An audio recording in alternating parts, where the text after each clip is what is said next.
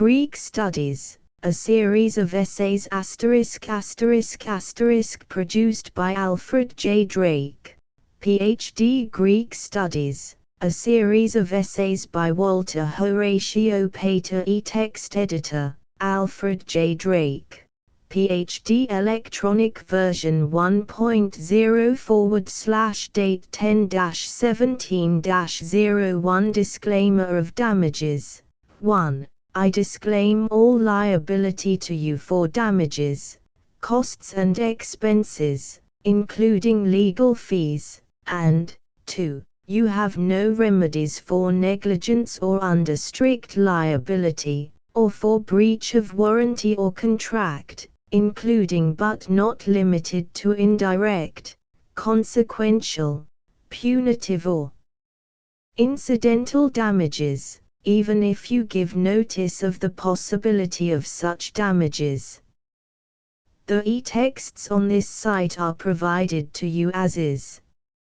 No warranties of any kind, express or implied, are made to you as to the e-texts or any medium they may be on, including but not limited to warranties of merchantability or fitness for a particular purpose.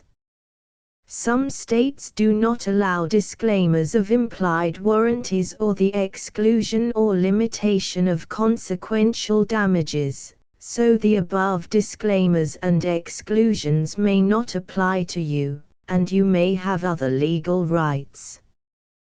Greek Studies, a series of essays Walter Horatio Pater notes by the e-text editor, reliability. Although I have done my best to ensure that the text you read is error-free in comparison with an exact reprint of the standard edition, Macmillan's 1910 Library edition, please exercise scholarly caution in using it.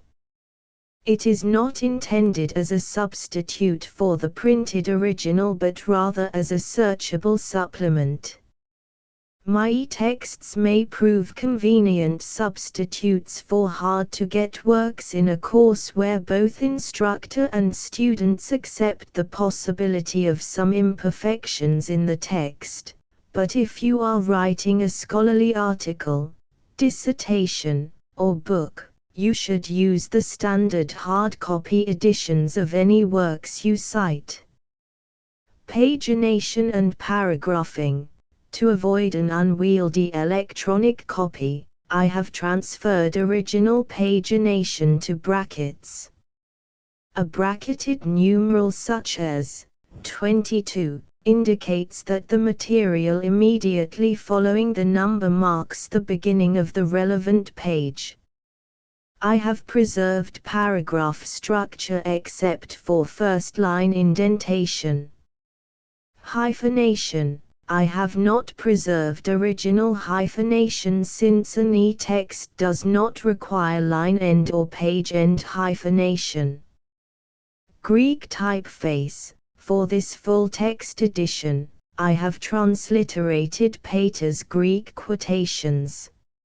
If there is a need for the original Greek, it can be viewed at my site. http://www.drake.com/texts a Victorianist archive that contains the complete works of Walter Pater and many other 19th century texts, mostly in first editions.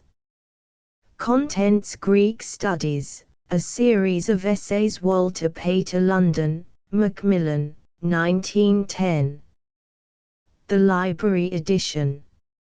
E-text editor, Alfred J. Drake, Ph.D. Electronic version 1.0 / date 10 December, 2001 Disclaimer of damages for all texts on this web. E-text editor's note. Preface by Charles Shadwell. A study of Dionysius, the spiritual form of fire and dew, 9-52. The Bacchanals of Euripides, 53-80. The Myth of Demeter and Persephone, I 81-112. The Myth of Demeter and Persephone, 2.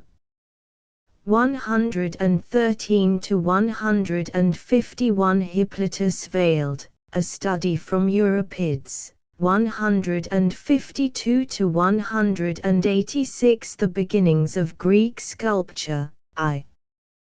The heroic age of Greek art, 187 to 223 The beginnings of Greek sculpture, 2. The age of graven images, 224–250 The marbles of Aegina, 251 to 268 The age of athletic prizemen, a chapter in Greek art, 269 End preface by Charles L. Shadwell, 1. The present volume consists of a collection of essays by the late Mr. Pater, all of which have already been given to the public in various magazines, and it is owing to the kindness of the several proprietors of those magazines that they can now be brought together in a collected shape. It will, it is believed, be felt, that their value is considerably enhanced by their appearance in a single volume, where they can throw light upon one another, and exhibit by their connection a more complete view of the scope and purpose of Mr. Pater in dealing with the art and literature of the ancient world. The essays fall into two distinct groups, one dealing with the subjects of Greek mythology and Greek poetry, the other with the history of Greek sculpture and Greek architecture. But these two groups are not wholly distinct, they mutually illustrate one another, and serve to enforce Mr. Pater's conception of the essential, unity, in all its many-sidedness, of the Greek character.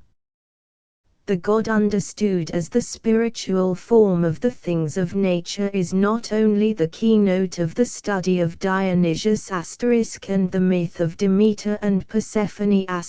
but reappears as contributing to the interpretation of the growth of Greek sculpture. Thus, though in the bibliography of his writings, the two groups are separated by a considerable interval, there is no change of view. He had already reached the center of the problem, and, the secret once gained, his mode of treatment of the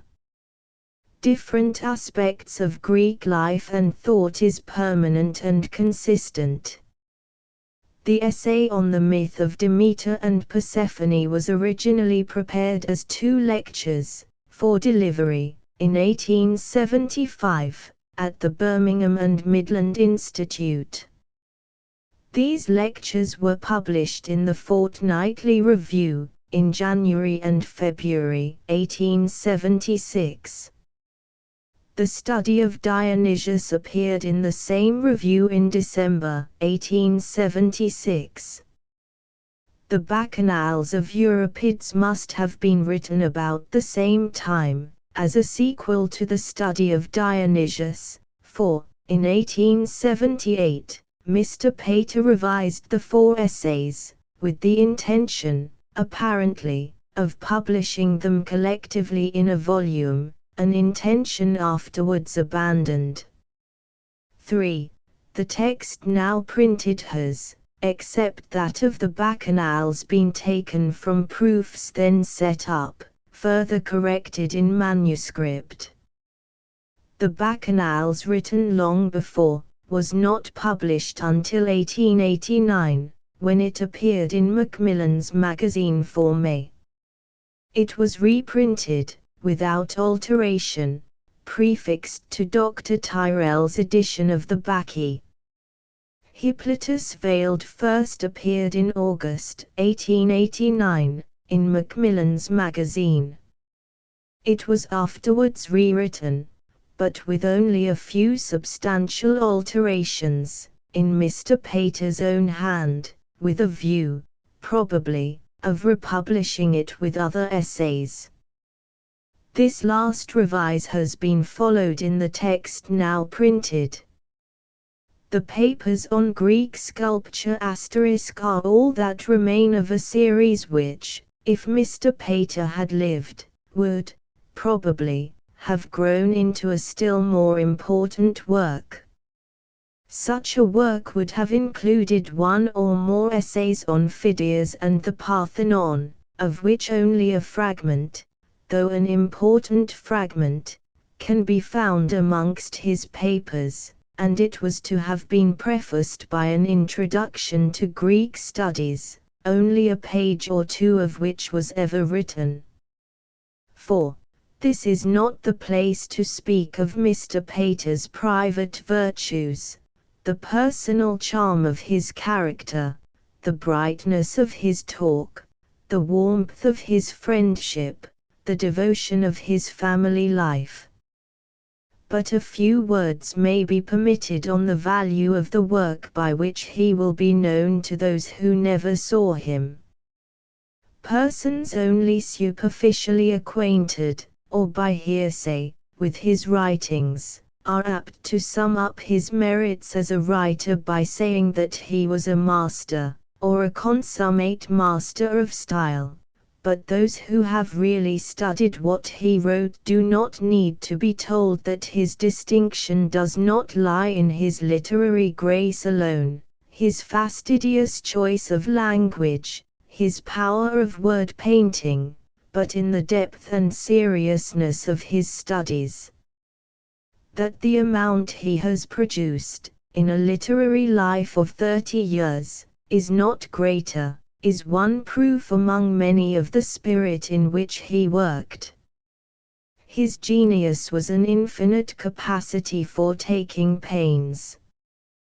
That delicacy of insight, that gift of penetrating into the heart of things, that subtleness of interpretation, which with him seems an instinct, is the outcome of hard, patient, conscientious study.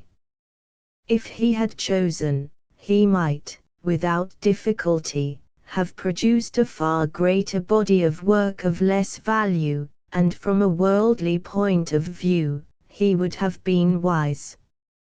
Such was not his understanding. 5. Of the use of his talents. Qui multum datum est, multum quaerto abeo. Those who wish to understand the spirit in which he worked, will find it in this volume. CLS October, 1894. Notes 2. *CP 34. 2 *CP 100. 2 *CPP 220, 254.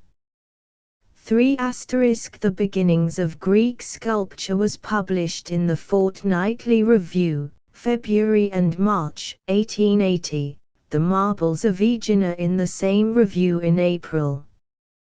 The Age of Athletic Prizeman was published in the Contemporary Review in February of the present year.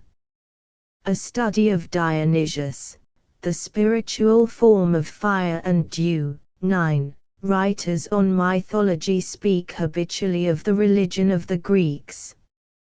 In thus speaking, they are really using a misleading expression, and should speak rather of religions, each race and class of Greeks, the Dorians, the people of the coast, the fishers, having had a religion of its own, conceived of the objects that came nearest to it and were most in its thoughts, and the resulting usages and ideas never having come to have a precisely harmonized system, after the analogy of some other religions. The religion of Dionysius is the religion of people who pass their lives among the vines. As the religion of Demeter carries us back to the cornfields and farmsteads of Greece, and places us, in fancy, among a primitive race, in the furrow and beside the granary, so the religion of Dionysius carries us back to its vineyards, and is a monument of the ways and thoughts of people whose days go by beside the winepress, and 10. Under the green and purple shadows, and whose material happiness depends on the crop of grapes. For them the thought of Dionysius and his circle, a little Olympus outside the greater, covered the whole of life, and was a complete religion, a sacred representation or interpretation of the whole human experience, modified by the special limitations, the special privileges of insight or suggestion, incident to their peculiar mode of existence. Now, if the reader wishes to understand what the scope of the religion of Dionysius was to the Greeks who lived in it, all it represented to them by way of one clearly conceived yet complex symbol, let him reflect what the loss would be if all the effect and expression drawn from the imagery of the vine and the cup fell out of the whole body of existing poetry. How many fascinating trains of reflection, what color and substance would therewith have been deducted from it, filled as it is, apart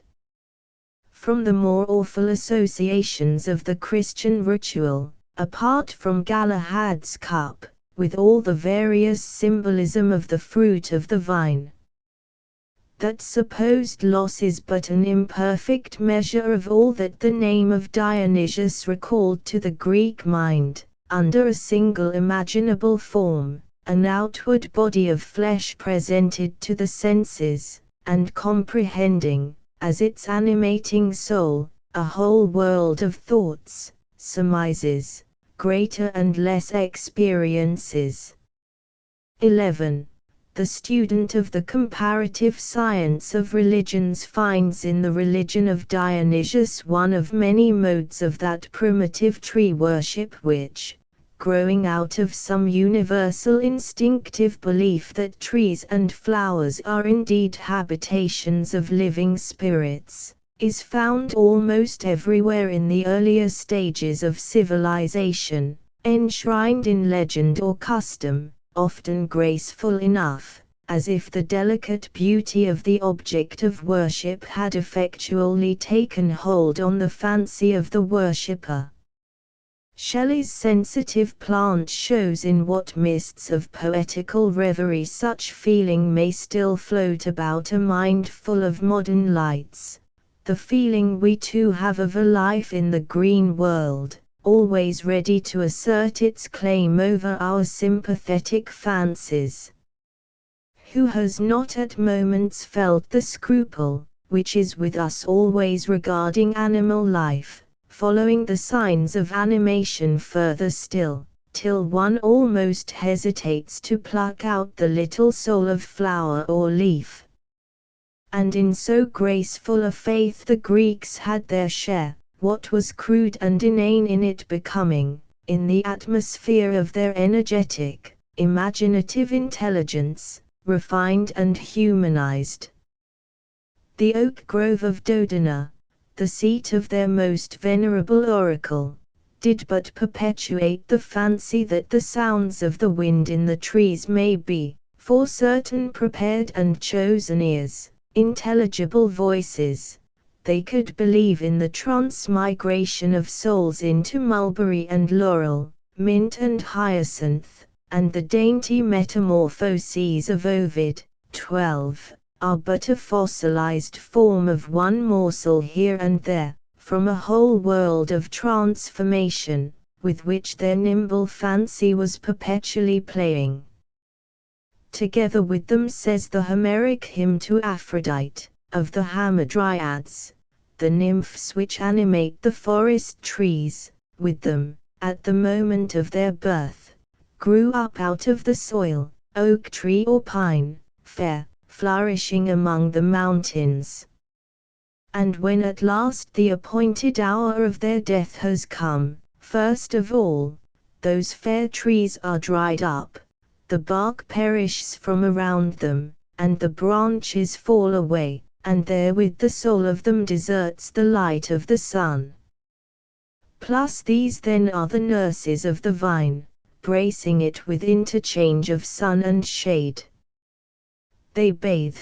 they dance, they sing songs of enchantment, so that those who seem oddly in love with nature, and strange among their fellows, are still said to be nympholepti. Above all, they are weavers or spinsters, spinning or weaving with airiest fingers, and subtlest, many-colored threads, the foliage of the trees, the petals of flowers, the skins of the fruit, the long thin stalks on which the poplar leaves are set so lightly that Homer compares to them, in their constant motion, the maids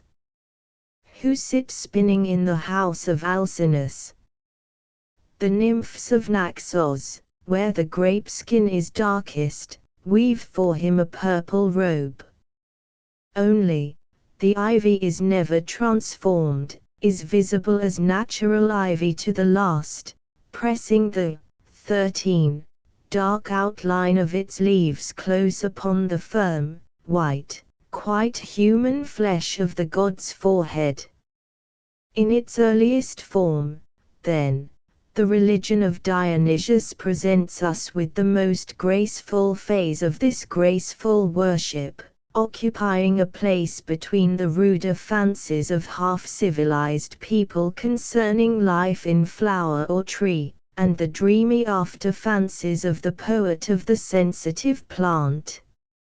He is the soul of the individual vine, first, the young vine at the house door of the newly married, for instance, as the vine grower stoops over it, coaxing and nursing it, like a pet animal or a little child. Afterwards, the soul of the whole species, the spirit of fire and dew, alive and leaping in 1,000 vines, as the higher intelligence, brooding more deeply over things, pursues, in thought, the generation of sweetness and strength in the veins of the tree, the transformation of water into wine, little by little, noting all the influences upon it of the heaven above and the earth beneath, and shadowing forth, in each pause of the process, an intervening person, what is to us but the secret chemistry of nature, being to them the mediation of living spirits. So they passed on to think of Dionysius, naming him at last from the brightness of the sky and the moisture of the earth, not merely as the soul of the vine, but of all that life-inflowing things of which the vine is the symbol, because its most emphatic example. At Delos he bears a son, from whom, 14, in turn spring the three mysterious sisters Ino, Spermo, and Ele, who, dwelling in the island, exercise respectively the gifts of turning all things at will into oil, and corn, and wine. In the Bacchae of Euripides, he gives his followers, by miracle, honey and milk, and the water gushes for them from the smitten rock. He comes at last to have a scope equal to that of Demeter, a realm as wide and mysterious as hers. The whole productive power of the earth is in him, and the explanation of its annual change. As some embody their intuitions of that power in corn, so others in wine. He is the dispenser of the earth's hidden wealth, giver of riches through the vine, as Demeter through the grain. And as Demeter sends the airy, dainty-wheeled and dainty-winged spirit of Triptolemus to bear her gifts abroad on all winds, so Dionysius goes on his eastern journey, with its many intricate adventures, on which he carries his gifts to every people. A little Olympus outside the greater, I said, of Dionysius and his companions, he is the center of a cycle, the hierarchy of the creatures of water and sunlight in many degrees, and that fantastic system of tree worship places round him, not the fondly whispering spirits of the more graceful inhabitants of woodland only, the nymphs of the poplar and the pine, but the whole satyr circle, intervening between the headship of the vine and the mere earth, the grosser, less human, 15, spirits.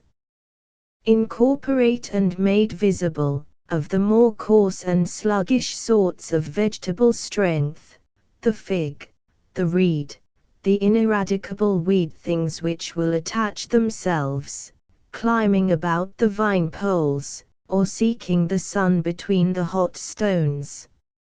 For as Dionysius, the spiritual form of the vine, is of the highest human type, so the fig tree and the reed have animal souls, mistakable in the thoughts of a later, imperfectly remembering age, for mere abstractions of animal nature, snub-nose, and sweet wine, and Silenus, the oldest of them all, so old that he has come to have the gift of prophecy.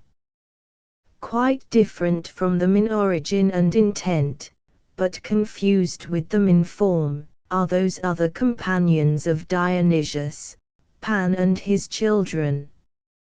Homespun dream of simple people, and like them in the uneventful tenor of his existence, he has almost no story, he is but a presence, the spiritual form of Arcadia, and the ways of human life there, the reflection, in sacred image or ideal, of its flocks, and orchards, and wild honey, the dangers of its hunters, its weariness in noonday heat, its children, agile as the goats they tend, who run, in their picturesque rags, across the solitary wanderer's path, to startle him, in the unfamiliar.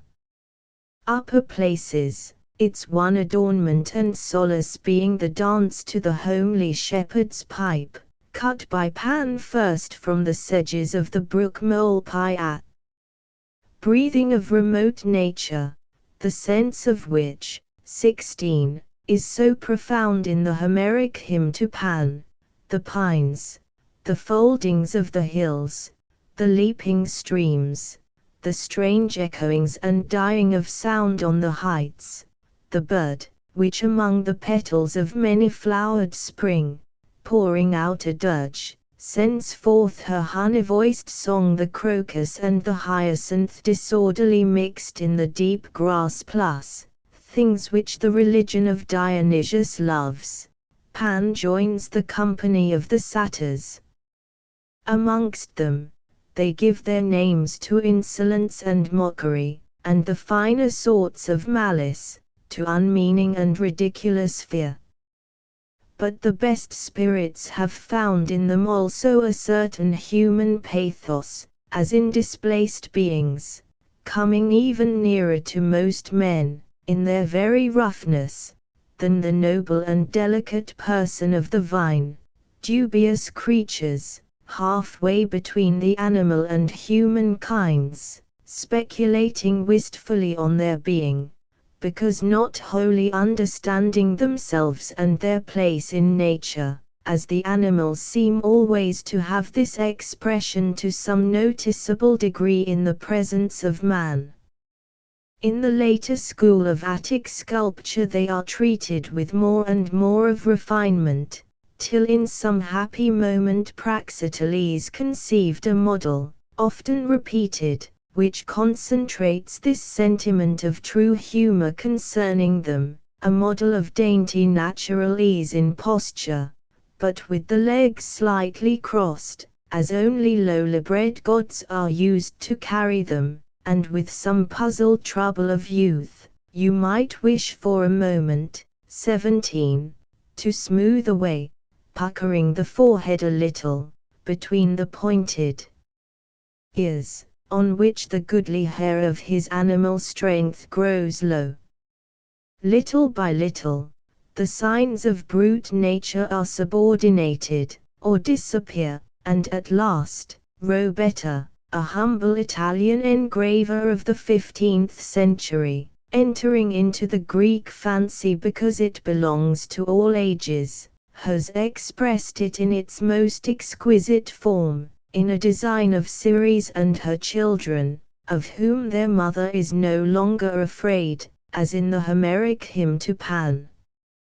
The puck noses have grown delicate, so that, with Plato's infatuated lover, you may call them winsome, if you please, and no one would wish those hairy little shanks away, with which one of the small Pans walks at her side, grasping her skirt stoutly, while the other, the sick or weary one, rides in the arms of Ceres herself, who in graceful Italian dress, and decked airily with fruit and corn, steps across a country of cut sheaves, pressing it closely to her, with a child's peevish trouble in its face, and its small goat legs and tiny hoofs folded over together, precisely after the manner of a little child. There is one element in the conception of Dionysius, which his connection with the satyrs, Marsyas being one of them, and with Pan, from whom the flute passed to all the shepherds of Theocritus, alike illustrates his interest, namely, in one of the great species of music. One form of that wilder vegetation, of which the satyr race is the soul made visible, is the reed, which, 18, the creature plucks and trims into musical pipes. And as Apollo inspires and rules over all the music of strings, so Dionysius inspires and rules over all the music of the reed, the water plant, in which the ideas of water and of vegetable life are brought close together, natural property, therefore, of the spirit of life in the green sap. I said that the religion of Dionysius was, for those who lived in it, a complete religion, a complete sacred representation and interpretation of the whole of life, and as, in his relation to the vine, he fills for them the place of Demeter, is the life of the earth through the grape as she through the grain, so, in this other phase of his being, in his relation to the reed, he fills for them the place of Apollo. He is the inherent cause of music and poetry, he inspires, he explains the phenomena of enthusiasm, as distinguished by Plato in the Phaedrus, the secrets of possession by a higher and more energetic spirit than one's own, the gift of self-revelation, of passing out of oneself through words, tones, gestures. A winged Dionysius, venerated at Amyclae, was perhaps meant to represent him thus, as the god of enthusiasm, of the rising up on those spiritual wings, of which also we hear something in the Phaedrus of Plato. The artists of the Renaissance occupied themselves much with the person and the story of Dionysius, and Michelangelo, in a work still remaining in Florence, in which he essayed, 19, with success to produce a thing which should pass with the critics for a piece of ancient sculpture, has represented him in the fullness, as it seems, of this enthusiasm, an image of delighted, entire surrender to transporting dreams. And this is no subtle afterthought of a later age, but true to certain finer movements of old Greek sentiment, though it may seem to have waited for the hand of Michelangelo before it attained complete realization. The head of Ion leans, as they recline at the banquet, on the shoulder of Charmides. He mutters in his sleep of things seen therein, but awakes as the flute players enter, whom Charmides has hired for his birthday supper. The soul of Callias, who sits on the other side of Charmides, flashes out, he counterfeits, with lifelike gesture, the personal tricks of friend or foe, or the things he could never utter before, he finds words for now, the secrets of life are on his lips. It is in this loosening of the lips and heart, strictly, that Dionysius is the deliverer, Eleutherios, and of such enthusiasm, or ecstasy, is, in a certain sense, an older patron than Apollo himself. Even at Delphi, the center of Greek inspiration and of the religion of Apollo, his claim always maintained itself, and signs are not wanting that Apollo was but a later comer there. There, under his later reign, hard by the golden image of Apollo himself, near the sacred tripod on which the Pythia sat to prophesy, was to be seen a strange object, a sort, 20, of coffin or cinerary urn with the inscription, "Here lieth the body of Dionysius, the son of Semele." The pediment of the great temple was divided between them, Apollo with the 9 muses on that side, Dionysius, with perhaps 3 times 3 graces, on this. A third of the whole year was held sacred to him. The 4 winter months were the months of Dionysius, and in the shrine of Apollo itself he was worshipped with almost equal devotion. The religion of Dionysius takes us back, then, into that old Greek life of the vineyards, as we see it on many painted vases, with much there as we should find it now, as we see it in Benozzo Gozzoli's medieval fresco of the invention of wine in the Campo Santo at Pisa. The family of Noah presented among all the circumstances of a Tuscan vineyard, around the press from which the first wine is flowing, a painted idol, with its vintage colors still opulent in decay, and not without its solemn touch of biblical symbolism.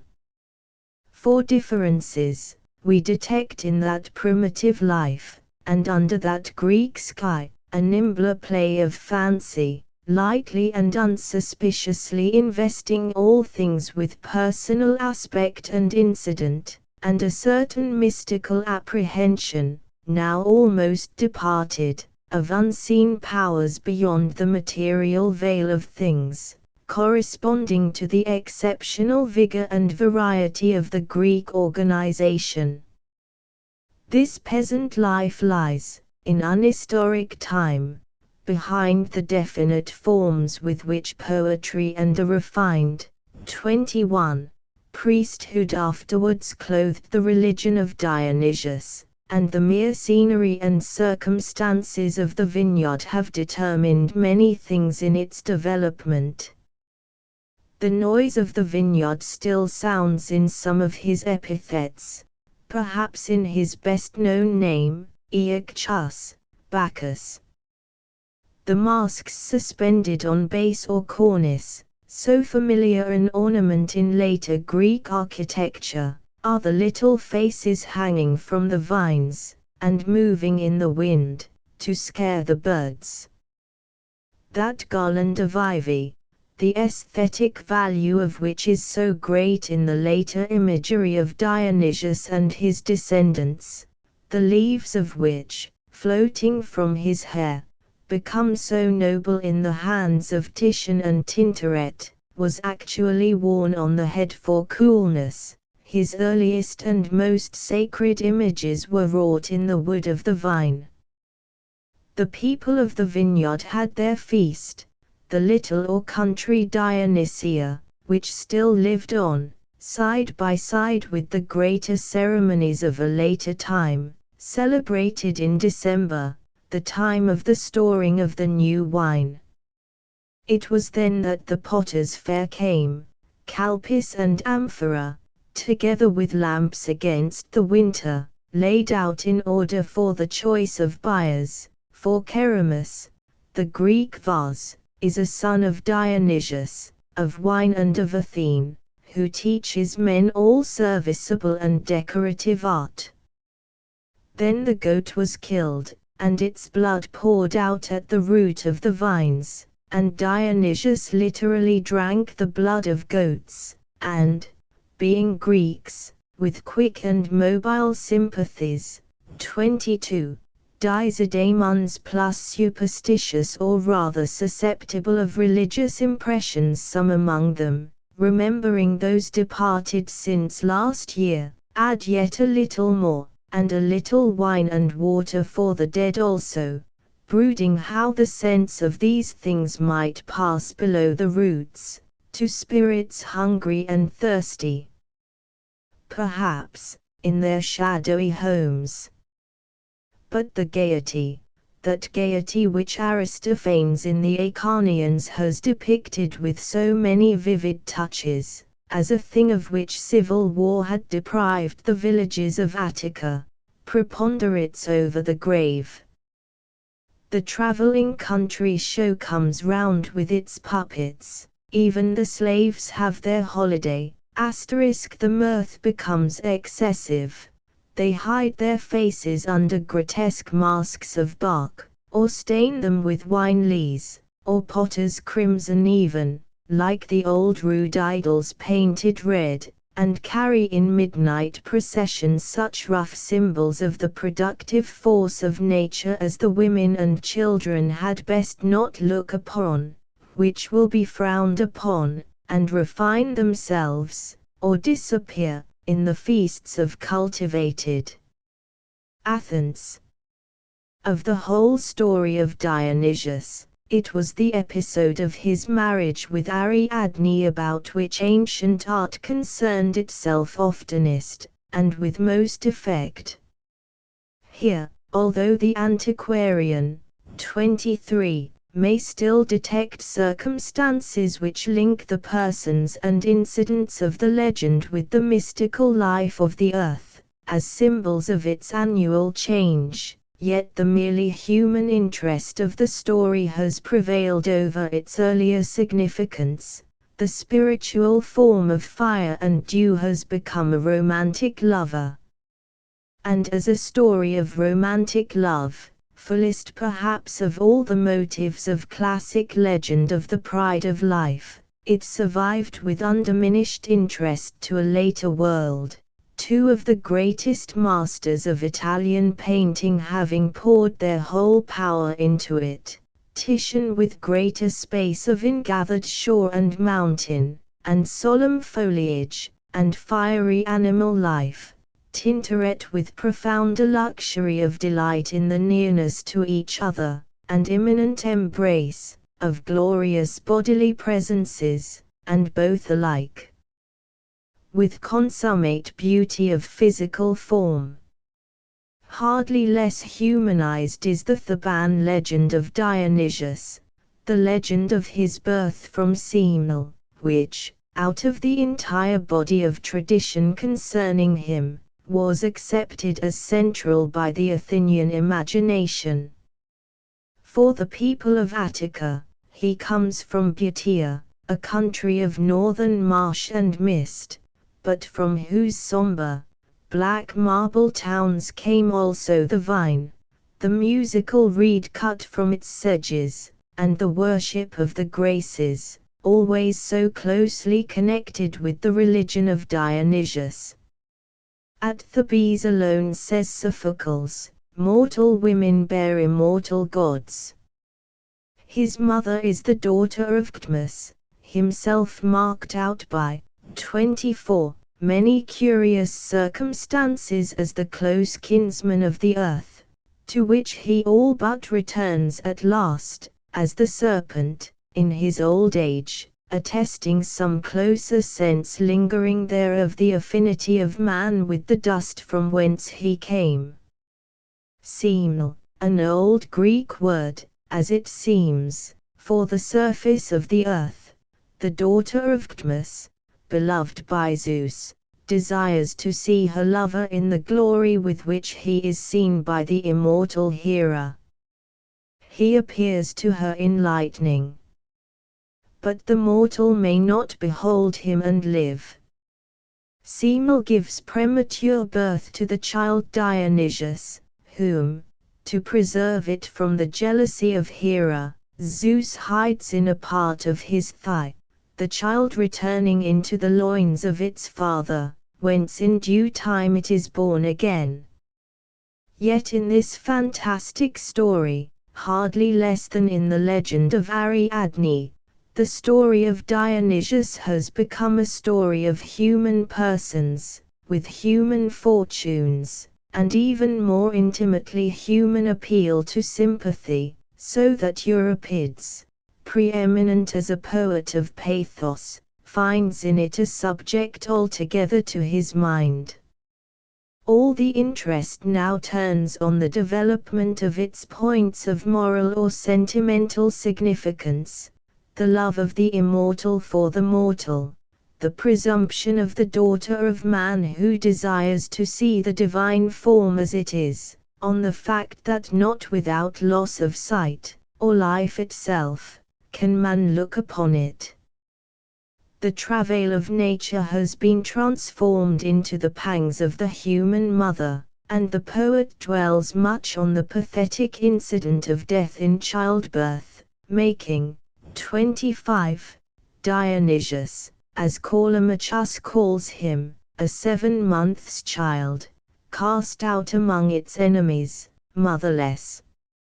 And as a consequence of this human interest, the legend attaches itself, as in an actual history, to definite sacred objects and places. The venerable relic of the wooden image which fell into the chamber of Semele with the lightning flash, and which the piety of a later age covered with plates of brass, the ivy fountain near Thebes, the water of which was so wonderfully bright and sweet to drink, where the nymphs bathed the newborn child, the grave of Semele, in a sacred enclosure grown with ancient vines, where some volcanic heat or flame was perhaps actually traceable, near the lightning-struck ruins of her supposed abode. Yet, though the mystical body of the earth is forgotten in the human anguish of the mother of Dionysius, the sense of his essence of fire and dew still lingers in his most sacred name, as the son of Semele, Dithyrambic. We speak of a certain wild music in words or rhythm as dithyrambic, like the dithyrambus, that is, the wild choral singing of the worshippers of Dionysius.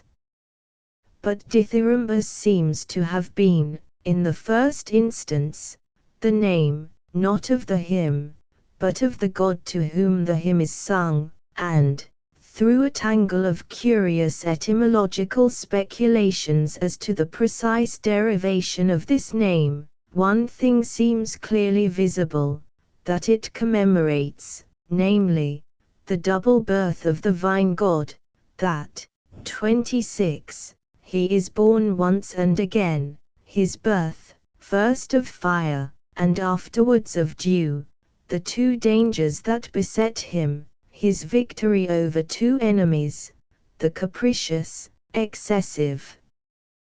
heats and colds of spring. He is Pyrogens plus then, fire-born, the son of lightning, lightning being to light, as regards concentration, what wine is to the other strengths of the earth. And who that has rested a hand on the glittering silex of a vineyard slope in August, where the pale globes of sweetness are lying, does not feel this? It is out of the bitter salts of a smitten, volcanic soil that it comes up with the most curious virtues. The mother faints and is parched up by the heat which brings the child to the birth, and it pierces through, a wonder of freshness, drawing its everlasting green and typical coolness out of the midst of the ashes, its own stem becoming at last like a tangled mass of tortured metal.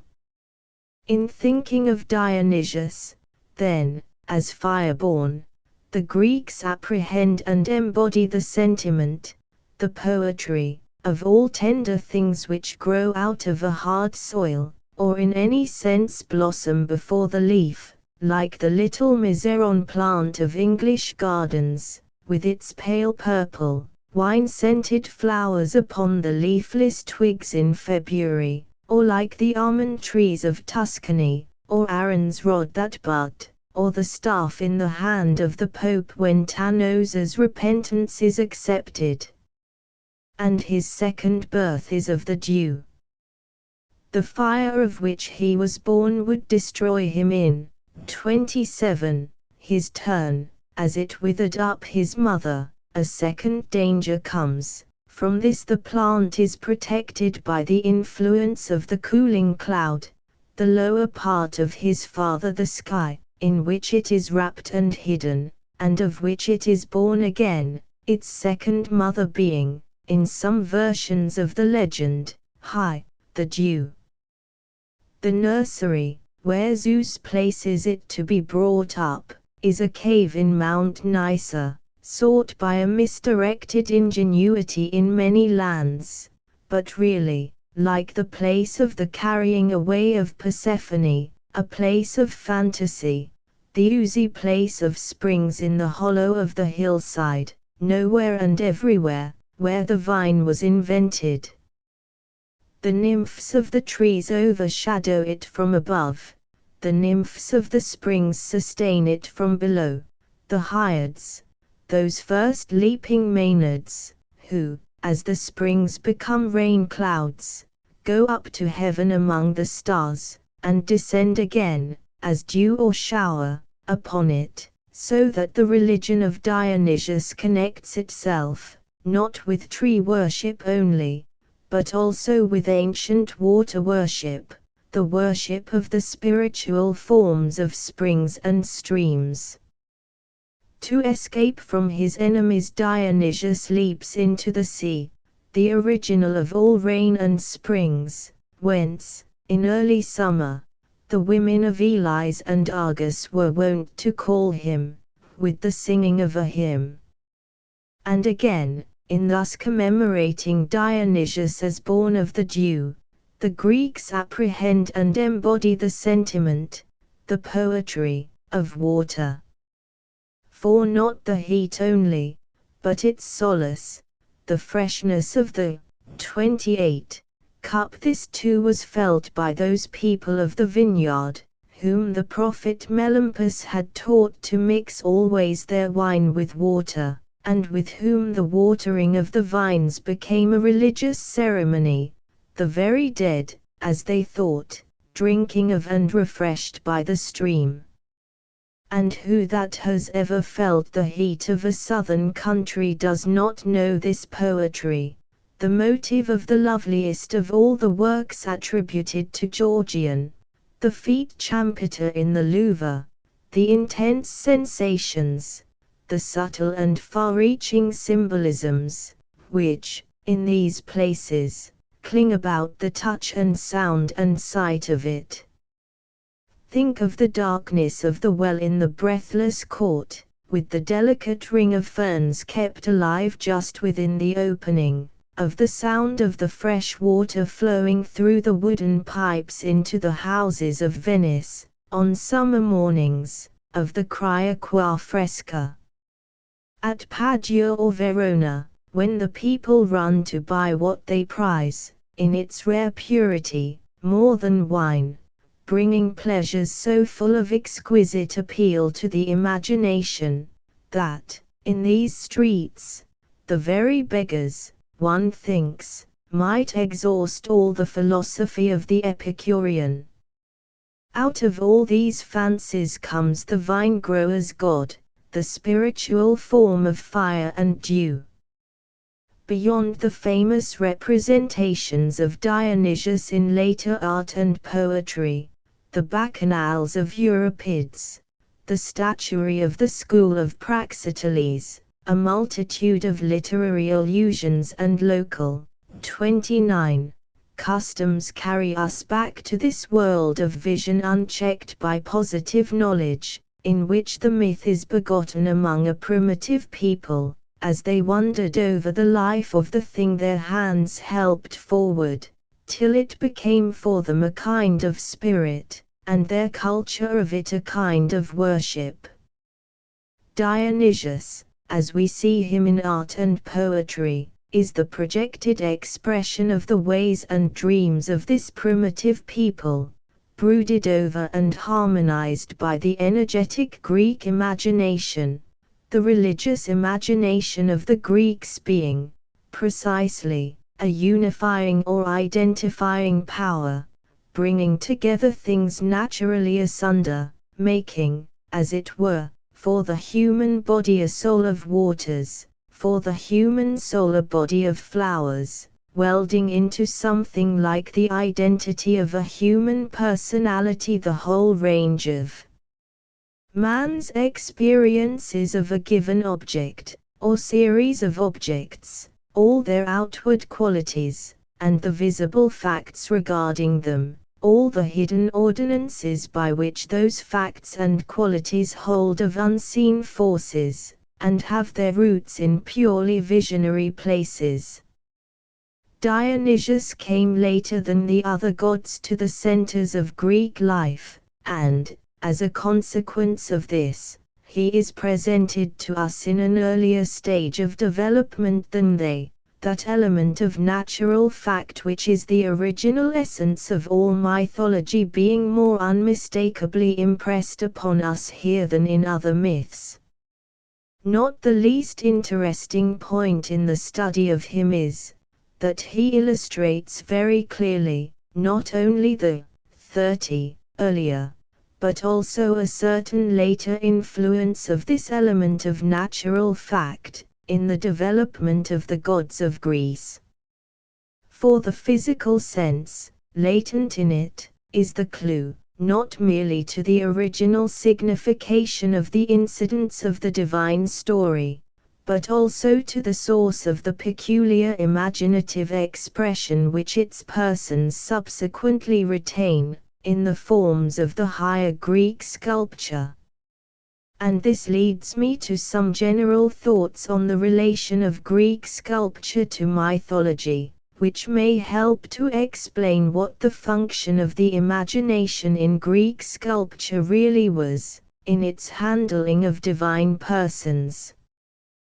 That Zeus is, in earliest, original, primitive intention, the open sky, across which the thunder sometimes sounds, and from which the rain descends, is a fact which not only explains the various stories related concerning him, but determines also the expression which he retained in the work of Phidias, so far as it is possible to recall it, long after the growth of those later stories had obscured, for the minds of his worshippers, his primary signification. If men felt, as Arrian tells us, that it was a calamity to die without having seen the Zeus of Olympia, that was because they experienced the impress thereof that which the eye and the whole being of man loved to find above him, and the genius of Phidias had availed to shed, upon the gold and ivory of the physical form, the blandness, the breadth, the smile of the open sky, the mild, 31, heat of it still coming and going, in the face of the father of all the children of sunshine and shower, as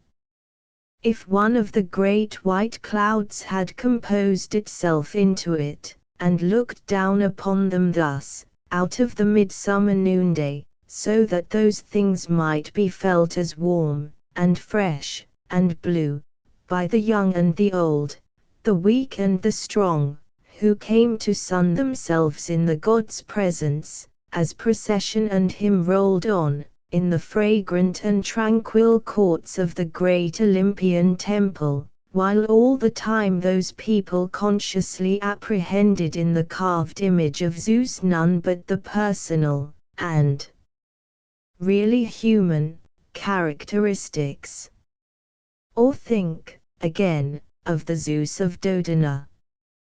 The oracle of Dodona, with its dim grove of oaks, and sounding instruments of brass to husband the faintest whisper in the leaves, was but a great consecration of that sense of a mysterious will, of which people still feel, or seem to feel, the expression, in the motions of the wind, as it comes and goes, and which makes it, indeed, seem almost more than a mere symbol of the spirit within us. For Zeus was, indeed, the god of the winds also, Aeolus, their so-called god, being only his mortal minister, as having come, by long study of them, through signs in the fire and the like, to have a certain communicable skill regarding them, in relation to practical uses. Now, suppose a Greek sculptor to have proposed to himself to present, 32, to his worshippers the image of this Zeus of Dodona, who is in the trees and on the currents of the air. Then, if he had been a really imaginative sculptor, working as Phidias worked, the very soul of those moving, sonorous creatures would have passed through his hand, into the eyes and hair of the image, as they can actually pass into the visible expression of those who have drunk deeply of them, as we may notice, sometimes, in our walks on mountain or shore. Victory again, Nike, associated so often with Zeus, on the top of his staff, on the foot of his throne, on the palm of his extended hand, meant originally, mythologic science tells us, only the great victory of the sky, the triumph of morning over darkness. But that physical morning of her origin has its ministry to the later aesthetic sense also. For if Nike, when she appears in company with the mortal, and wholly fleshly hero, in whose chariot she stands to guide the horses, or whom she crowns with her garland of parsley or bay, or whose names she writes on a shield, is imaginatively conceived, it is because the old sky influences are still not quite suppressed in her clear-set eyes, and the dew of the morning still clings to her wings and her floating hair. The office of the imagination, then, in Greek sculpture, in its handling of divine persons, is thus to condense the impressions of natural things into human form, to retain that early mystical sense of water, or wind, or light, in the 33 molding of eye and brow, to arrest it, or rather, perhaps, to set it free, there, as human expression. The body of man, indeed, was for the Greeks, still the genuine work of Prometheus, its connection with earth and air asserted in many a legend, not shaded down, as with us, through innumerable stages of descent, but direct and immediate, in precise contrast to our physical theory of our life, which never seems to fade, dream over it as we will, out of the light of common day. The oracles with their messages to human intelligence from birds and springs of water, or vapors of the earth, were a witness to that connection. Their story went back, as they believed, with unbroken continuity, and in the very places where their later life was lived, to a past, stretching beyond, yet continuous with, actual memory, in which heaven and earth mingled, to those who were sons and daughters of stars, and streams, and dew, to an ancestry of grander men and women, actually clothed in, or incorporate with, the qualities and influences of those objects, and we can hardly overestimate the influence on the Greek imagination of this mythical connection with the natural world, at not so remote a date, and of the solemnizing power exercised thereby over their thoughts. In this intensely poetical situation, the historical Greeks, the Athenians of the age of Pericles, found themselves. It was as if the actual roads on which men daily walk, went up and on, into a visible wonderland. 34. With such habitual impressions concerning the body, the physical nature of man, the Greek sculptor, in his later day, still free in imagination, through the lingering influence of those early dreams, may have more easily infused into human form the sense of sun, or lightning, or cloud, to which it was so closely akin, the spiritual flesh allying itself happily to mystical meanings, and readily expressing seemingly unspeakable qualities. But the human form is a limiting influence also, and in proportion as art impressed human form, in sculpture or in the drama, on the vaguer conceptions of the Greek mind, there was danger of an escape from them of the free spirit of air, and light, and sky. Hence, all through the history of Greek art, there is a struggle, a Streben, as the Germans say, between the palpable and limited human form, and the floating essence it is to contain. On the one hand, was the teeming, still fluid world, of old beliefs, as we see it reflected in the somewhat formless theogony of Hesiod, a world, the titanic vastness of which is congruous with a certain sublimity of speech, when he has to speak, for instance, of motion or space, as the Greek language itself has a primitive copiousness and energy of words, for wind, fire, water, cold, sound, attesting a deep susceptibility to the impressions of those things, yet with edges, most often, melting into each other.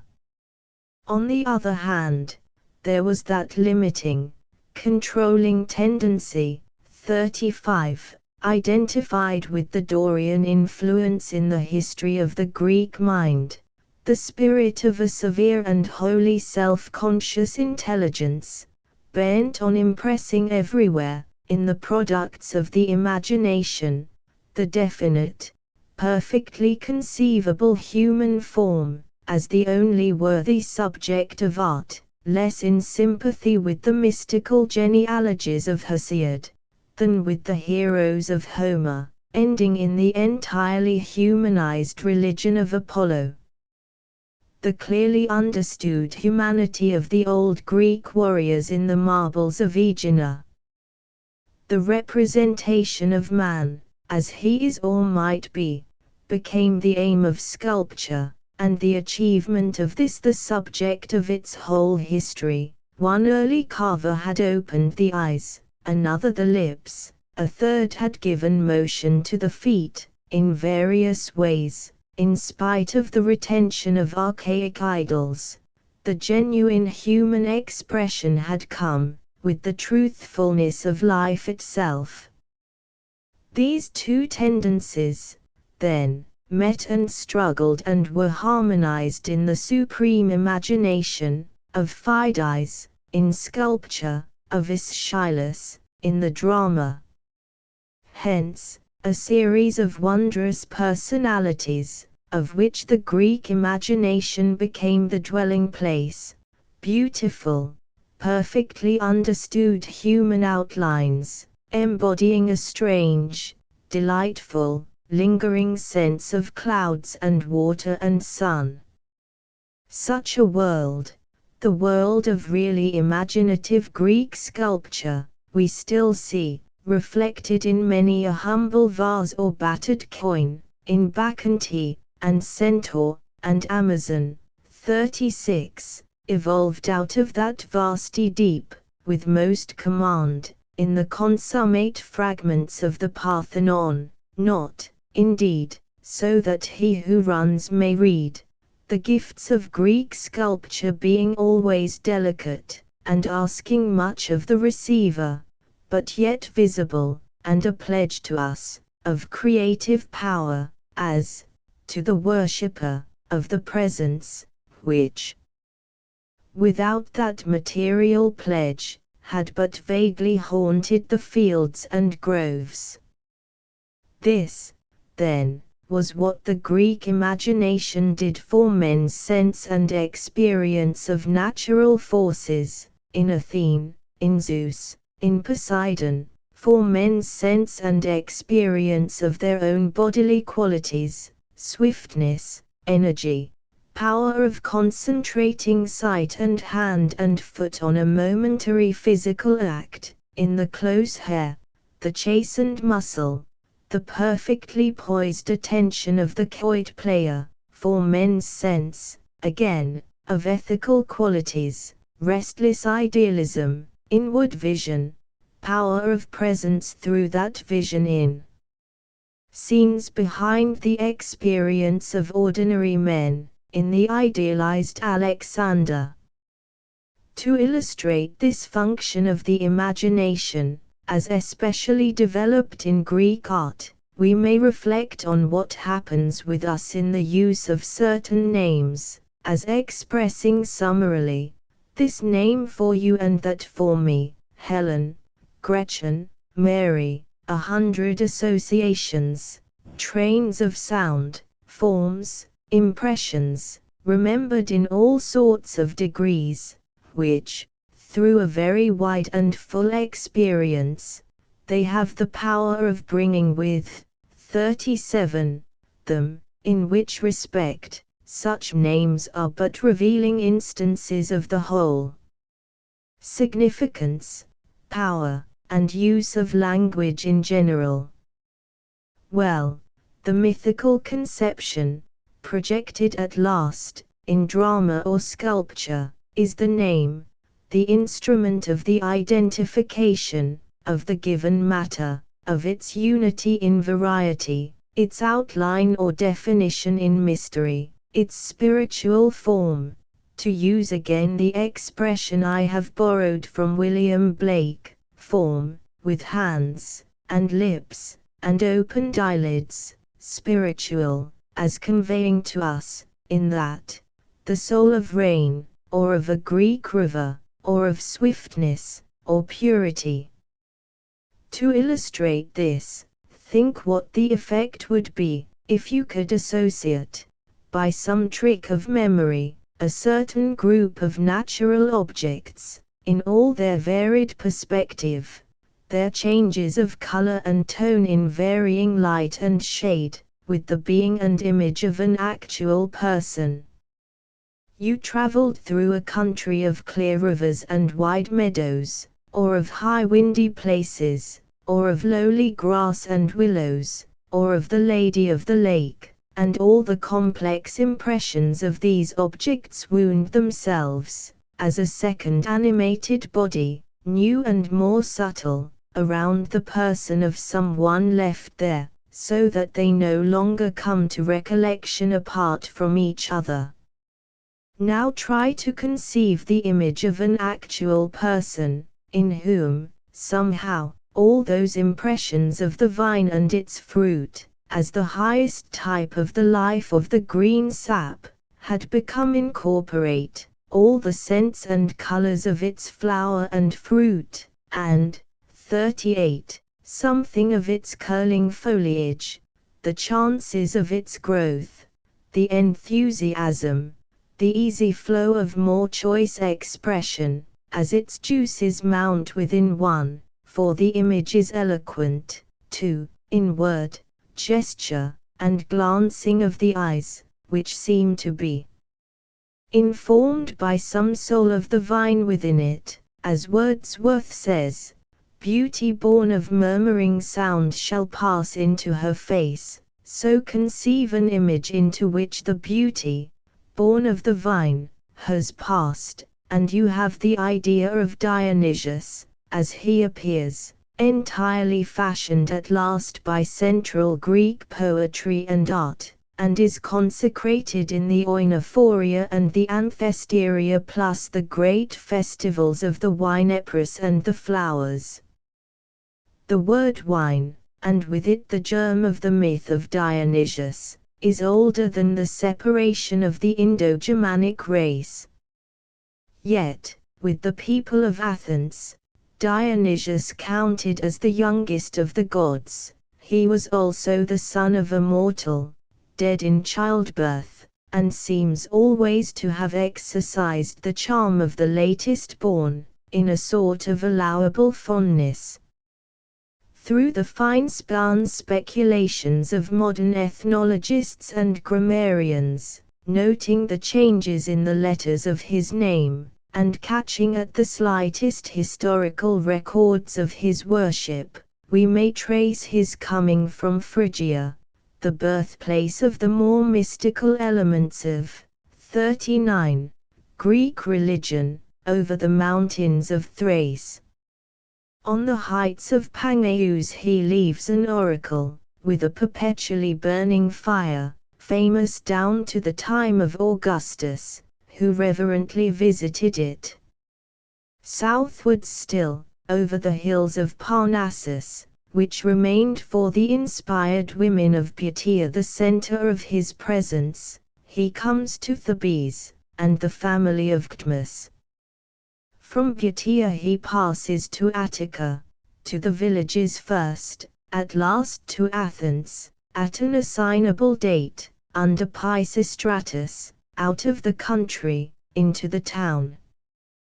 To this stage of his town life, that Dionysius of enthusiasm already belonged, it was to the Athenians of the town, to urbane young men, sitting together at the banquet, that those expressions of a sudden eloquence came, of the loosened utterance and finer speech, its color and imagery.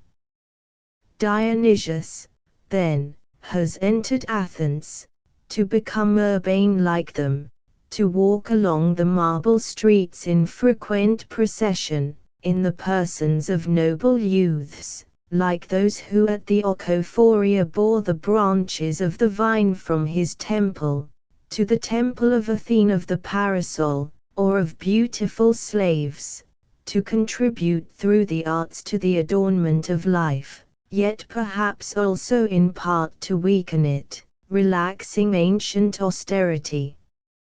Gradually, his rough country feasts will be outdone by the feasts of the town, and as comedy arose out of those, so these will give rise to tragedy.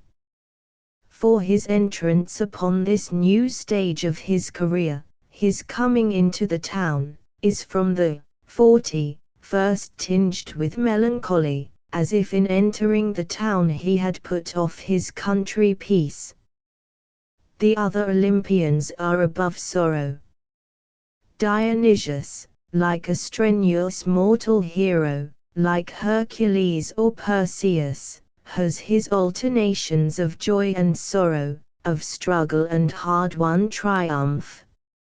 It is out of the sorrows of Dionysius, then, of Dionysius in winter, that all Greek tragedy grows, out of the song of the sorrows of Dionysius, sung at his winter feast by the chorus of satyrs, singers clad in goat skins, in memory of his rural life, one and another of whom, from time to time, steps out of the company to emphasize and develop this or that circumstance of the story, and so the song becomes dramatic. He will soon forget that early country life, or remember it but as the dreamy background of his later existence. He will become, as always in later art and poetry, of dazzling whiteness, no longer dark with the air and sun, but like one Ischiotrophekos plus, brought up under the shade of eastern porticos or pavilions, or in the light that has only reached him softened through the texture of green leaves, honey pale, like the delicate people of the city, like the flesh of women, as those old vase painters conceive of it, who leave their hands and faces untouched with the pencil on the white clay. The ruddy god of the vineyard, stained with wine lees, or coarser color, will hardly recognize his double, in the white, graceful, mournful figure, weeping, chastened, lifting up his arms in yearning. Plus, 41, affection towards his late found mother, as we see him on a famous Etruscan mirror. Only, in thinking of this early tragedy, of these town feasts, and of the entrance of Dionysius into Athens, you must suppose, not the later Athens which is oftenest in our thoughts, the Athens of Pericles and Phidias, but that little earlier Athens of Pisistratus, which the Persians destroyed, which some of us perhaps would rather have seen, in its early simplicity, than the greater one, when the old image of the god, carved probably out of the stock of an enormous vine, had just come from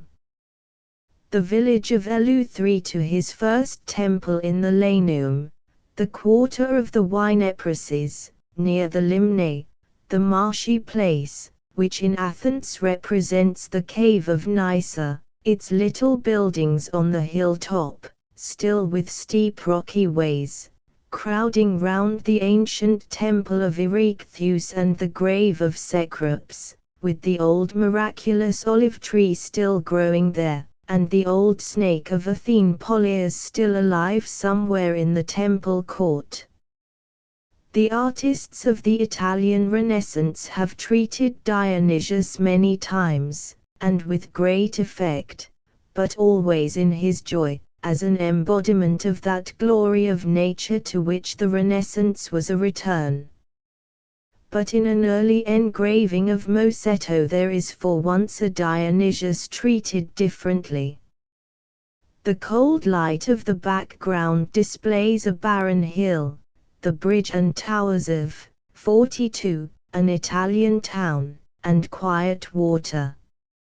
In the foreground, at the root of a vine, Dionysius is sitting, in a posture of statuesque weariness. The leaves of the vine are grandly drawn, and wreathing heavily round the head of the god, suggest the notion of his incorporation into it.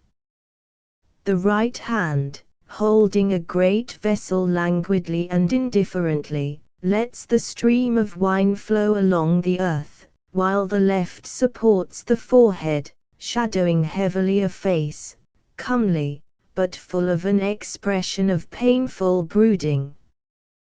One knows not how far one may really be from the mind of the old Italian engraver, in gathering from his design this impression of a melancholy and sorrowing Dionysius.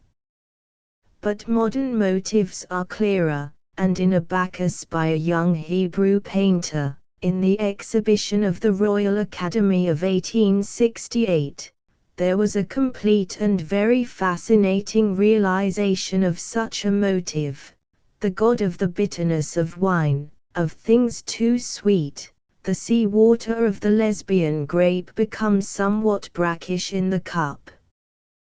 Touched by the sentiment of this subtler, melancholy Dionysius, we may ask whether anything similar in feeling is to be actually found in the range of Greek ideas. Had some antitype of this fascinating figure any place in Greek religion?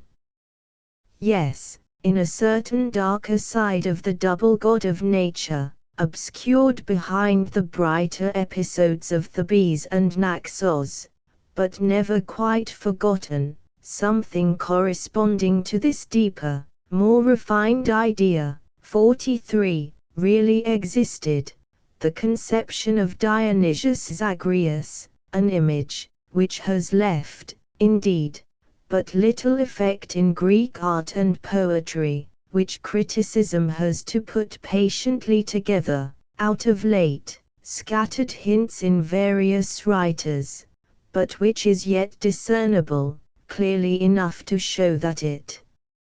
really visited certain Greek minds here and there, and discernible, not as a late afterthought, but as a tradition really primitive, and harmonious with the original motive of the idea of Dionysius. In its potential, though unrealized scope, it is perhaps the subtlest dream in Greek religious poetry, and is, at least, part of the complete physiognomy of Dionysius, as it actually reveals itself to the modern student, after a complete survey. The whole compass of the idea of Dionysius, a dual god of both summer and winter, became ultimately, as we saw, almost identical with that of Demeter. The Phrygians believed that the god slept in winter and awoke in summer, and celebrated his waking and sleeping, or that he was bound and imprisoned in winter, and unbound in spring. We saw how, in Elis and at Argos, the women called him out of the sea, with the singing of hymns, in early spring, and a beautiful ceremony in the temple at Delphi, which, as we know, he shares with Apollo, described by Plutarch, represents his mystical resurrection. Yearly, about the time of the shortest day, just as the light begins to increase, 44, and while hope is still tremulously strung, the priestesses of Dionysius were wont to assemble with many lights at his shrine, and there, with songs and dances, awoke the newborn child after his wintry sleep, waving in a sacred cradle, like the great basket used for winnowing corn, a symbolical image, or perhaps a real infant. He is twofold then, a doppelganger, like Persephone. He belongs to two worlds, and has much in common with her, and a full share of those dark possibilities which, even apart from the story of the rape, belong to her. He is a Chthonian god, and, like all the children of the earth, has an element of sadness. Like Hades himself, he is hollow and devouring, an eater of man's flesh, sarcophagus, the grave which consumed unaware the ivory-white shoulder of Pelops. And you have no sooner caught a glimpse of this image, than a certain perceptible shadow comes creeping over the whole story, for, in effect, we have seen glimpses of the sorrowing Dionysius, all along. Part of the interest of the Theban legend of his birth is that he comes of the marriage of a god with a mortal woman, and from the first, like merely mortal heroes, he falls within the sphere of human chances. At first, indeed, the melancholy settles round the person of his mother, dead in childbirth, and ignorant of the glory of her son, in shame, according to Euripides, punished, as her own sisters allege, for impiety. The death of Semele, 45, is a sort of ideal or type of this peculiar claim on human pity, as the descent of Persephone into Hades, of all human pity over the early death of women. Accordingly, his triumph being now consummated, he descends into Hades, through the unfathomable Alcyonian lake, according to the most central version of the legend, to bring her up from thence, and that Hermes, the shadowy conductor of souls, is constantly associated with Dionysius, in the story of his early life, is not without significance in this connection. As in Delphi the winter months were sacred to him, so in Athens his feasts all fall within the 4 months on this and the other side of the shortest day, as Persephone spends those 4 months, a third part of the year, in Hades. Son or brother of Persephone he actually becomes at last, in confused, half-developed tradition, and even has his place, with his dark sister, in the Eleusinian mysteries, as Iacchus, where, on the 6th day of the feast, in the great procession from Athens to Eleusis, we may still realize his image, moving up and down above the heads of the vast multitude, as he goes, beside the two to the temple of Demeter, amid the light of torches at noonday. But it was among the mountains of Thrace that this gloomier element in the being of Dionysius had taken the strongest hold. As in the sunny villages of Attica the cheerful elements of his religion had been developed, so, in those 46 wilder northern regions, people continued to brood over its darker side, and hence a current of gloomy legend descended into Greece. The subject of the Bacchanals of Euripides is the infatuated opposition of Pentheus, king of Thebes, to Dionysius and his religion, his cruelty to the god, whom he shuts up in prison, and who appears on the stage with his delicate limbs cruelly bound, but who is finally triumphant. Pentheus, the man of grief, being torn to pieces by his own mother, in the judicial madness sent upon her by the god. In this play, Euripides has only taken one of many versions of the same story, in all of which Dionysius is victorious, his enemy being torn to pieces by the sacred women, or by wild horses, or dogs, or the fangs of cold, or the Maenad Ambrosia, whom he is supposed to pursue for purposes of lust, suddenly becomes a vine, and binds him down to the earth inextricably, in her serpentine coils. In all these instances, then, Dionysius punishes his enemies by repaying them in kind. But a deeper vein of poetry pauses at the sorrow, and in the conflict does not too soon anticipate the final triumph. It is Dionysius himself who exhausts these sufferings. Hence, in many forms, reflexes of all the various phases of his wintry existence, the image of Dionysius Zagreus, the hunter, of Dionysius in winter, storming wildly on the dark Thracian hills, from which, like Ars and Boreas, he originally descends into 47 Greece. The thought of the hunter concentrating into itself all men's forebodings over the departure of the year at its richest, and the death of all sweet things in the long-continued cold, when the sick and the old and little children, gazing out morning after morning on the dun sky, can hardly believe in the return any more of a bright day. Or he is connected with the fears, the dangers and hardships of the hunter himself, lost or slain sometimes, far from home, in the dense woods of the mountains, as he seeks his meat so ardently, becoming, in his chase, almost akin to the wild beasts, to the wolf, who comes before us in the name of Lycurgus, one of his bitterest enemies, and a phase, therefore, of his own personality, in the true intention of the myth.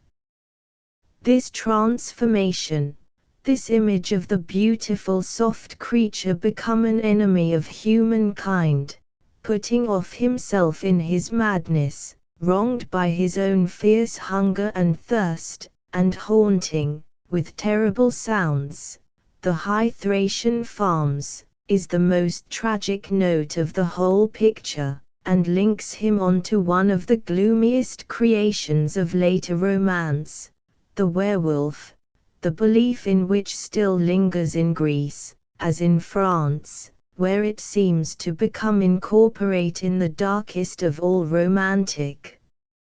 histories, that of Gilles de Retz. And now we see why the tradition of human sacrifice lingered on in Greece, in connection with Dionysius, as a thing of actual detail, and, 48, not remote, so that Dionysius of Halicarnassus counts it among the horrors of Greek religion. That the sacred women of Dionysius ate, in mystical ceremony, raw flesh, and drank blood, is a fact often mentioned, and commemorates, as it seems, the actual sacrifice of a fair boy deliberately torn to pieces, fading at last into a symbolical offering. At Delphi, the wolf was preserved for him, on the principle by which Venus loves the dove, and Hera peacocks, and there were places in which, after the sacrifice of a kid to him, a curious mimic pursuit of the priest who had offered it represented the still surviving horror of one who had thrown a child to the wolves. The 3 daughters of Menelaus devote themselves to his worship. They cast lots, and one of them offers her own tender infant to be torn by the 3, like a roe. Then the other women pursue them, and they are turned into bats, or moths, or other creatures of the night. And fable is endorsed by history, Plutarch telling us how, before the battle of Salamis, with the assent of Themistocles, 3 Persian captive youths were offered to Dionysius the devourer.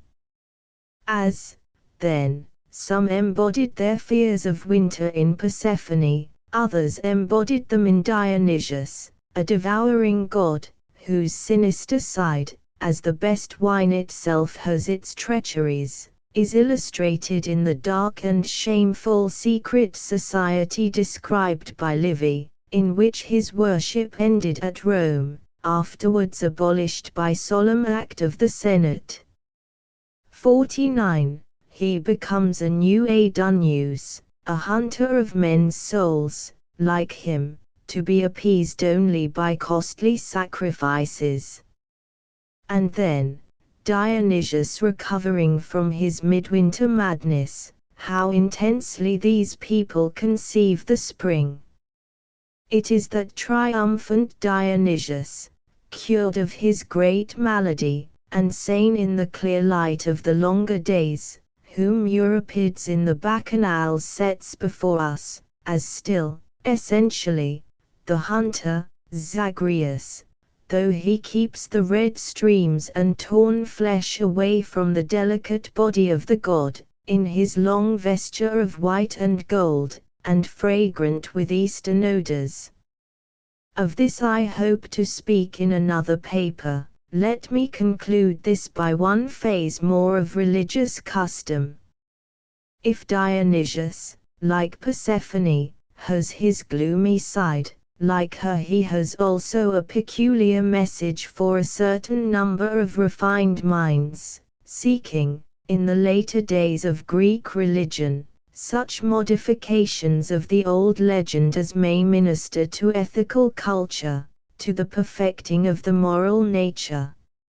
A type of second birth, from first to last, he opens, in his series of annual changes, for minds on the lookout for it, the hope of a possible analogy, between the resurrection of nature, and something else, as yet unrealized, reserved for human souls, and the beautiful, weeping creature, vexed by the wind, suffering, torn to pieces, and rejuvenescent again at last, like a tender shoot of living green out of the hardness and stony darkness plus, 50, of the earth, becomes an emblem or ideal of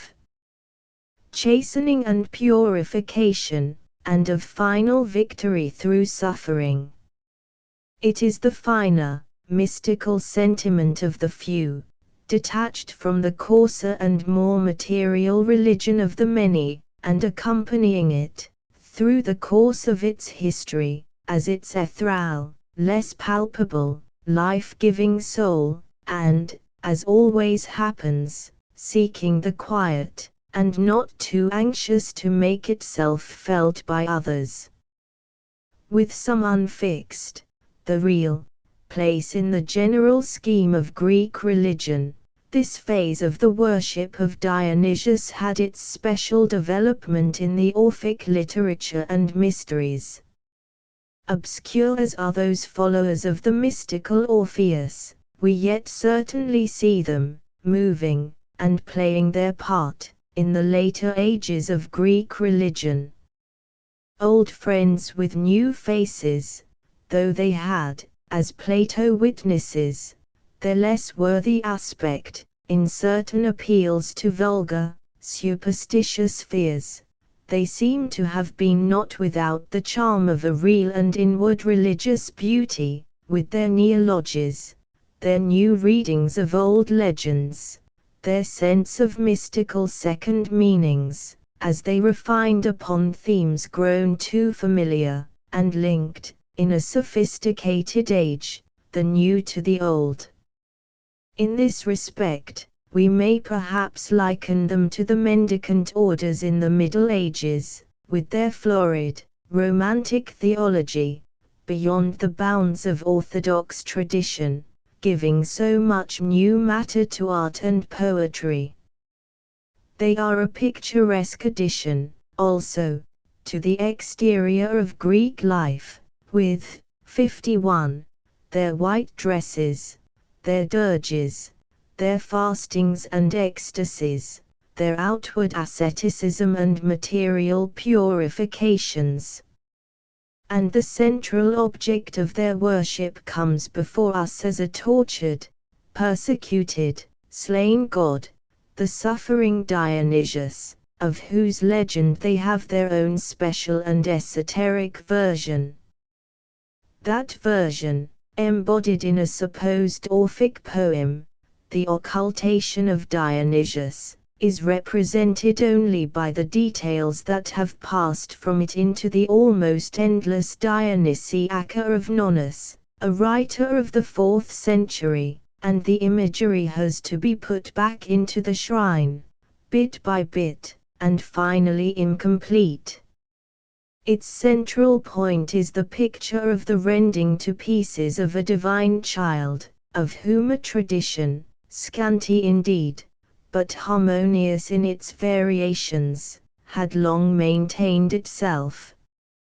It was in memory of it, that those who were initiated into the Orphic mysteries tasted of the raw flesh of the sacrifice, and thereafter ate flesh no more, and it connected itself with that strange object in the Delphic shrine, the grave of Dionysius, son, first, of Zeus, and of Persephone, whom Zeus woos, in the form of a serpent, the white, golden-haired child, the best beloved of his father, and destined by him to be the ruler of the world, grows up in secret. But one day, Zeus, departing on a journey in his great fondness for the child, delivered to him his crown and staff, and so left him, shut in a strong tower. Then it came to pass that the jealous Hera sent, 52, out the Titans against him. They approached the crowned child, and with many sorts of playthings enticed him away, to have him in their power, and then miserably slew him, hacking his body to pieces, as the wind tears the vine, with the axe Peleus, which, like the swords of Roland and Arthur, has its proper name. The fragments of the body they boiled in a great cauldron, and made an impious banquet upon them, afterwards carrying the bones to Apollo, whose rival the young child should have been, thinking to do him service. But Apollo, in great pity for this his youngest brother, laid the bones in a grave, within his own holy place. Meanwhile, Hera, full of her vengeance, brings to Zeus the heart of the child, which she had snatched, still beating, from the hands of the Titans. But Zeus delivered the heart to Semele, and the soul of the child remaining a while in Hades, where Demeter made for it new flesh, was thereafter born of Semele, a second Zagreus, the younger, or Theban Dionysius. Notes 12. Plus hymn to Aphrodite lines 264–72, Greek text. The Homeric Hymns and Homerica with an English translation by Hugh G. Evelyn White. Homeric Hymns. Cambridge, Ma. Harvard University Press, London, William Heinemann Limited 1914. 16 plus hymn to Pan lines 16 ff. The Homeric Hymns and Homerica with an English translation by Hugh G. Evelyn White. Homeric Hymns. Cambridge, Ma. Harvard University Press, London, William Heinemann Limited 1914. 22 plus transliteration, Diademus. Liddell and Scott definition, fearing the gods in both a good and bad sense, either pious or superstitious. 22 There were some who suspected Dionysius of a secret democratic interest, though indeed he was liberator only of men's hearts, and Eleutherius only because he never forgot Eleuthery, the little place which, in Attica, first received him. 26 plus e-text editors transliteration, Pyrogens. Liddell and Scott definition, born of fire. 38 plus transliteration, oinophoria. Anthesteria. Liddell and Scott definition of Anthesteria, the Feast of Flowers, the 3 days festival of Bacchus at Athens, in the month Anthesterion. 40 plus transliteration, Ischiotrophekos. Liddell and Scott definition, participle of skiatropheo, to rear in the shade. The Bacchanals of Euripides, 53, so far, I have endeavored to present, with something of the concrete character of a picture, Dionysius, the old Greek god, as we may discern him through a multitude of stray hints in art and poetry and religious custom, through modern speculation on the tendencies of early thought, through traces and touches in our own actual states of mind, which may seem sympathetic with those tendencies. In such a picture there must necessarily be a certain artificiality, things near and far, matter of varying degrees of certainty, fact and surmise, being reflected and concentrated, for its production, as if on the surface of a mirror. Such concrete character, however, Greek poet or sculptor, from time to time, impressed on the vague world of popular belief and usage around him, and in the Bacchanals of Euripides we have an example of the figurative or imaginative power of poetry, selecting and combining, at will, from that mixed and floating mass, weaving the many-colored threads together, blending the various phases of legend, all the light and shade of the 54 subject, into a shape, substantial and firmly set, through which a mere fluctuating tradition might retain a permanent place in men's imaginations. Here, in what Euripides really says, in what we actually see on the stage, as we read his play, we are dealing with a single real object, not with uncertain effects of many half-fancied objects.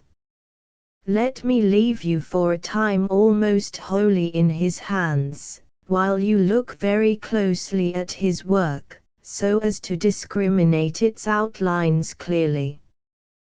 This tragedy of the Bacchanals, a sort of mask or morality, as we say, a monument as central for the legend of Dionysius as the Homeric hymn for that of Demeter, is unique in Greek literature, and has also a singular interest in the life of Euripides himself. He is writing in old age. The piece was not played till after his death, not at Athens, nor for a polished Attic audience, but for a wilder and less temperately cultivated sort of people, at the court of Archelaus, in Macedonia. Writing in old age, he is in that subdued mood, a mood not necessarily sordid, in which, the shudder at the nearer approach of the unknown world coming over him more frequently than of old, accustomed ideas, conformable to a sort of common sense regarding the unseen, oftentimes regain what they may have lost, in a man's allegiance. It is a sort of madness, he begins to think, to differ from the received opinions thereon. Not that he is insincere or ironical, but that he tends, in the 55 sum of probabilities, to dwell on their more peaceful side, to sit quiet, for the short remaining time, in the reflection of the more cheerfully lighted side of things, and what is accustomed, what holds of familiar usage, comes to seem the whole essence of wisdom, on all subjects, and the well-known delineation of the vague country, in Homer or Hesiod, one's best attainable mental outfit, for the journey thither. With this sort of quiet wisdom the whole play is penetrated. Euripides has said, or seemed to say, many things concerning Greek religion, at variance with received opinion, and now, in the end of life, he desires to make his peace, what shall at any rate be peace with men. He is in the mood for acquiescence, or even for a palinode, and this takes the direction, partly of mere submission to, partly of a refining upon, the authorized religious tradition. He calmly sophisticates this or that element of it which had seemed grotesque, and has, like any modern writer, a theory how myths were made, and how in lapse of time their first signification gets to be obscured among mortals, and what he submits to, that he will also adorn fondly, by his genius for words. And that very neighborhood afforded him his opportunity. It was in the neighborhood of Pella, the Macedonian capital, that the worship of Dionysius, the newest of the gods, prevailed in its most extravagant form, the 56 Theurgias, or wild, nocturnal procession of Bacchic women, retired to the woods and hills for that purpose, with its accompaniments of music, and lights, and dancing. Rational and moderate Athenians, as we may gather from some admissions of Euripides himself, somewhat despised all that, while those who were more fanatical forsook the home celebrations, and went on pilgrimage from Attica to Cithaeron or Delphi. But at Pella persons of high birth took part in the exercise, and at a later period we read in Plutarch how Olympias, the mother of Alexander the Great, was devoted to this enthusiastic worship. Although in one of Botticelli's pictures the angels dance very sweetly, and may represent many circumstances actually recorded in the Hebrew Scriptures, yet we hardly understand the dance as a religious ceremony. The bare mention of it sets us thinking on some fundamental differences between the pagan religions and our own. It is to such ecstasies, however, that all nature worship seems to tend, that giddy, intoxicating sense of spring, that tingling in the veins, sympathetic with the yearning life of the earth, having, apparently, in all times and places, prompted some mode of wild dancing. Coleridge, in one of his fantastic speculations, refining on the German word for enthusiasm, Schwärme, swarming, as he says, like the swarming of bees together, has explained how the sympathies of mere numbers, as such, the random catching on, 57, fire of one here and another there, when people are collected together, generates as if by mere contact, some new and rapturous spirit, not traceable in the individual units of a multitude. Such swarming was the essence of that strange dance of the Bacchic women, literally like winged things. They follow, with motives, we may suppose, never quite made clear even to themselves, their new, strange, romantic God. Himself a woman-like God, it was on women and feminine souls that his power mainly fell. At Ely's, it was the women who had their own little song with which at springtime they professed to call him from the sea. At Bragi they had their own temple where none but women might enter, and so the Theurgus, also, is almost exclusively formed of women, of those who experience most directly the influence of things which touch thought through the senses, the presence of night, the expectation of morning, the nearness of wild, unsophisticated, natural things, the echoes, the coolness, the noise of frightened creatures as they climbed through the darkness, the sunrise seen from the hilltops, the disillusion, the bitterness of satiety, the deep slumber which comes with the morning. Athenians visiting the Macedonian capital would hear, and from time to time actually see, something of a religious custom, in which the habit of an earlier world might seem to survive. As they saw the lights flitting over the mountains, 58, and heard the wild, sharp cries of the women, there was presented, as a singular fact in the more prosaic actual life of a later time, an enthusiasm otherwise relegated to the wonderland of a distant past, in which a supposed primitive harmony and understanding between man and nature renewed itself.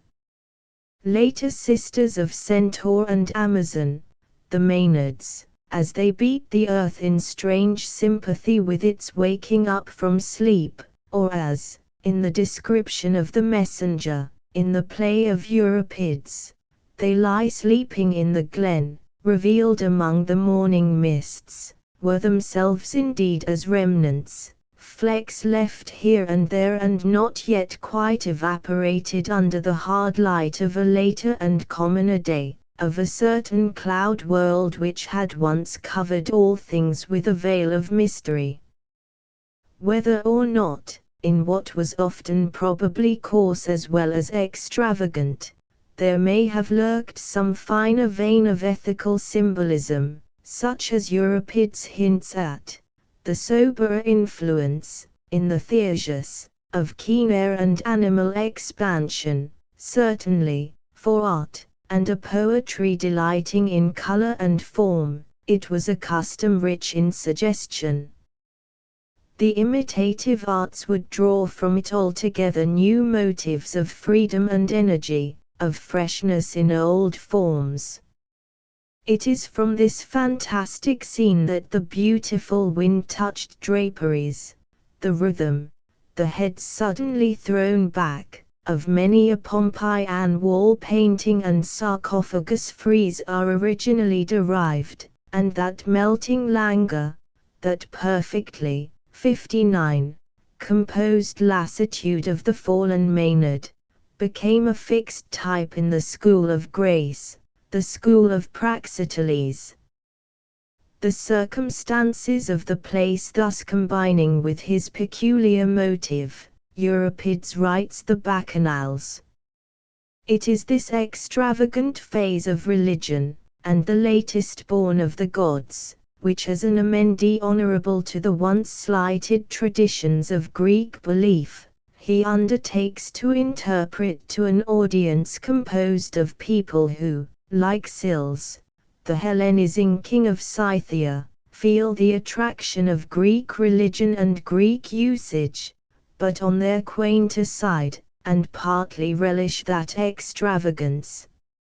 Subject and audience alike stimulate the romantic temper, and the tragedy of the Bacchanals, with its innovations in meter and diction, expressly noted as foreign or barbarous, all the charm and grace of the clear-pitched singing of the chorus, notwithstanding, with its subtleties and sophistications, its grotesques, mingled with and heightening a real shudder at the horror of the theme, and a peculiarly fine and human pathos, is almost wholly without the reassuring calm, generally characteristic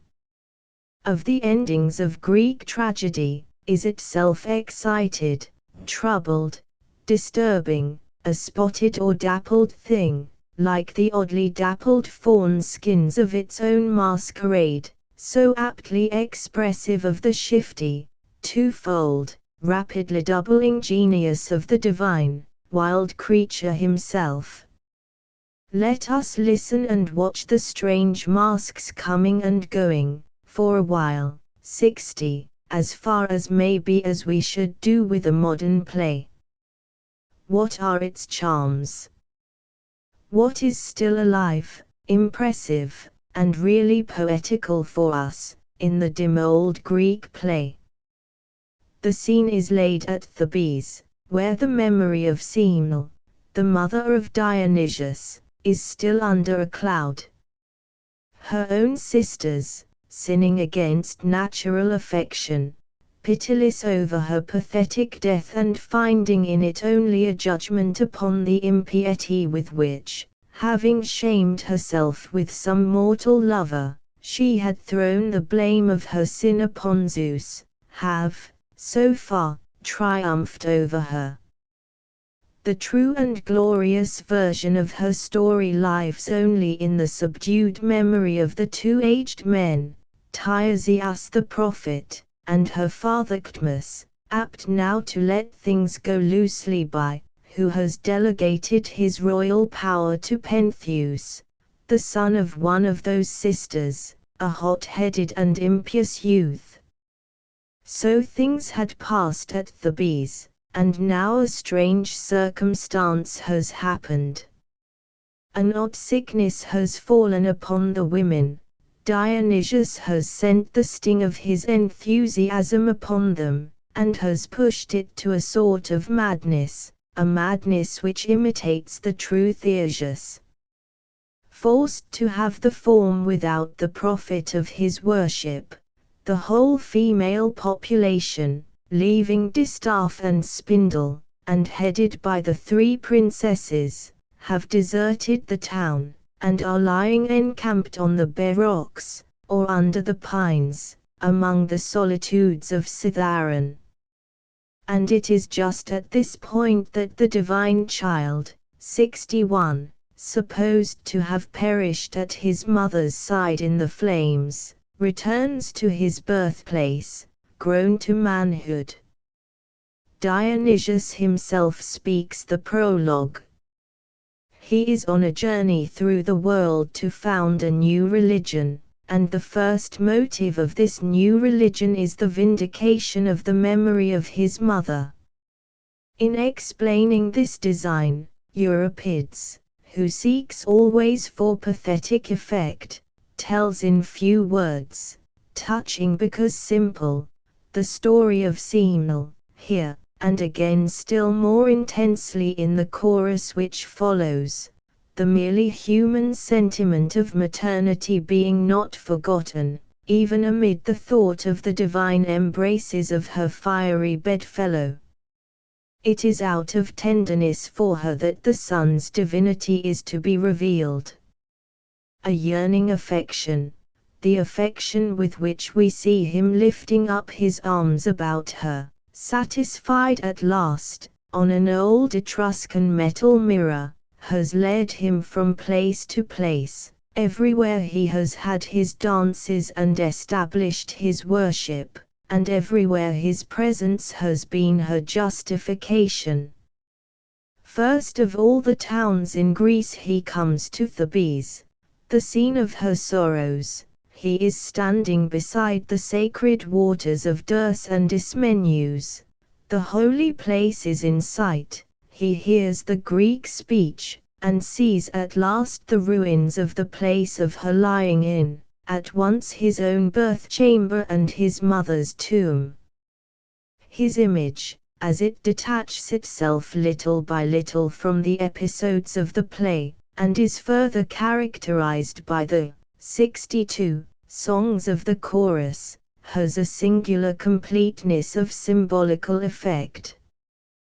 The incidents of a fully developed human personality are superinduced on the mystical and abstract essence of that fiery spirit in the flowing veins of the earth. The aroma of the green world is retained in the fair human body, set forth in all sorts of finer ethical lights and shades, with a wonderful kind of subtlety. In the course of his long progress from land to land, the gold, the flowers, the incense of the East, have attached themselves deeply to him. Their effect and expression rest now upon his flesh like the gleaming of that old ambrosial ointment of which Homer speaks as resting ever on the persons of the gods, and cling to his clothing, the mitre binding his perfumed yellow hair, the long tunic down to the white feet, somewhat womanly, and the fawn skin, with its rich spots, wrapped about the shoulders.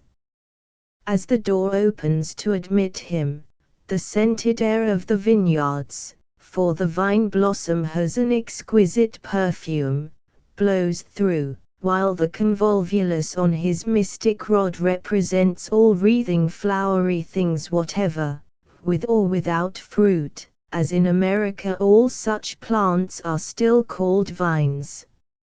Sweet upon the mountains the excitement of which he loves so deeply and to which he constantly invites his followers, sweet upon the mountains and profoundly amorous, his presence embodies all the voluptuous abundance of Asia, its beating, 63, sun, its fair-towered cities, full of inhabitants which the chorus describe in their luscious vocabulary, with the rich Eastern names, Lydia, Persia, Arabia Felix. He is a sorcerer or an enchanter, the tyrant Pentheus thinks, the springs of water, the flowing of honey and milk and wine, are his miracles, wrought in person. We shall see presently how, writing for that northern audience, Euripides crosses the Theban with the gloomier Thracian legend, and lets the darker stain show through. Yet, from the first, amid all this floweriness, a touch or trace of that gloom is discernible. The fawn skin, composed now so daintily over the shoulders, may be worn with the whole coat of the animal made up, the hoofs gilded and tied together over the right shoulder, to leave the right arm disengaged to strike, its head clothing the human head within, as Alexander, on some of his coins, looks out from the elephant's scalp, and Hercules out of the jaws of a lion, on the coins of Camarina. Those diminutive golden horns attached to the forehead, represent not fecundity merely, nor merely the crisp tossing of the waves of streams, but horns of offense. And our fingers must beware of the thyrsus, tossed about so wantonly by himself and his chorus. The pine cone at its top does but cover a spear point, and the thing is a weapon, the sharp spear of the hunter's Agrius, though hidden now by the fresh leaves, and that button of pine cone, useful also to dip in, 64, wine, to check the sweetness, which he has plucked down, coming through the forest, at peace for a while this spring morning. And the chorus emphasize this character, their songs weaving for the whole piece, in words more effective than any painted scenery, a certain congruous background which heightens all, the intimate sense of mountains and mountain things being in this way maintained throughout, and concentrated on the central figure. He is sweet among the mountains, they say, when he drops down upon the plain, out of his mystic musings, and we may think we see the green festoons of the vine dropping quickly, from footplace to footplace, down the broken hillside in spring, when like the bacchanals, all who can, wander out of the town to enjoy the earliest heats. Let us go out into the fields, we say, a strange madness seems to lurk among the flowers, ready to lay hold on us also, Ortica gapesa choriusia plus, soon the whole earth will dance and sing. Dionysius is especially a woman's deity, and he comes from the east conducted by a chorus of gracious Lydian women, his true sisters, Bassarides, clad like himself in the long tunic, or bassara. They move and speak to the music of clangorous metallic instruments, cymbals and tambourines, relieved by the clearer notes of the pipe, and there is a strange variety of almost imitative sounds for such music, in their very 65 words. The Homeric hymn to Demeter precedes the art of sculpture, but is rich in suggestions for it. Here, on the contrary, in the first chorus of the Bacchanals, as elsewhere in the play, we feel that the poetry of Euripides is probably borrowing something from art, that in these choruses, with their repetitions and refrains, he is reproducing perhaps the spirit of some sculptured relief which, like Luca della Robbia's celebrated work for the organ loft of the Cathedral of Florence, worked by various subtleties of line, not in the lips and eyes only, but in the drapery and hands also, to a strange reality of impression of musical effect on visible things. They beat their drums before the palace, and then a humorous little scene, a reflex of the old Dionysiac comedy, of that laughter which was an essential element of the earliest worship of Dionysius, follows the first chorus. The old blind prophet Tiresias, and the aged Kynctmus, always secretly true to him, have agreed to celebrate the Theseus, and accept his divinity openly. The youthful god has nowhere said decisively that he will have none but young men in his sacred dance. But for that purpose they must put on the long tunic, and that spotted skin which only rustics wear, and assume the thyrsus and ivy crown. Tiresias arrives and is seen knocking at the doors. And then, just as in the medieval mystery, comes the 66 inevitable grotesque, not unwelcome to our poet, who is wont in his plays, perhaps not altogether consciously, to intensify by its relief both the pity and the terror of his conceptions. At the summons of Tiresias, Cadmus appears, already arrayed like him in the appointed ornaments, in all their odd contrast with the infirmity and staidness of old age. Even in old men's veins the spring leaps again, and they are more than ready to begin dancing. But they are shy of the untried dress, and one of them is blind. Poi diachoin, poi kathistanei poda, kai kratos I polion, plus and then the difficulty of the way. The long, steep journey to the glens. May pilgrims boil their peas? Might they proceed to the place in carriages? At last, while the audience laugh more or less delicately at their aged fumblings, in some cooperative manner, the eyes of the one combining with the hands of the other, the pair are about to set forth. Here Pentheus is seen approaching the palace in extreme haste. He has been absent from home, and returning, has just heard of the state of things at Thebes, the strange malady of the women, the dancings, the arrival of the mysterious stranger. He finds all the women departed from the town, and sees Cadmus and Tiresias in mask.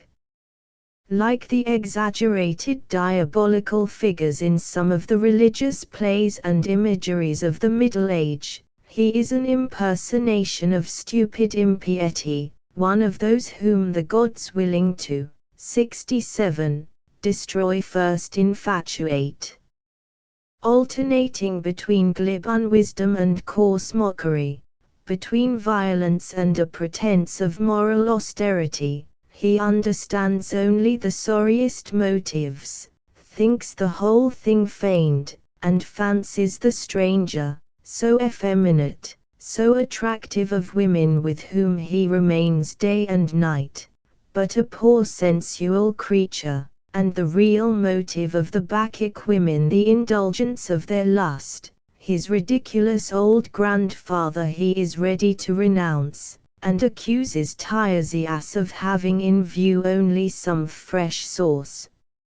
of professional profit to himself in connection with some new-fangled oracle. His petty spite avenges itself on the prophet by an order to root up the sacred chair, where he sits to watch the birds for divination, and disturb the order of his sacred place. And even from the moment of his entrance the mark of his doom seems already set upon him, in an impotent trembling which others notice in him.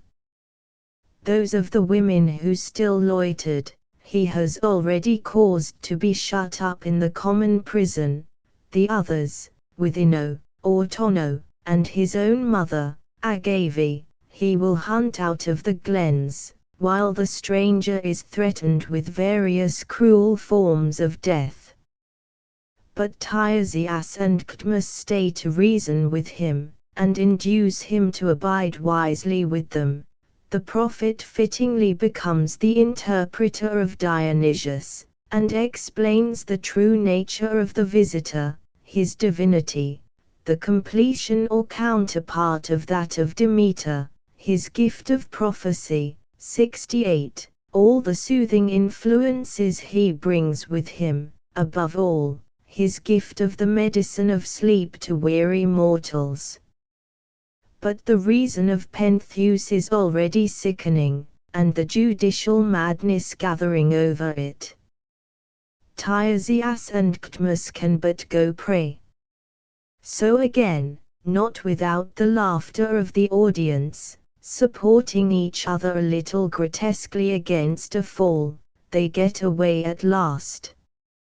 And then, again, as in those quaintly carved and colored imageries of the Middle Age, the martyrdom of the youthful Saint Firmin, for instance, round the choir at Amiens, comes the full contrast, with a quite medieval simplicity and directness, between the insolence of the tyrant, now at last in sight of his prey, and the outraged beauty of the youthful god, meek, surrounded by his enemies, like some fair wild creature in the snare of the hunter. Dionysius has been taken prisoner. He is led onto the stage, with his hands bound, but still holding the thyrsus. Unresisting, he had submitted himself to his captors. His color had not changed. With a smile he had bidden them do their will, so that even they are touched with awe, and are almost ready to admit his divinity. Marvelously white and red, he stands there, and now, unwilling to be revealed to the unworthy, and requiring a fitness in the receiver, he represents himself, in answer to the inquiries of Pentheus, not as Dionysius, but simply as the god's prophet. 69, in full trust in whom he desires to hear his sentence. Then the long hair falls to the ground under the shears, the mystic wand is torn from his hand, and he is led away to be tied up, like some dangerous wild animal, in a dark place near the king's stables.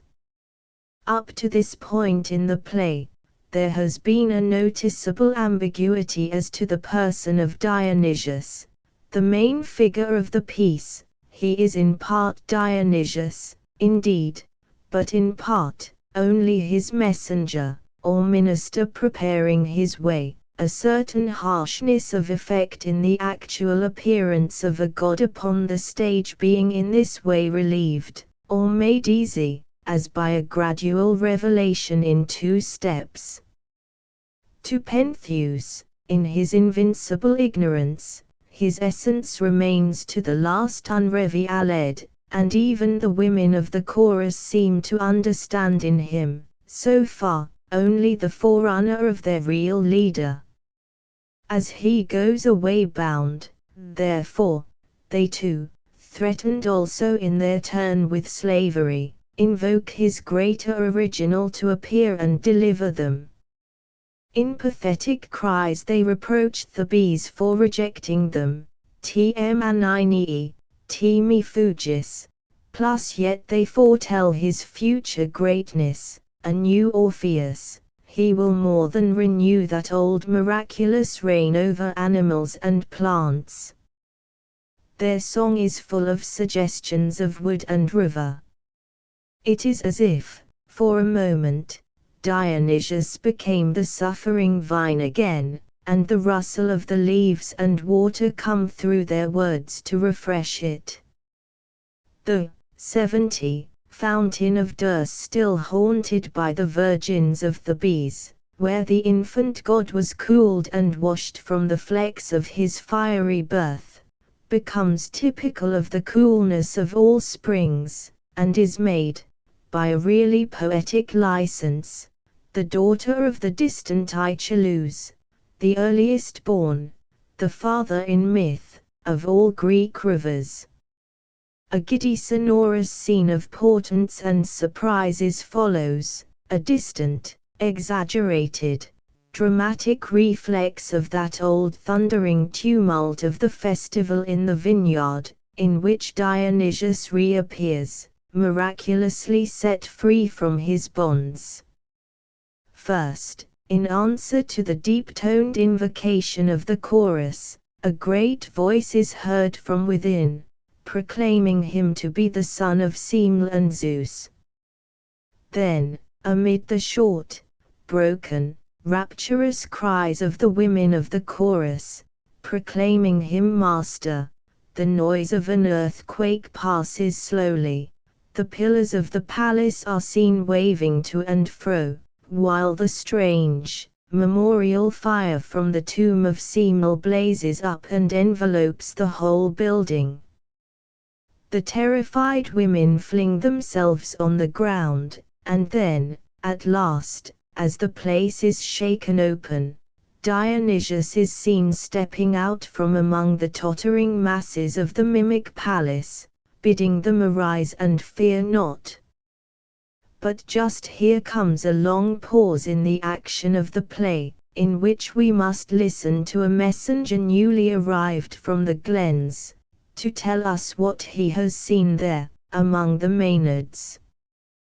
The singular, somewhat sinister beauty of this speech, and a 71 similar one subsequent, a fair description of morning on the mountain tops, with the Bacchic women sleeping, which turns suddenly to a hard, coarse picture of animals cruelly rent, is one of the special curiosities which distinguish this play, and, as it is wholly narrative, I shall give it in English prose, abbreviating, here and there, some details which seem to have but a metrical value. I was driving my herd of cattle to the summit of the scaur to feed, what time the sun sent forth his earliest beams to warm the earth. And lo! 3 companies of women, and at the head of one of them Autonno, thy mother Agave at the head of the second, and Ino at the head of the third.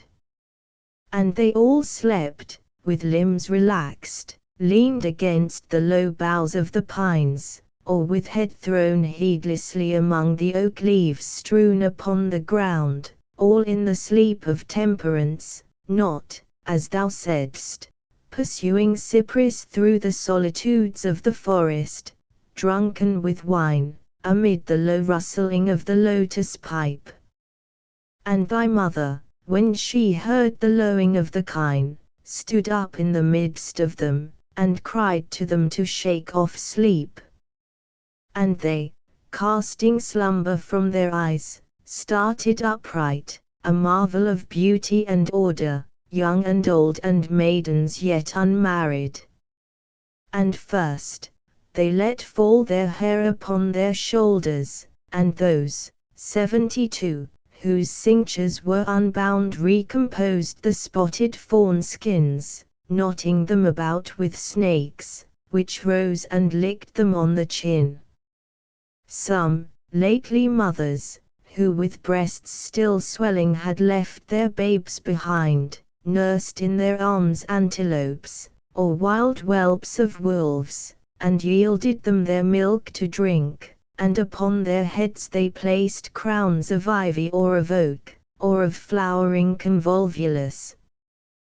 Then one, taking a thyrsus wand, struck with it upon a rock, and thereupon leapt out a fine rain of water. Another let down a reed upon the earth, and a fount of wine was sent forth there, and those whose thirst was for a white stream, skimming the surface with their fingertips, gathered from it abundance of milk, and from the ivy of the mystic wands streams of honey distilled. Verily,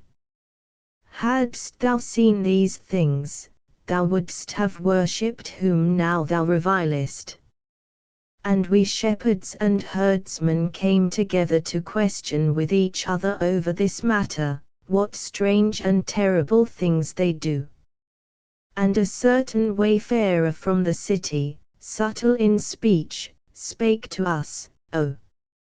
dwellers upon these solemn ledges of the hills, will ye that we hunt down, and take, amid her revelries, Agave, the mother of Pentheus, according to the king's pleasure?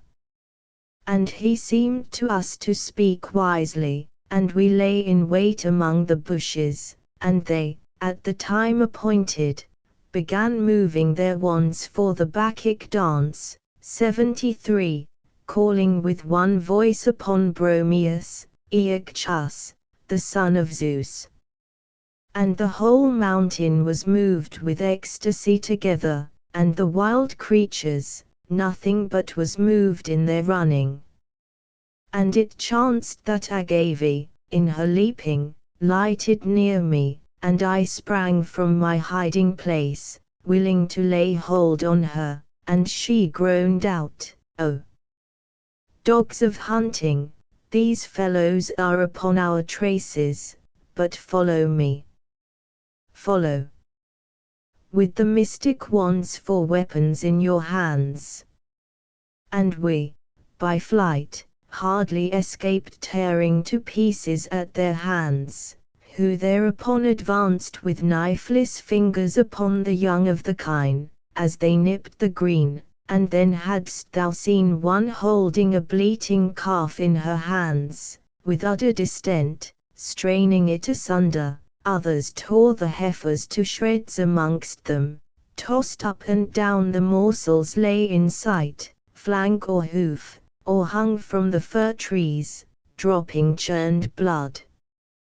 The fierce, horned bulls stumbled forward, their breasts upon the ground, dragged on by myriad hands of young women, and in a moment the inner parts were rent to morsels.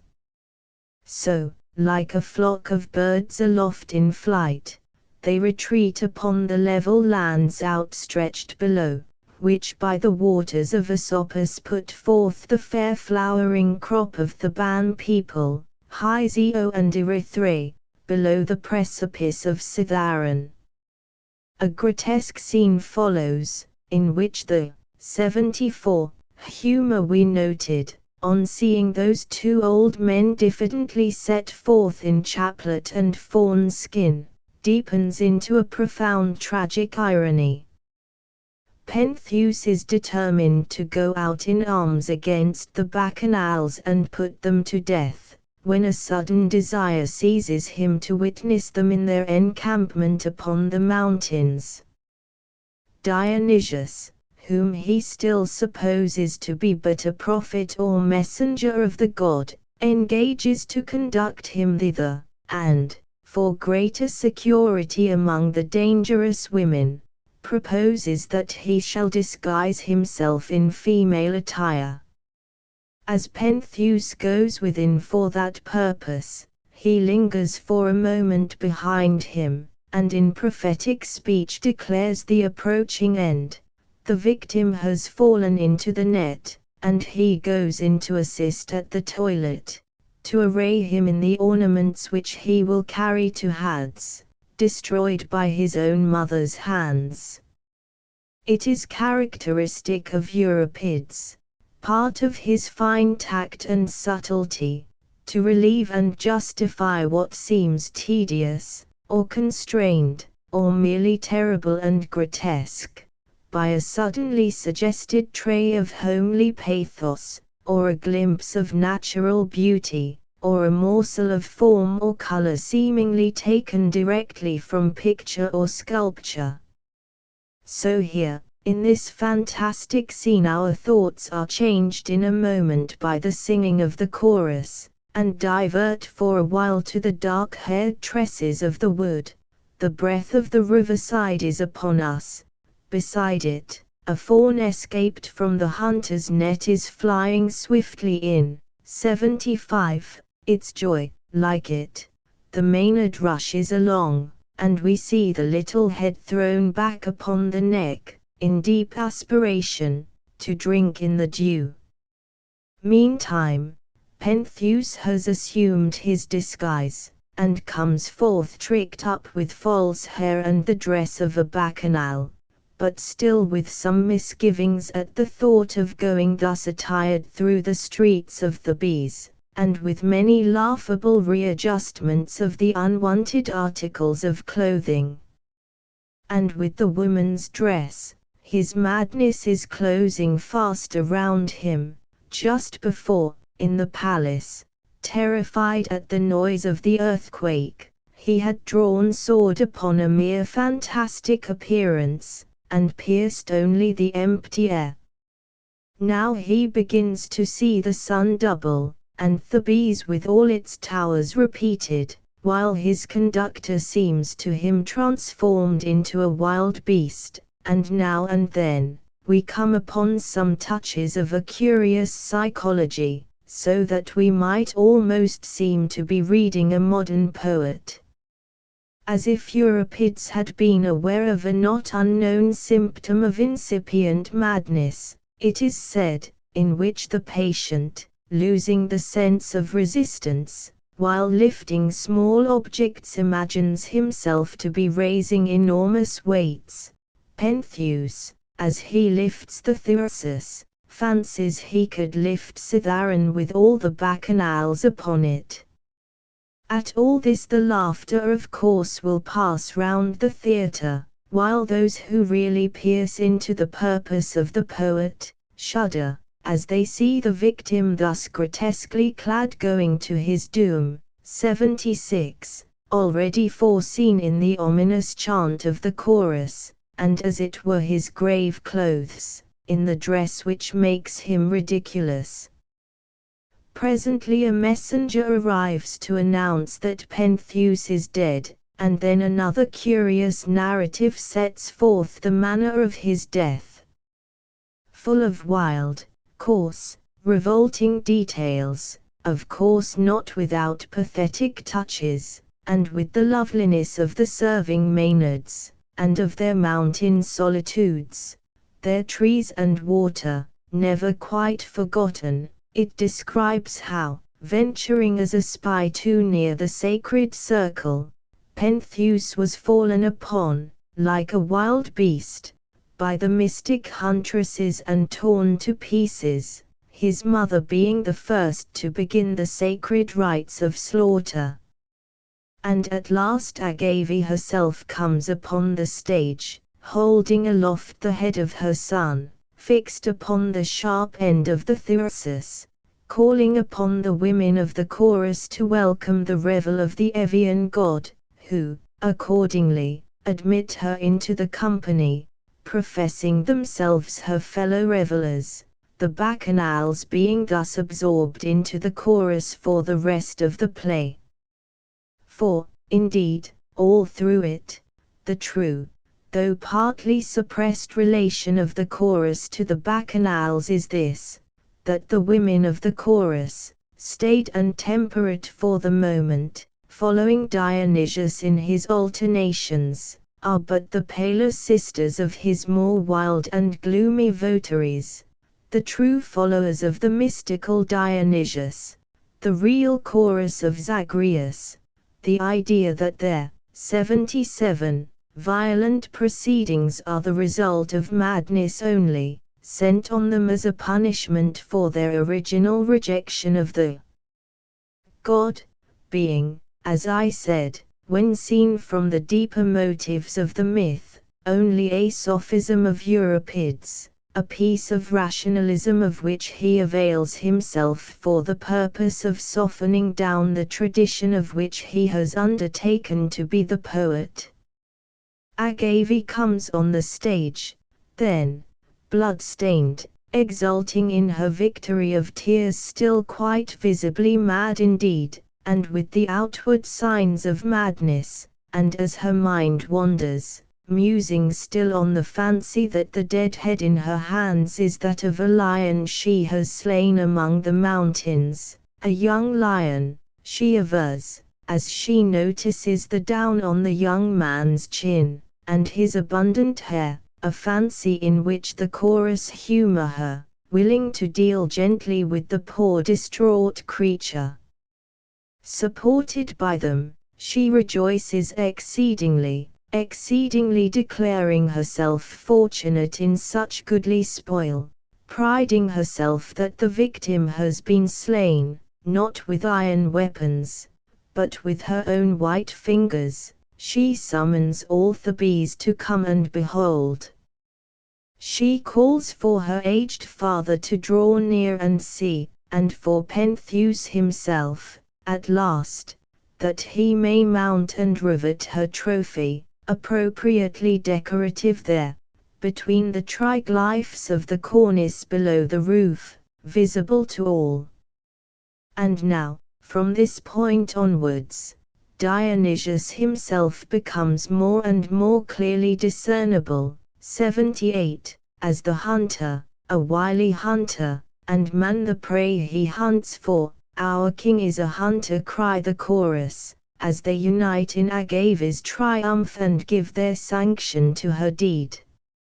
And as the bacchanals supplement the chorus, and must be added to it to make the conception of it complete, so in the conception of Dionysius also a certain transference, or substitution, must be made, much of the horror and sorrow of Agave, of Pentheus, of the whole tragic situation, must be transferred to him, if we wish to realize in the older, profounder, and more complete sense of his nature, that mystical being of Greek tradition to whom all these experiences, his madness, the chase, his imprisonment and death, his peace again, really belong, and to discern which, through Euripides' peculiar treatment of his subject, is part of the curious interest of this play. Through the sophism of Euripides. For that, again, is the really descriptive word, with which Euripides, a lover of sophisms, as Aristophanes knows, himself supplies us.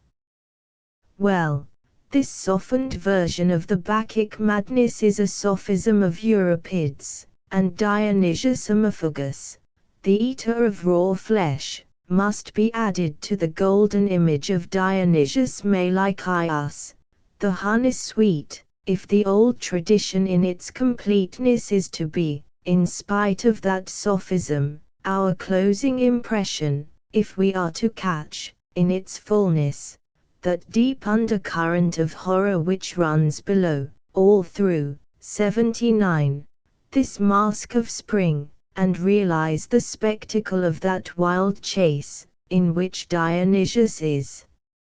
ultimately both the hunter and the spoil. But meantime another person appears on the stage. Cadmus enters, followed by attendants bearing on a bier the torn limbs of Pentheus, which lying wildly scattered through the tangled wood, have been with difficulty collected and now decently put together and covered over. In the little that still remains before the end of the play, destiny now hurrying things rapidly forward, and strong emotions, hopes and forebodings being now closely packed, Euripides has before him an artistic problem of enormous difficulty. Perhaps this very haste and close packing of the matter, which keeps the mind from dwelling overmuch on detail, relieves its real extravagance, and those who read it carefully will think that the pathos of Euripides has been equal to the occasion. In a few profoundly designed touches he depicts the perplexity of Cadmus, in whose house a god had become an inmate, only to destroy it, the regret of the old man for the one male child to whom that house had looked up as the pillar whereby aged people might feel secure, the piteous craziness of Agave, the unconscious irony with which she caresses the florid, youthful head of her son, the delicate breaking of the thing to her reviving intelligence, as Cadmus, though he can but wish that she might live on forever in her visionary enjoyment, 80, prepares the way, by playing on that other horrible legend of the Theban house, the tearing of Actaeon to death, he too destroyed by a god. He gives us the sense of Agave's gradual return to reason through many glimmering doubts, till she wakes up at last to find the real face turned up towards the mother and murderess, the quite naturally spontaneous sorrow of the mother, ending with her confession, down to her last sigh, and the final breaking up of the house of Cadmus, with a result so genuine, heartfelt, and dignified withal in its expression of a strange ineffable woe, that a fragment of it, the lamentation of Agave over her son, in which the long-pent agony at last finds vent, were, it is supposed, adopted into his paler work by an early Christian poet, and have figured since, as touches of real fire, in the Christus Patiens of Gregory Nazianzen. Notes 64. Plus transliteration, Ortica Gapesa Chori Usia. E-text editor's translation, straightway all the earth shall dance. Euripides, Bacchae 114. Euripides Fabulae, E.D. Gilbert Murray, Volume 3. Oxford, Clarendon Press, 1913.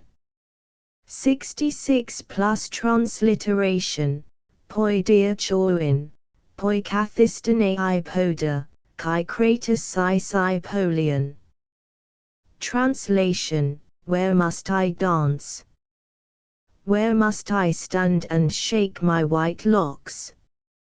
Euripides, Bacchae 184-85. Euripides Fabulae, E.D. Gilbert Murray, Volume 3. Oxford, Clarendon Press, 1913. 69 plus transliteration, T.M. Aninii, T. me fugis. Translation, why do you reject me, why do you run from me? Bacchae 519. Euripides Fabulae, E.D. Gilbert Murray, Volume 3. Oxford, Clarendon Press, 1913. The Myth of Demeter and Persephone, I. 81. No chapter in the history of human imagination is more curious than the myth of Demeter, and Chara or Persephone. Alien in some respects from the genuine traditions of Greek mythology, a relic of the earlier inhabitants of Greece, and having but a subordinate place in the religion of Homer, it yet asserted its interest, little by little, and took a complex hold on the minds of the Greeks, becoming finally the central and most popular subject of their national worship. Following its changes, we come across various phases of Greek culture, which are not without their likenesses in the modern mind. We trace it in the dim first period of instinctive popular conception. We see it connecting itself with many impressive elements of art, and poetry, and religious custom, with the picturesque superstitions of the many, and with the finer intuitions of the few, and besides this, it is in itself full of 82 interest and suggestion, to all for whom the ideas of the Greek religion have any real meaning in the modern world. And the fortune of the myth has not deserted it in later times. In the year 1780, the long-lost text of the Homeric hymn to Demeter was discovered among the manuscripts of the Imperial Library at Moscow, and, in our own generation, the tact of an eminent student of Greek art, Sir Charles Newton, has restored to the world the buried treasures of the little temple and precinct of Demeter, at Cnidus, which have many claims to rank in the central order of Greek sculpture.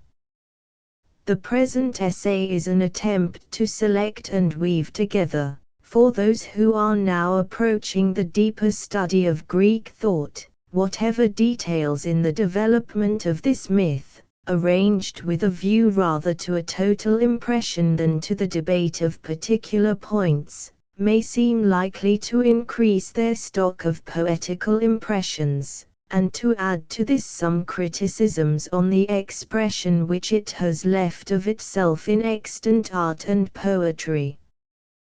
The central expression, then, of the story of Demeter and Persephone is the Homeric hymn, to which Grote has assigned a date at least as early as 600 years before Christ. The one survivor of a whole family of hymns on this subject, it was written, perhaps, for one of those contests which took place on the 7th day of the Eleusinian festival, and in which a bunch of 83 ears of corn was the prize, perhaps, for actual use in the mysteries themselves, by the Hierophants, or interpreter, who showed to the worshippers at Eleusis those sacred places to which the poem contains so many references.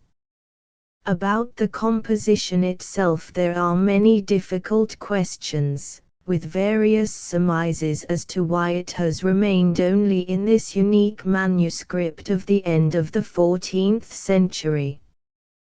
Portions of the text are missing, and there are probably some additions by later hands, yet most scholars have admitted that it possesses some of the true characteristics of the Homeric style, some genuine echoes of the age immediately succeeding that which produced the Iliad and the Odyssey.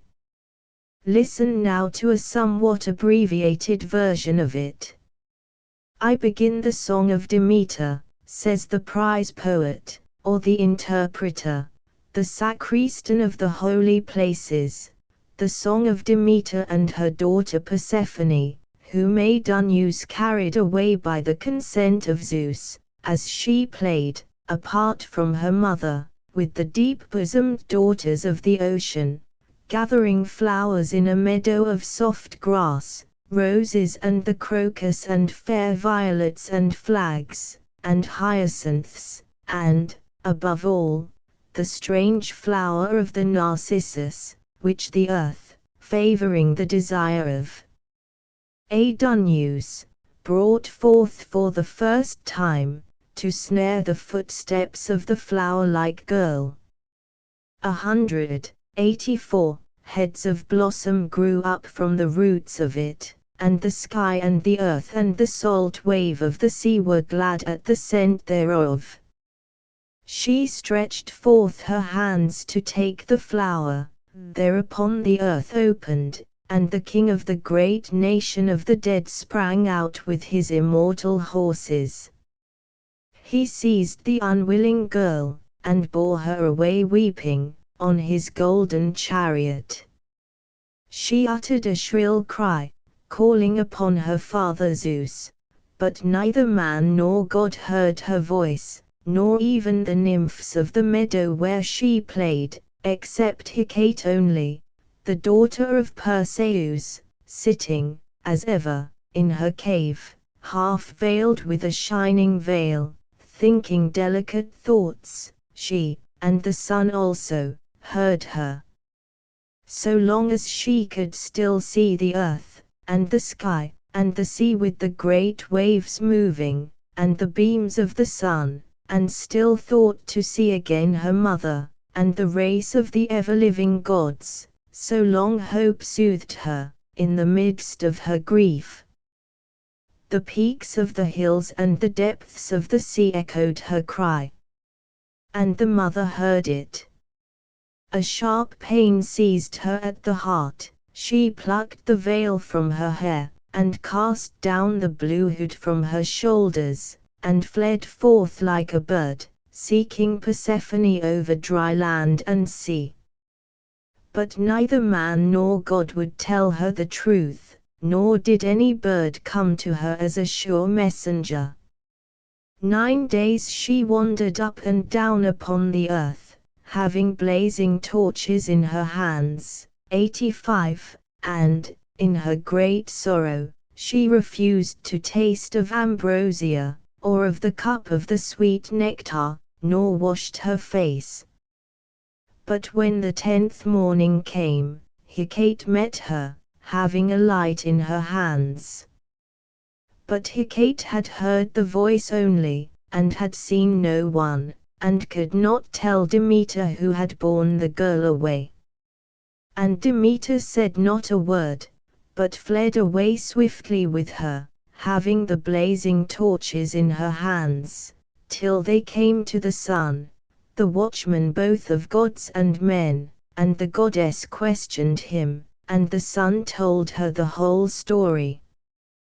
Then a more terrible grief took possession of Demeter, and, in her anger against Zeus, she forsook the assembly of the gods and abode among men, for a long time veiling her beauty under a worn countenance, so that none who looked upon her knew her, until she came to the house of Seleucus, who was then king of Eleusis.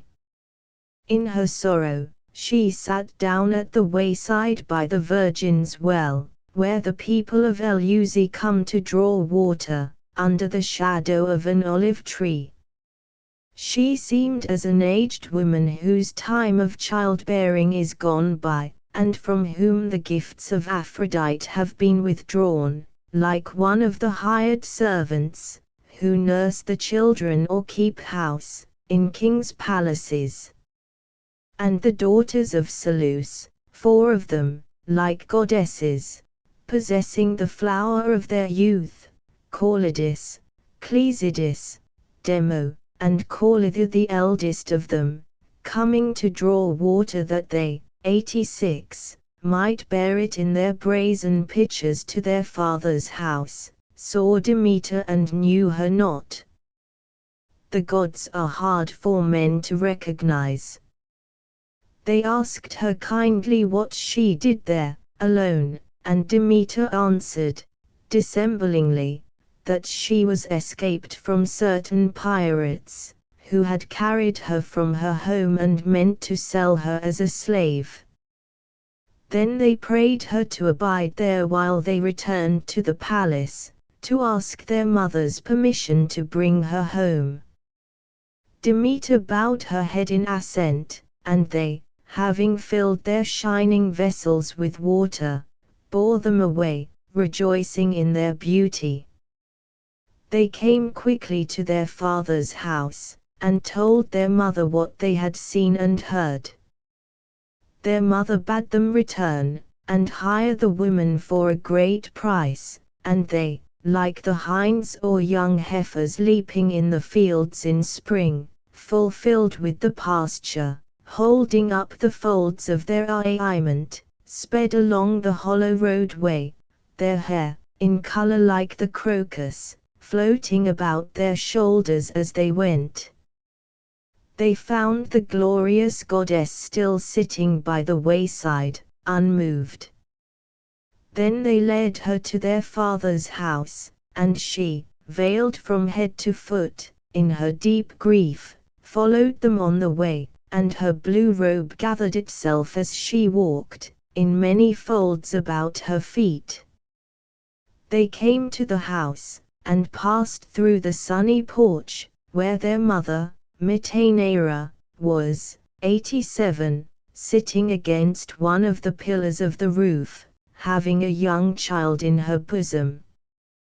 They ran up to her, but Demeter crossed the threshold, and, as she passed through, her head rose and touched the roof, and her presence filled the doorway with a divine brightness.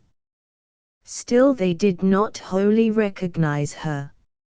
After a time she was made to smile. She refused to drink wine, but tasted of a cup mingled of water and barley, flavored with mint. It happened that Metaneira had lately borne a child. It had come beyond hope, long after its elder brethren, and was the object of a peculiar tenderness and of many prayers withal. Demeter consented to remain, and become the nurse of this child. She took the child in her immortal hands, and placed it in her fragrant bosom, and the heart of the mother rejoiced. Thus Demeter nursed Demophoon. And the child grew like a god, neither sucking the breast, nor eating bread, but Demeter daily anointed it with ambrosia, as if it had indeed been the child of a god, breathing sweetly over it and holding it in her bosom, and at nights, when she lay alone with the child, she would hide it secretly in the red strength of the fire, like a brand, for her heart yearned towards it, and she would fain have given to it immortal youth. But the foolishness of his mother prevented it. For a suspicion growing up within her, she awaited her time, and one night peeped in upon, 88, them, and thereupon cried out in terror at what she saw. And the goddess heard her, and a sudden anger seizing her, she plucked the child from the fire and cast it on the ground, the child she would fain have made immortal, but who must now share the common destiny of all men, though some inscrutable grace should still be his, because he had lain for a while on the knees and in the bosom of the goddess. Then Demeter manifested herself openly. She put away the mask of old age, and changed her form, and the spirit of beauty breathed about her. A fragrant odor fell from her raiment, and her flesh shone from afar, the long yellow hair descended waving over her shoulders, and the great house was filled as with the brightness of lightning. She passed out through the halls, and Metaneira fell to the earth, and was speechless for a long time, and remembered not to lift the child from the ground. But the sisters, hearing its piteous cries, leapt from their beds and ran to it. Then one of them lifted the child from the earth, and wrapped it in her bosom, and another hastened to her mother's chamber to awake her. They came round the child, and washed away the flecks of the fire from its panting body, and kissed it tenderly all about. But the anguish of the child ceased not, the arms of other and different nurses were about to enfold it. So, all night, trembling with fear, they, 89, sought to propitiate the glorious goddess, and in the morning they told all to their father, Seleucus. And he, according to the commands of the goddess, built a fair temple, and all the people assisted, and when it was finished every man departed to his own home. Then Demeter returned, and sat down within the temple walls, and remained still apart from the company of the gods, alone in her wasting regret for her daughter Persephone. And, in her anger, she sent upon the earth a year of grievous famine. The dry seed remained hidden in the soil, in vain the oxen drew the plowshare through the furrows, much white seed corn fell fruitless on the earth, and the whole human race had like to have perished, and the gods had no more service of men, unless Zeus had interfered. First he sent Iris, afterwards all the gods, one by one, to turn Demeter from her anger, but none was able to persuade her. She heard their words with a hard countenance, and vowed by no means to return to Olympus, nor to yield the fruit of the earth, until her eyes had seen her lost daughter again. Then, last of all, Zeus sent Hermes into the kingdom of the dead, to persuade Aidoneus to suffer his bride to return to the light of day. And Hermes found the king at home in his palace, sitting on a couch, beside the shrinking Persephone, consumed within herself by desire for her mother. A doubtful smile passed over, 90, the face of Aidoneus, yet he obeyed the message, and bade Persephone return, yet praying her a little to have gentle thoughts of him, nor judge him too hardly, who was also an immortal god. And Persephone arose up quickly in great joy, only, ere she departed, he caused her to eat a morsel of sweet pomegranate, designing secretly thereby, that she should not remain always upon earth, but might some time return to him. And Aidoneus yoked the horses to his chariot, and Persephone ascended into it, and Hermes took the reins in his hands and drove out through the infernal halls, and the horses ran willingly, and they too quickly passed over the ways of that long journey, neither the waters of the sea, nor of the rivers, nor the deep ravines of the hills, nor the cliffs of the shore, resisting them, till at last Hermes placed Persephone before the door of the temple where her mother was, who, seeing her, ran out quickly to meet her, like a Maenad coming down a mountainside, dusky with woods. So they spent all that day together in intimate communion, having many things to hear and tell. Then Zeus sent to them Rhea, his venerable mother, the oldest of divine persons, to bring them back reconciled, to the company of the gods, and he ordained that Persephone should remain 2 parts of the year with her mother, and 1/3 part only with her husband, in the kingdom of the dead. So Demeter suffered, 91, the earth to yield its fruits once more, and the land was suddenly laden with leaves and flowers and waving corn. Also she visited Triptolemus and the other princes of Eleusis, and instructed them in the performance of her sacred rites, those mysteries of which no tongue may speak. Only, blessed is he whose eyes have seen them, his lot after death is not as the lot of other men. In the story of Demeter, as in all Greek myths, we may trace the action of 3 different influences, which have molded it with varying effects, in 3 successive phases of its development.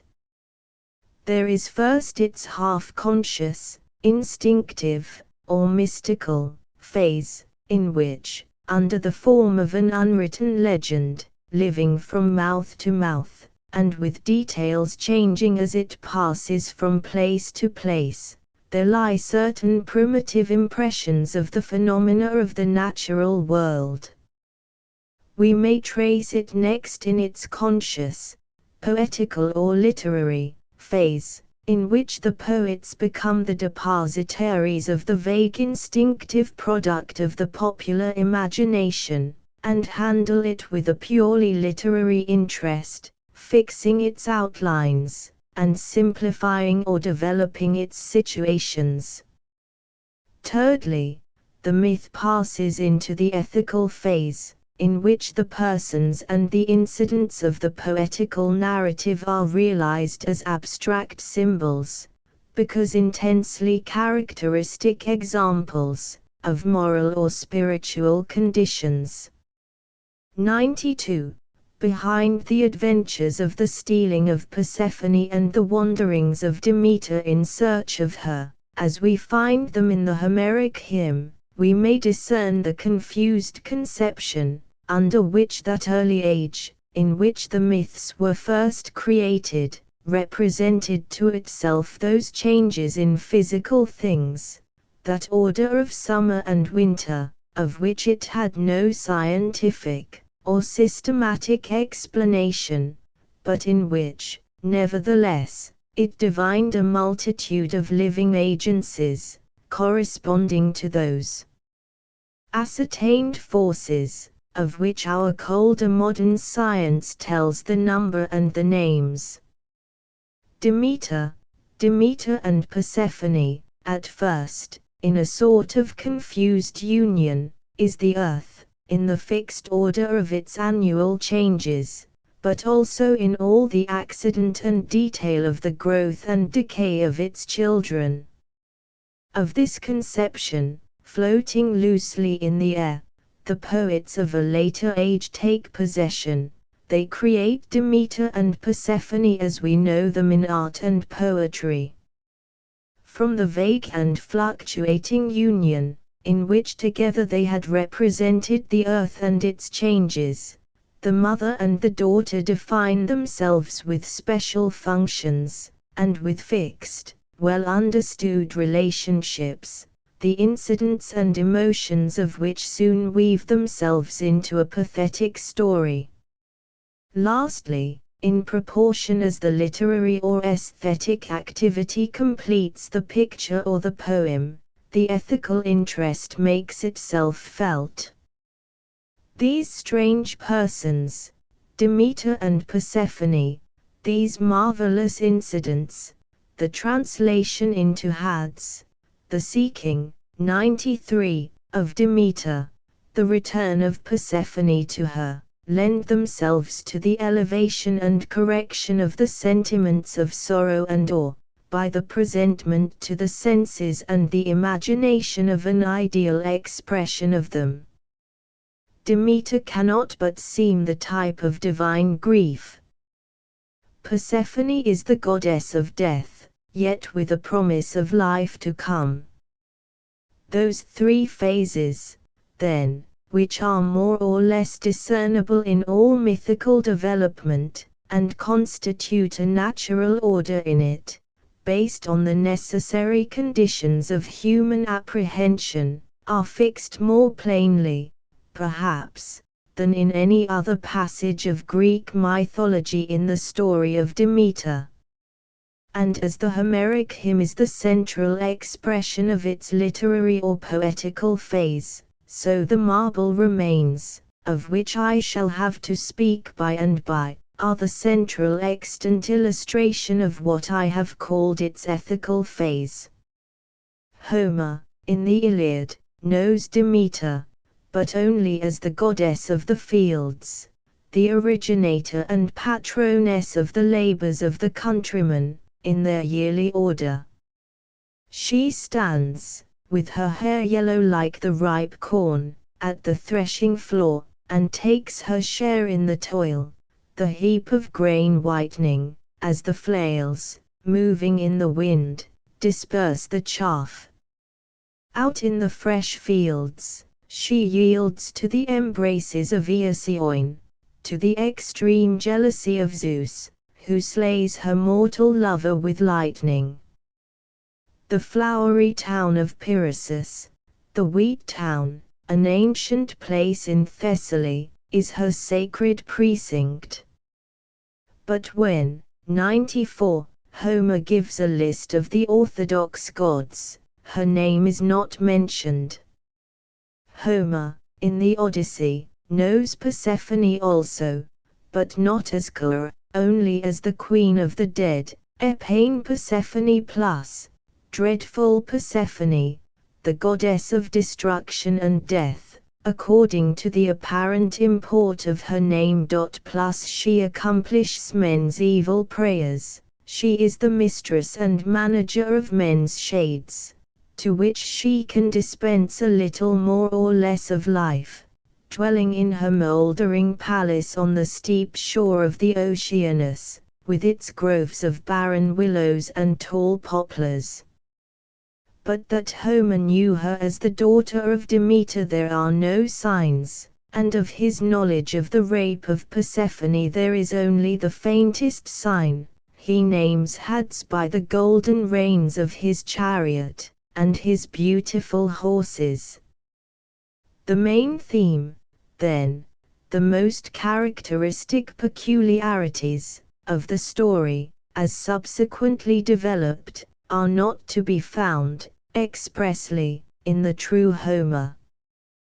We have in him, on the one hand, Demeter, as the perfectly fresh and blithe goddess of the fields, whose children, if she has them, must be as the perfectly discreet and peaceful, unravished Kura. On the other hand, we have Persephone, as the holy terrible goddess of death, who brings to Ulysses the querulous shadows of the dead, and has the head of the Gorgon Medusa in her keeping.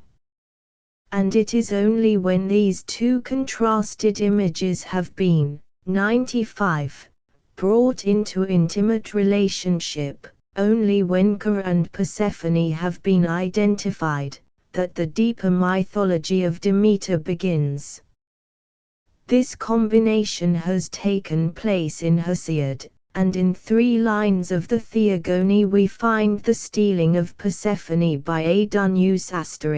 *, one of those things in Hesiod, perhaps, which are really older than Homer.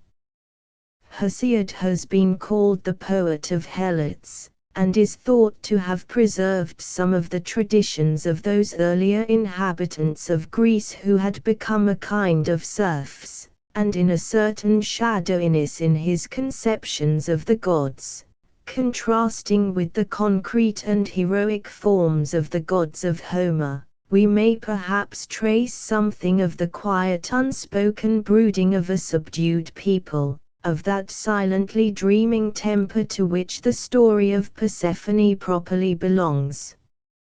However this may be, it is in Hesiod that the two images, unassociated in Homer, the goddess of summer and the goddess of death, Ker and Persephone, are identified with much significance, and that strange, dual being makes her first appearance, whose latent capabilities the poets afterwards developed, among the rest, a peculiar blending of those two contrasted aspects, full of purpose for the duly chastened intelligence, death, resurrection, rejuvenescence. Awake, and sing, ye that dwell in the dust. 96. Modern science explains the changes of the natural world by the hypothesis of certain unconscious forces, and the sum of these forces, in their combined action, constitutes the scientific conception of nature. But, side by side with the growth of this more mechanical conception, an older and more spiritual, Platonic, philosophy has always maintained itself, a philosophy more of instinct than of the understanding, the mental starting point of which is not an observed sequence of outward phenomena, but some such feeling as most of us have on the first warmer days in spring, when we seem to feel the genial processes of nature actually at work, as if just below the mold, and in the hardwood of the trees, there were really circulating some spirit of life, akin to that which makes its energies felt within ourselves. Starting with 100 instincts such as this, that older unmechanical, spiritual, or Platonic, philosophy envisages nature rather as the unity of a living spirit or person, revealing itself in various degrees to the kindred spirit of the observer, than as a system of mechanical forces. Such a philosophy is a systematist form of that sort of poetry. We may study it, for instance, either in Shelley or in Wordsworth, which also has its fancies of a spirit of the earth, or of the sky, a personal intelligence abiding in them, the existence of which is assumed in every suggestion such poetry makes to us of a sympathy between the ways, 97, and aspects of outward nature and the moods of men. And what stood to the primitive intelligence in place of such metaphysical conceptions were those cosmical stories or myths, such as this of Demeter and Persephone, which springing up spontaneously in many minds, came at last to represent to them, in a certain number of sensibly realized images, all they knew, felt, or fancied, of the natural world about them. The sky in its unity and its variety, the sea in its unity and its variety, mirrored themselves respectively in these simple, but profoundly impressible spirits, as Zeus, as Glaucus or Poseidon. And a large part of their experience, all, that is, that related to the earth in its changes, the growth and decay of all things born of it, was covered by the story of Demeter, the myth of the earth as a mother. They thought of Demeter as the old Germans thought of Hertha, or the later Greeks of Pan, as the Egyptians thought of Isis, the land of the Nile, made green by the streams of Osiris, for whose coming Isis longs, as Demeter for Persephone, thus naming together in her all their fluctuating thoughts, impressions, suspicions, of the earth and its appearances, their whole complex divination of a mysterious life, a perpetual working, a continuous act of conception there. Or they thought of the many-colored earth as the garment of Demeter, as the great modern pantheist poet speaks of it as the garment of God. Its 98 brooding fertility, the spring flowers breaking from its surface, the thinly disguised unhealthfulness of their heavy perfume, and of their chosen places of growth, the delicate, feminine, Proserpina-like motion of all growing things, its fruit, full of drowsy and poisonous, or fresh, reviving juices, its sinister caprices also, its droughts and sudden volcanic heats, the long delays of spring, its dumb sleep, so suddenly flung away, the sadness which insinuates itself into its languid luxuriance. All this grouped itself round the persons of Demeter and her circle. They could turn always to her, from the actual earth itself, in awful yet hopeful prayer, and a devout personal gratitude, and explain it through her, in its sorrow and its promise, its darkness and its helpfulness to man. The personification of abstract ideas by modern painters or sculptors, of wealth, of commerce, of health, for instance, shocks, in most cases, the aesthetic sense, as something conventional or rhetorical, as a mere transparent allegory, or figure of speech, which could please almost no one.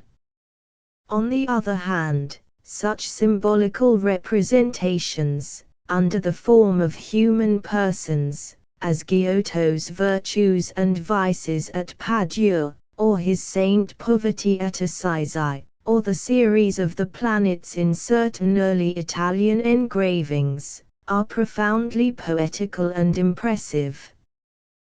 They seem to be something more than mere symbolism. 99. And to be connected with some peculiarly sympathetic penetration, on the part of the artist, into the subjects he intended to depict.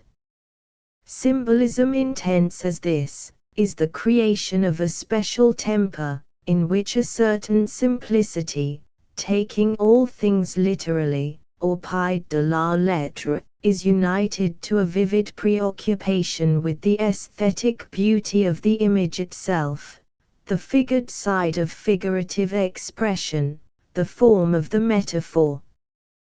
When it is said, "Out of his mouth goeth a sharp sword," that temper is ready to deal directly and boldly with that difficult image, like that old designer of the 14th century, who has depicted this, and other images of the Apocalypse, in a colored window at Bourges. Such symbolism cares a great deal for the hair of temperance, discreetly bound, for some subtler likeness to the color of the sky in the girdle of hope, for the inwoven flames in the red garment of charity. And what was specially peculiar to the temper of the old Florentine painter, Giotto, to the temper of his age in general, doubtless, more than to that of ours, was the persistent and universal mood of the age in which the story of Demeter and Persephone was first created. If some painter of our own time has conceived the image of the day so intensely, that we hardly think of distinguishing between the image, with its girdle of dissolving morning mist, and the meaning of the image, if William Blake, to our so great delight, makes the morning stars, 100, literally sing together, these fruits of individual genius are in part also a survival from a different age, with the whole mood of which this mode of expression was more congruous than it is with ours. But there are traces of the old temper in the man of today also, and through these we can understand that earlier time, a very poetical time, with the more highly gifted peoples, in which every impression men received of the action of powers without or within them suggested to them the presence of a soul or will, like their own, a person, with a living spirit, and senses, and hands, and feet, which, when it talked of the return of Chora to Demeter, or the marriage of Zeus and Hera, was not using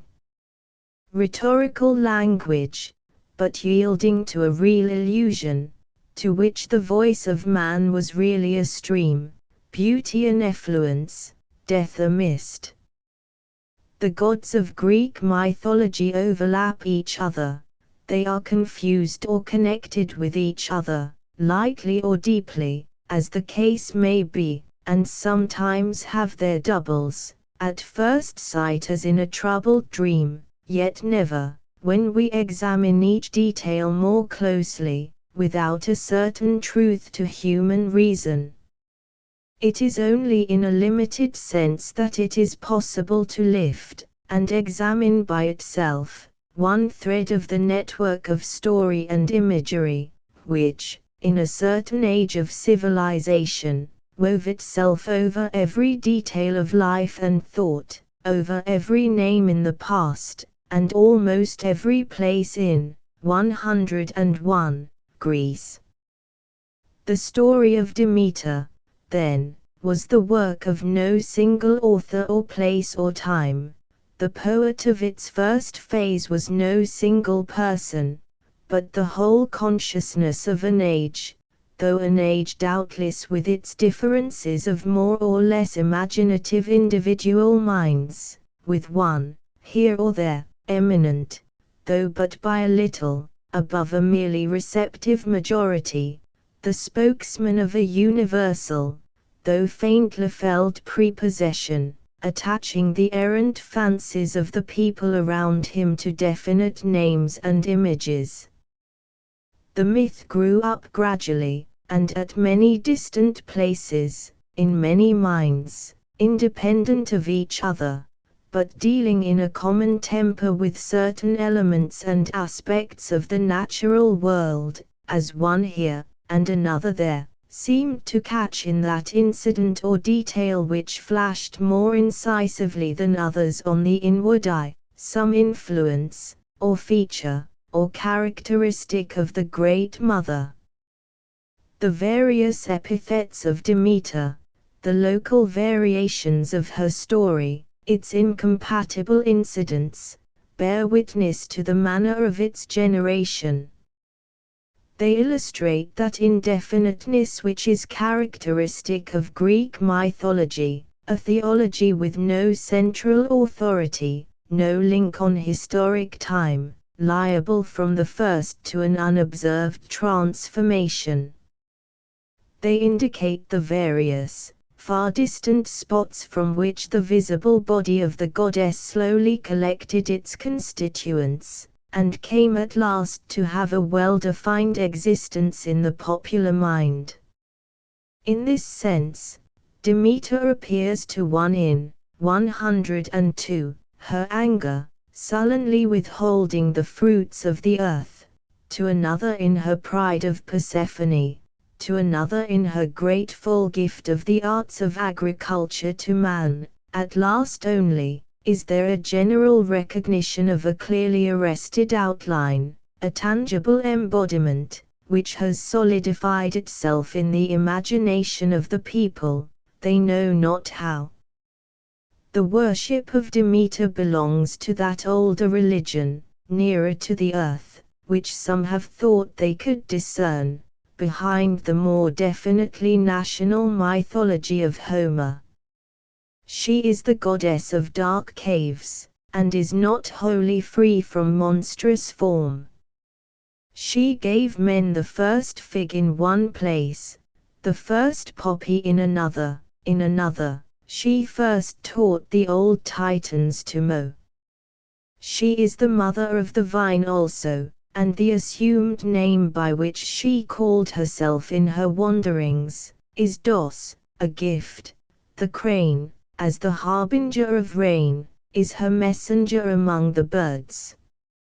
She knows the magic powers of certain plants, cut from her bosom, to bane or bless, and, under one of her epithets, herself presides over the springs, as also coming from the secret places of the earth. She is the goddess, then, at first, of the fertility of the earth in its wildness, and so far, her attributes are to some degree confused with those of the Thessalian Gaia and the Phrygian Cybele. Afterwards, and it is now that her most characteristic attributes begin to concentrate themselves. 103. She separates herself from these confused relationships, as specially the goddess of agriculture, of the fertility of the earth when furthered by human skill. She is the preserver of the seed sown in hope, under many epithets derived from the incidents of vegetation, as the simple countryman names her, out of a mind full of the various experiences of his little garden or farm. She is the most definite embodiment of all those fluctuating mystical instincts, of which Gaia *, the mother of the earth's gloomier offspring, is a vaguer and mistier one. There is nothing of the confused outline, the mere shadowiness of mystical dreaming, in this most concrete human figure. No nation, less aesthetically gifted than the Greeks, could have thus lightly thrown its mystical surmise and divination into images so clear and idyllic as those of the solemn goddess of the country, in whom the characteristics of the mother are expressed with so much tenderness, and the beauteous head of Kura, then so fresh and peaceful. In this phase, then, the story of Demeter appears as the peculiar creation of country people of a high impressibility, dreaming over their work in spring or autumn, half consciously touched by a sense of its sacredness, and a sort of 104 mystery about it. For there is much in the life of the farm everywhere which gives to persons of any seriousness of disposition special opportunity for grave and gentle thoughts. The temper of people engaged in the occupations of country life, so permanent, so near to nature, is at all times alike, and the habitual solemnity of thought and expression which Wordsworth found in the peasants of Cumberland, and the painter François Millet in the peasants of Brittany, may well have had its prototype in early Greece. And so, even before the development, by the poets, of their awful and passionate story, Demeter and Persephone seem to have been preeminently the venerable, or awful, goddesses. Demeter haunts the fields in spring, when the young lambs are dropped. She visits the barns in autumn. She takes part in mowing and binding up the corn, and is the goddess of sheaves. She presides over all the pleasant, significant details of the farm, the threshing floor and the full granary, and stands beside the woman baking bread at the oven. With these fancies are connected certain simple rites, the half-understood local observance, and the half-believed local legend, reacting capriciously on each other. They leave her a fragment of bread and a morsel of meat, at the crossroads, to take on her journey, and perhaps some real Demeter carries them away, as she wanders through the country. The incidents of their yearly labor become to 105 them acts of worship. They seek her blessing through many expressive names, and almost catch sight of her, at dawn or evening, in the nooks of the fragrant fields.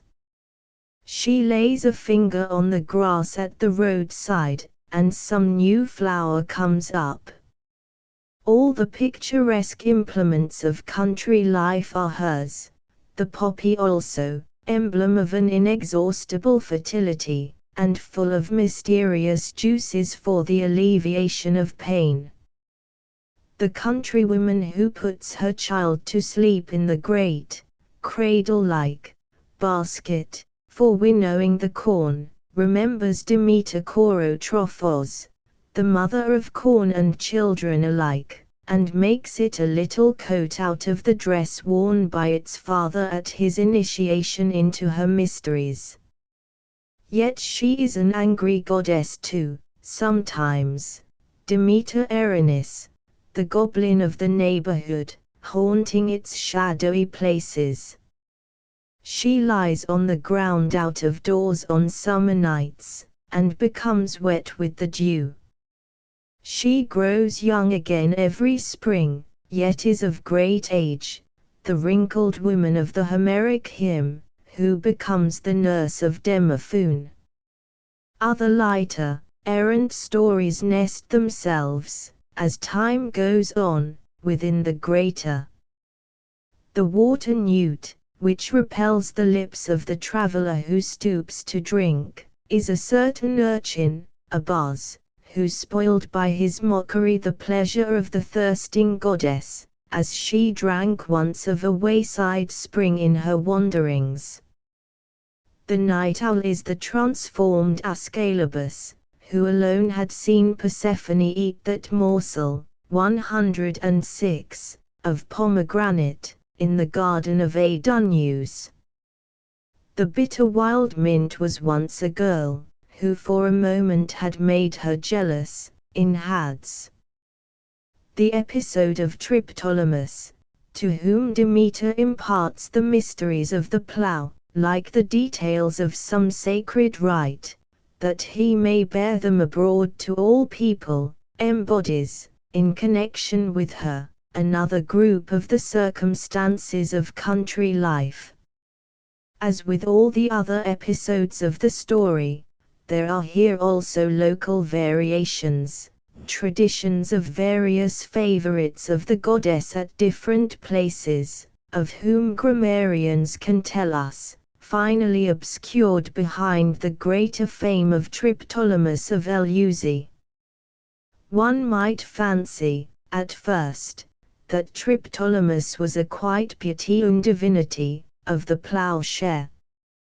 Yet we know that the thoughts of the Greeks concerning the culture of the earth from which they came, were most often noble ones, and if we examine carefully the works of ancient art which represent him, the second thought will suggest itself, that there was nothing clumsy or coarse about this patron of the plough, something, rather, of the movement of delicate wind or fire, about him and his chariot. And this finer character is explained, if, as we are justified in doing, we bring him into closest connection with that episode, so full of a strange mysticism, of the nursing of Demophoon, in the Homeric hymn. For, according to some traditions, none other, 107, than Triptolemus himself was the subject of that mysterious experiment, in which Demeter laid the child nightly, in the red heat of the fire, and he lives afterwards, not immortal indeed, not wholly divine, yet, as Shakespeare says, a nimble spirit feeling little of the weight of the material world about him, the element of winged fire in the clay. The delicate, fresh, farm lad we may still actually see sometimes, like a graceful field flower among the corn, becomes, in the sacred legend of agriculture, a king's son, and then, the fire having searched out from him the grosser elements on that famous night, all compact now of spirit, a priest also, administering the gifts of Demeter to all the earth. Certainly, the extant works of art which represent him, gems or vase paintings, conform truly enough to this ideal of a nimble spirit, though he wears the broad country hat, which Hermes also wears, going swiftly, half on the airy, mercurial wheels of his farm instrument, harrow or plough, half on wings of serpents, the worm, symbolical of the soil, but winged, as sending up the dust committed to it, after subtle firing, in colors and odors of fruit and flowers. It is an altogether sacred character, again, that he assumes in another precious work, of the severe period of Greek art, lately discovered at Eleusis, and now preserved in the Museum of Athens, a singularly refined bas-relief, in which he stands, a firm and serious youth, between Demeter and 108, Persephone, who places her hand as with some sacred influence, and consecrating gesture, upon him. But the house of the prudent countryman will be, of course, a place of honest manners, and Demeter Thesmophorus is the guardian of married life, the deity of the discretion of wives. She is therefore the founder of civilized order. The peaceful homes of men, scattered about the land, in their security, Demeter represents these fruits of the earth also, not without a suggestion of the white cities, which shine upon the hills above the waving fields of corn, seats of justice and of true kingship. She is also in a certain sense the patron of travelers, having, in her long wanderings after Persephone, recorded and handed down those omens, caught from little things, the birds which crossed her path, the persons who met her on the way, the words they said, the things they carried in their hands, Aenedia Symbola plus, by noting which, men bring their journeys to a successful end, so that the simple countryman may pass securely on his way, and is led by signs from the goddess herself, when he travels far to visit her, at Hermione or Eleusis. So far the attributes of Demeter and Care are similar. In the mythical conception, as in the religious acts connected with it, the mother and the daughter are almost interchangeable. 109. They are the two goddesses, the twin named. Gradually, the office of Persephone is developed, defines itself, functions distinct from those of Demeter are attributed to her. Hitherto, always at the side of Demeter and sharing her worship, she now appears detached from her, going and coming, on her mysterious business. A third part of the year she abides in darkness, she comes up in the spring, and every autumn, when the countryman sows his seed in the earth, she descends thither again, and the world of the dead lies open, spring and autumn, to let her in and out.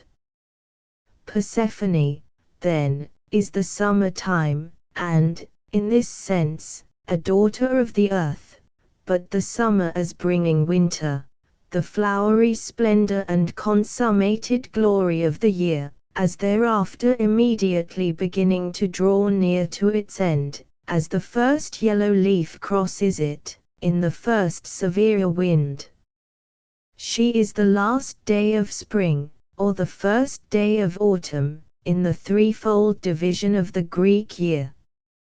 Her story is, indeed, but the story, in an intenser form, of Adonis, of Hyacinth, of Adrastus, the king's blooming son, fated, in the story of Herodotus, to be wounded to death with an iron spear, of Linus, a fair child who is torn to pieces by hounds every springtime, of the English Sleeping Beauty.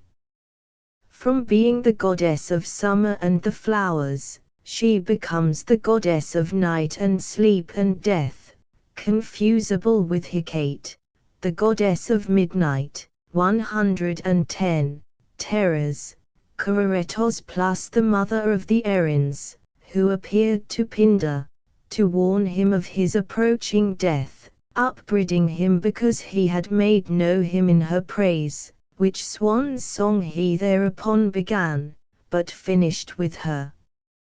She is a twofold goddess, therefore, according as one or the other of these two contrasted aspects of her nature is seized, respectively. A duality, an inherent opposition in the very conception of Persephone, runs all through her story, and is part of her ghostly power. There is ever something in her of a divided or ambiguous identity, hence the many euphemisms of later language concerning her. The worship of sorrow, as Goethe called it, is sometimes supposed to have had almost no place in the religion of the Greeks. Their religion has been represented as a religion of mere cheerfulness, the worship by an untroubled, unreflecting humanity, conscious of no deeper needs, of the embodiments of its own joyous activity. It helped to hide out of their sight those traces of decay and weariness, of which the Greeks were constitutionally shy, to keep them from peeping too curiously into certain shadowy places, appropriate enough to the gloomy imagination of the Middle Age, and it hardly proposed to itself to give consolation to people who, in truth, were never sick or sorry. But this familiar view of Greek religion is based on a consideration of a part only of what is known, 111, concerning it, and really involves a misconception, akin to that which underestimates the influence of the Romantic spirit generally, in Greek poetry and art, as if Greek art had dealt exclusively with human nature in its sanity, suppressing all motives of strangeness, all the beauty which is born of difficulty, permitting nothing but an Olympian, though perhaps somewhat wearisome calm.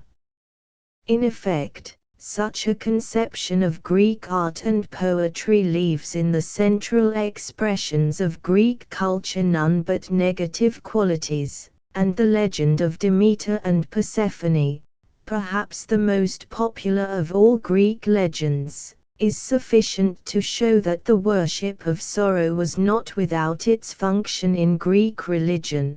The legend is a legend made by and for sorrowful, wistful, anxious people, while the most important artistic monuments of that legend sufficiently prove that the Romantic spirit was really at work in the minds of Greek artists, extracting by a kind of subtle alchemy, a beauty, not without the elements of tranquility, of dignity and order, out of a matter, at first sight painful and strange. The student of origins, as French critics say, of the earliest stages of art and poetry, must be content to follow faint traces, and in what has been here said, much may seem to have been made of little, with too much completion, by a general framework or setting, of what after 112, all are but doubtful or fragmentary indications.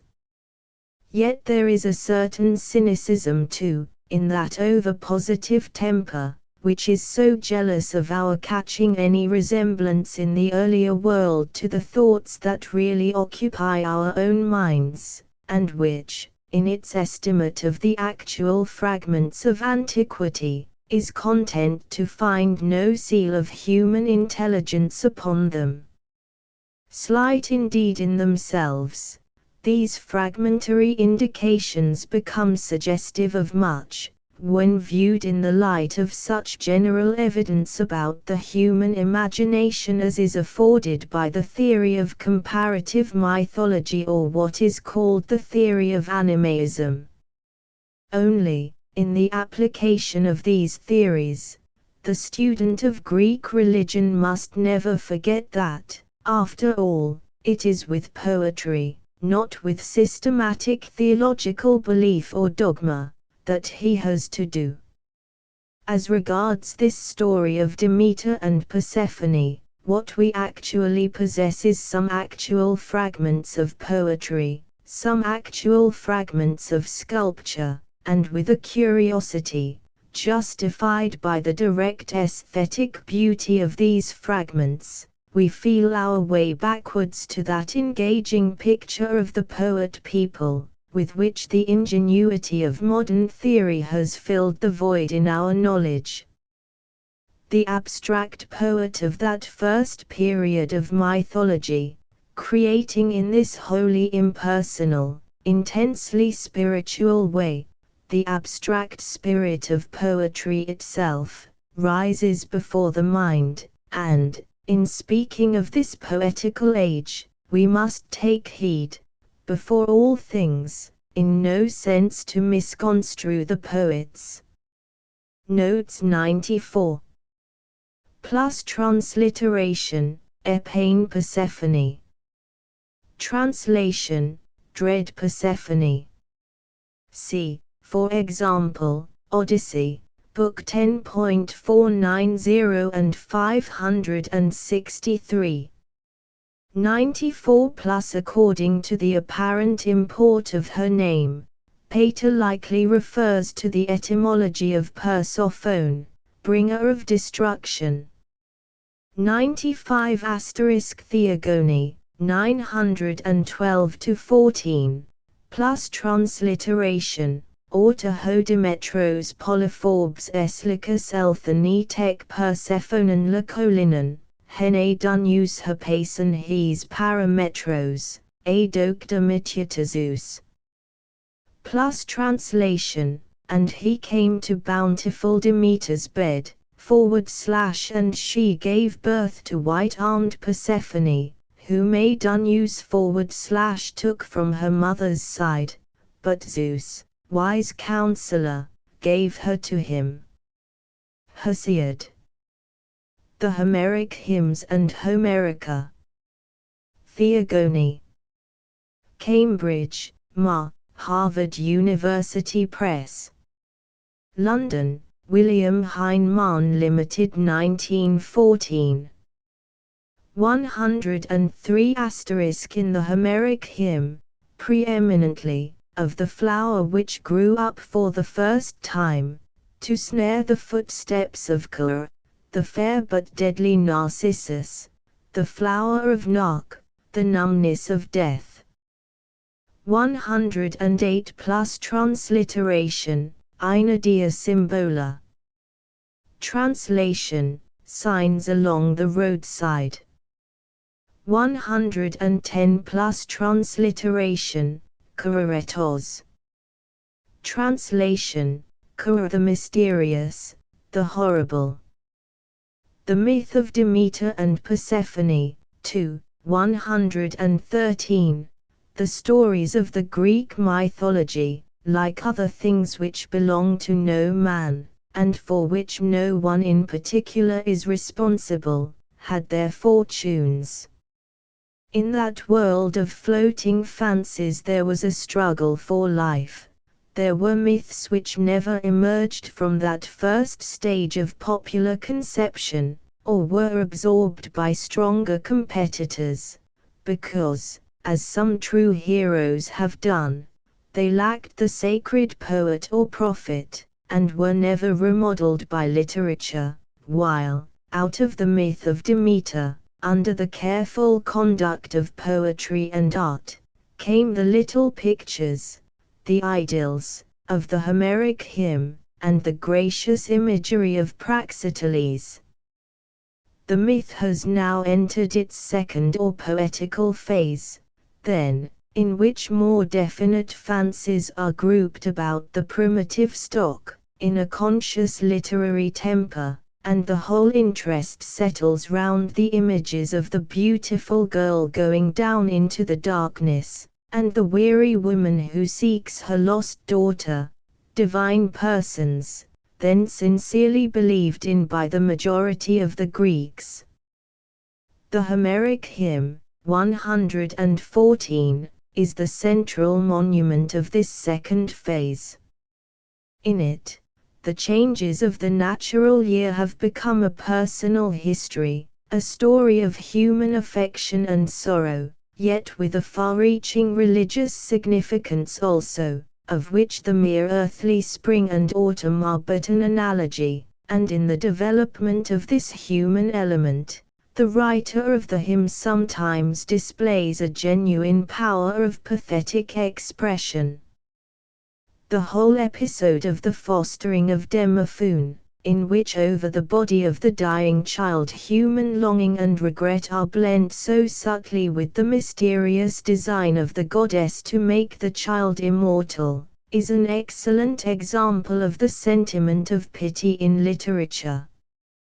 Yet though it has reached the stage of conscious literary interpretation, much of its early mystical or cosmical character still lingers about the story, as it is here told. Later mythologists simply define the personal history, but in this hymn we may, again and again, trace curious links of connection with the original purpose of the myth. Its subject is the weary woman, indeed, Our Lady of Sorrows, the Mater Dolorosa of the ancient world, but with a certain latent reference, all through, to the mystical person of the earth. Her robe of dark blue is the ornament of her mourning, but also the blue robe of the earth in shadow, as we see it in Titian's landscapes. Her great age is the age of the immemorial earth. She becomes a nurse, therefore, holding Demophoon in her bosom. 115. The folds of her garment are fragrant, not merely with the incense of Eleusis, but with the natural perfume of flowers and fruit. The sweet breath with which she nourishes the child Demophoon is the warm west wind, feeding all germs of vegetable life. Her bosom, where he lies, is the bosom of the earth, with its strengthening heat, reserved and shy, offended if human eyes scrutinize too closely its secret chemistry. It is with the earth's natural surface of varied color that she has, in time past, given pleasure to the sun. The yellow hair which falls suddenly over her shoulders, at her transformation in the house of Seleucus, is still partly the golden corn. In art and poetry she is ever the blonde goddess, tarrying in her temple, of which an actual hollow in the earth is the prototype. Among the spicy odors of the Eleusinian ritual, she is the spirit of the earth, lying hidden in its dark folds until the return of spring, among the flower seeds and fragrant roots, like the seeds and aromatic woods hidden in the wrappings of the dead. Throughout the poem, we have a sense of a certain nearness to nature, surviving from an earlier world. The sea is understood as a person, yet is still the real sea, with the waves moving. When it is said that no bird gave Demeter tidings of Persephone, we feel that to that earlier world, ways of communication between all creatures may have seemed open, which are closed to us. It is Iris who brings to Demeter the message of Zeus, 116, that is, The rainbow signifies to the earth the goodwill of the rainy sky towards it. Persephone springing up with great joy from the couch of Adonis, to return to her mother, is the sudden outburst of the year. The heavy and narcotic aroma of spring flowers hangs about her, as about the actual spring. And this mingling of the primitive cosmical import of the myth with the later, personal interests of the story, is curiously illustrated by the place which the poem assigns to Hecate. This strange Titaness is, first, a nymph only, afterwards, as if changed incurably by the passionate cry of Persephone, she becomes her constant attendant, and is even identified with her. But in the Homeric hymn her lunar character is clear, she is really the moon only, who hears the cry of Persephone, as the sun saw her, when Adonis carried her away. One morning, as the mother wandered, the moon appeared, as it does in its last quarter, rising very bright, just before dawn, that is, in the words of the Homeric hymn, on the 10th morning Hecate met her, having a light in her hands. The fascinating, but enigmatical figure, sitting ever in her cave, half veiled with a shining veil, thinking delicate thoughts in which we seem to see the subject of some picture of the Italian Renaissance, is but the lover of Endymion, like Persephone, withdrawn, in her season, from the eyes of men. The sun saw her, the moon saw her not, but heard her cry, and is, 117, ever after the half-veiled attendant of the Queen of Dreams and of the dead. But the story of Demeter and Persephone lends itself naturally to description, and it is in descriptive beauties that the Homeric hymn excels. Its episodes are finished designs, and directly stimulate the painter and the sculptor to a rivalry with them. Weaving the names of the flowers into his verse, names familiar to us in English, though their Greek originals are uncertain, the writer sets Persephone before us, herself like one of them, Calycopis plus, like the budding calyx of a flower, in a picture, which, in its mingling of a quaint freshness and simplicity with a certain earnestness, reads like a description of some early Florentine design, such as Sandro Botticelli's Allegory of the Seasons. By an exquisite chance also, a common metrical expression connects the perfume of the newly created Narcissus with the salt odor of the sea. Like one of those early designs also, but with a deeper infusion of religious earnestness, is the picture of Demeter sitting at the wayside, in shadow as always, with the well of water and the olive tree. She has been journeying all night, and now it is morning, and the daughters of Seleucus bring their vessels to draw water. That image of the seated Demeter, resting after her long flight through the dark continent or in the house of Seleucus, when she refuses the red wine, or again, solitary, in her newly finished, 118, temple of Eleusis, enthroned in her grief, fixed itself deeply on the Greek imagination, and became a favorite subject of Greek artists. When the daughters of Seleucus come to conduct her to Eleusis, they come as in a Greek frieze, full of energy and motion and waving lines, but with gold and colors upon it. Eleusis, coming, the coming of Demeter thither, as thus told in the Homeric hymn, is the central instance in Greek mythology of such divine appearances. She leaves for a season the company of the gods and abides among men, and men's merit is to receive her in spite of appearances.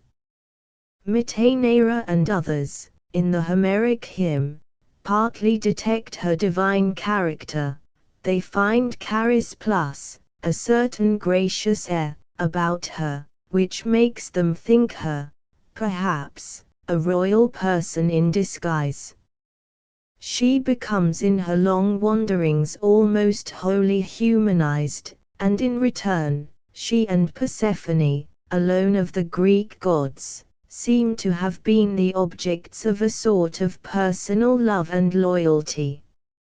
Yet they are ever the solemn goddesses, Thearissemni plus the word expressing religious or, the Greek sense of the divine presence. Plato, in laying down the rules by which the poets are to be guided in speaking about divine things to the citizens of the ideal republic, forbids all those episodes of mythology which represent the gods as assuming various forms, and visiting the earth in disguise. Below the 119 express reasons which he assigns for this rule, we may perhaps detect that instinctive antagonism to the old Heraclitean philosophy of perpetual change, which forces him, in his theory of morals and the state, of poetry and music, of dress and manners even, and of style in the very vessels and furniture of daily life, on an austere simplicity, the older Dorian or Egyptian type of a rigid, eternal immobility. The disintegrating, centrifugal influence, which had penetrated, as he thought, political and social existence, making men too myriad-minded, had laid hold on the life of the gods also, and, even in their calm sphere, one could hardly identify a single divine person as himself, and not another. There must, then, be no doubling, no disguises, no stories of transformation. The modern reader, however, will hardly acquiesce in this improvement of Greek mythology. He finds in these stories, like that, for instance, of the appearance of Athene to Telemachus, in the first book of the Odyssey, which has a quite biblical mysticity and solemnity, stories in which, the hard material outline breaking up, the gods lay aside their visible form like a garment, yet remain essentially themselves, not the least spiritual element of Greek religion, an evidence of the sense therein of unseen presences, which might at any moment cross a man's path, to be recognized, in half disguise, by the more delicately trained eye, here or there, by one and not by 120 another. Whatever religious elements they lacked, they had at least this sense of subtler and more remote ways of personal presence. And as there are traces in the Homeric hymn of the primitive cosmical myth, relics of the first stage of the development of the story, so also many of its incidents are probably suggested by the circumstances and details of the Eleusinian ritual. There were religious usages before there were distinct religious conceptions, and these antecedent religious usages shape and determine, at many points, the ultimate religious conception, as the details of the myth interpret or explain the religious custom. The hymn relates the legend of certain holy places, to which various impressive religious rites had attached themselves: the holy well, the old fountain, the stone of sorrow, which it was the office of the interpreter of the holy places to show to the people. The sacred way which led from Athens to Eleusis was rich in such memorials. The 9 days of the wanderings of Demeter in the Homeric hymn are the 9 days of the duration of the greater or autumnal mysteries, the jesting of the old woman Iambe, who endeavors to make Demeter smile, are the customary mockeries with which the worshippers, as they rested on the bridge, on the 7th day of the feast, assailed those who passed by.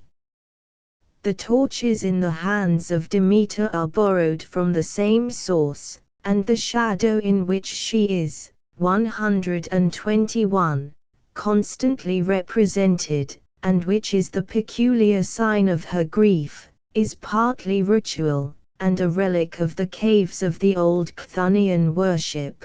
partly poetical, expressive, half of the dark earth to which she escapes from Olympus, half of her mourning. She appears consistently, in the hymn, as a teacher of rites, transforming daily life, and the processes of life, into a religious solemnity. With no misgiving as to the proprieties of a mere narration, the hymn writer mingles these symbolical imitations with the outlines of the original story, and, in his Demeter, the dramatic person of the mysteries mixes itself with the primitive mythical figure. And the worshipper, far from being offended by these interpolations, may have found a special impressiveness in them, as they linked continuously its inner sense with the outward imagery of the ritual. And, as Demeter and her story embodied themselves gradually in the Greek imagination, so these mysteries in which her worship found its chief expression, grew up little by little, growing always in close connection with the modifications of the story, sometimes prompting them, at other times suggested by them. That they had a single special author is improbable, and a mere invention of the Greeks, ignorant of their real history and the general analogy of such matters. Here again, as in the story itself, the idea of development, of degrees, of a slow, 122, and natural growth, impeded here, diverted there, is the illuminating thought which earlier critics lacked. No tongue may speak of them, says the Homeric hymn, and the secret has certainly been kept. The antiquarian, dealing, letter by letter, with what is recorded of them, has left few certain data for the reflection of the modern student of the Greek religion, and of this, its central solemnity, only a fragmentary picture can be made. It is probable that these mysteries developed the symbolical significance of the story of the descent into Hades, the coming of Demeter to Eleusis, the invention of Persephone. They may or may not have been the vehicle of a secret doctrine, but were certainly an artistic spectacle, giving, like the mysteries of the Middle Age, a dramatic representation of the sacred story, perhaps a detailed performance, perhaps only such a conventional representation, as was afforded for instance by the medieval ceremonies of Palm Sunday, the whole, probably, centering in an image of Demeter, the work of Praxiteles or his school, in ivory and gold. There is no reason to suppose any specific difference between the observances of the Eleusinian festival and the accustomed usages of the Greek religion, nocturnes, libations, quaint purifications, processions, are common incidents of all Greek worship. In all religious ceremonies there is an element of dramatic symbolism, and what we really do see, through those scattered notices, 123, are things which have their parallels in a later age, the whole being not altogether unlike a modern pilgrimage. The exposition of the sacred places, the threshing floor of Triptolemus, the rocky seat on which Demeter had rested in her sorrow, the well of Corlicherus, is not so strange, as it would seem, had it no modern illustration. The libations, at once a watering of the vines and a drink offering to the dead, still needing men's services, waiting for purification perhaps, or thirsting, like Dante's Adam of Brescia, in their close homes, must, to almost all minds, have had a certain natural impressiveness, and a parallel has sometimes been drawn between this festival and All Souls' Day. And who, everywhere, has not felt the mystical influence of that prolonged silence, the mystic silence, from which the very word mystery has its origin? Something also there undoubtedly was, which coarser minds might misunderstand. On one day, the initiated went in procession to the sea-coast, where they underwent a purification by bathing in the sea. On the fifth night there was the torchlight procession, and, by a touch of real life in him, we gather from the first page of Plato's Republic that such processions were popular spectacles, having a social interest, so that people made much of attending them. There was the procession of the sacred basket filled with poppy seeds and pomegranates. There was the day of rest, after 124, the stress and excitement of the great night. On the sixth day, the image of Aeacus, son of Demeter, crowned with myrtle and having a torch in its hand, was carried in procession, through thousands of spectators, along the sacred way, amid joyous shouts and songs. We have seen such processions, we understand how many different senses, and how lightly, various spectators may put on them, how little definite meaning they may have even for those who officiate in them. Here, at least, there was the image itself, in that age, with its close connection between religion and art, presumably fair.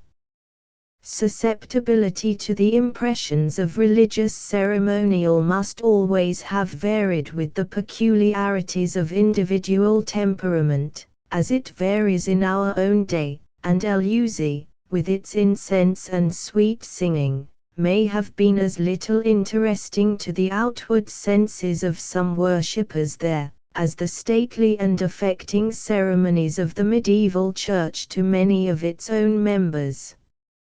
In a simpler yet profounder sense than has sometimes been supposed, these things were really addressed to the initiated only. We have to travel a long way from the Homeric hymn to the hymn of Callimachus, who writes in the end of Greek literature, in the 3rd century before Christ, in celebration of the procession of the sacred basket of Demeter, not 125, at the Attic, but at the Alexandrian Eleusiniya. He develops, in something of the prosaic spirit of a medieval writer of mysteries, one of the burlesque incidents of the story, the insatiable hunger which seized on Erysichthon because he cut down a grove sacred to the goddess. Yet he finds his opportunities for skillful touches of poetry. As the 4 white horses draw her sacred basket, he says, "So will the great goddess bring us a white spring, a white summer." He describes the grove itself, with its hedge of trees, so thick that an arrow could hardly pass through, its pines and fruit trees and tall poplars within, and the water, like pale gold, running from the conduits. It is one of those famous poplars that receives the first stroke, It sounds heavily to its companion trees, and Demeter perceives that her sacred grove is suffering. Then comes one of those transformations which Plato will not allow. Vainly anxious to save the lad from his ruin, she appears in the form of a priestess, but with the long hood of the goddess, and the poppy in her hand, and there is something of a real shudder, some still surviving sense of a haunting presence in the groves, in the verses which describe her sudden revelation, when the workmen flee away, leaving their axes in the cleft trees. Of the same age as the hymn of Callimachus, but with very different qualities, is the idyll of Theocritus on the shepherd's journey. Although it is possible to define an epoch in mythological 126 development in which literary and artificial influences began to remodel the primitive, popular legend, yet still, among children, and unchanging childlike people, we may suppose that that primitive stage always survived, and the old, instinctive influences were still at work. As the subject of popular religious celebrations also, the myth was still the property of the people, and surrendered to its capricious action.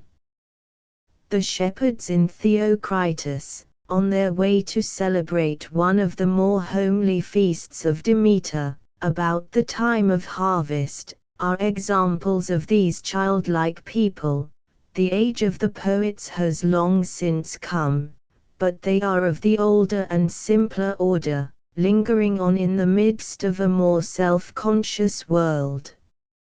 In an idyll, itself full of the delightful gifts of Demeter, Theocritus sets them before us, through the blazing summer day's journey. The smiling image of the goddess is always before them, and now they have reached the end of their journey, so I, and Eucritus, and the fair Amyntichus, turned aside into the house of Phrasidamus, and lay down with delight in beds of sweet tamarisk and fresh cuttings from the vines, strewn on the ground. Many poplars and elm trees were waving over our heads, and not far off the running of the sacred water from the cave of the nymphs warbled to us. In the shimmering branches the sunburnt grasshoppers were busy with their talk, and from afar the little owl cried softly, out of 127, the tangled thorns of the blackberry. The larks were singing and the hedge-birds, and the turtle-dove moaned. The bees flew round and round the fountains, murmuring softly, the scent of late summer and of the fall of.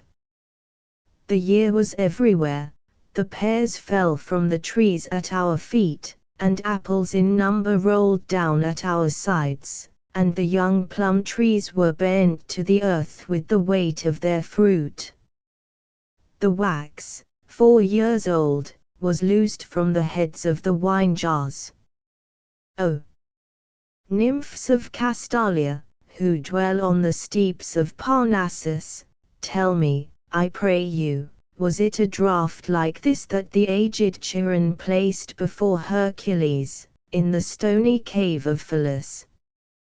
Was it nectar like this that made the mighty shepherd on Anapus' shore, Polyphemus, who flung the rocks upon Ulysses' ships, dance among his sheepfolds? A cup like this ye poured out now upon the altar of Demeter, who presides over the threshing floor. May it be mine, once more, to dig my big winnowing fan through her heaps of corn, and may I see her smile upon me, holding poppies and handfuls of corn in her 2 hands. Some of the modifications of the story of Demeter, as we find it in later poetry, have been supposed to be due, not to the genuine action of the Greek mind, but to the influence of that so-called Orphic literature, which, in the generation succeeding Hesiod, brought, from Thessaly and Phrygia, a tide of mystical ideas into the Greek, 128, religion, sometimes, doubtless, confusing the clearness and naturalness of its original outlines, but also sometimes imparting to them a new and peculiar grace. Under the influence of this Orphic poetry, Demeter was blended, or identified, with Rhea Cybele, the mother of the gods, the wilder earth goddess of Phrygia, and the romantic figure of Dionysius Zagreus, Dionysius the hunter, that most interesting, though somewhat melancholy variation on the better-known Dionysius, was brought, as son or brother of Persephone, into her circle, the mystical vine, who, as Persephone descends and ascends from the earth, is rent to pieces by the Titans every year and remains long in Hades, but every springtime comes out of it again, renewing his youth. This identification of Demeter with Rhea Cybele is the motive which has inspired a beautiful chorus in the Helena, the new Helena, of Euripides, that great lover of all subtle refinements and modernisms, who, in this play, has worked on a strange version of the older story, which relates that Helen had never really gone to Troy at all, but sent her soul only there, apart from her sweet body, which abode all that time in Egypt, at the court of King Proteus, where she is found at last by her husband Menelaus, so that the Trojan War was about a phantom, after all. The chorus has even less than usual to do with the action of the play, being linked to it only by a sort of parallel, which may be understood, 129, between Menelaus seeking Helen, and Demeter seeking Persephone. Euripides, then, takes the matter of the Homeric hymn into the region of a higher and swifter poetry, and connects it with the more stimulating imagery of the Idaean mother.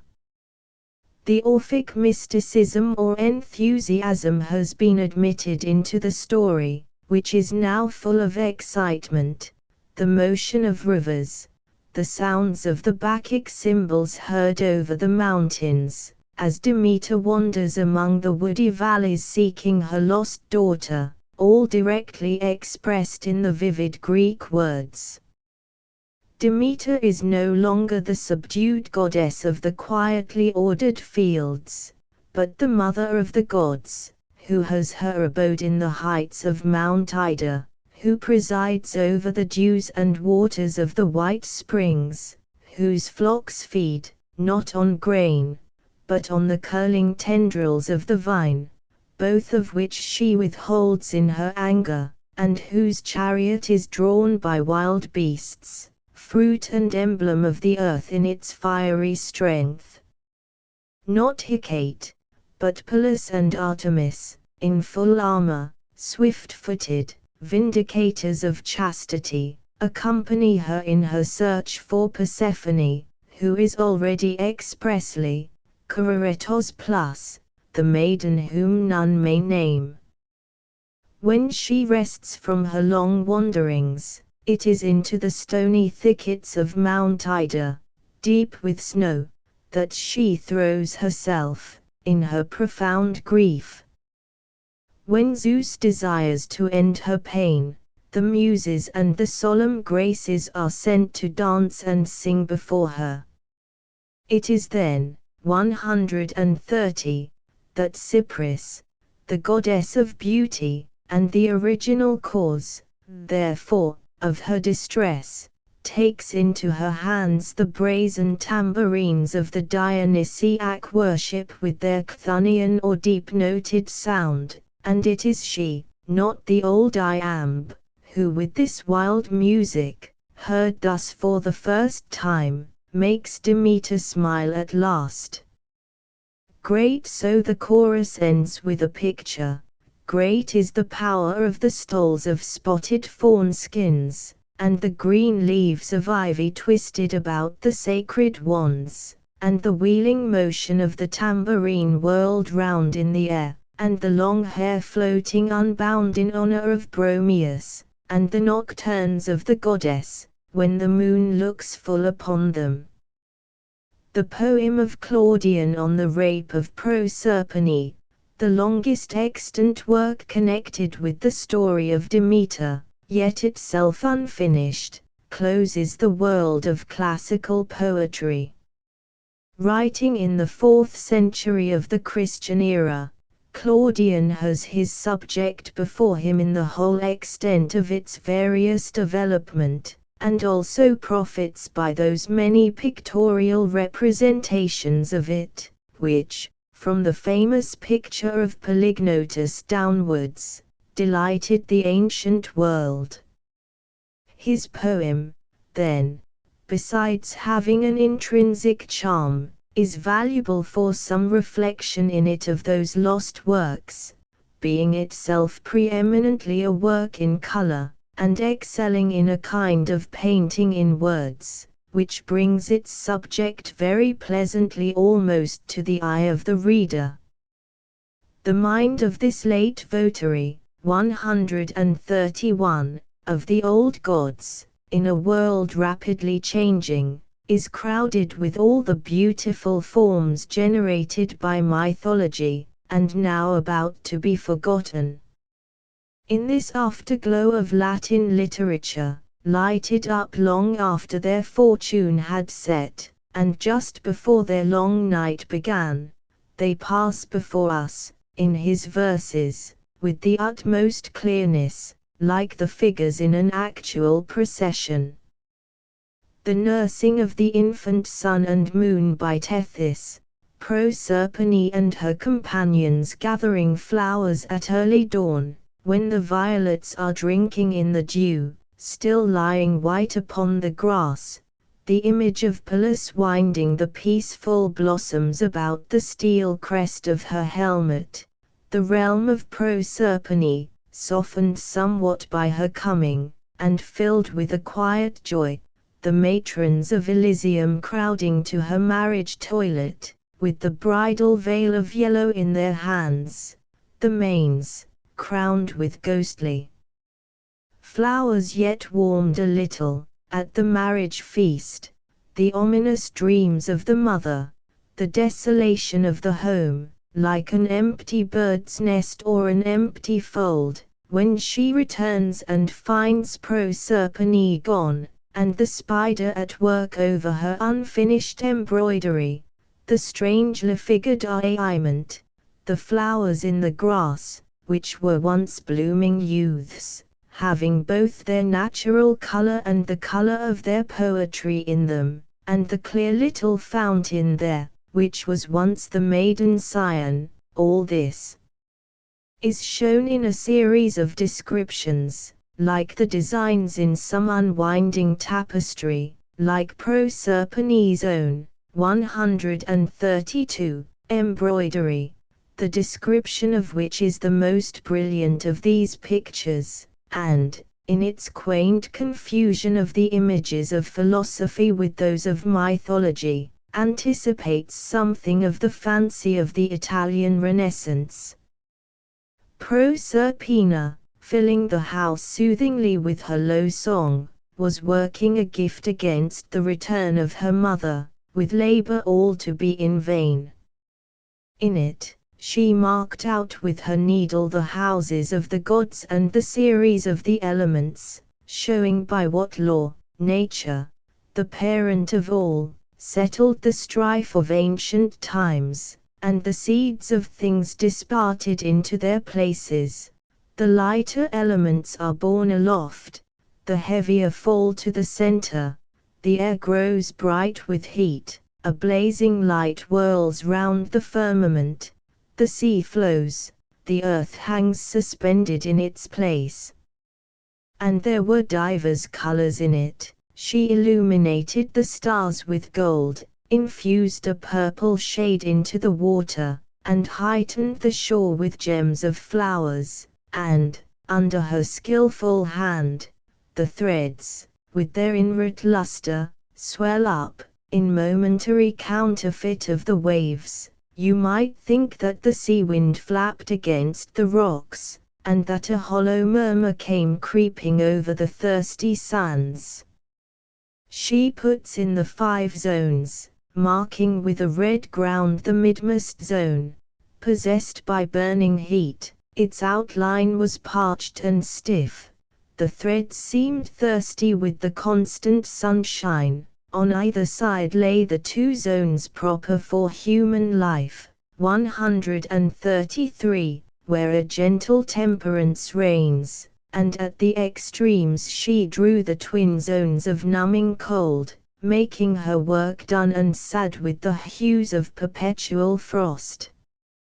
She paints in, too, the sacred places of Dis, her father's brother, and the mains, so fatal to her, and an omen of her doom was not wanting, for, as she worked, as if with foreknowledge of the future, her face became wet with a sudden burst of tears. And now, in the utmost border of the tissue, she had begun to wind in the wavy line of the river Oceanus, with its glassy shallows, but the door sounds on its hinges, and she perceives the goddess's coming. The unfinished work drops from her hands, and a ruddy blush lights up in her clear and snow-white face.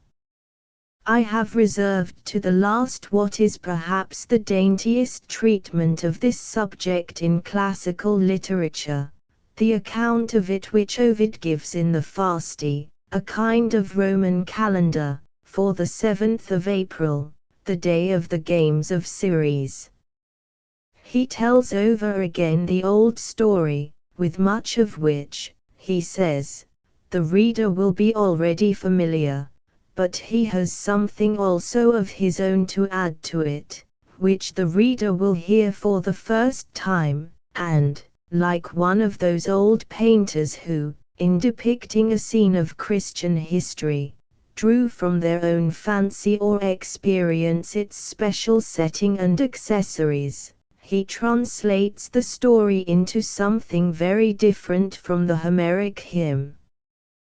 The writer of the Homeric, 134, hymn had made Seleucus a king, and represented the scene at Eleusis in a fair palace, like the Venetian painters who depict the persons of the Holy Family with royal ornaments.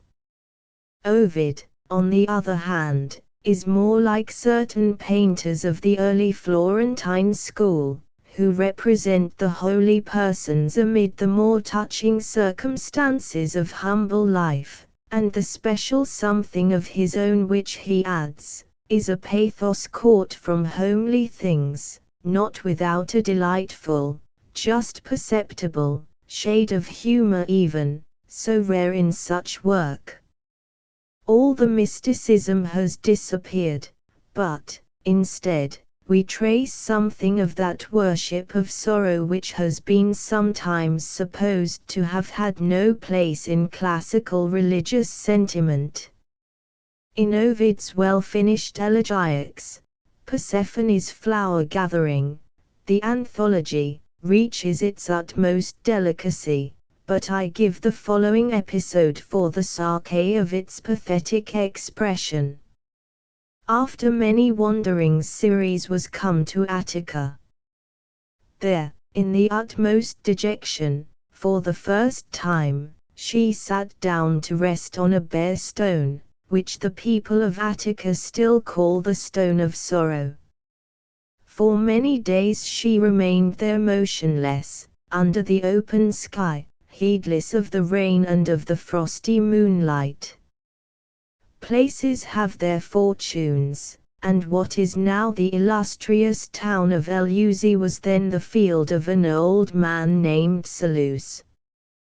He was carrying home a load of acorns, and wild berries shaken down from the 135 brambles, and dry wood for burning on the hearth. His little daughter was leading 2 goats home from the hills, and at home there was a little boy lying sick in his cradle. "Mother," said the little girl, and the goddess was moved at the name of mother, "what do you, all alone, in this solitary place?" The old man stopped too, in spite of his heavy burden, and bade her take shelter in his cottage, though it was but a little one. But at first she refused to come. She looked like an old woman, and an old woman's coif confined her hair, and as the man still urged her, she said to him, "Heaven bless you, and may children always be yours. My daughter has been stolen from me. Alas! How much happier is your lot than mine," and, though weeping is impossible for the gods, as she spoke, a bright drop, like a tear, fell into her bosom.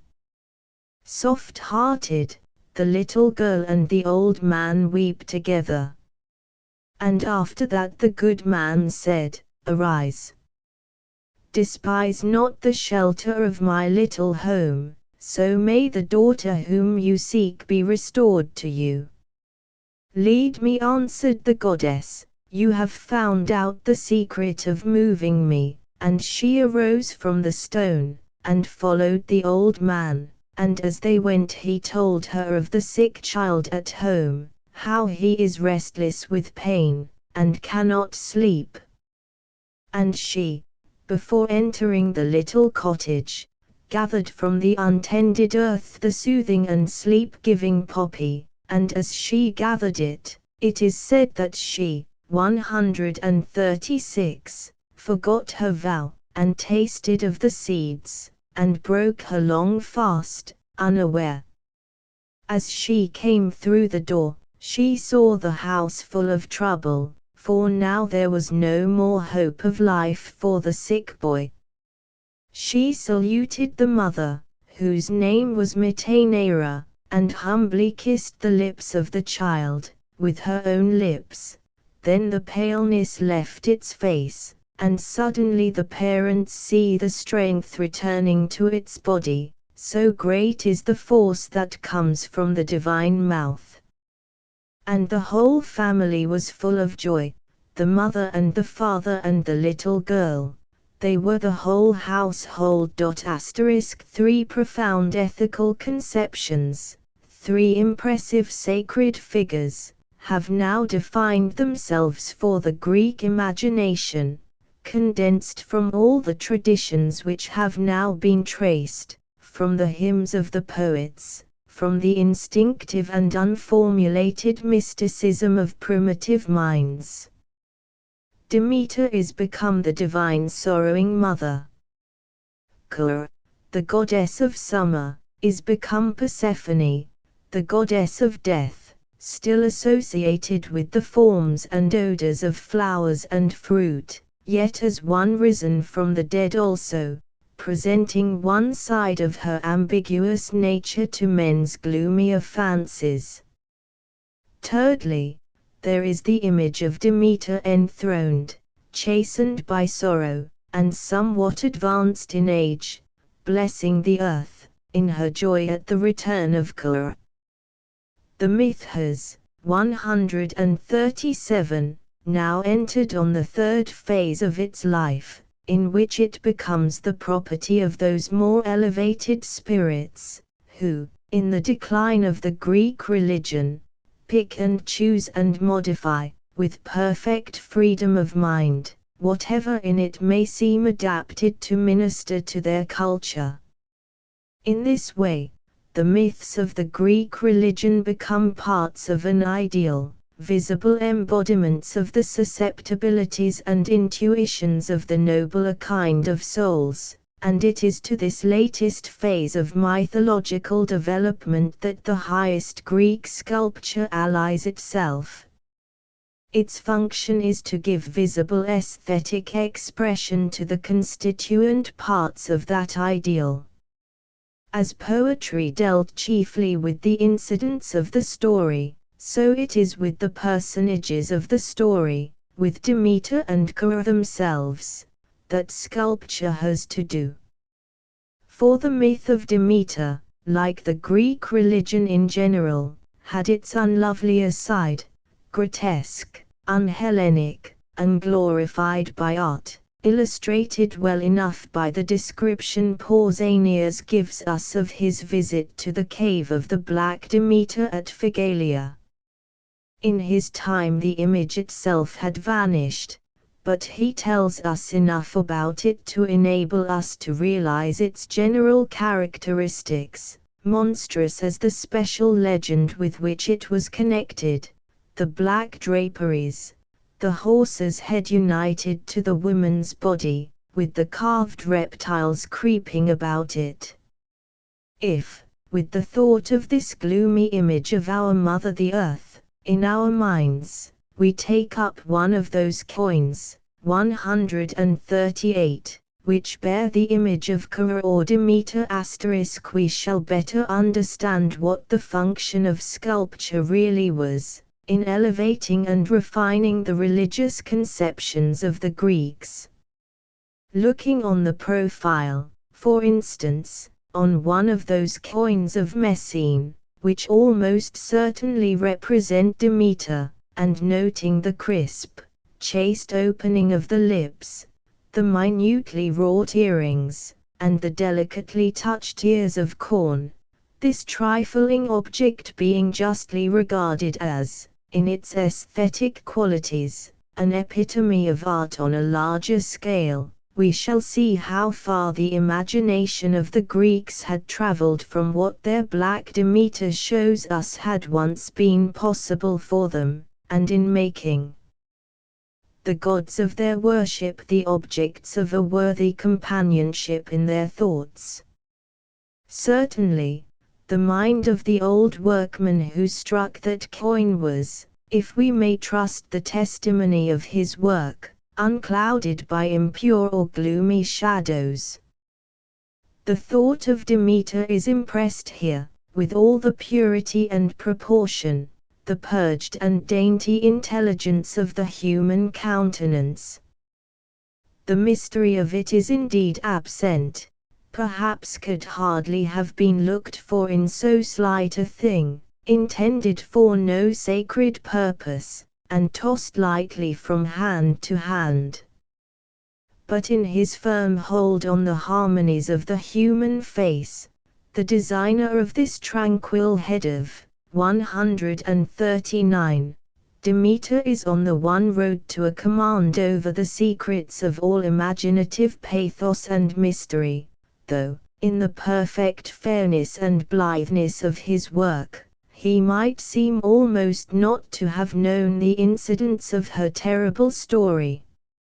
It is probable that, at a later period than in other equally important temples of Greece, the earlier archaic representation of Demeter in the sanctuary of Eleusis was replaced by a more beautiful image in the new style, with face and hands of ivory, having therefore, in tone and texture, some subtler likeness to women's flesh, and the closely enveloping drapery being constructed in daintily beaten plates of gold.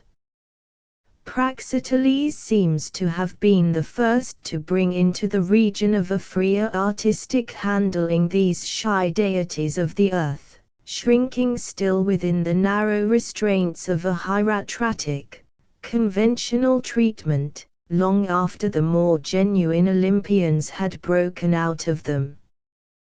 The school of Praxiteles, as distinguished from that of Phidias, is especially the school of grace, relaxing a little the severe ethical tension of the latter, in favor of a slightly Asiatic sinuosity and tenderness. Pausanias tells us that he carved the two goddesses for the temple of Demeter at Athens, and Pliny speaks of two groups of his in brass, the one representing the stealing of Persephone, the other her later, annual descent into Hades, conducted thither by the now pacified mother. All alike have perished, though perhaps some, 140, more or less faint reflection of the most important of these designs may still be traced on many painted vases which depict the stealing of Persephone, a helpless, plucked flower in the arms of Danaus. And in this almost traditional form, the subject was often represented, in low relief, on tombs, some of which still remain, in one or two instances, built up, oddly enough, in the walls of Christian churches. On the tombs of women who had died in early life, this was a favorite subject, some likeness of the actual lineaments of the deceased being sometimes transferred to the features of Persephone.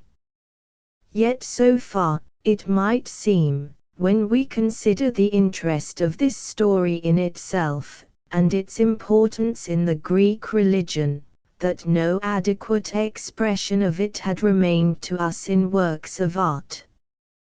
But in the year 1857, the discovery of the marbles, in the sacred precinct of Demeter at Cnidus, restored to us an illustration of the myth in its artistic phase, hardly less central than the Homeric hymn in its poetical phase.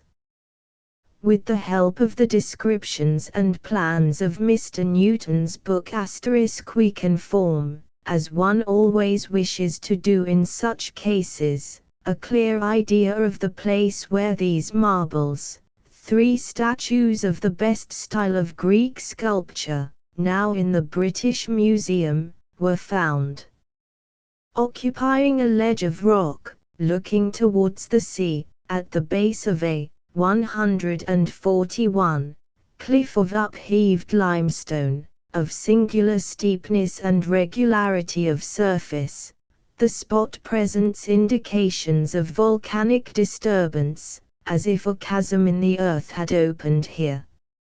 It was this character, suggesting the belief in an actual connection with the interior of the earth, local tradition claiming it as the scene of the stealing of Persephone, which probably gave rise, as in other cases where the landscape presented some peculiar feature in harmony with the story, to the dedication upon it of a house and an image of Demeter, with whom were associated Ker and the gods with Demeter, Hoithia Paradamatri plus, Danaus, and the mystical Orchthonian Dionysius.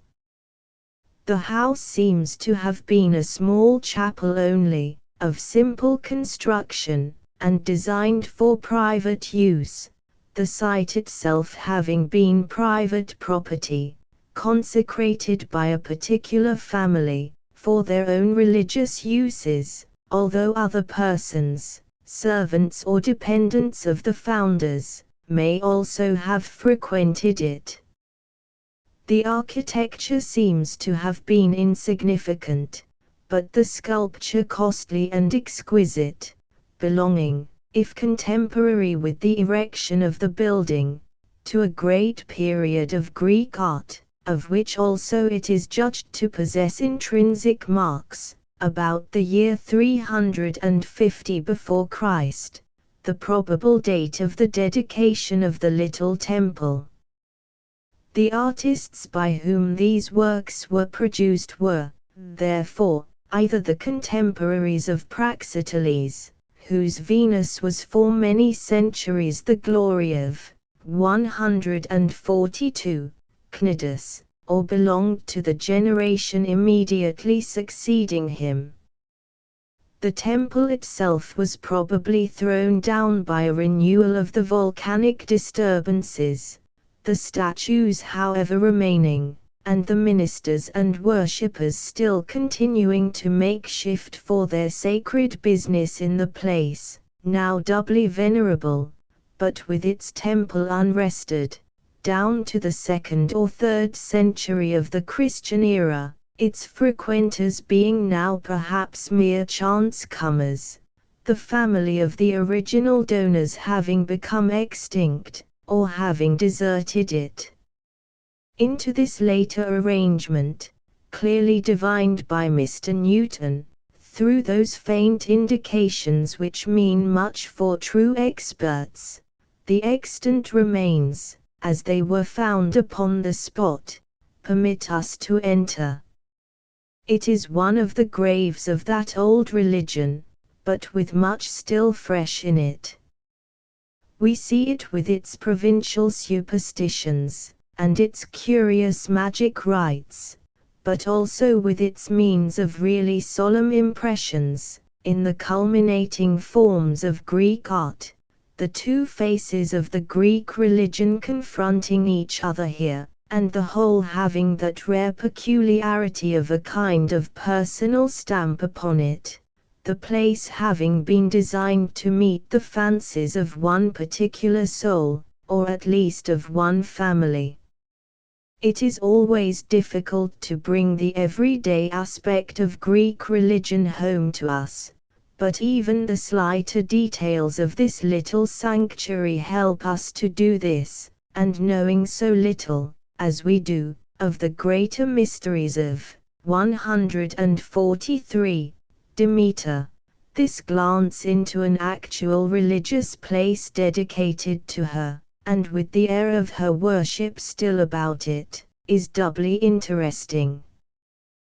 The little votive figures of the goddesses, in baked earth, were still lying stored in the small treasury intended for such objects, or scattered about the feet of the images, together with lamps in great number, a lighted lamp being a favorite offering, in memory of the torches with which Demeter sought Persephone, or from some sense of inherent darkness in these gods of the earth, those torches in the hands of Demeter being indeed originally the artificial warmth and brightness of lamp and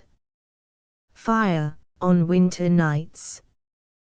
The diary or spells, catadesm plus binding or devoting certain persons to the infernal gods, inscribed on thin rolls of lead, with holes, sometimes, for hanging them up about those quiet statues, still lay, just as they were left, anywhere within the sacred precinct, illustrating at once the gloomier side of the Greek religion in general, and of Demeter and Persephone especially, in their character of avenging deities, and as relics of ancient magic, reproduced so strangely at other times and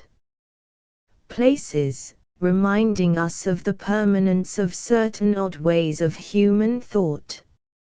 A woman binds with her spell the person who seduces her husband away from her and her children, another, the person who has accused her of preparing poison for her husband, another devotes one who has not restored a borrowed 144 garment, or has stolen a bracelet, or certain drinking horns, and, from some instances, we might infer that this was a favorite place of worship for the poor and ignorant. In this living picture, we find still lingering on, at the foot of the beautiful Greek marbles, that phase of religious temper which a cynical mind might think a truer link of its unity and permanence than any higher aesthetic instincts, a phase of it, which the art of sculpture, humanizing and refining man's conceptions of the unseen, tended constantly to do away. For the higher side of the Greek religion, thus humanized and refined by art, and elevated by it to the sense of beauty, is here also.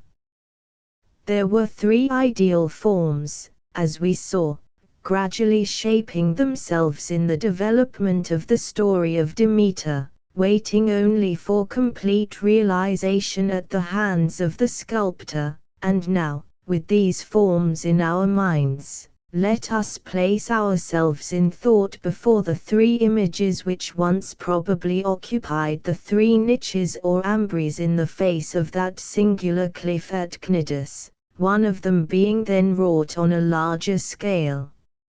Of the three figures, one probably represents Persephone, as the goddess of the dead, the second, Demeter enthroned, the third is probably a portrait statue of a priestess of Demeter, but may perhaps, even so, represent Demeter herself, Demeter Achaea, Ceres de Sata, the Mater Dolorosa of the Greeks, a type not as yet, 145, recognized in any other work of ancient art. Certainly, it seems hard not to believe that this work is in some way connected with the legend of the place to which it belonged, and the main subject of which it realizes so completely, and, at least, it shows how the higher Greek sculpture would have worked out this motive. If Demeter at all, it is Demeter the Seeker, Deo Plus, as she was called in the Mysteries, in some pause of her restless wandering over the world in search of the lost child, and become at last an abstract type of the wanderer.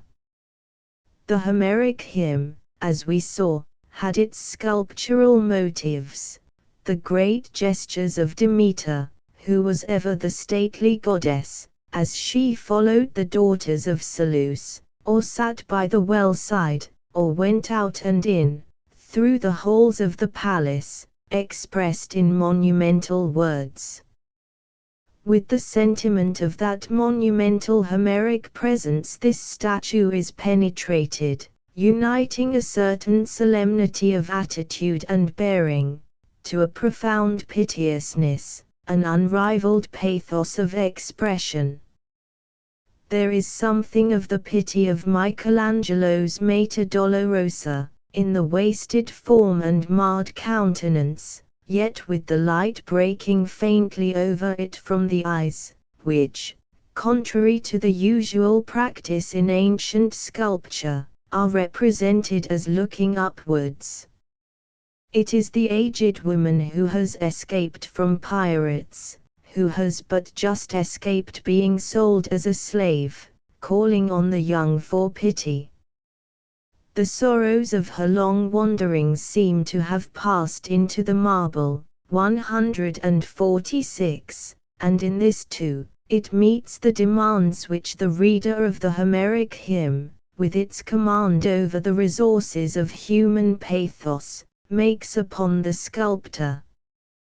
The tall figure, in proportion above the ordinary height, is veiled, and clad to the feet in the longer tunic, its numerous folds hanging in heavy parallel lines, opposing the lines of the peplus, or cloak, which cross it diagonally over the breast, enwrapping the upper portion of the body somewhat closely.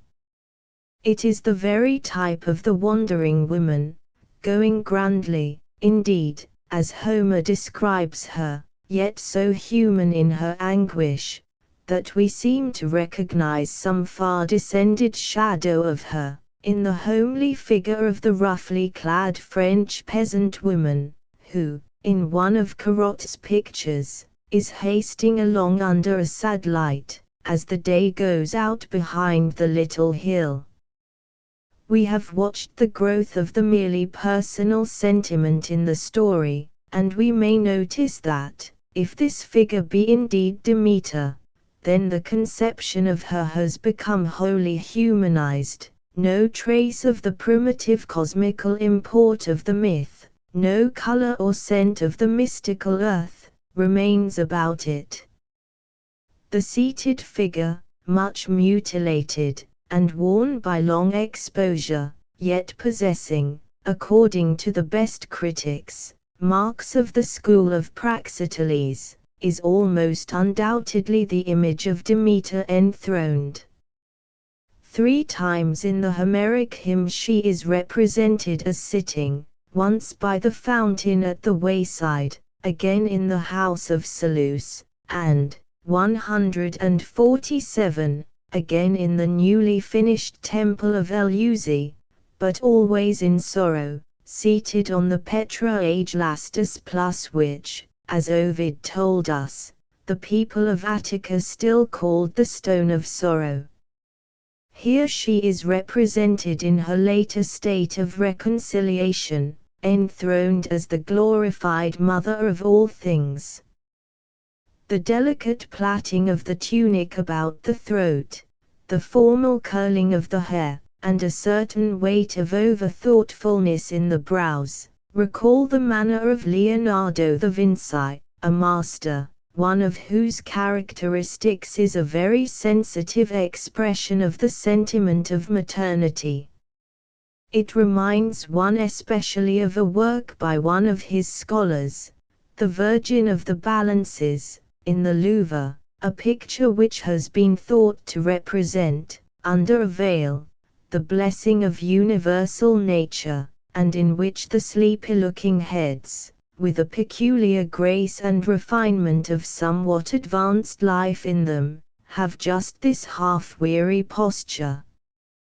We see here, then, the Here of the world below, the Stygian Juno, the chief of those Elysian matrons who come crowding, in the poem of Claudian, to the marriage toilet of Proserpine, the goddess of the fertility of the earth and of all creatures, but still of fertility as arisen out of death, and therefore she is not without a certain pensiveness, having seen the seed fall into the ground and die, many times. Persephone is returned to her, and the hair, 148, spreads, like a rich harvest, over her shoulders, but she is still veiled, and knows that the seed must fall into the ground again, and Persephone descend again from her. The statues of the supposed priestess, and of the enthroned Demeter, are of more than the size of life. The figure of Persephone is but 17 inches high, a daintily handled toy of Parian marble, the miniature copy perhaps of a much larger work, which might well be reproduced on a magnified scale. The conception of Demeter is throughout chiefly human, and even domestic, though never without a hieratic interest, because she is not a goddess only, but also a priestess. In contrast, Persephone is wholly unearthly, the close companion, and even the confused double, of Hecate, the goddess of midnight terrors, Despona, the final mistress of all that lives, and as sorrow is the characteristic sentiment of Demeter, so or of Persephone. She is compact of sleep, and death, and flowers, but of narcotic flowers especially, a revenant, who in the garden of Aidoneus has eaten of the pomegranate, and bears always the secret of decay in her, of return to the grave, in the mystery of those swallowed seeds, sometimes, in later work, holding in her hand the key of the great prison house, but which unlocks all secrets also, there, finally, or through oracles revealed in dreams winking smiley sometimes, like Demeter, the poppy, emblem of sleep and death by its 149 narcotic juices, of life and resurrection by its innumerable seeds, of the dreams, therefore, that may intervene between falling asleep and waking. Treated as it is in the Homeric hymn, and still more in this statue, the image of Persephone may be regarded as the result of many efforts to lift the old Chthonian gloom, still lingering on in heavier souls, concerning the grave, to connect it with impressions of dignity and beauty, and a certain sweetness even. It is meant to make men in love, or at least at peace, with death. The Persephone of Praxiteles' school, then, is Aphrodite Persephone, Venus Libitina. Her shadowy eyes have gazed upon the fainter coloring of the underworld, and the tranquility, born of it, has passed into her face, for the Greek Hades is, after all, but a quiet, twilight place, not very different from that house of fame where Dante places the great souls of the classical world, Aidoneus himself being conceived, in the highest Greek sculpture, as but a gentler Zeus, the great innkeeper, so that when a certain Greek sculptor had failed in his portraiture of Zeus, because it had too little hilarity, too little, in the eyes and brow, of the open and cheerful sky, he only changed its title, and the thing passed excellently, with its heavy locks and shadowy eyebrows, for the god of the dead. The image of Persephone, then, as it is here composed, with the tall, tower-like head-dress, from which the veil depends, the corn basket, 150, originally carried thus by the Greek women, balanced on the head, giving the figure unusual length, has the air of a body bound about with grave clothes, while the archaic hands and feet, and a certain stiffness in the folds of the drapery, give it something of a hieratic character, and to the modern observer may suggest a sort of kinship with the more chastened kind of Gothic work. But quite of the school of Praxiteles is the general character of the composition, the graceful waving of the hair, the fine shadows of the little face, of the eyes and lips especially, like the shadows of a flower risen noiselessly from its dwelling in the dust, though still with that fullness or heaviness in the brow, as of sleepy people, which, in the delicate gradations of Greek sculpture, distinguish the infernal deities from their Olympian kindred. The object placed in the hand may be, perhaps, a stiff, archaic flower, but is probably the partly consumed pomegranate, one morsel gone, the most usual emblem of Persephone being this mystical fruit, which, because of the multitude of its seeds, was to the Romans a symbol of fecundity, and was sold at the doors of the temple of Ceres, that the women might offer it there, and bear numerous children, and so, to the Middle Age, became a symbol of the fruitful earth itself, and then of that other seed sown in the dark underworld, and at last of that whole hidden region, so thickly sown, which Dante visited, Michelino painting him, 151, in the Duomo of Florence, with this fruit in his hand, and Botticelli putting it into the childish hands of him, who, if men go down into hell, is there also. There is an attractiveness in these goddesses of the earth, akin to the influence of cool places, quiet houses, subdued light, tranquilizing voices. What is there in this phase of ancient religion for us, at the present day? The myth of Demeter and Persephone, then, illustrates the power of the Greek religion as a religion of pure ideas, of conceptions, which having no link on historical fact, yet, because they arose naturally out of the spirit of man, and embodied, in adequate symbols, his deepest thoughts concerning the conditions of his physical and spiritual life, maintained their hold through many changes, and are still not without a solemnizing power even for the modern mind, which has once admitted them as recognized and habitual inhabitants, and, abiding thus for the elevation and purifying of our sentiments, long after the earlier and simpler races of their worshippers have passed away, they may be a pledge to us of the place in our culture, at once legitimate and possible, of the associations, the conceptions, the imagery, of Greek religious poetry in general, of the poetry of all religions. Notes 117. Plus transliteration, Calicopis. Liddell and Scott definition, like a flower bud, blushing, roseate. 118 plus transliteration, charis. Liddell and Scott definition, favor, grace, loveliness. 118 plus transliteration, Thearisemni. Translation, August goddesses.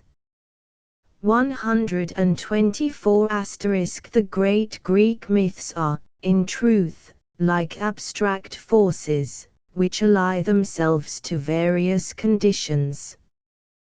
129 plus transliteration, Kouretos. Translation, Kour the mysterious, the horrible. Another meaning of eretos, as Pater points out, is unsaid, not to be spoken. 136 With this may be connected another passage of Ovid, Metamorphoses, v 391-408. 138 On these small objects the mother and daughter are hard to distinguish, the latter being recognizable only by a greater delicacy in the features and the more evident stamp of youth.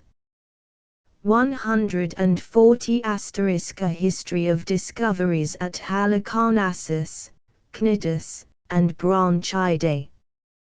141 plus transliteration, Hoithia Paradamatri. Pater's translation, the gods with Demeter.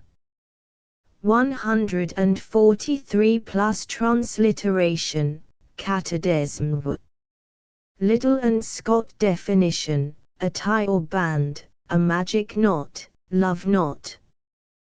145 plus transliteration, Deo.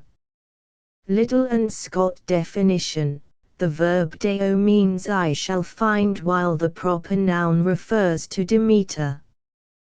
147 plus transliteration, Petra Agelastus. Translation, sullen rock. 147 Paleoligustra, /Expererosas, Decresseria Liliovidae. Hippolytus Veiled, a study from Euripides, 152, centuries of zealous archaeology notwithstanding, many phases of the so varied Greek genius are recorded for the modern student in a kind of shorthand only, or not at all. Even for Pausanias, visiting Greece before its direct part in affairs was quite played out, much had perished or grown dim, of its art, of the truth of its outward history, above all of its religion as a credible or practicable thing. And yet Pausanias visits Greece under conditions as favorable for observation as those under which later travelers, Addison or Eustace, proceed to Italy. For him the impress of life in those old Greek cities is not less vivid and entire than that of medieval Italy to ourselves. At Siena, for instance, with its ancient palaces still in occupation, its public edifices as serviceable as if the old republic had but just now vacated them, the tradition of their primitive worship still unbroken in its churches. had the opportunities in which Pausanias was, 153, fortunate been ours. How many haunts of the antique Greek life unnoticed by him we should have peeped into, minutely systematic in our painstaking. How many of you would broaden out where he notes hardly anything at all on his map of Greece?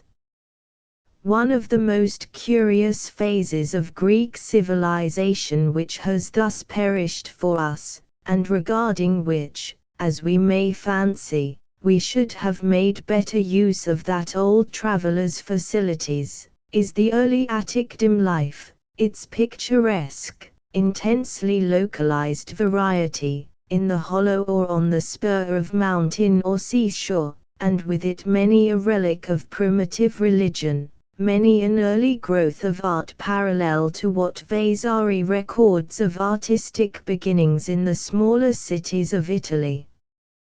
Colonus and Acharnae, surviving still so vividly by the magic of Sophocles, of Aristophanes, are but isolated examples of a widespread manner of life, in which, amid many provincial peculiarities, the first, yet perhaps the most costly and telling steps were made in all the various departments of Greek culture. Even in the days of Pausanias, Pyrrhus was still traceable as a distinct township, once the possible rival of Athens, with its little old covered market by the seaside, and the symbolical picture of the place, its genius, visible on the wall. And that is but the type of what there had been to know of 80 and more village communities, each having its own altars, its special worship and, 154, place of civic assembly, its trade and crafts, its name drawn from physical peculiarity or famous incident, its body of heroic tradition. Lingering on while Athens, the great dim, gradually absorbed into itself more and more of their achievements, and passing away almost completely as political factors in the Peloponnesian War, they were still felt, we can hardly doubt, in the actual physiognomy of Greece. That variety in unity, which its singular geographical formation secured to Greece as a whole, was at its utmost in these minute reflections of the national character, with all the relish of local difference, new art, new poetry, fresh ventures in political combination, in the conception of life, springing as if straight from the soil, like the thorn blossom of early spring in magic lines over all that rocky land. On the other hand, it was just here that ancient habits clung most tenaciously, that old-fashioned, homely, delightful existence, to which the refugee, pent up in Athens in the years of the Peloponnesian War, looked back so fondly. If the impression of Greece generally is but enhanced by the littleness of the physical scene of events intellectually so great, such a system of grand lines, restrained within so narrow a compass, as in one of its fine coins, still more would this be true of those centers of country life. Here, certainly, was that assertion of seemingly small interests, which brings into free play, and gives his utmost value, 155, to the individual, making his warfare, equally with his more peaceful rivalries, dim against dim, the mountain against the plain, the seashore, as in our own old border life, but played out here by wonderfully gifted people, tangible as a personal history, to the doubling of its fascination for those whose business is with the survey of the dramatic side of life. As with civil matters, so it was also, we may fairly suppose, with religion. the dim life was a manifestation of religious custom and sentiment, in all their primitive local variety. As Athens, gradually drawing into itself the various elements of provincial culture, developed, with authority, the central religious position, the Dams men did but add the worship of Athene Polias, the goddess of the capital, to their own pre-existent ritual uses. Of local and central religion alike, time and circumstance had obliterated much when Pausanias came. A devout spirit, with religion for his chief interest, eager for the trace of a divine footstep, anxious even in the days of Lucian to deal seriously with what had counted for so much to serious men, he has, indeed, to lament that Pan is dead: they come no longer. These things happen no longer. But the Greek, his very name also, Hellen, was the title of a priesthood, had been religious abundantly, sanctifying every detail of his actual life with the religious idea, and as Pausanias goes on his way he finds many a remnant of that 156 earlier estate of religion, when, as he fancied, it had been nearer the gods, as it was certainly nearer the earth. It is marked, even in decay, with varieties of place, and is not only continuous but in situ. At Phogaleia he makes his offerings to Demeter, agreeably to the paternal rites of the inhabitants, wax, fruit, undressed wool still full of the swords of the sheep. A dream from heaven cuts short his notice of the mysteries of Eleusis. He sees the stone, big enough for a little man, on which Silenus was used to sit and rest, at Athens, the tombs of the Amazons, of the purple-haired Nisus, of Deucalion. It is a manifest token that he had dwelt there. The worshippers of Poseidon, even at his temple among the hills, might still feel the earth fluctuating beneath their feet. And in care for divine things, he tells us, the Athenians outdid all other Greeks. Even in the days of Nero it revealed itself oddly, and it is natural to suppose that of this temper the Dams, as the proper home of conservatism, were exceptionally expressive.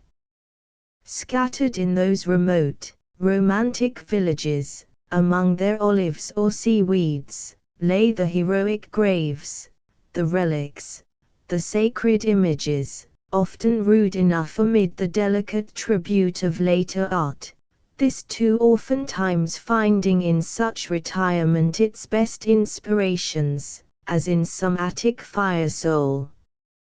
Like a network over the land of gracious poetic tradition, as also of undisturbed ceremonial usage surviving late for those who cared to seek it, the 157 local religions had been never wholly superseded by the worship of the great national temples. They were, in truth, the most characteristic developments of a faith essentially earthborn or indigenous. And how often must the student of fine art, again, wish he had the same sort of knowledge about its earlier growth in Greece that he actually possesses in the case of Italian art.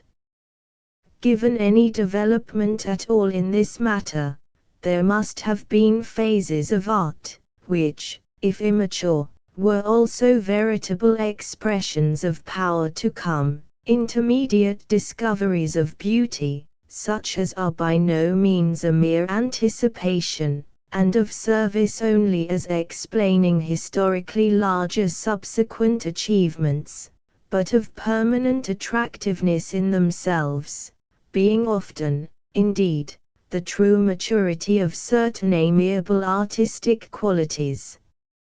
And in regard to Greek art at its best, the Parthenon, no less than to the art of the Renaissance at its best, the Sistine Chapel, the more instructive light would be derived rather from what precedes than what follows such central success, from the determination to apprehend the fulfillment of past effort rather than the eve of decline, in the critical, central moment which partakes of both. Of such early promise, early achievement, we have in the case of Greek art little to compare with what is extant of the youth of the arts in Italy. Overbeck's careful gleanings of its history form indeed, 158, a sorry relic as contrasted with Vasari's intimations of the beginnings of the Renaissance. Fired by certain fragments of its earlier days, of a beauty, in truth, absolute, and vainly longing for more, the student of Greek sculpture indulges the thought of an ideal of youthful energy therein, yet withal of youthful self-restraint, and again, as with survivals of old religion, the privileged home, he fancies, of that ideal must have been in those venerable Attic townships, as to a large extent it passed away with them. The budding of new art, the survival of old religion, at isolated centers of provincial life, where varieties of human character also were keen, abundant, asserted in correspondingly effective incident. This is what irresistible fancy superinduces on historic details, themselves meager enough. The sentiment of antiquity is indeed a characteristic of all cultivated people, even in what may seem the freshest ages, and not exclusively a humor of our later world. In the earliest notices about them, as we know, the people of Attica appear already impressed by the immense antiquity of their occupation of its soil, of which they claim to be the very first flower. Some at least of those old men we may well fancy sentimentally reluctant to change their habits, fearful of losing too much of themselves in the larger stream of life, clinging to what is antiquated as the work of centralization goes on, needful as that work was. 159, with the great Eastern difficulty already ever in the distance. The fear of Asia, barbaric, splendid, hardly known, yet haunting the curious imagination of those who had borrowed thence the art in which they were rapidly excelling it, developing, as we now see, in the interest of Greek humanity, crafts begotten of tyrannic and illiberal luxury, was finally to suppress the rivalries of those primitive centers of activity, when the invincible armada of the common foe came into sight. At a later period civil strife was to destroy their last traces. The old hoplite, from Rhamnus or Acharnae, pent up in beleaguered Athens during that first summer of the Peloponnesian War, occupying with his household a turret of the wall, as Thucydides describes, one of many picturesque touches in that severe historian, could well remember the ancient provincial life which this conflict with Sparta was bringing to an end. He could recall his boyish, half-scared curiosity concerning those Persian ships, coming first as merchantmen, or with pirates on occasion, in the half-savage, wicked splendors of their decoration, the monstrous figureheads, their glittering freightage. Men would hardly have trusted their women or children with that suspicious crew, hovering through the dusk. There were soothsayers, indeed, who had long foretold what happened soon after, giving shape to vague, supernatural terrors. And then he had crept, 160, from his hiding place with other lads to go view the enemies slain at Marathon, beside those belated Spartans. This new war with whom seemed to be reviving the fierce local feuds of his younger days. Paraloi and Diocreo had ever been rivals. Very distant it all seemed now, with all the stories he could tell, for in those crumbling little towns, as heroic life had lingered on into the actual, so, at an earlier date, the supernatural into the heroic. Like mist at dawn, the last traces of its divine visitors had then vanished from the land, where, however, they had already begotten our best and oldest families. It was Theseus, uncompromising young master of the situation, in fearless application of the modern spirit of his day to every phase of life where it was applicable, who, at the expense of Attica, had given Athens a people, reluctant enough, in truth, as Plutarch suggests, to desert their homes and religious usages and many good and gracious kings of their own for this elect youth, who thus figures, passably, as a kind of mythic shorthand for civilization, making roads and the like, facilitating travel, suppressing various forms of violence, but many innocent things as well.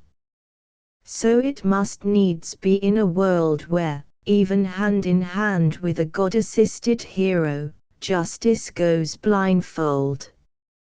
He slays the bull of Marathon and many another local tyrant, but also exterminates that delightful creature, the centaur. The Amazon, whom Plato will, 161, reinstate as the type of improved womanhood, has no better luck than fear, the sow pig of Crumaion, foul old landed proprietress. They exerted, however, the prerogative of poetic protest, and survive thereby. Centaur and Amazon, as we see them in the fine art of Greece, represent the regret of Athenians themselves for something that could never be brought to life again, and have their pathos. Those young heroes contending with Amazons on the frieze of the mausoleum had best make haste with their bloody work, if young people's eyes can tell a true story. A type still of progress triumphant through injustice, set on improving things off the face of the earth, Theseus took occasion to attack the Amazons in their mountain home, not long after their ruinous conflict with Hercules, and hit them when they were down. That greater bully had labored off on the world's highway, carrying with him the official girdle of Antiope, their queen, gift of Oz, and therewith, it would seem, the mystic secret of their strength. At sight of this new foe, at any rate, she came to a strange submission. The savage virgin had turned to very woman, and was presently a willing slave, returning on the gaily appointed ship in all haste to Athens, where in supposed wedlock she bore King Theseus a son. With their annual visit to the Gargareans, for the purpose of maintaining their 162 species, parting with their boys early, these husbandless women could hardly be supposed a very happy, certainly not a very joyous people. They figure rather as a sorry measure of the luck of the female sex in taking a hard natural law into their own hands, and by abnegation of all tender companionship making shift with bare independence, as a kind of second best, the best practicable by them in the imperfect actual condition of things. But the heartstrings would ache still where the breast had been cut away. The sisters of Antiope had come, not immediately, but in careful array of battle, to bring back the captive. All along the weary roads from the Caucasus to Attica, their traces had remained in the great graves of those who died by the way. Against the little remnant, carrying on the fight to the very midst of Athens, Antiope herself had turned, all other thoughts transformed now into wild idolatry of her hero. Superstitious, or in real regret, the Athenians never forgot their tombs. As for Antiope, the conscience of her perfidy remained with her, adding the pang of remorse to her own desertion, when King Theseus, with his accustomed bad faith to women, set her, too, aside in turn. Phaedra, the true wife, was there, peeping suspiciously at her arrival, and even as Antiope yielded to her lord's embraces, the thought had come that a male child might be the instrument of her anger, and one day judge her cause. 163. In one of these doomed, decaying villages, then, King Theseus placed the woman and her babe, hidden, yet secure, within the Attic border, as men veil their mistakes or crimes. They might pass away, they and their story, together with the memory of other antiquated creatures of such places, who had had connubial dealings with the stars. The white, paved wagon track, a bypath of the sacred way to Eleusis, zigzagged through sloping olive yards, from the plain of silvered blue, with Athens building in the distance, and past the door of the rude stone house, furnished scantily, which no one had ventured to inhabit of late years till they came there. On the ledges of the grey cliffs above, the laurel groves, stem and foliage of motionless bronze, had spread their tents. Travelers bound northwards were glad to repose themselves there, and take directions, or provision for their journey onwards, from the highland people, who came down hither to sell their honey, their cheese, and woolen stuff, in the tiny market-place. At dawn the great stars seemed to halt a while, burning as if for sacrifice to some pure deity, on those distant, obscurely named heights, like broken swords, the rim of the world. A little later you could just see the newly opened quarries, like streaks of snow on their russet-brown bosoms. Thither in springtime all eyes turned from Athens devoutly, intent till the first shaft of lightning gave signal for the departure of the 164 sacred ship to Delos. Racing over those rocky surfaces, the virgin air descended hither with the secret of profound sleep, as the child lay in its cubicle hewn in the stone, the white fleeces heaped warmly round him. In the wild Amazon's soul, to her surprise, and at first against her will, the maternal sense had quickened from the moment of his conception, and that burst of angry tears with which she had received him into the world once dried up, kindling more eagerly at every token of manly growth, had at length driven out every other feeling. And this animal sentiment, educating the human hand and heart in her, had become a moral one, when, King Theseus leaving her in anger, visibly unkind, the child had crept to her side, and tracing with small fingers the wrinkled lines of her woebegone brow, carved there as if by 1,000 years of sorrow, had sown between himself and her the seed of an undying sympathy. She was thus already on the watch for a host of minute recognitions on his part, of the self-sacrifice involved in her devotion to a career of which she must needs drain out the sorrow, careful that he might taste only the joy. So far, amid their spare living, the child, as if looking up to the warm broad wing of her love above him, seemed replete with comfort.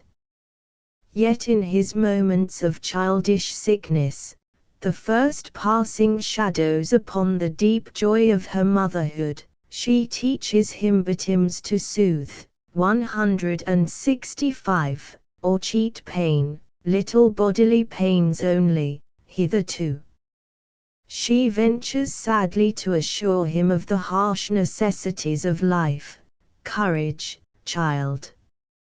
Every one must take his share of suffering. Shift not thy body so vehemently. Pain, taken quietly, is easier to bear. Carefully inverting the habits of her own rude childhood, she learned to spin the wools, white and grey, to clothe and cover him pleasantly. The spectacle of his unsuspicious happiness, though at present a matter of purely physical conditions, awoke a strange sense of poetry, a kind of artistic sense in her, watching, as her own long-deferred recreation in life, his delight in the little delicacies she prepared to his liking, broiled kid's flesh, the red wine, the mushrooms sought through the early dew, his hunger and thirst so daintily satisfied, as he sat at table, like the firstborn of King Theseus, with 2 waxlights and a fire. At dawn or nightfall dancing to the prattle and laughter, a bright child, never stupidly weary. At times his very happiness would seem to her like a menace of misfortune to come. Was there not with herself the curse of that unsisterly action? And not far from him, the terrible danger of the father's, the stepmother's jealousy, the mockery of those half-brothers to come. Ah! How perilous for happiness the sensibilities which make him so exquisitely happy now. Before they started on their dreadful visit to the Minotaur, says Plutarch, the women told their 166 sons many tales and other things to encourage them, and, even as she had furnished the child betimes with rules for the solace of bodily pain, so now she would have brought her own sad experience into service in precepts for the ejection of its festering power out of any other trouble that might visit him. Already those little disappointments which are as the shadow beside all conscious enjoyment, were no petty things to her, but had for her their pathos, as children's troubles will have, in spite of the longer chance before them. They were as the first steps in a long story of deferred hopes, or anticipations of death itself and the end of them. The gift of ours gone, the mystic girdle she would fain have transferred to the child, that bloody god of storm and battle, hereditary patron of her house, faded from her thoughts together with the memory of her past life, the more completely, because another familiar though somewhat forbidding deity, accepting certainly a cruel and forbidding worship, was already in possession, and reigning in the new home when she came thither. Only, thanks to some kindly local influence, by grace, say, of its delicate air, Artemis, this other god she had known in the Scythian wilds, had put aside her fierce ways, as she paused a while on her heavenly course among these ancient abodes of men, gliding softly, mainly through their dreams, with abundance of salutary touches. Full, in truth, of 167, grateful memory of some timely service at human hands.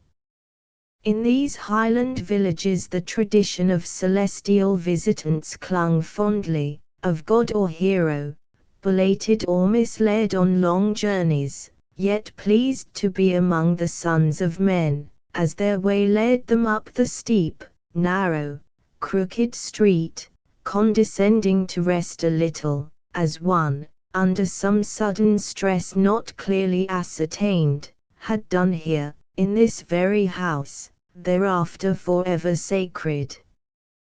The place and its inhabitants, of course, had been something bigger in the days of those old mythic hospitalities, unless, indeed, divine persons took kindly the will for the deed, very different, surely, from the present condition of things, for there was little here to detain a delicate traveller, even in the abode of Antiope and her son, though it had been the residence of a king. Hard by stood the chapel of the goddess, who had thus adorned the place with her memories. The priests, indeed, were already departed to Athens, carrying with them the ancient image, the vehicle of her actual presence, as the surest means of enriching the capital at the expense of the country, where she must now make poor shift of the occasional worshipper on his way through these mountain passes. But safely roofed beneath the sturdy tiles of grey Hymettus marble, upon the walls of the little square recess enclosing the deserted pedestal, a series of crowded imageries, in the devout spirit, 168, of earlier days, were eloquent concerning her. Here from scene to scene, touched with silver among the wild and human creatures in dun bronze, with the moon's disk around her head, shrouded closely, the goddess of the chase still glided mystically through all the varied incidents of her story, in all the detail of a written book. A book for the delighted reading of a scholar, willing to ponder at leisure, to make his way surely, and understand. Very different, certainly, from the cruel-featured little idol his mother had brought in her bundle, the old Scythian Artemis, hanging there on the wall, side by side with the forgotten Ars. Blood red, the goddess reveals herself to the lad, pouring through the dusk by taperlight, as at once a virgin, necessarily therefore the creature of solitude, yet also as the assiduous nurse of children, and patroness of the young. Her friendly intervention at the act of birth everywhere, her claim upon the nursling, among tame and wild creatures equally, among men as among gods, nay, among the stars, upon the very star of dawn, gave her a breadth of influence seemingly co-extensive with the sum of things. Yes, his great mother was in touch with everything. Yet throughout he can but note her perpetual chastity, with pleasurable though half-suspicious wonder at the mystery, he knows not what, involved therein, as though he awoke suddenly in some distant, unexplored region of her person and activity. 169. Why the lighted torch always, and that long straight vesture rolled round so formally? Was it only against the cold of these northern heights? To her, nevertheless, her maternity, her solitude, to this virgin mother, who, with no husband, no lover, no fruit of her own, is so tender to the children of others, in a full heart he devotes himself, his immaculate body and soul. Dedicating himself thus, he has the sense also that he becomes more entirely than ever the chevalier of his mortal mother, of her sad cause. The devout, diligent hands clear away carefully the dust, the faded relics of her former worship, a worship renewed once more as the sacred spring, set free from encumbrance, in answer to his willing ministries, murmurs again under the dim vault in its marble basin, work of primitive titanic fingers, flows out through its rocky channel, filling the whole township with chaste thoughts of her. Through much labor at length he comes to the veritable story of her birth, like a gift direct from the goddess herself to this loyal soul. There were those in later times who, like Aeschylus, knew Artemis as the daughter not of Leto but of Demeter, according to the version of her history now conveyed to the young Hippolytus, together with some deepened insight into her character. The goddess of Eleusis, on a journey, in the old days when, as Plato says, 170 men lived nearer the gods, finding herself with child by some starry inmate of those high places, had lain down in the rock-hewn cubicle of the inner chamber, and, certainly in sorrow, brought forth a daughter. Here was the secret at once of the genial, all-embracing maternity of this new strange Artemis, and of those more dubious tokens, the lighted torch, the winding sheet, the arrow of death on the string, of sudden death, truly, which may be thought after all the kindest, as prevenient of all disgraceful sickness or waste in the unsullied limbs. For the late birth into the world of this so shadowy daughter was somehow identified with the sudden passing into Hades of her firstborn, Persephone. As he scans those scenes anew, an awful surmise comes to him, his divine patroness moves there as death, surely.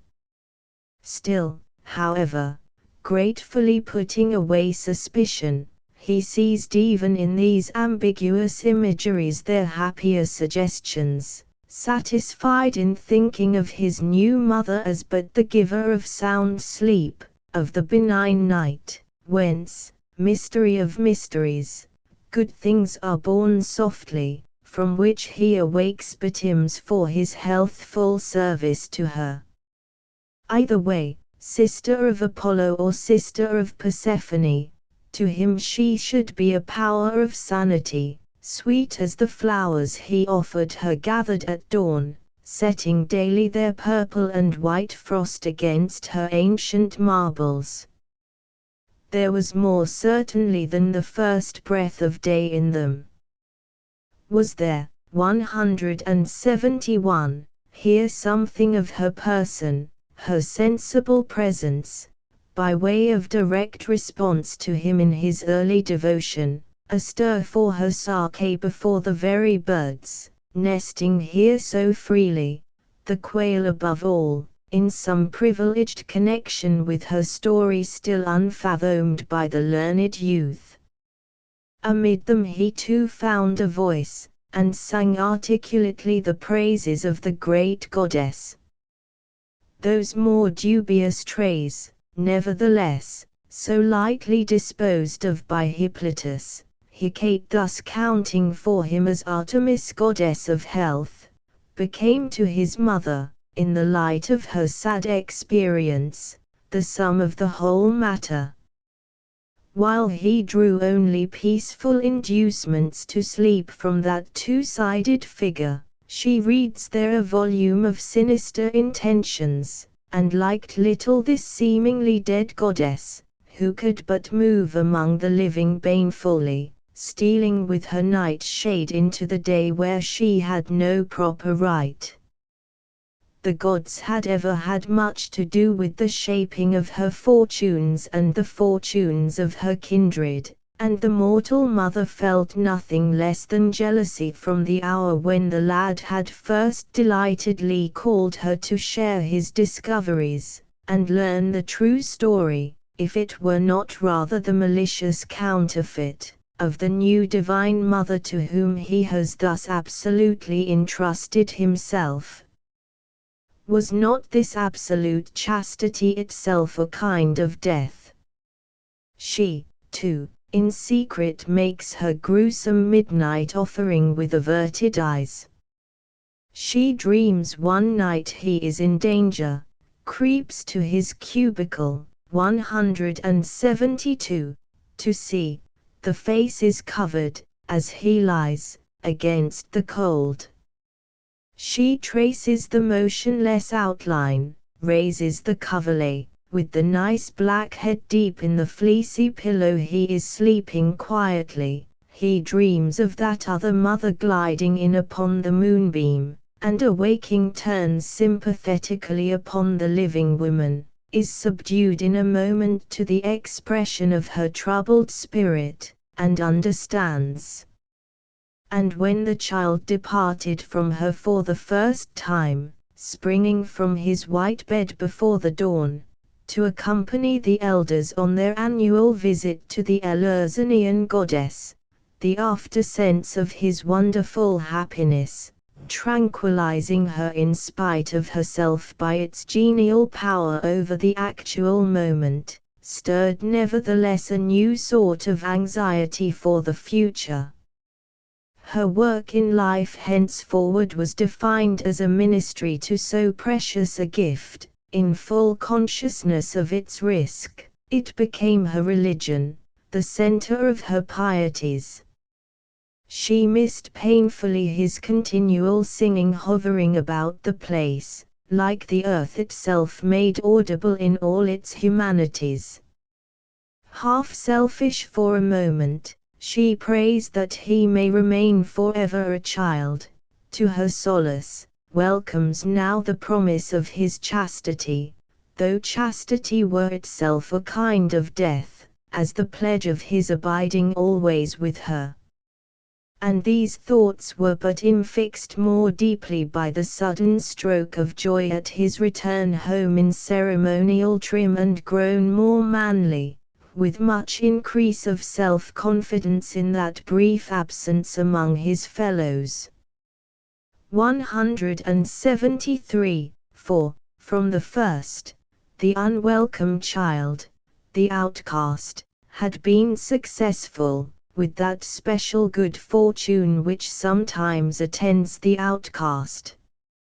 His happiness, his invincible happiness, had been found engaging, perhaps by the gods, certainly by men. And when King Theseus came to take note how things went in that rough life he had assigned them, he felt a half-liking for the boy, and bade him come down to Athens and see the sights, partly by way of proof to his already somewhat exacting wife of the difference between the old love and the new as measured by the present condition of their respective offspring.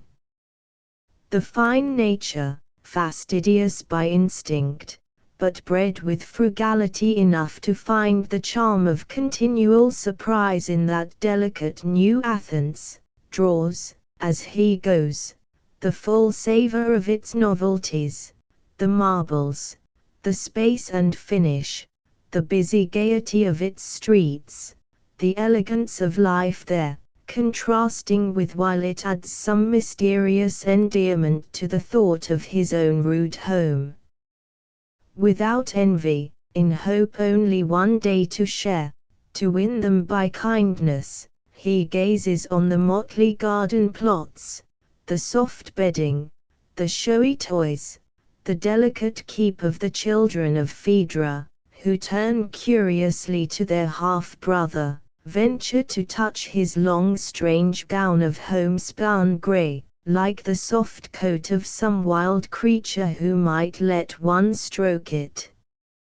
Close to their dainty existence for a while, he regards it as from afar, looks forward all day to the lights, the prattle, the laughter, the white, 174, bread, like sweet cake to him, of their ordinary evening meal, returns again and again, in spite of himself, to watch, to admire, feeling a power within him to merit the like, finds his way back at last, still light of heart, to his own poor fare, able to do without what he would enjoy so much as, grateful for his scanty part in things, for the make-believe of a feast in the little white loaves she too has managed to come by, sipping the thin white wine. He touches her dearly. The mother is shocked with a sense of something unearthly in his contentment, while he comes and goes, singing now more abundantly than ever a new canticle to her divine rival. Were things, after all, to go grudgingly with him? Sensible of that curse on herself, with her suspicions of his kinsfolk, of this dubious goddess to whom he has devoted himself, she anticipates with more foreboding than ever his path to be, with or without a wife, her own solitude, or his, the painful heats and cold. She fears even these late successes, it were best to veil their heads. The strong as such had ever been against her and hers. The father came again, noted the boy's growth. Manliest of men, like Hercules in his cloak of lion's skin, he has after all but scant liking, feels, through a certain meanness of soul, scorn for the finer likeness of himself. Might this creature of an already vanishing world, who for all his hard rearing had a manifest distinction of character, one day become his rival, full of 175 loyalty as he was already to the deserted mother? To charming Athens, nevertheless, he crept back, as occasion served, to gaze peacefully on the delightful good fortune of others, waiting for the opportunity to take his own turn with the rest, driving down thither at last in a chariot gallantly, when all the town was assembled to celebrate the king's birthday. For the goddess, herself turning ever kinder, and figuring more and more exclusively as the tender nurse of all things, had transformed her young votary from a hunter into a charioteer, a rearer and driver of horses, after the fashion of his Amazon mothers before him.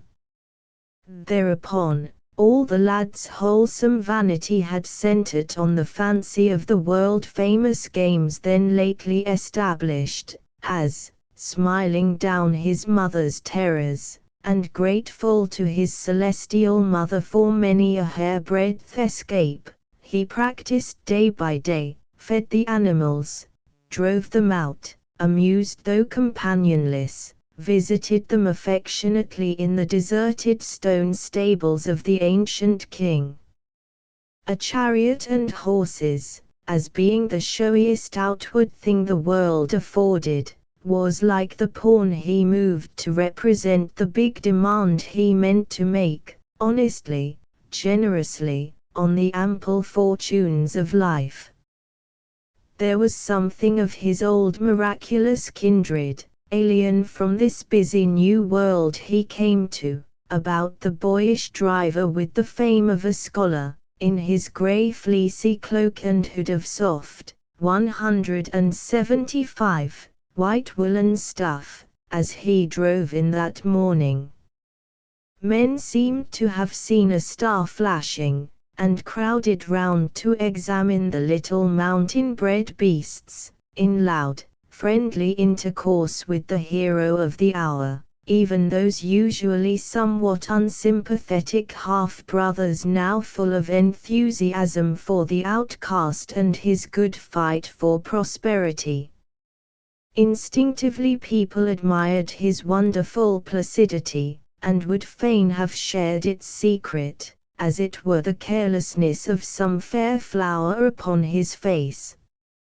A victor in the day's race, he carried home as his prize a glittering new harness in place of the very old one he had come with. "My chariot and horses," he says now, with his single touch of pride. Yet at home, savoring to the full his old solitary happiness, veiled again from time to time in that ancient life, he is still the student, still ponders the old writings which tell of his divine patroness. At Athens strange stories are told in turn of him, his nights upon the mountains, his dreamy sin, with that hypocritical virgin goddess, stories which set the jealous suspicions of Theseus at rest once more. For so dream not those who have the tangible, appraisable world in view. Even Queen Phaedra looks with pleasure, as he comes, on the once despised illegitimate creature, at home now here too, singing always audaciously, so visibly happy, occupied, popular. Encompassed by the luxuries of Athens, far from those peaceful mountain places, among people, 177, further still in spirit from their peaceful light and shade, he did not forget the kindly goddess, still sharing with his earthly mother the prizes, or what they would buy, for the adornment of their spare abode. The tombs of the fallen Amazons, the spot where they had breathed their last, he piously visited, informed himself of every circumstance of the event with devout care, and, thinking on them amid the dainties of the royal table, boldly brought them to their share of the offerings to the heroic dead. Aphrodite, indeed, Aphrodite, of whom he had scarcely so much as heard, was just then the best-served deity in Athens, with all its new wealth of color and form, its gold and ivory, the acting, the music, the fantastic women, beneath the shadow of the great walls still rising steadily. Hippolytus would have no part in her worship, instead did what was in him to revive the neglected service of his own goddess, stirring an old jealousy. For Aphrodite too had looked with delight upon the youth, already the center of 100 less dangerous human rivalries among the maidens of Greece, and was by no means indifferent to his indifference, his instinctive distaste, while the sterner, almost forgotten Artemis found once more her great moon-shaped cake, set about with starry tapers, at the appointed seasons. They know him now from afar, by his emphatic, shooting, arrowy movements, and on 178, the day of the great chariot races he goes in and wins. To the surprise of all he compounded his handsome prize for the old wooden image taken from the chapel at home, lurking now in an obscure shrine in the meanest quarter of the town. Sober amid the noisy feasting which followed, unashamed, but traveling by night to hide it from their mockery, warm at his bosom, he reached the passes at twilight, and through the deep peace of the glens bore it to the old resting place, now more worthy than ever of the presence of its mistress, his mother and all the people of the village coming forth to salute her, all doors set mystically open, as she advances. Phaedra too, his stepmother, a fiery soul with wild strange blood in her veins, forgetting her fears of this illegitimate rival of her children, seemed now to have seen him for the first time, loved at last the very touch of his fleecy cloak, and would fain have had him of her own religion. As though the once neglected child had been another, she tries to win him as a stranger in his manly perfection, growing more than an affectionate mother to her husband's son. But why thus intimate and congenial, she asks, always in the wrong quarter? Why not compass two ends at once?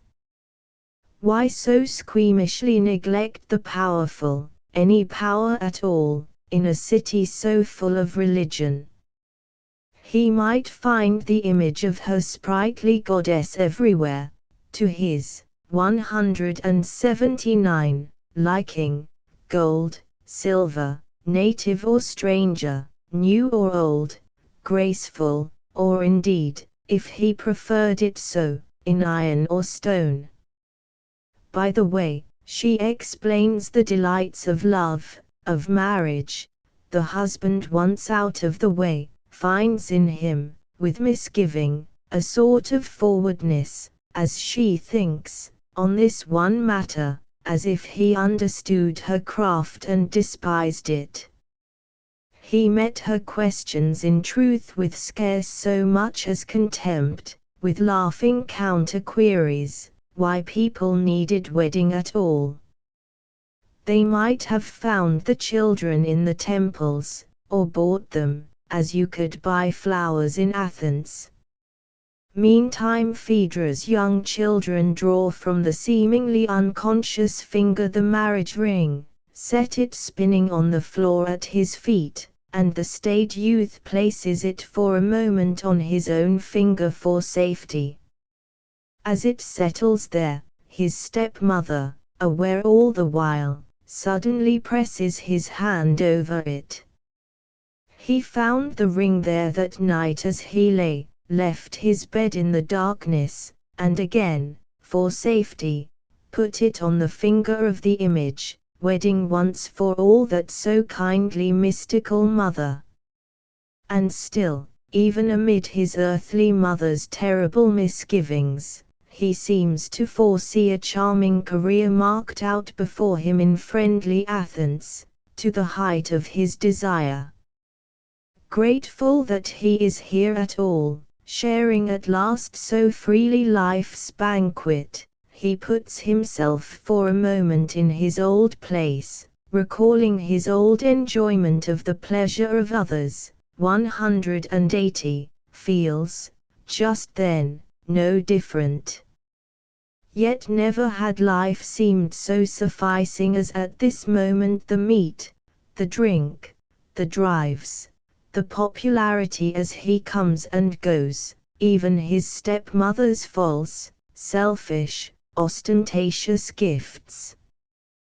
But she, too, begins to feel something of the jealousy of that other divine, would-be mistress, and by way of a last effort to bring him to a better mind in regard to them both, conducts him, immeasurable privilege, to her own private chapel. You could hardly tell where the apartments of the adulteress ended and that of the divine courtesan began. Haunts of her long, indolent, self-pleasing nights and days, they presented everywhere the impress of Phaedra's luxurious humor. A peculiar glow, such as he had never before seen, like heady lamplight, or sunshine to some sleeper in a delirious dream, hung upon, clung to, the bold, naked, shameful imageries, as his stepmother trimmed the lamps, drew forth her sickly perfumes, clad afresh in piquant change of raiment the almost formless goddess crouching there in her unclean shrine or sty, set at last her foolish wheel in motion to a low chant, holding him by the wrist, keeping close all the while, as if to catch some germ of consent in his indifferent words.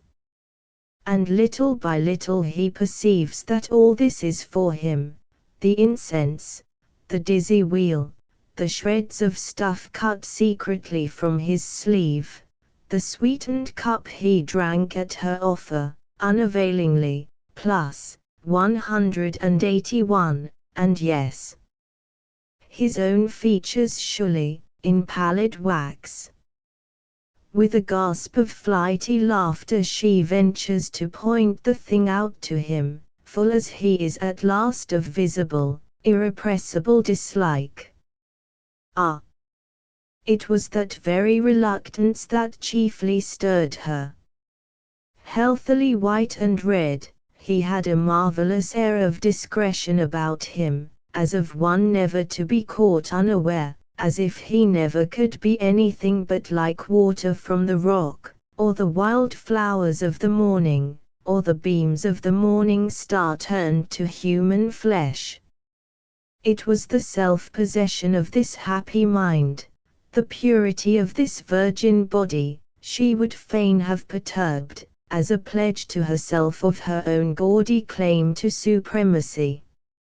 King Theseus, as she knew, had had at least 2 earlier loves, for once she would be a first love, felt at moments that with this one passion once indulged, it might be happiness thereafter to remain chaste forever.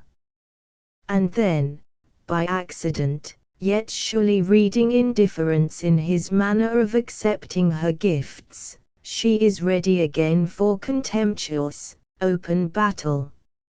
Is he indeed but a child still, this nursling of the forbidding Amazon, of that Amazonian goddess, to be a child always? Or a wily priest rather, skillfully circumventing her sorceries, with mystic precautions of his own? In truth, there is something of the priestly character in this impassible discretion, reminding her of his alleged intimacy with the rival goddess, and redoubling her curiosity, her fondness. Plus 182, Phaedra, lovesick, feverish, in bodily sickness at last, raves of the cool woods, the chase, the steeds of Hippolytus, her thoughts running madly on what she fancies to be his secret business, with a storm of abject tears, foreseeing in one moment of recoil the weary tale of years to come. Stricken as she declares, she dared at last to confess her longing to already half-suspicious attendants, and, awake one morning to find Hippolytus there kindly at her bidding, drove him openly forth in a tempest of insulting speech. There was a mordant there, like the menace of misfortune to come, in which the injured goddess also was invited to concur. What words! What terrible words! Following, clinging to him, like acrid fire upon his bare flesh, as he hasted from Phaedra's house, thrust out at last, his vesture remaining in her hands. The husband returning suddenly, she tells him a false story of violence to her bed, and is believed. King Theseus, all his accumulated store of suspicion and dislike turning now to active hatred, flung away readily upon him, bewildered, unheard, one of 3 precious curses, some mystery of wasting sickness therein, with which Poseidon had indulged him. It seemed sad that one so young must call for justice, precariously, upon the gods, the dead, the very walls. Admiring youth dared hardly bid farewell to their late comrade, are generous, at most, in 183, stolen, sympathetic glances towards the fallen star.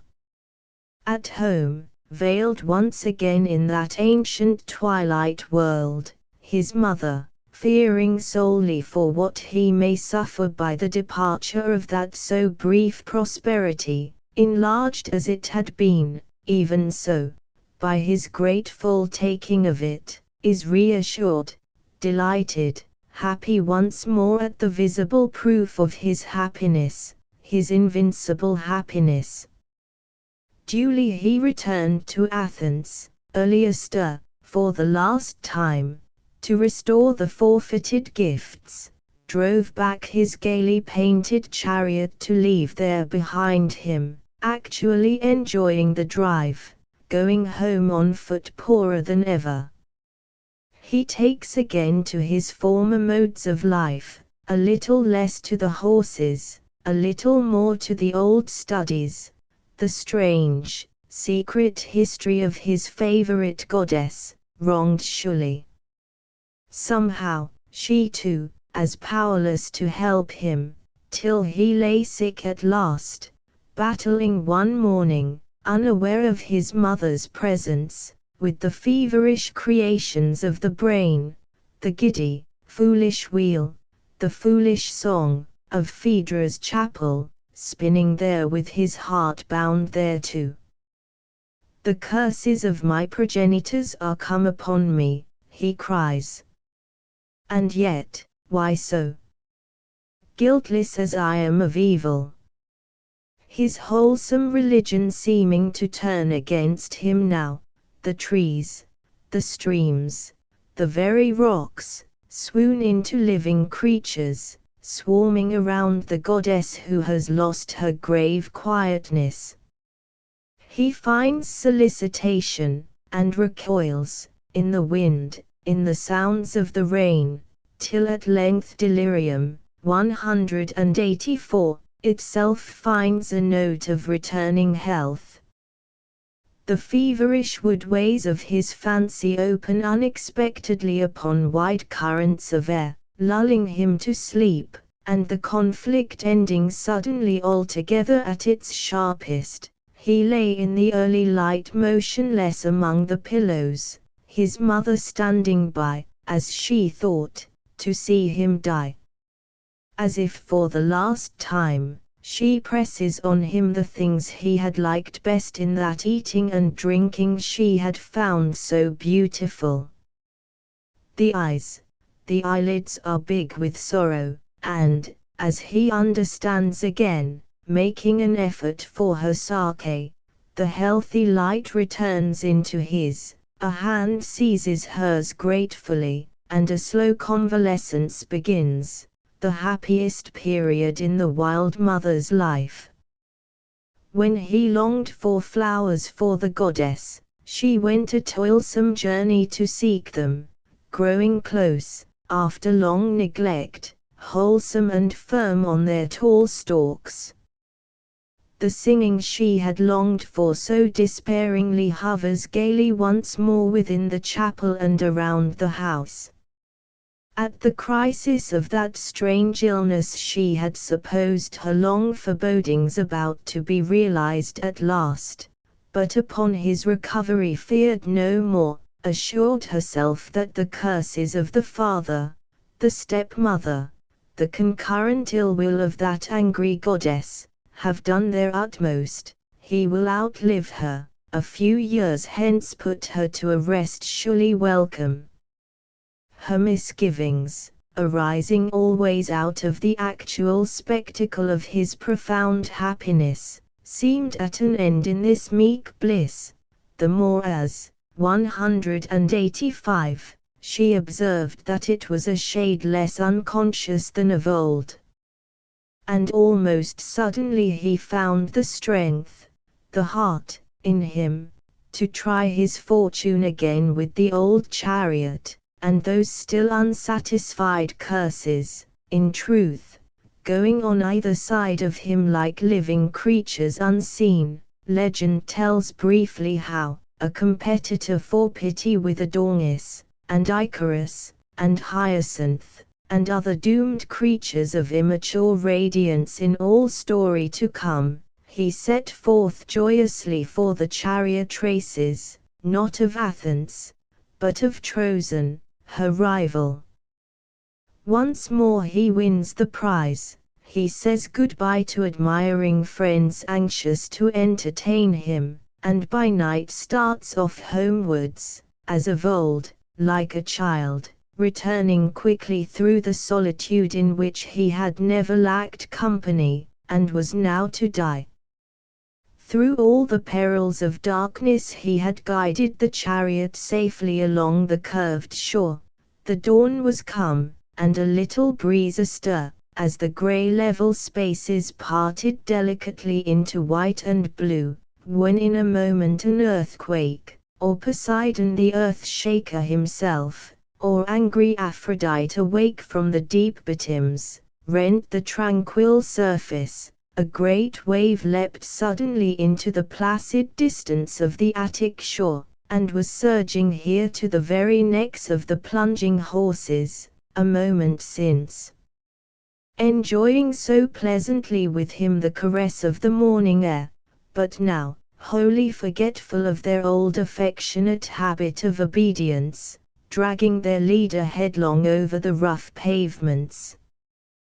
186. Evening and the dawn might seem to have met on that hapless day through which they drew him home entangled in the trappings of the chariot that had been his ruin, till he lay at length, grey and haggard, at the rest he had longed for dimly amid the buffeting of those murderous stones, his mother watching impassibly, sunk at once into the condition she had so long anticipated. Later legend breaks a supernatural light over that great desolation, and would fain relieve the reader by introducing the kindly Asclepius, who presently restores the youth to life, not, however, in the old form or under familiar conditions. To her, surely, counting the wounds, the disfigurements, telling over the pains which had shot through that dear head now insensible to her touch among the pillows under the harsh broad daylight, that would have been no more of a solace than if, according to the fancy of Ovid, he flourished still, a little deity, but under a new name and veiled now in old age, in the haunted grove of Erycia, far from his old Attic home, in a land which had never seen him as he was.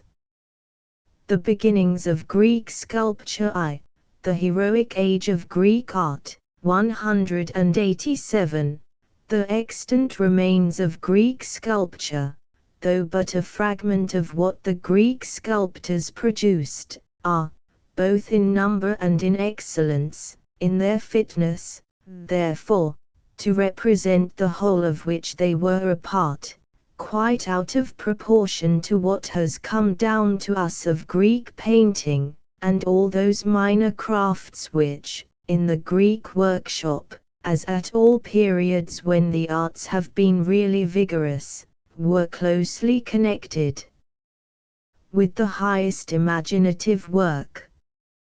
Greek painting is represented to us only by its distant reflection on the walls of the buried houses of Pompeii, and the designs of subordinate though exquisite craftsmen on the vases of wrought metal, partly through the inherent usefulness of its material, tempting ignorant persons into whose hands it may fall to refashion it. We have comparatively little, while, in consequence of the perishableness of their material, nothing, 188, remains of the curious woodwork, the carved ivory, the embroidery and colored stuffs, on which the Greeks set much store, of that whole system of refined artisanship, diffused, like a general atmosphere of beauty and richness, around the more exalted creations of Greek sculpture. What we possess, then, of that highest Greek sculpture is presented to us in a sort of threefold isolation, first of all, from the concomitant arts, the frieze of the Parthenon without the metal bridles on the horses, for which the holes in the marble remain, isolation, secondly, from the architectural group of which, with most careful estimate of distance and point of observation, that frieze, for instance, was designed to be a part, isolation, Thirdly, from the clear Greek skies. The poetical Greek life, in our modern galleries.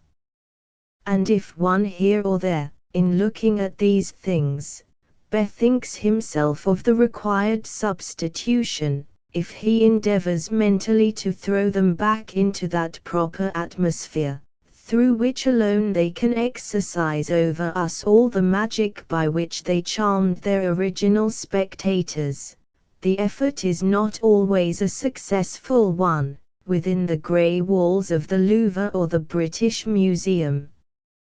And the circumstance that Greek sculpture is presented to us in such falsifying isolation from the work of the weaver, the carpenter, and the goldsmith, has encouraged a manner of regarding it too little sensuous.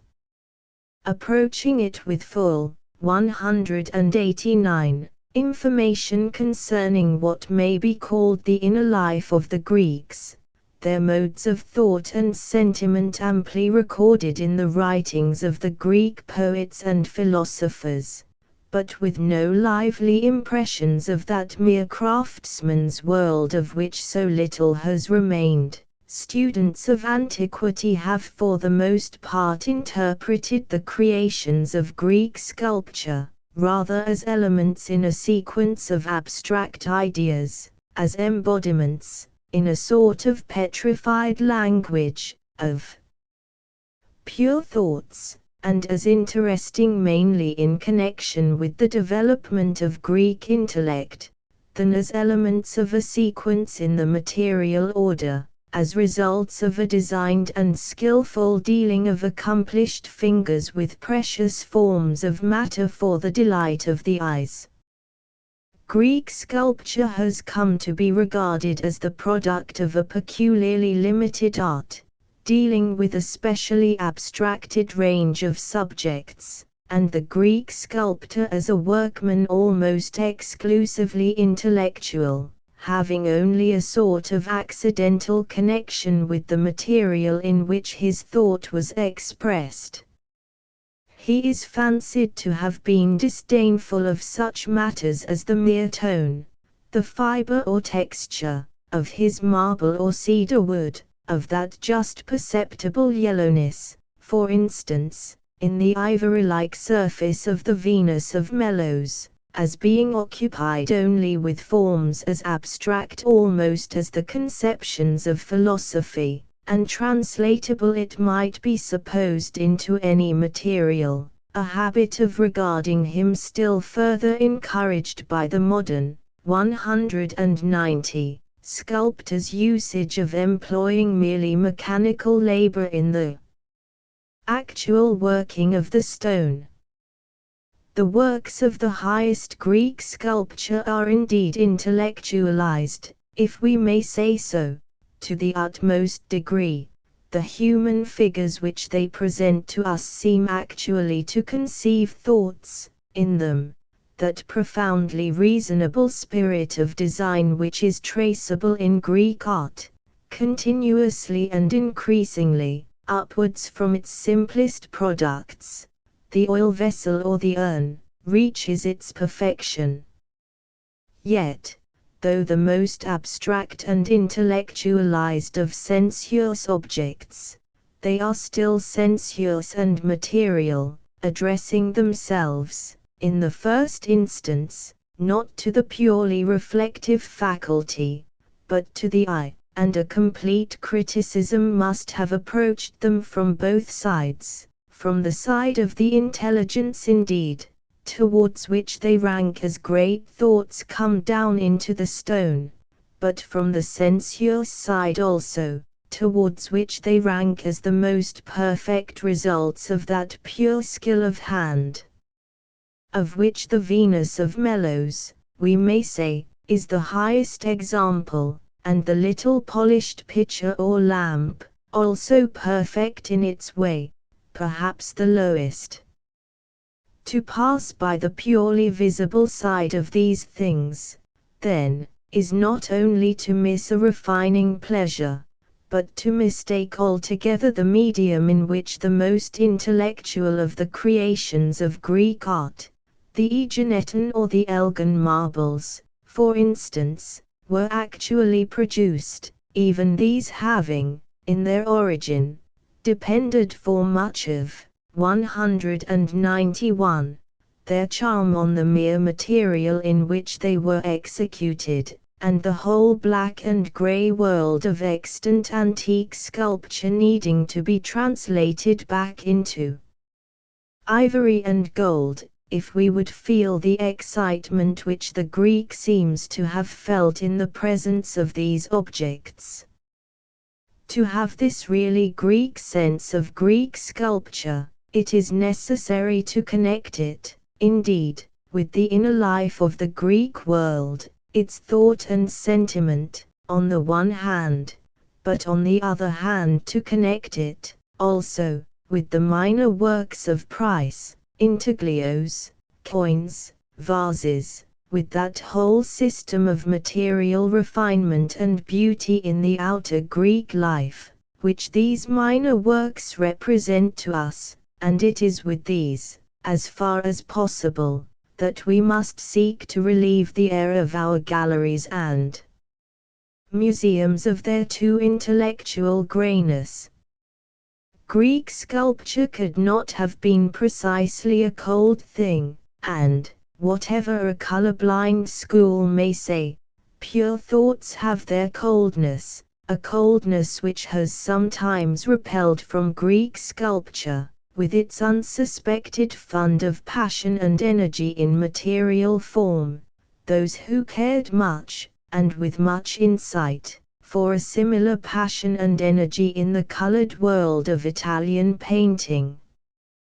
Theoretically, then, we need that world of the minor arts as a complementary background for the higher and more austere Greek sculpture, and, as matter of fact, it is just with such a world, with a period of refined and exquisite, 192, tectonics plus, as the Greeks called all crafts strictly subordinate to architecture, that Greek art actually begins, in what is called the heroic age, that earliest, undefined period of Greek civilization, the beginning of which cannot be dated, and which reaches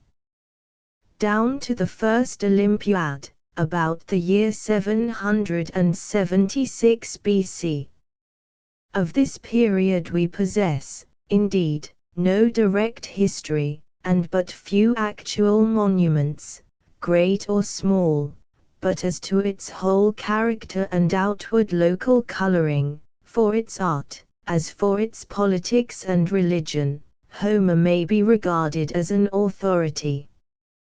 The Iliad and the Odyssey, the earliest pictures of that heroic life, represent it as already delighting itself in the application of precious material and skillful handiwork to personal and domestic adornment, to the refining and beautifying of the entire outward aspect of life, above all, in the lavish application of very graceful metal work to such purposes. And this representation is borne out by what little we possess of its actual remains, and by all we can infer.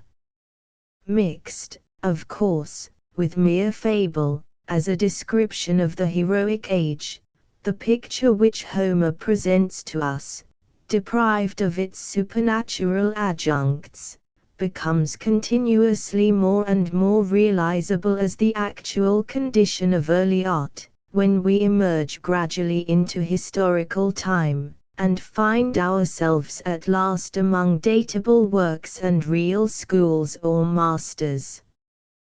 The history of Greek art, then, begins, as some have fancied general history to begin, in a 193 golden age, but in an age, so to speak, of real gold, the period of those first twisters and hammerers of the precious metals, men who had already discovered the flexibility of silver and the ductility of gold, the capacity of both for infinite delicacy of handling, and who enjoyed, with complete freshness, a sense of beauty and fitness in their work, a period of which that flower of gold on a silver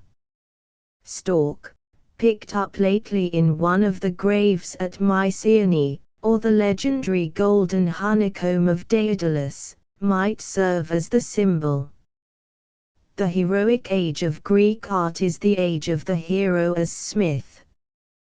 There are in Homer two famous descriptive passages in which this delight in curious metalwork is very prominent. The description in the Iliad of the shield of Achilles*, and the description of the house of Alcinous in the Odyssey. The shield of Achilles is part of the suit of armor which Hephaestus makes for him at the request of Thetis, and it is wrought of variously colored metals, woven into a great circular composition in relief, representing the world and the life in it.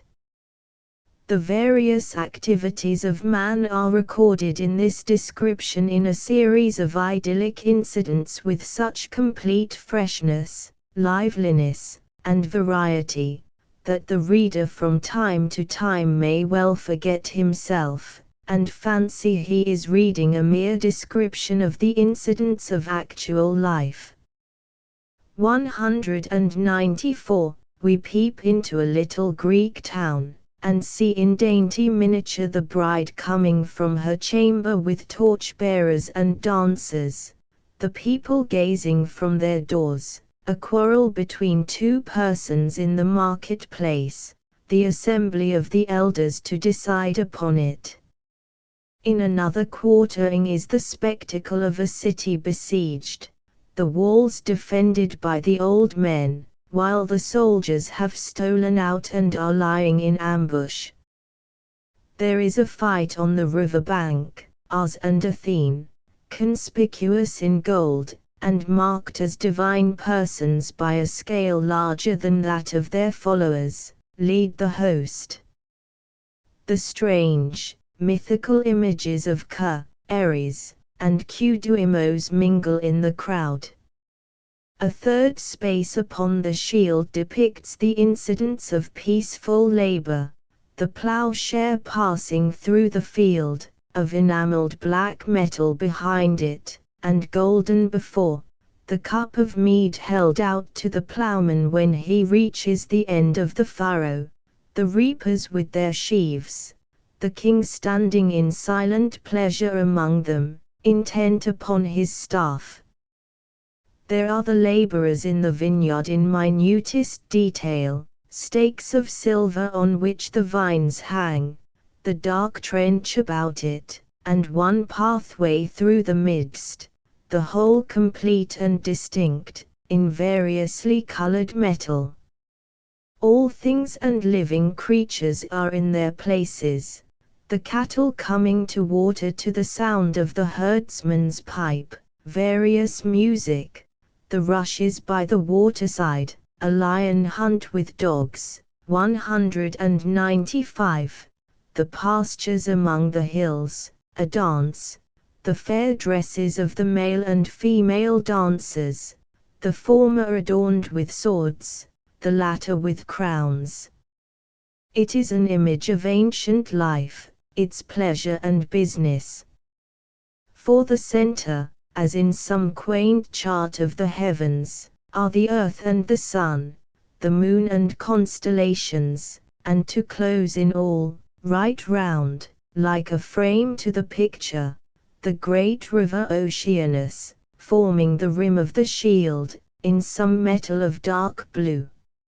Still more fascinating, perhaps, because more completely realizable by the fancy as an actual thing, realizable as a delightful place to pass time in, is the description of the palace of Alcinous in the little island town of the Phaeacians, to which we are introduced in all the liveliness and sparkle of the morning, as real as something seen last summer on the sea coast, although, appropriately, Ulysses meets a goddess, like a young girl carrying a pitcher, on his way up from the sea. Below the steep walls of the town, two projecting jetties allow a narrow passage into a haven of stone for the ships, into which the passerby may look down, as they lie moored below the roadway. In the midst is the king's house, all glittering, again, with curiously wrought metal. Its brightness is as the brightness of the sun or of the moon. The heart of Ulysses beats quickly when he sees it standing amid plantations ingeniously watered, its floor and walls of brass throughout, with continuous, 196, cornice of dark iron. The doors are of gold, the doorposts and lintels of silver, the handles, again, of gold. The walls were massy brass, the cornice high blue metals crowned in colors of the sky, rich plates of gold the folding doors encase, the pillars silver on a brazen base, silver the lintels deep projecting o'er, and gold the ringlets that command the door. Dogs of the same precious metals keep watch on either side, like the lions over the old gateway of Mycenae, or the gigantic, human-headed bulls at the entrance of an Assyrian palace. Within doors the burning lights at supper time are supported in the hands of golden images of boys, while the guests recline on a couch running all along the wall, covered with peculiarly sumptuous women's work. From these two glittering descriptions manifestly something must be deducted. We are in Wonderland, and among supernatural or magical conditions.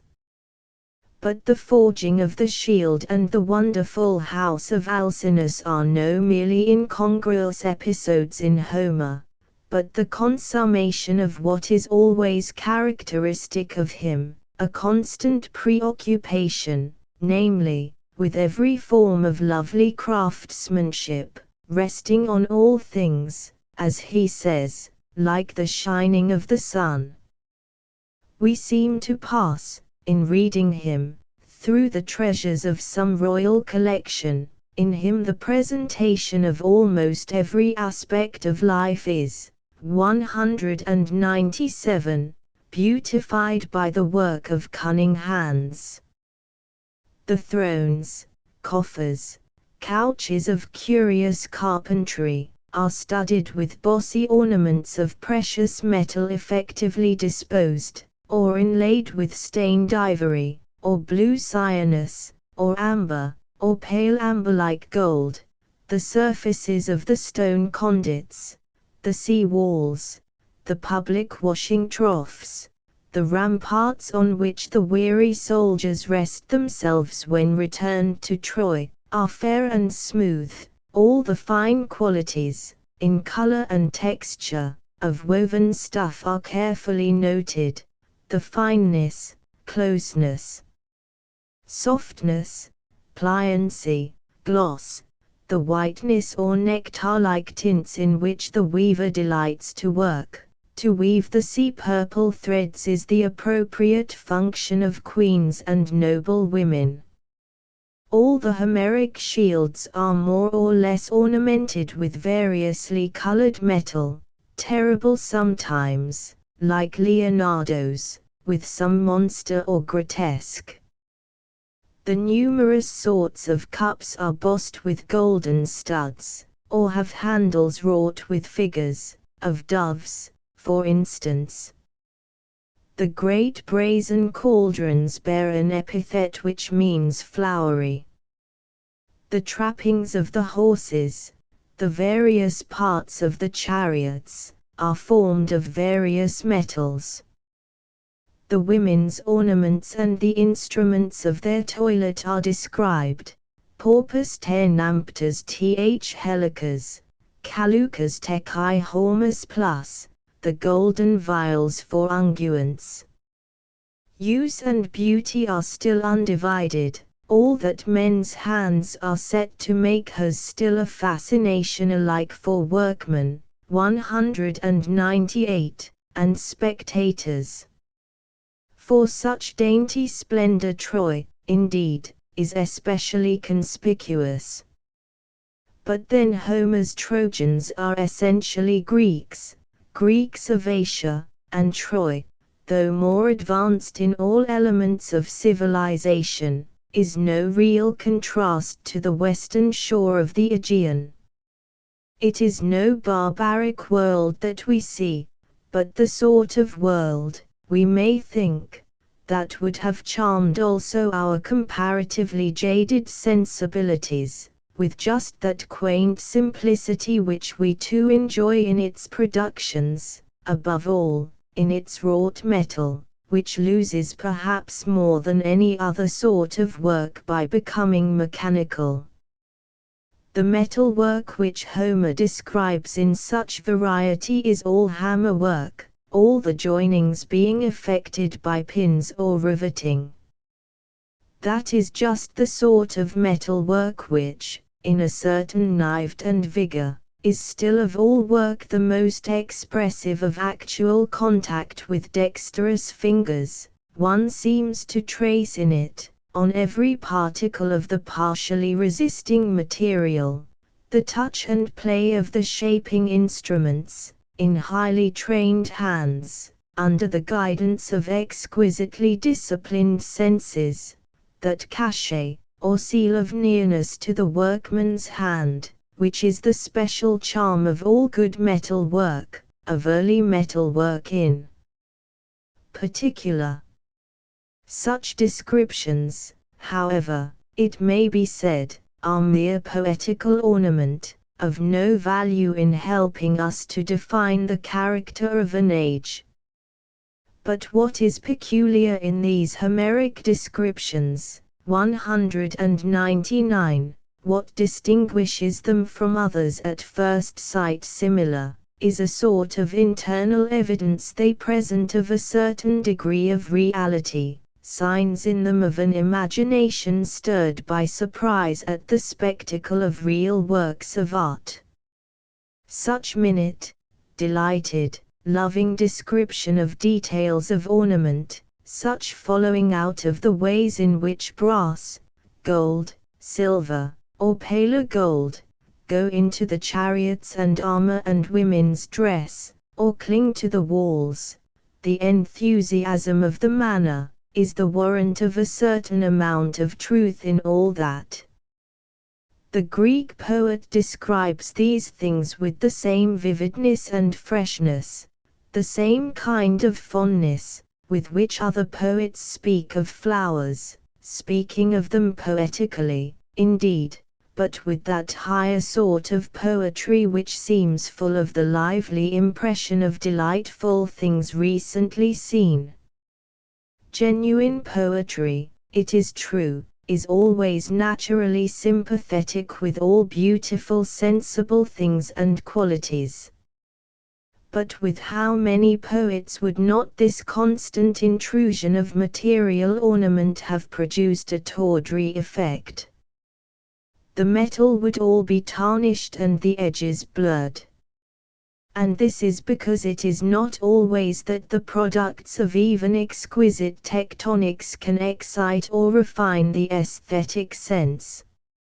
Now it is probable that the objects of Oriental art, the imitations of it at home, in which for Homer this actual world of art must have consisted, reached him in a quantity, and with a novelty, just sufficient to warm and stimulate without, 200, surfeiting the imagination. It is an exotic thing of which he sees just enough and not too much. The shield of Achilles, the house of Alcinous, are like dreams indeed, but this sort of dreaming wins continuously through the entire Iliad and Odyssey, a child's dream after a day of real, fresh impressions from things themselves, in which all those floating impressions reset themselves. He is as pleased in touching and looking at those objects as his own heroes. Their gleaming aspect brightens all he says, and has taken hold, one might think, of his language, his very vocabulary becoming chryselephantine. Homer's artistic descriptions, though enlarged by fancy, are not wholly imaginary, and the extant remains of monuments of the earliest historical age are like lingering relics of that dream in a tamer but real world. The art of the heroic age, then, as represented in Homer, connects itself, on the one side, with those fabulous jewels so prominent in mythological story, and entwined sometimes so oddly in its representation of human fortunes, the necklace of Eriphyle, the necklace of Helen, which Menelaus, it was said, offered at Delphi to Athene Pranea, on the eve of his expedition against Troy, mythical objects, indeed, but which yet bear witness even thus early to the aesthetic susceptibility of the Greek temper. But, on the other hand, the art of the heroic age connects itself also with the actual early beginnings, 201, of artistic production. There are touches of reality, for instance, in Homer's incidental notices of its instruments and processes, especially as regards the working of metal. He goes already to the potter's wheel for familiar, lifelike illustration. In describing artistic woodwork he distinguishes various stages of work. We see clearly the instruments for turning and boring, such as the old-fashioned drill borer, whirled round with a string. He mentions the names of two artists, the one of an actual workman, the other of a craft turned into a proper name, stray relics, accidentally preserved, of a world, as we may believe, of such wide and varied activity. The forge of Hephaestus is a true forge. The magic tripods on which he is at work are really put together by conceivable processes, known in early times. Compositions in relief similar to those which he describes were actually made out of thin metal plates cut into a convenient shape, and then beaten into the designed form by the hammer over a wooden model. These reliefs were then fastened to a differently colored metal background or base, with nails or rivets, for there is no soldering of metals as yet. To this process the ancients gave the name of empastic, plus such embossing being still, in our own time, a beautiful form of metal work. Even in the marvelous shield there are other and indirect notes of reality.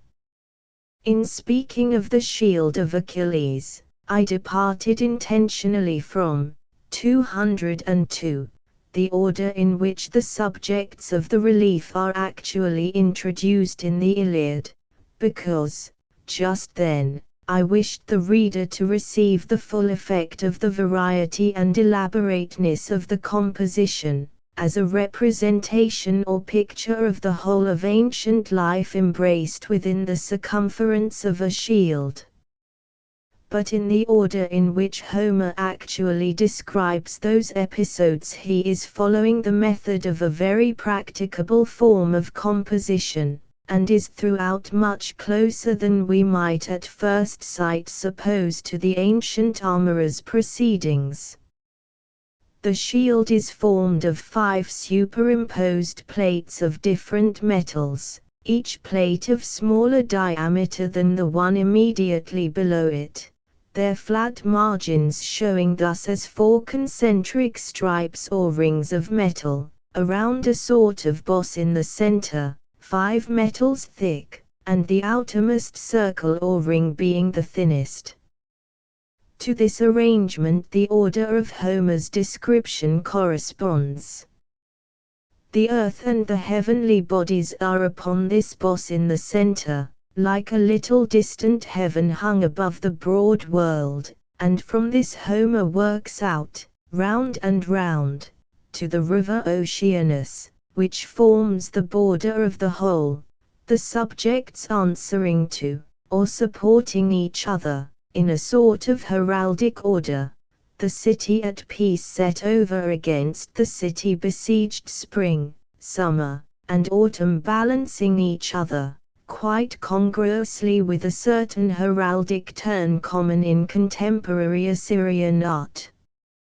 which delights in 203. This sort of conventional spacing out of its various subjects, and especially with some extant metal charges of Assyrian work, which, like some of the earliest Greek vases with their painted plants and flowers conventionally arranged, illustrate in their humble measure such heraldic grouping. The description of the shield of Hercules, attributed to Hesiod, is probably an imitation of Homer, and, notwithstanding some fine mythological impersonations which it contains, an imitation less admirable than the original. Of painting there are in Homer no certain indications, and it is consistent with the later date of the imitator that we may perhaps discern in his composition a sign that what he had actually seen was a painted shield, in the predominance in it, as compared with the Homeric description, of effects of color over effects of form, Homer delighting in ingenious devices for fastening the metal, and the supposed Hesiod rather in what seem like triumphs of heraldic coloring, though the latter also delights in effects of mingled metals, of mingled gold and silver especially, silver figures with dresses of gold, silver centaurs with pine trees of gold for staves in their hands. Still, like the shield of Achilles, this too we must conceive as formed of concentric plates of metal, and here again that spacing is still more elaborately carried out, narrower intermediate rings being apparently 204, introduced between the broader ones, with figures in rapid, horizontal, unbroken motion, carrying the eye right round the shield, in contrast with the repose of the downward or inward movement of the subjects which divide the larger spaces, here too with certain analogies in the rows of animals to the designs on the earliest vases.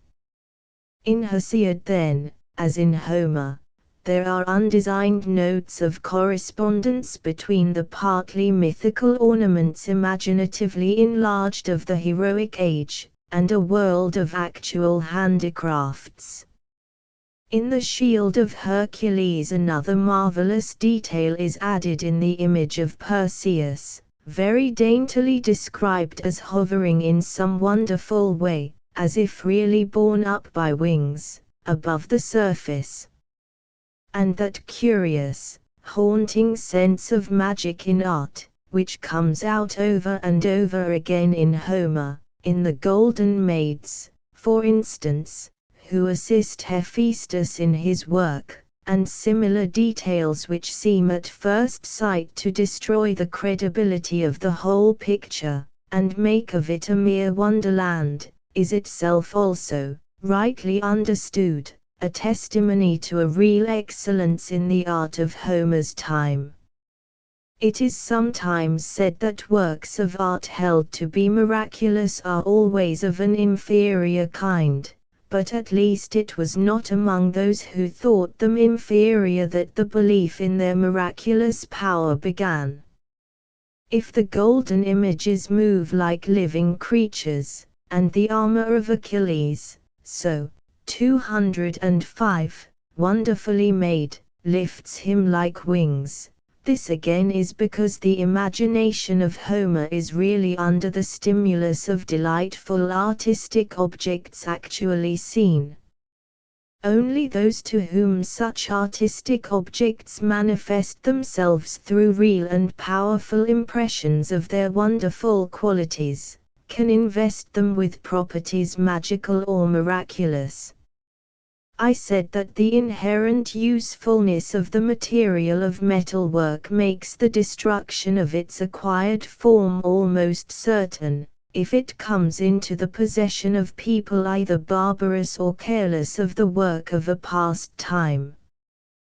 Greek art is for us, in all its stages, a fragment only. In each of them it is necessary, in a somewhat visionary manner, to fill up empty spaces, and more or less make substitution, and of the finer work of the heroic age, thus dimly discerned as an actual thing, we had at least till recently almost nothing. 2 plates of bronze, a few rusty nails, and certain rows of holes in the inner surface of the walls of the treasury of Mycenae, were the sole representatives of that favorite device of primitive Greek art, the lining of stone walls with burnished metal, of which the house of Alcinous in the Odyssey is the ideal picture, and the temple of Pallas of the brazen house at Sparta, adorned in the interior with a coating of reliefs in metal, a later, historical example of the heroic or so-called Cyclopean architecture. That treasury, 206, a building so imposing that Pausanias thought it worthy to rank with the pyramids, is a sufficient illustration. Treasury, or tomb, or both, the selfish dead, perhaps, being supposed still to find enjoyment in the costly armor, goblets, and mirrors laid up there, this dome-shaped building, formed of concentric rings of stones gradually diminishing to a coping stone at the top, may stand as the representative of some similar buildings in other parts of Greece, and of many others in a similar kind of architecture elsewhere, constructed of large many-sided blocks of stone, fitted carefully together without the aid of cement, and remaining in their places by reciprocal resistance. Characteristic of it is the general tendency to use vast blocks of stone for the jambs and lintels of doors, for instance, and in the construction of gable-shaped passages, 2 rows of such stones being made to rest against each other at an acute angle, within the thickness of the walls. So vast and rude, fretted by the action of nearly 3,000 years, the fragments of this architecture may often seem, at first sight, like works of nature. At Argos, Tiryns, Mycenae, the skeleton of the old architecture is more complete. At Mycenae the gateway of the Acropolis is still standing with its 2 well-known sculptured lions, immemorial and almost unique monument of primitive Greek sculpture, supporting, herald-wise, a symbolical pillar on the 207, vast, triangular, pedimental stone above. The heads are gone, having been fashioned possibly in metal by workmen from the East. On what may be called the facade, remains are still discernible of inlaid work in colored stone, and within the gateway, on the smooth slabs of the pavement, the wheel ruts are still visible. Connect them with those metal war chariots in Homer, and you may see in fancy the whole grandiose character of the place, as it may really have been. Shut within the narrow enclosure of these shadowy citadels were the palaces of the kings, with all that intimacy which we may sometimes suppose to have been alien from the open-air Greek life, admitting, doubtless, below the cover of their rough walls, many of those refinements of princely life which the Middle Age found possible in such places, and of which the impression is so fascinating in Homer's description, for instance, of the house of Ulysses, or of Menelaus at Sparta. Rough and frowning without, these old chateaux of the Argive kings were delicate within, with a decoration almost as dainty and fine as the network of weed and flower that now covers their ruins, and of the delicacy of which, as I said, that golden flower on its silver stalk or the golden honeycomb of Daedalus, might be taken as representative. In these metal-like structures of self-supporting polygons, locked so firmly and impenetrably together, with the whole mystery of the reasonableness, 208, of the arch implicitly within them, there is evidence of a complete artistic command over weight in stone, and an understanding of the law of weight.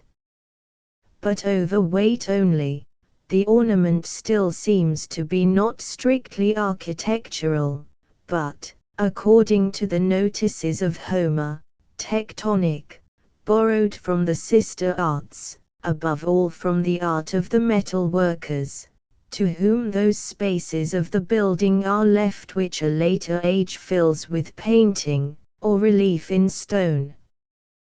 The skill of the Asiatic comes to adorn this rough native building, and it is a late, elaborate, somewhat voluptuous skill, we may understand, illustrated by the luxury of that Asiatic chamber of Paris, less like that of a warrior than of one going to the dance. Coupled with the vastness of the architectural works which actually remain, such descriptions as that in Homer of the Chamber of Paris and the House of Alcinous furnish forth a picture of that early period, the tyrant's age, the age of the Acropolis, the period of great dynasties with claims to divine right and in many instances at least with all the culture of their time.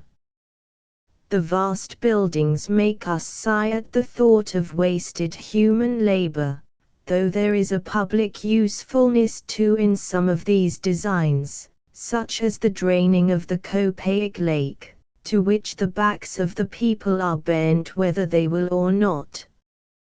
For the princes there is much of that selfish personal luxury which is a constant trait of feudalism in 209. All ages. For the people, scattered over the country, at their agricultural labor, or gathered in small hamlets, there is some enjoyment, perhaps, of the aspect of that splendor, of the bright warriors on the heights, a certain share of the nobler pride of the tyrants themselves in those tombs and dwellings. Some surmise, also, there seems to have been, of the curse of gold, with a dim, lurking suspicion of curious facilities for cruelty in the command over those skillful artificers in metal, some ingenious rack or bull to pinch and peel, the tradition of which, not unlike the modern Jacques Bonhomme's shudder at the old ruined French donjon or Bastille, haunts, generations afterwards, the ruins of those labyrinths of stone, where the old tyrants had their pleasures. For it is a mistake to suppose that that wistful sense of eeriness in ruined buildings, to which most of us are susceptible, is an exclusively modern feeling.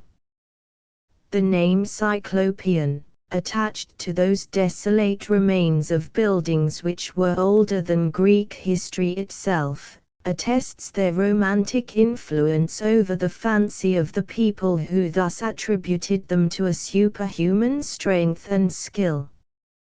And the Cyclopes, like all the early mythical names of artists, have this note of reality, that they are names not of individuals but of classes, the guilds or companies of workmen in which a certain craft was imparted and transmitted.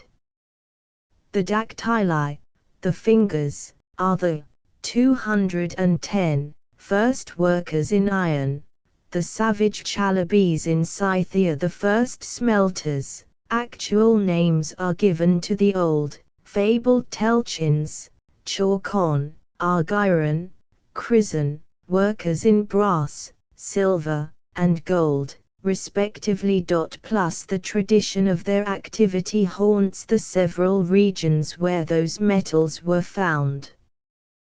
They make the trident of Poseidon,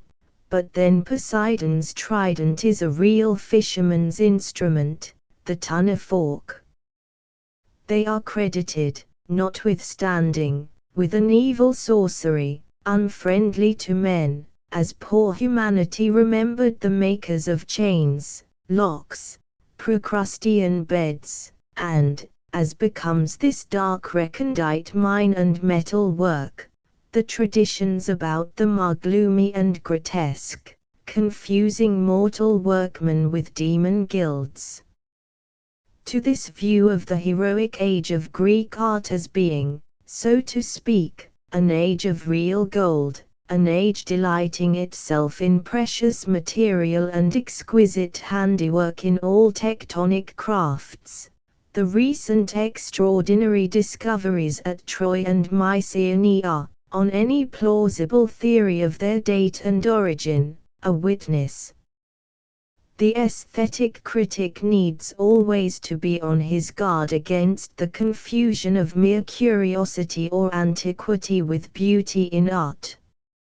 Among the objects discovered at Troy, mere curiosities, some of them, however interesting and instructive, the so-called royal cup of Priam, in solid gold, two-handled and double-lipped, the smaller lip designed for the host and his libation, the larger for the guest, has, in the 211, very simplicity of its design, the grace of the economy with which it exactly fulfills its purpose, a positive beauty, an absolute value for the aesthetic sense, while strange and new enough, if it really settles.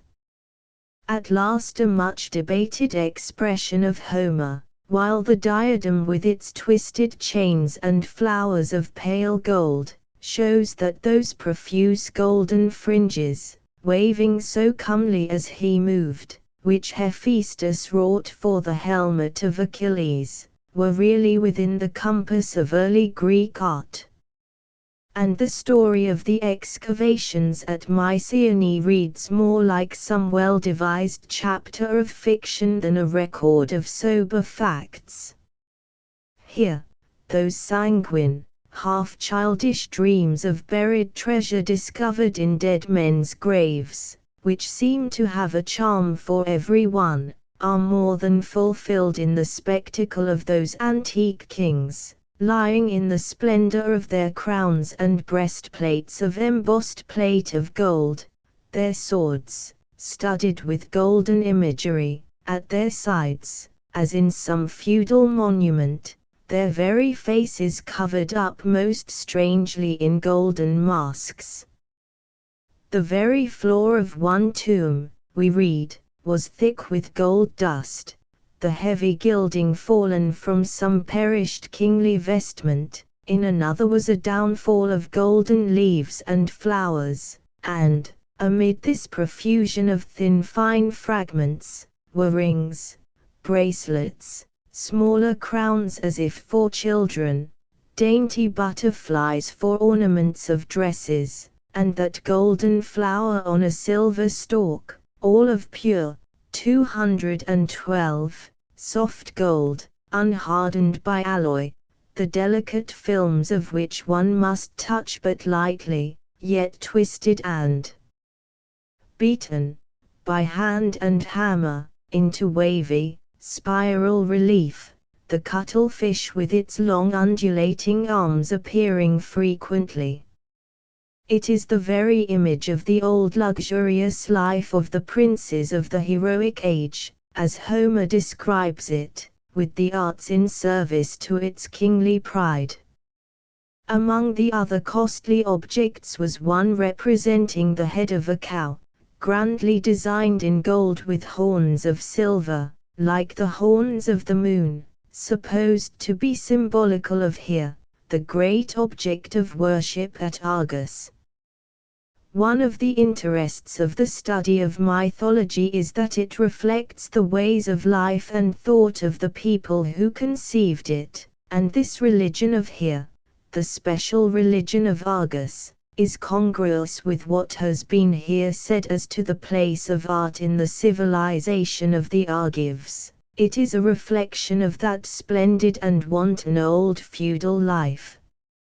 For here is, in her original essence and meaning, equivalent to Demeter, the one living spirit of the earth, divined behind the veil of all its manifold visible energies.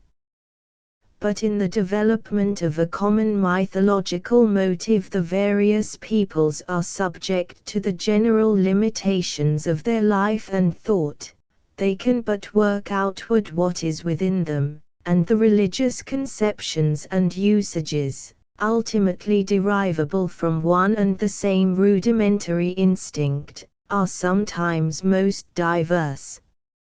Out of 213, the visible, physical energies of the earth and its system of annual change, the old Pelasgian mind developed the person of Demeter, mystical and profoundly awful, yet profoundly pathetic, also, in her appeal to human sympathies. Out of the same original elements, the civilization of Argos, on the other hand, develops the religion of Queen Hera, a mere Demeter, at best, of gaudy flower beds, whose toilet Homer describes with all its delicate fineries, though, characteristically, he may still allow us to detect, perhaps, some traces of the mystical person of the earth, in the all-pervading scent of the ambrosial unguent with which she anoints herself, in the abundant tresses of her hair, and in the curious variegation of her ornaments.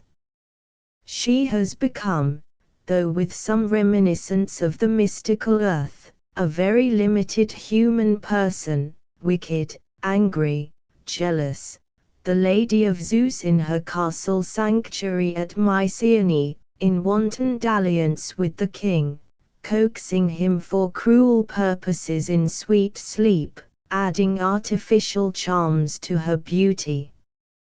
Such are some of the characteristics with which Greek art is discernible in that earliest age.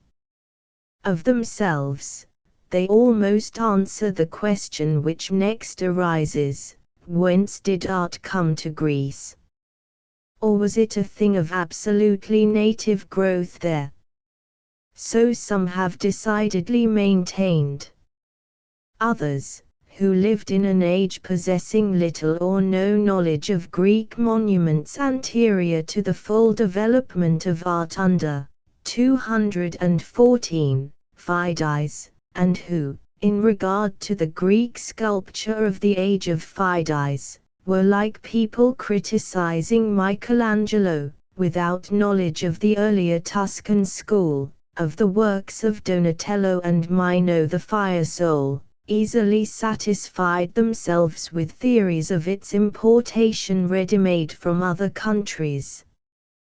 Critics in the last century, especially, noticing some characteristics which early Greek work has in common, indeed, with Egyptian art, but which are common also to all such early work everywhere, supposed, as a matter of course, that it came, as the Greek religion also, from Egypt, that old, immemorial half-known birthplace of all wonderful things. There are, it is true, authorities for this derivation among the Greeks themselves, dazzled as they were by the marvels of the ancient civilization of Egypt, a civilization so different from their own, on the first opening of Egypt to Greek visitors. But, in fact, that opening did not take place till the reign of Psammetichus, about the middle of the 7th century BC, a relatively late date. Psammetichus introduced and settled Greek mercenaries in Egypt, and, for a time, the Greeks came very close to Egyptian life. They can hardly fail to have been stimulated by that display of every kind of artistic workmanship gleaming over the whole of life. They may in turn have freshened it with new motives. And we may remark, that but for the peculiar usage of Egypt concerning the tombs of the dead, but 215, for their habit of investing the last abodes of the dead with all the appurtenances of active life, out of that whole world of art, so various and elaborate, nothing but the great, monumental works in stone would have remained to ourselves. We should have experienced in regard to it, what we actually experienced too much in our knowledge of Greek art, the lack of a fitting background, in the smaller tectonic work, for its great works in architecture, and the bolder sort of sculpture. But, one by one, at last, as in the medieval parallel, monuments illustrative of the earlier growth of Greek art before the time of Phidias have come to light, and to a just appreciation. They show that the development of Greek art had already proceeded some way before the opening of Egypt to the Greeks, and point, if to a foreign source at all, to Oriental rather than Egyptian influences, and the theory which derived Greek art, with many other Greek things, from Egypt, now hardly finds supporters. In Greece all things are at once old and new. As, in physical organisms, the actual particles of matter have existed long before in other combinations, and what is really new in a new organism is the new cohering force, the mode of life, so, in the products of Greek civilization, the actual elements are traceable elsewhere by antiquarians who care to trace them, the elements, for instance, of its peculiar national, 216, architecture. Yet all is also emphatically autochthonous, as the Greeks said, newborn at home, by right of a new, informing, combining spirit playing over those mere elements, and touching them, above all, with a wonderful sense of the nature and destiny of man, the dignity of his soul and of his body, so that in all things the Greeks are as discoverers. Still, the original and primary motive seems, in matters of art, to have come from without, and the view to which actual discovery and all true analogies more and more point is that of a connection of the origin of Greek art, ultimately with Assyria, proximately with Phoenicia, partly through Asia Minor, and chiefly through Cyprus, an original connection again and again reasserted, like a surviving trick of inheritance, as in later times it came in contact with the civilization of Caria and Lycia. Old affinities being here linked anew, and with a certain Asiatic tradition, of which one representative is the Ionic style of architecture, traceable all through Greek art, an Asiatic curiousness, or poikilia plus strongest in that heroic age of which I have been speaking, and distinguishing some schools and masters in Greece more than others, and always in appreciable distinction from the more clearly defined and self-asserted Hellenic influence. Homer himself witnesses to the intercourse, through early, adventurous commerce, as in the bright and animated picture with which, 217, the history of Herodotus begins, between the Greeks and Eastern countries. We may, perhaps, forget sometimes, thinking over the greatness of its place in the history of civilization, how small a country Greece really was, how short the distances upwards, from island to island, to the coast of Asia, so that we can hardly make a sharp separation between Asia and Greece, nor deny, besides great and palpable acts of importation, all sorts of impalpable Asiatic influences, by way alike of attraction and repulsion, upon Greek manners and taste.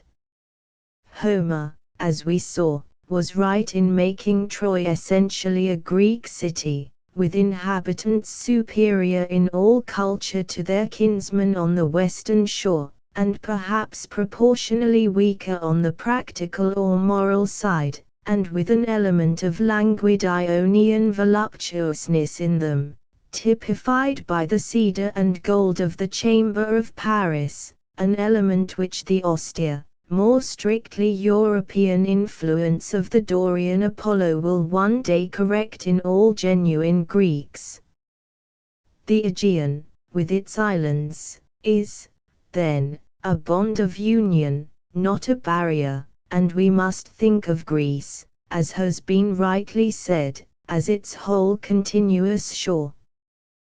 The characteristics of Greek art, indeed, in the heroic age, so far as we can discern them, are those also of Phoenician art, its delight in metal among the rest, of metal especially as an element in architecture, the covering of everything with plates of metal.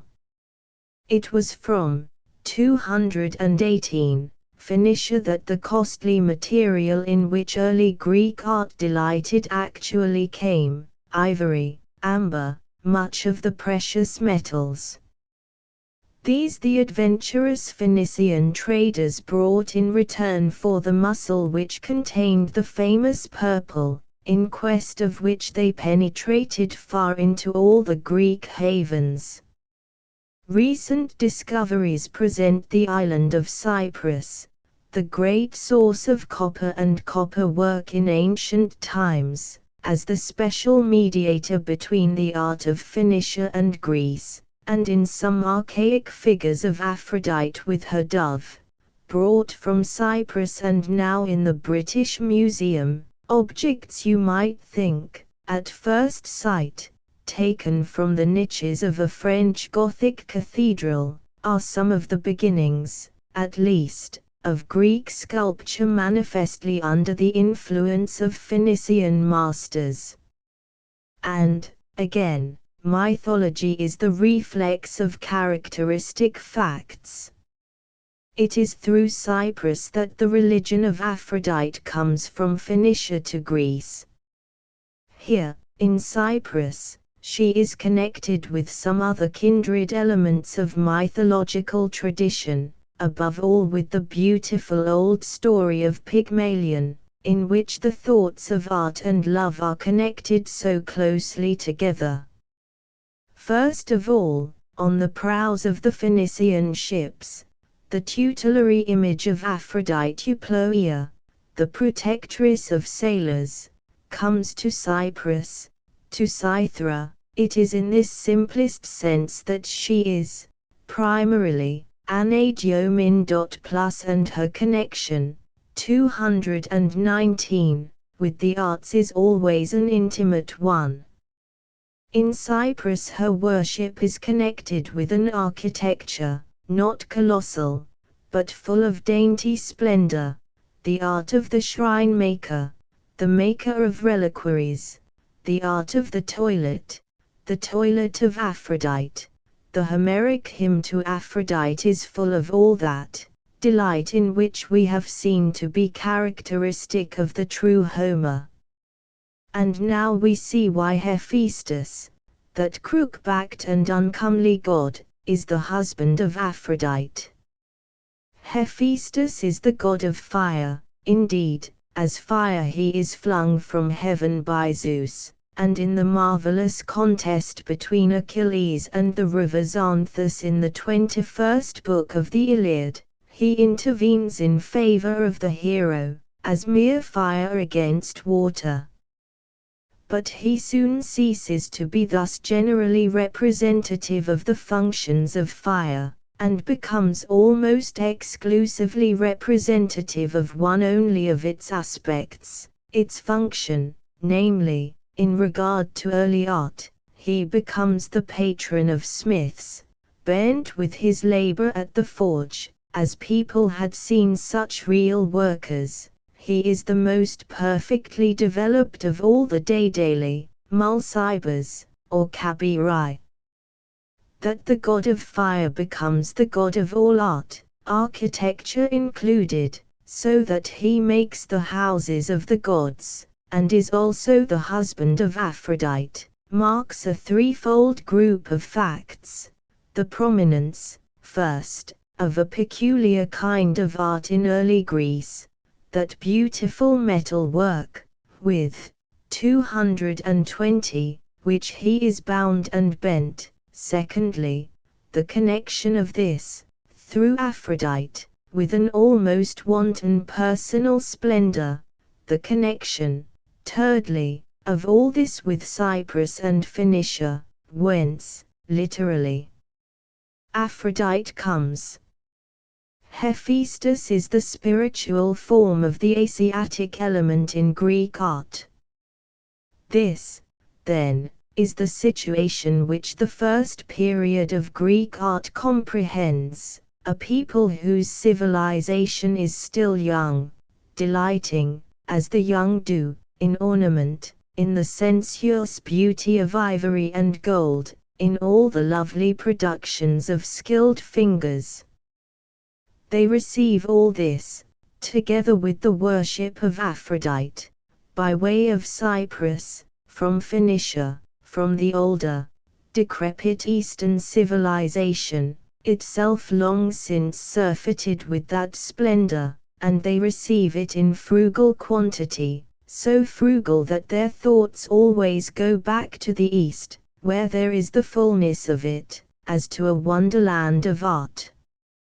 Received thus in frugal quantity, through many generations, that world of Asiatic tectonics stimulates the sensuous capacity in them, accustoms the hand to produce and the eye to appreciate the more delicately enjoyable qualities of material things. But nowhere in all this various and exquisite world of design is there as yet any adequate sense of man himself, nowhere is there an insight into or power over human form as the expression of human soul. Yet those arts of design in which that younger people delights, 221, have in them already, as designed work, that spirit of reasonable order, that expressive congruity in the adaptation of means to ends, of which the fully developed admirableness of human form is but the consummation, a consummation already anticipated in the grand and animated figures of epic poetry, their power of thought, their laughter and tears. Under the hands of that younger people, as they imitate and pass largely and freely beyond those older craftsmen, the fire of the reasonable soul will kindle, little by little, up to the Theseus of the Parthenon and the Venus of Melos. The ideal aim of Greek sculpture, as of all other art, is to deal, indeed, with the deepest elements of man's nature and destiny, to command and express these, but to deal with them in a manner, and with a kind of expression, as clear and graceful and simple, if it may be, as that of the Japanese flower painter. And what the student of Greek sculpture has to cultivate generally in himself is the capacity for appreciating the expression of thought in outward form, the constant habit of associating sense with soul, of tracing what we call expression to its sources. But, concurrently with this, he must also cultivate, all along, a not less equally constant appreciation of intelligent workmanship in work, and of design in things designed, of the rational control of matter everywhere. From many sources he may feed this sense of intelligence, 222, and design in the productions of the minor crafts, above all in the various and exquisite art of Japan.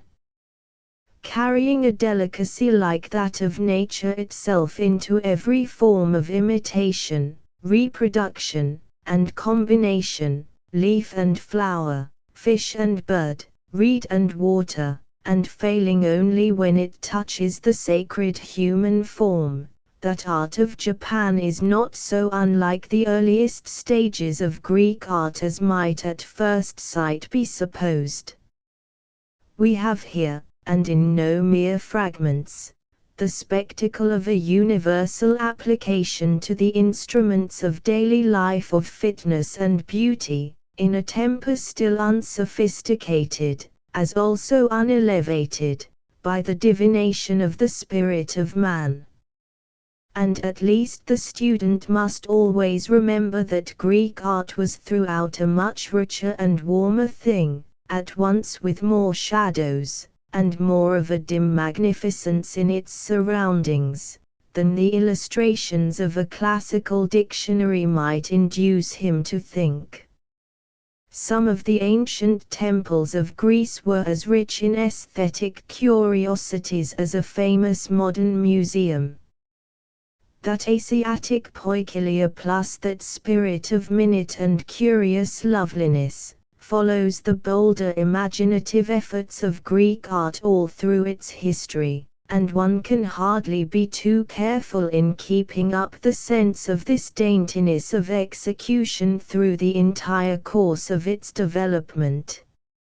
It is not only that the minute object of art, the tiny vase painting, intaglio, coin, or cameo, often reduces into the palm of the hand lines grander than those of 223, many a life-sized or colossal figure, but there is also a sense in which it may be said that the Venus of Melos, for instance, is but a supremely well executed object of virtue, in the most limited sense of the term.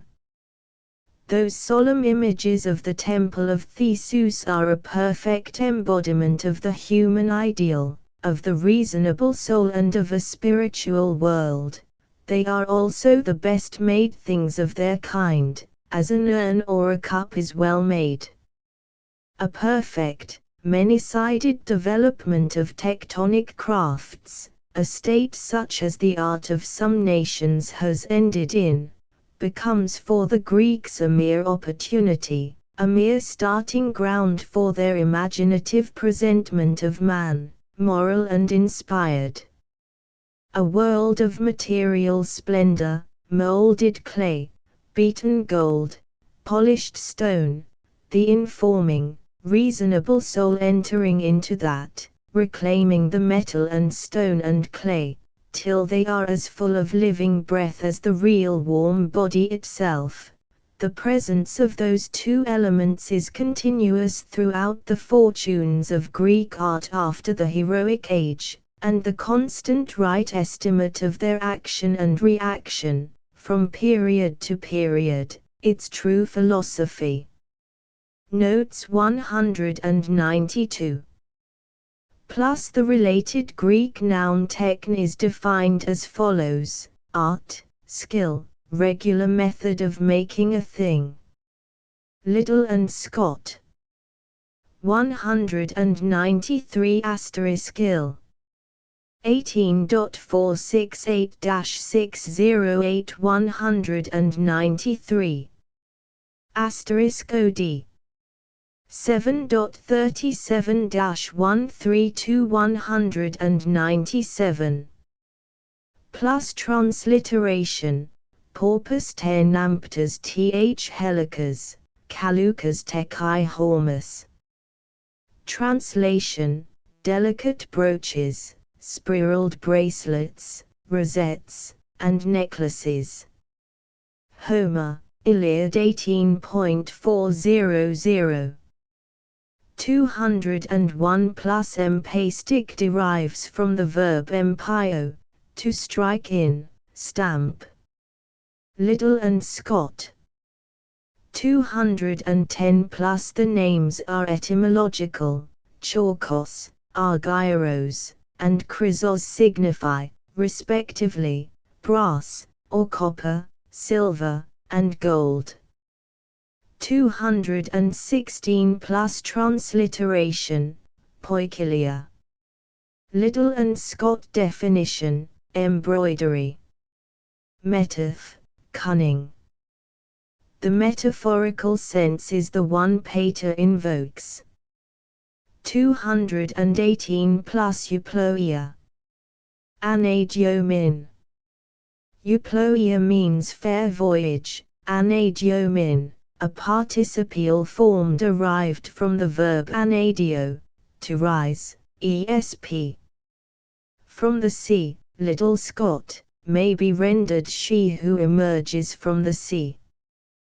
222 plus transliteration, poikilia. Liddell and Scott definition, embroidery. Metaph, cunning. The metaphorical sense is the one Pater invokes.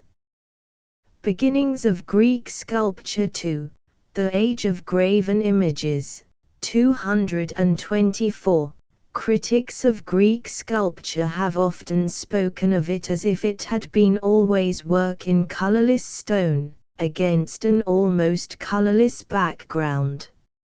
Its real background, as I have tried to show, was a world of exquisite craftsmanship, touching the minutest details of daily life with splendor and skill, in close correspondence with a peculiarly animated development of human existence, the energetic movement and stir of typically noble human forms, quite worthily clothed, amid scenery as poetic as Titian's. If shapes of colorless stone did come into that background, it was as the undraped human form comes into some of Titian's pictures, only to cool and solemnize its splendor, the work of the Greek sculptor being seldom in quite colorless stone, nor always or chiefly in fastidiously selected marble even, but often in richly toned metal, this or that sculptor preferring some special variety of the bronze he worked in, such as the 225 hepatizan or liver-colored bronze, or the bright golden alloy of Corinth, and in its consummate products chryselephantine, work in gold and ivory, on a core of cedar. Phidias, in the Olympian Zeus, in the Athene of the Parthenon, fulfills what that primitive, heroic goldsmith sage, dimly discerned in Homer, already delighted in, and the celebrated work of which I have first to speak now, and with which Greek sculpture emerges from that half-mythical age and becomes in a certain sense historical, is a link in that goldsmith's or chryselephantine tradition, carrying us forwards to the work of Phidias, backwards to the elaborate Asiatic furniture of the Chamber of Paris. When Pausanias visited Olympia, towards the end of the 2nd century after Christ, he beheld, among other precious objects in the temple of Hera, a splendidly wrought treasure chest of cedar wood, in which, according to a legend, quick as usual with the true human coloring, the mother of Cypselus had hidden him, when a child, from the enmity of her family, the Bacchidae, then the nobility of Corinth. The child, named Cypselus after this incident, Cypsil being a Corinthian word for chest, became tyrant of Corinth, and his grateful descendants, as it was said, offered the beautiful old chest to the temple of Hera, as a memorial of his preservation. That would have been not long after the year 625 BC. So much for the 226 story which Pausanias heard, but inherent probability, and some points of detail in his description, tend to fix the origin of the chest at a date at least somewhat later, and as Herodotus, telling the story of the concealment of Cypselus, does not mention the dedication of the chest at Olympia at all, it may perhaps have been only one of many later imitations of antique art. But, whatever its date, Pausanias certainly saw the thing, and has left a long description of it, and we may trust his judgment at least as to its archaic style. We have here, then, something plainly visible at a comparatively recent date, something quite different from those perhaps wholly mythical objects described in Homer, an object which seemed to so experienced an observer as Pausanias an actual work of earliest Greek art. Relatively to later Greek art, it may have seemed to him, what the ancient bronze doors with their scripture histories, which we may still see in the south transept of the Cathedral of Pisa, are to later Italian art. Pausanias tells us nothing as to its size, nor directly as to its shape. It may, for anything he says, have been oval, but it was probably rectangular, with a broad front and two narrow sides, standing, as the maker of it had designed, against the wall, for, in enumerating the various subjects wrought upon it, in 5 rows one above another, he seems to proceed, beginning at the bottom on the right-hand side, along the front, 227, from right to left, and then back again, through the second row from left to right, and, alternating thus, upwards to the last subject. At the top, on the left-hand side, the subjects represented, most of which had their legends attached in difficult archaic writing, were taken freely, though probably with a leading idea, out of various poetic cycles, as treated in the works of those so-called cyclic poets, who continued the Homeric tradition. Pausanias speaks, as Homer does in his description of the shield of Achilles, of a kind and amount of expression in feature and gesture certainly beyond the compass of any early art, and we may believe we have in these touches only what the visitor heard from enthusiastic exegeti, the interpreters or sacristans, though anyone who has seen the Bio tapestry, for instance, must recognize the pathos and energy of which, when really prompted by genius, even the earliest hand is capable. Some ingenious attempts have been made to restore the grouping of the scenes, with a certain formal expansion or balancing of subjects, their figures and dimensions, in true Assyrian manner, on the front and sides. We notice some fine emblematic figures, the germs of great artistic motives in after times, already playing their parts there, death, and sleep, and night. There was a woman supporting on her right arm a white child sleeping, and on the other arm she held a dark child, as if asleep. 228, and they lay with their feet crossed. And the inscription shows, what might be understood without it, that they are death and sleep, and night, the nurse of both of them. But what is most noticeable is, as I have already said, that this work, like the Chamber of Paris, like the Zeus of Phidias, is chryselephantine, its main fabric cedar, and the figures upon it partly of ivory, partly of gold but, and this is the most peculiar characteristic of its style, partly wrought out of the wood of the chest itself. And, as we read the description, we can hardly help distributing in fancy gold and ivory, respectively, to their appropriate functions in the representation. The cup of Dionysius, and the wings of certain horses there, Pausanias himself tells us were golden. Were not the apples of the Hesperides, the necklace of Eriphyle, the bridles, the armor, the unsheathed sword in the hand of Amphiaraus, also of gold? Were not the other children, like the white image of sleep, especially the naked child Alcmaeon, of ivory? With Alcestis and Helen, and that one of the Dioscuri whose beard was still ungrown.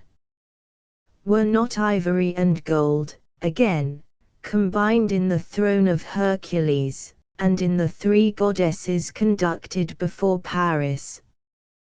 The chest of Cypselus fitly introduces the first historical period of Greek art, a period, 229, coming down to about the year 560 BC, and the government of Pisistratus at Athens, a period of tyrants like Cypselus and Pisistratus himself, men of strong, sometimes unscrupulous individuality, but often also acute and cultivated patrons of the arts.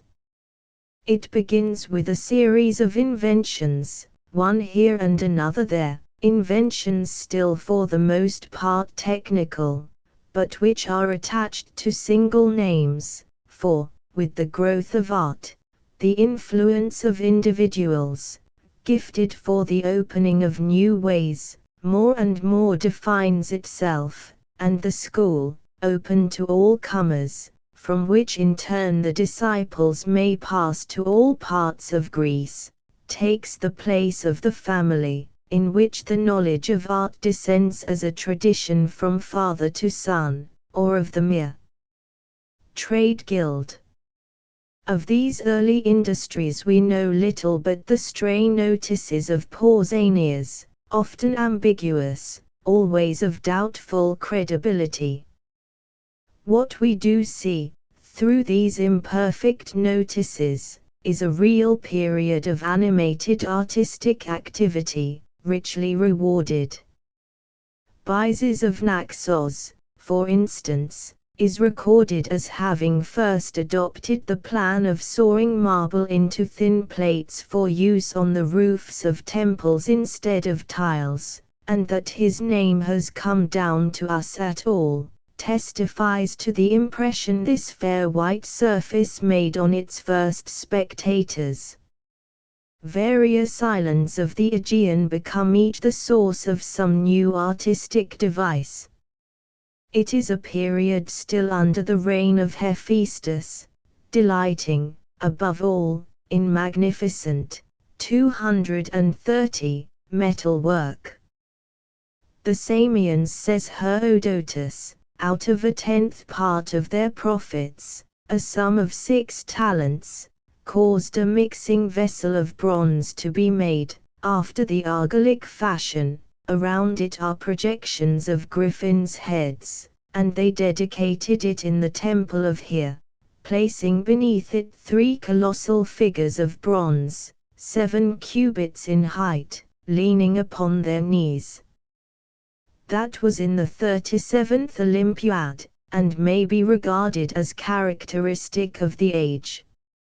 For the popular imagination, a kind of glamour, some mysterious connection of the thing with human fortunes, still attaches to the curious product of artistic hands, to the ring of Polycrates, for instance, with its early specimen of engraved smaragdus, as to the mythical necklace of Harmonia.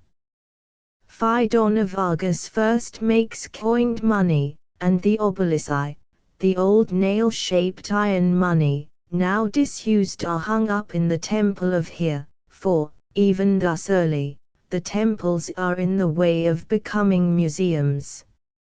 Names like those of Eushee and Eugramius, who were said to have taken the art of baking clay vases from Samos to Etruria, have still a legendary air, yet may be real surnames, as in the case of Smiles, whose name is derived from a graver's tool, and who made the ancient image of Here at Samos. Corinth, Mater Statuarii, becomes a great nursery of art at an early time.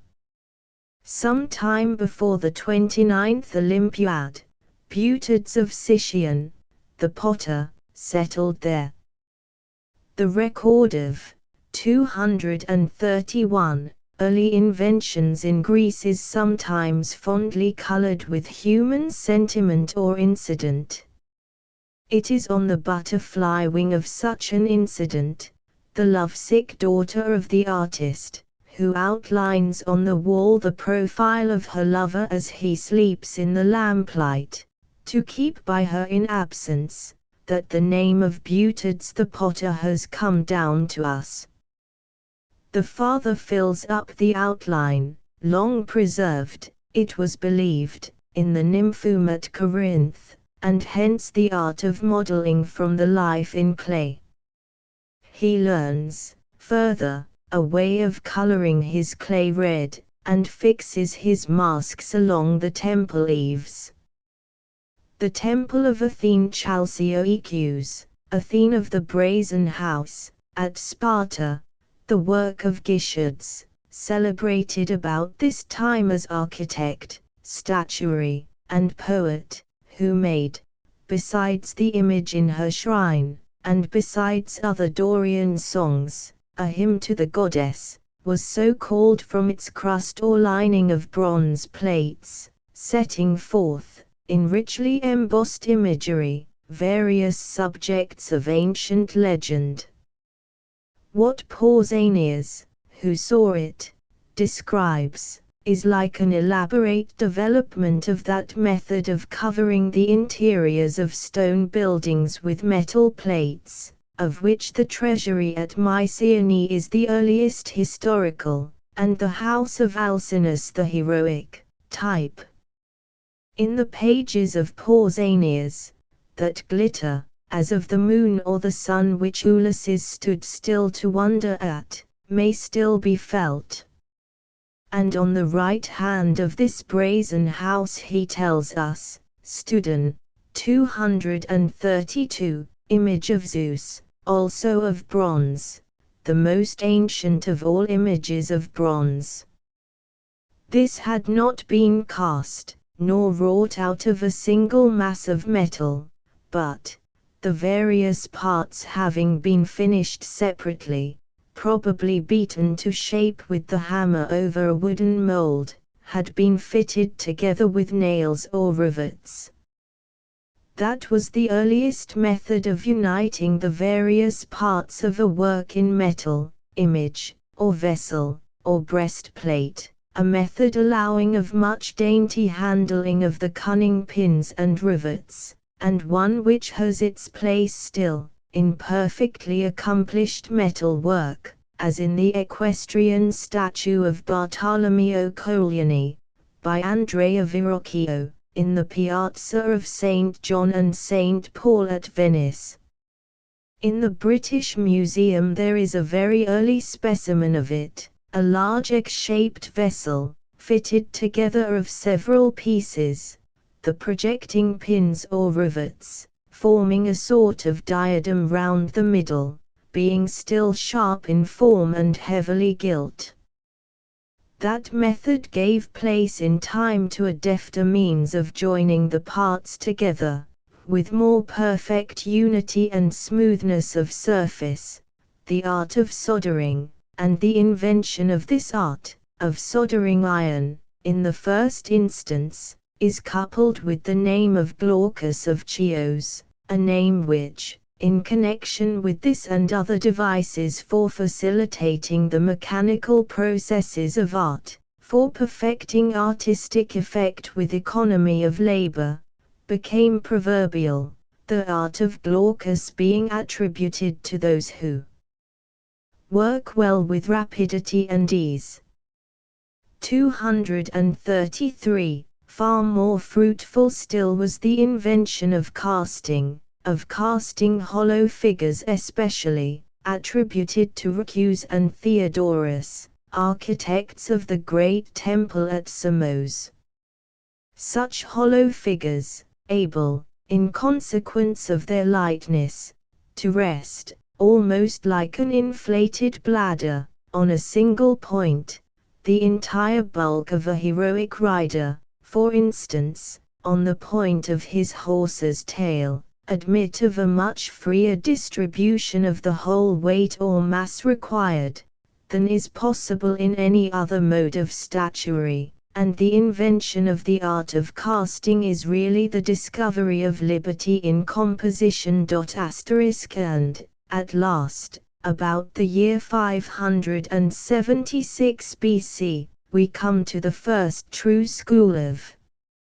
sculptors, the first clear example, as we seem to discern, of a communicable style, reflecting and interpreting some real individuality, the double personality, in this case, of two brothers, in the masters who evolved it, conveyed to disciples who came to acquire it from distant places, and taking root through them at various centers, where the names of the 234 masters became attached, of course,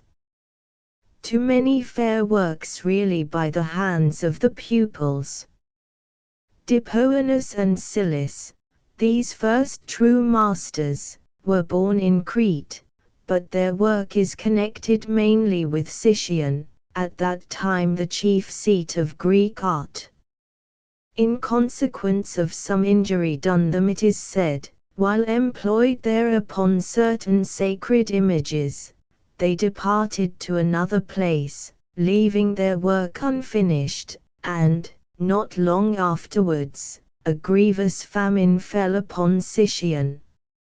Thereupon, the people of Sicyon, inquiring of the Pythian Apollo how they might be relieved, it was answered them, if Dippoenus and Silis should finish those images of the gods, which thing the Sicyonians obtained from them, humbly, at a great price. That story too, as we shall see, illustrates the spirit of the age.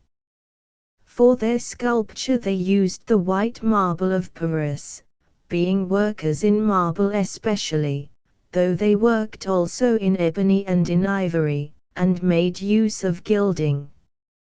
Figures of cedar wood, partly encrusted with gold, Kedrusodia chrysodinthes mena plus, Pausanias says exquisitely, describing a certain work of their pupil, Dontas of Lacedaemon. It is to that we have definitely come at last, in the school of Dippoenus and Silis. Dry and brief as these details may seem, they are the witness to an active, eager, animated period of inventions and beginnings, in which the Greek workman triumphs over the first 235 rough mechanical difficulties which beset him in the endeavor to record what his soul conceived of the form of priest or athlete then alive upon the earth, or of the ever-living gods, then already more seldom seen upon it. Our own fancy must fill up the story of the unrecorded patience of the workshop, into which we seem to peep through these scanty notices, the fatigue, the disappointments, the steps repeated, ending at last in that moment of success, which is all Pausanias records, somewhat uncertainly. And as this period begins with the chest of Cypselus, so it ends with a work in some respects similar, also seen and described by Pausanias, the throne, as he calls it, of the Amyclaean Apollo.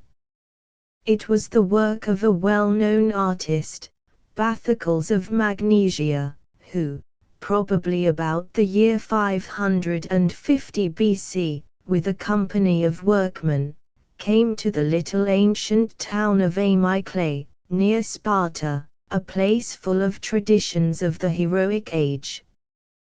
He had been invited thither to perform a peculiar task, the construction of a throne, not like the throne of the Olympian Zeus, and others numerous in after times, for a seated figure, but for the image of the local Apollo, no other than a rude and very ancient pillar of bronze, 30 cubits high, to which Hermes' wise head, arms, and feet were attached. The thing stood upright, as on a base, upon a kind of tomb or reliquary, in which, according to tradition, lay the remains of the young prince, 236, Hyacinth, son of the founder of that place, beloved by Apollo for his beauty, and accidentally struck dead by him in play, with a quoit. From the drops of the lad's blood had sprung up the purple flower of his name, which bears on its petals the letters of the ejaculation of woe, and in his memory the famous games of Amyclae were celebrated, beginning about the time of the longest day, when the flowers are stricken by the sun and begin to fade, a festival marked, amid all its splendor, with some real melancholy and serious thought of the dead. In the midst of the throne of Bathocles, this sacred receptacle, with the strange, half-humanized pillar above it, was to stand, probably in the open air, within a consecrated enclosure. Like the chest of Cypselus, the throne was decorated with reliefs of subjects taken from epic poetry, and it had supporting figures. Unfortunately, what Pausanias tells us of this monument hardly enables one to present it to the imagination with any completeness or certainty. Its dimensions he himself was unable exactly to ascertain, and he does not tell us its material. There are reasons, however, for supposing that it was of metal, and amid these ambiguities, the decorations of its base, the grave or altar tomb of Hyacinth, shine out clearly, and are also, for the most part, clear in their significance. There are wrought upon the altar figures, on the one side of Byaris, on the other of 237, Amphitrite and Poseidon.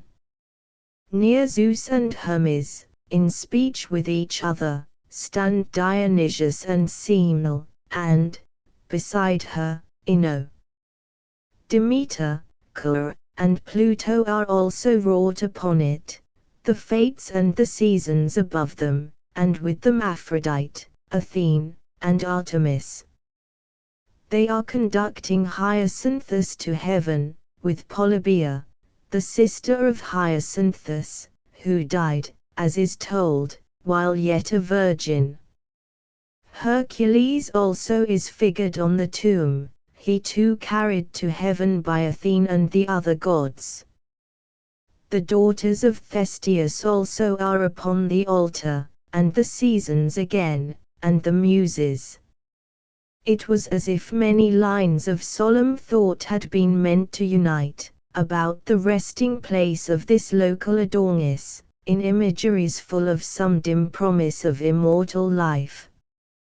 But it was not so much in care for old idols as in the making of new ones that Greek art was at this time engaged. This whole first period of Greek art might, indeed, be called the period of graven images, and all its workmen sons of Daedalus, for Daedalus is the mythical, or all but mythical, representative of all those arts which are combined in the making of lovelier idols than had heretofore been seen. The old Greek word which is at the root of the name Daedalus plus the name of a craft rather than a proper name, probably means to work curiously. All curiously beautiful woodwork is daedal work. The main point about the curiously beautiful 238 chamber in which Nausicaa sleeps, in the Odyssey, being that, like some exquisite Swiss chalet, it is wrought in wood. But it came about that those workers in wood, whom Daedalus represents, the early craftsmen of Crete especially, were chiefly concerned with the making of religious images, like the carvers of Berchtesgaden and Oberammergau, the sort of daintily finished images of the objects of public or private devotion which such workmen would turn out. Wherever there was a wooden idol in any way fairer than others, finished, perhaps, sometimes, with color and gilding, and appropriate real dress, there the hand of Daedalus had been. That such images were quite detached from pillar or wall, that they stood free, and were statues in the proper sense, showed that Greek art was already liberated from its earlier Eastern associations, such freestanding being apparently unknown in Assyrian art. And then, the effect of this daedal skill in them was, that they came nearer to the proper form of humanity. It is the wonderful lifelikeness of these early images which tradition celebrates in many anecdotes, showing a very early instinctive turn for, and delight in naturalism, in the Greek temper. As Cimabue, in his day, was able to charm men, almost as with illusion, by the simple device of half-closing the eyelids of his personages, and giving them, instead of round eyes, eyes that seemed to be in some degree sentient, and to feel. 239. The light. So the marvelous progress in those daedal wooden images was, that the eyes were open, so that they seemed to look, the feet separated, so that they seemed to walk. Greek art is thus, almost from the first, essentially distinguished from the art of Egypt, by an energetic striving after truth in organic form. In representing the human figure, Egyptian art had held by mathematical or mechanical proportions exclusively. The Greek apprehends of it, as the main truth, that it is a living organism, with freedom of movement, and hence the infinite possibilities of motion, and of expression by motion, with which the imagination credits the higher sort of Greek sculpture, while the figures of Egyptian art, graceful as they often are, seem absolutely incapable of any motion or gesture, other than the one actually designed. The work of the Greek sculptor, together with its more real anatomy, becomes full also of human soul. That old, primitive, mystical, first period of Greek religion, with its profound, though half-conscious, intuitions of spiritual powers in the natural world, attaching itself not to the worship of visible human forms, but to relics, to natural or half-natural objects, the roughly hewn tree, the unwrought stone, the pillar, the holy cone of Aphrodite in her dimly lighted cell at Paphos, had passed away. The second stage in the development of Greek religion had come, a 240 period in which poet and artist were busily engaged in the work of incorporating all that might be retained of the vague divinations of that earlier visionary time, in definite and intelligible human image and human story. The vague belief, the mysterious custom and tradition, develop themselves into an elaborately ordered ritual, into personal gods, imaged in ivory and gold, sitting on beautiful thrones. Always, wherever a shrine or temple, great or small, is mentioned, there, we may conclude, was a visible idol, there was conceived to be the actual dwelling place of a god. And this understanding became not less but more definite, as the temple became larger and more splendid, full of ceremony and servants, like the abode of an earthly king, and as the sacred presence itself assumed, little by little, the last beauties and refinements of the visible human form and expression. In what we have seen of this first period of Greek art, in all its curious essays and inventions, we may observe this demand for beautiful idols increasing in Greece, for sacred images, at first still rude, and in some degree the holier for their rudeness, but which yet constitute the beginnings of the religious style, consummate in the work of Phidias, uniting the veritable image of man in the full possession of his reasonable soul, with the true religious mysticity, the signature thereof. Something from afar. One by one these, 241, new gods of bronze, or marble, or flesh-like ivory, take their thrones, at this or that famous shrine, like the images of this period which Pausanias saw in the temple of Hera at Olympia, the throned seasons, with Themis as the mother of the seasons, divine rectitude being still blended, in men's fancies, with the unchanging physical order of things, and fortune, and victory having wings, and Car and Demeter and Dionysius, already visibly there, around the image of Hera herself, seated on a throne, and all chrysolephantine, all in gold and ivory. Novel as these things are, they still undergo consecration at their first erecting.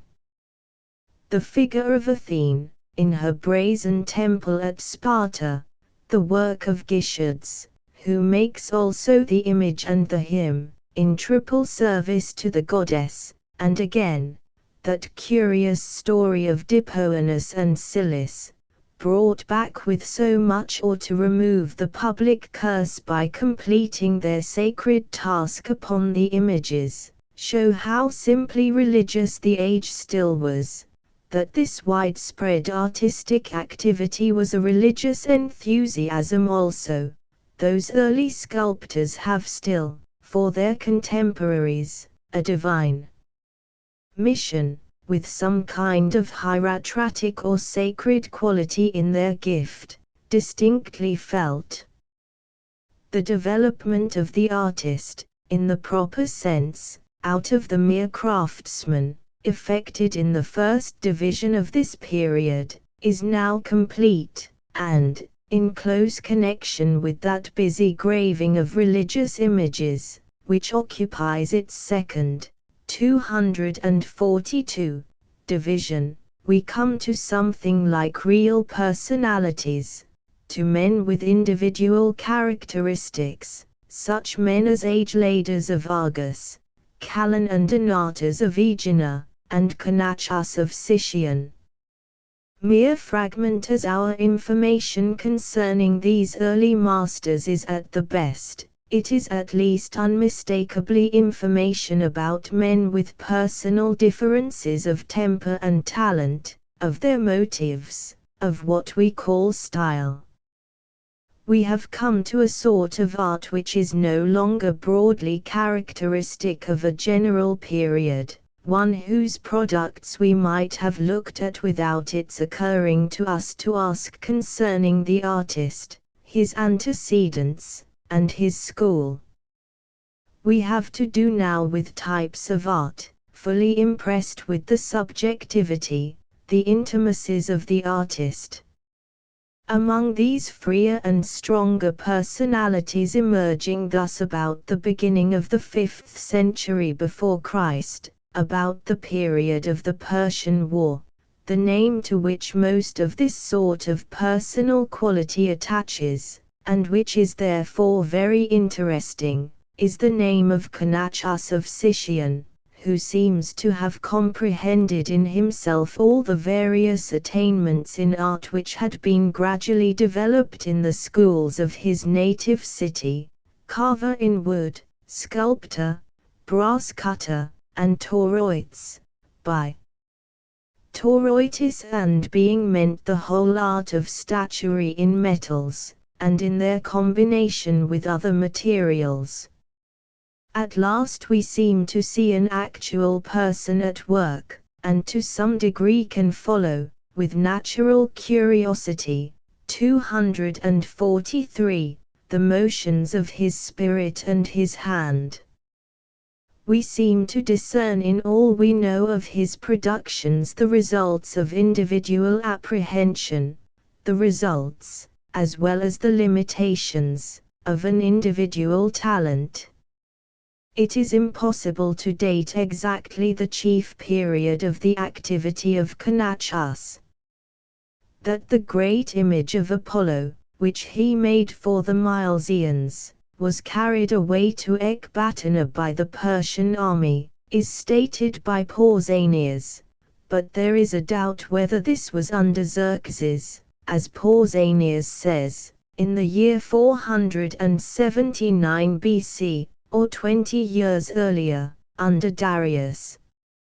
So important a work as this colossal image of Apollo, for so great a shrine as the Didymaeum, was probably the task of his maturity, and his career may, therefore, be regarded as having begun, at any rate, prior to the year 479 BC, and the end of the Persian invasion, the event which may be said to close this period of art.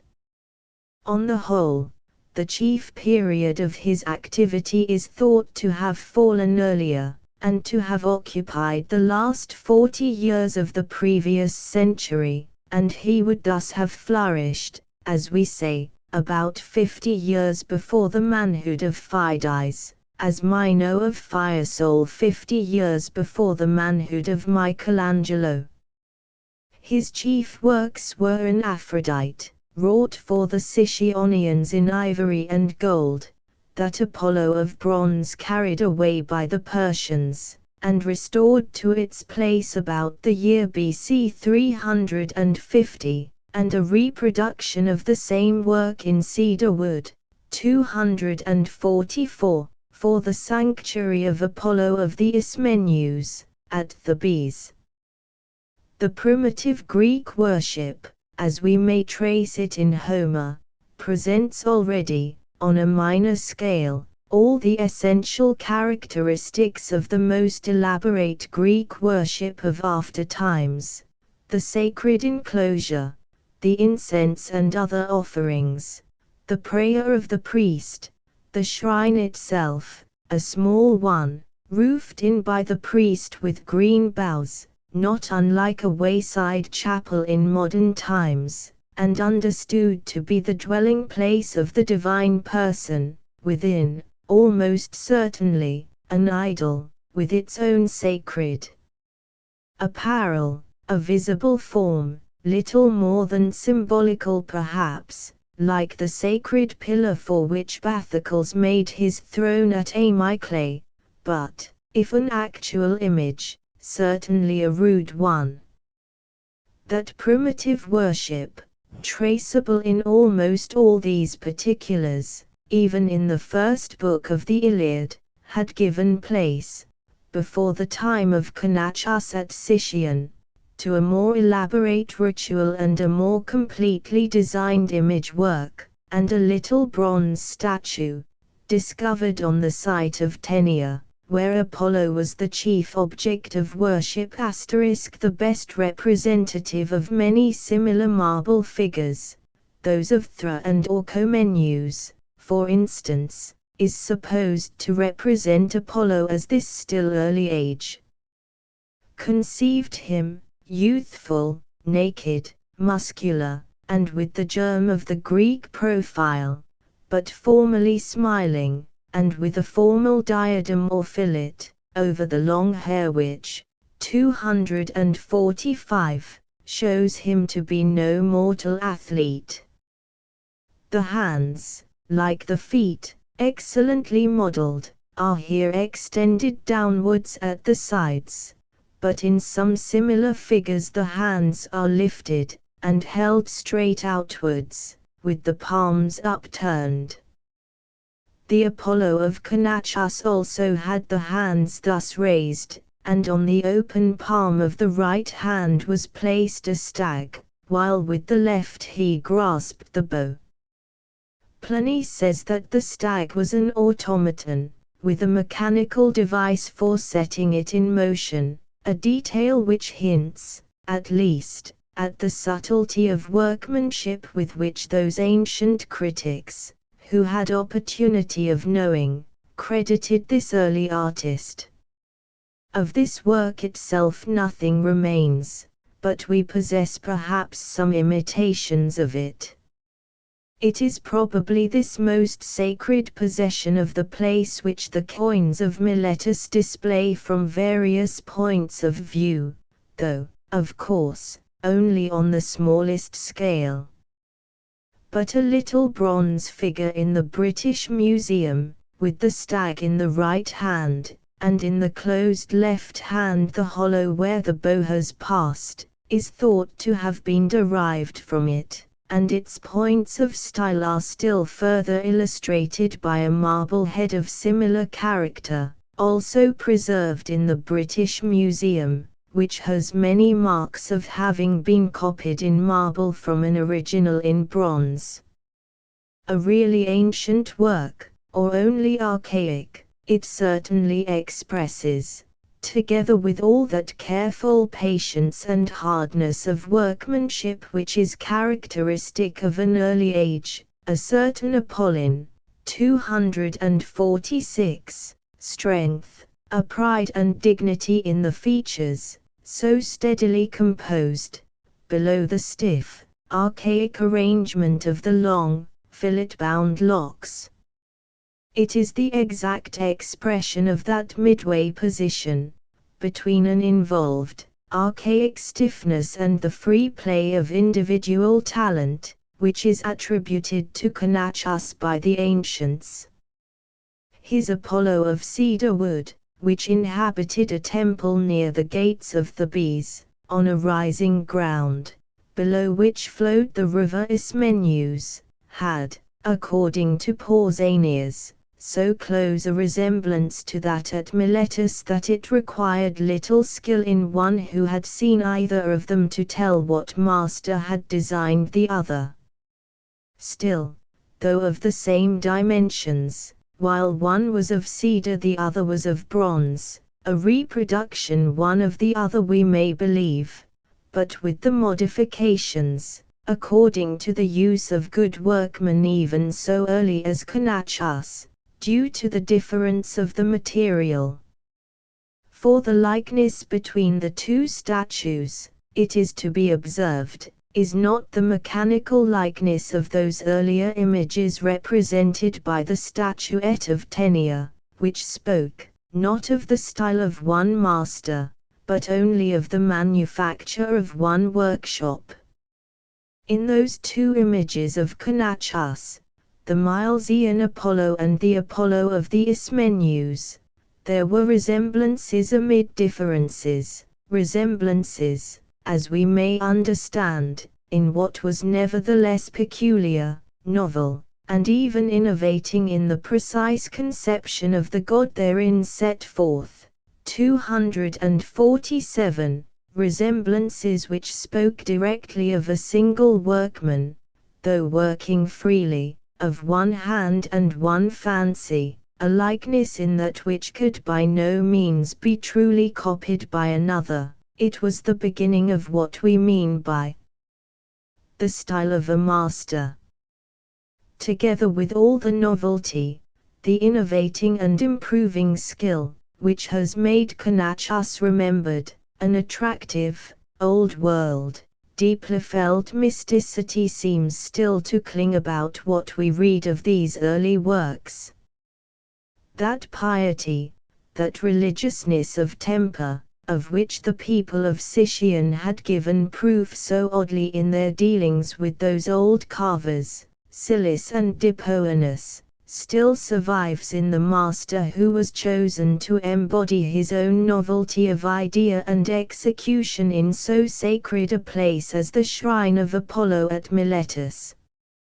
Something still conventional, combined, in these images, with the effect of great artistic skill, with a palpable beauty and power, seems to have given them a really imposing religious character. Escaping from the rigid uniformities of the stricter archaic style, he is still obedient to certain hieratic influences and traditions. He is still reserved, self-controlled, composed or even mannered a little, as in some sacred presence, with the severity and strength of the early style. But there are certain notices which seem to show that he had his purely poetical motives also, as befitted his age, motives which prompted works of mere fancy, like his Muse, 248, with the lyre, symbolizing the chromatic style of music, Aristocles his brother, and Ageladas of Argos executing each another statue to symbolize the two other orders of music. The riding boys, of which Pliny speaks, like the mechanical stag on the hand of Apollo, which he also describes, were perhaps mechanical toys, as Benvenuto Cellini made toys. In the beardless Aesculapius, again, the image of the god of healing, not merely as the son of Apollo, but as one ever young, it is the poetry of sculpture that we see. This poetic feeling, and the piety of temper so deeply impressed upon his images of Apollo, seem to have been combined in his Chrysolephantine Aphrodite, as we see it very distinctly in Pausanias, enthroned with an apple in one hand and a poppy in the other, and with the sphere, or polos, about the head, in its quaint little temple or chapel at Sicyon, with the hierogzepis, or holy garden, about it. This is what Conachus has to give us instead of the strange, symbolical cone, with the lights burning around it, in its dark cell, the form under which Aphrodite was worshipped at her famous shrine of Paphos. A woman to keep it fair, Pausanias tells us, who may go into no man, and a virgin called the water-bearer, who holds her priesthood for a year, are alone permitted to enter the sacred place. All others may gaze upon the 249 goddess and offer their prayers from the doorway. The seated image is the work of Conachus of Sicyon. It is wrought in ivory and gold, bearing a sphere on the head, and having in the one hand a poppy and in the other an apple. They offer to her the thighs of all victims excepting swine, burning them upon sticks of juniper, together with leaves of lad's love, a herb found in the enclosure without, and nowhere else in the world. Its leaves are smaller than those of the beech and larger than the ilex. In form they are like an oak leaf, and in color resemble most the leaves of the poplar, one side dusky, the other white.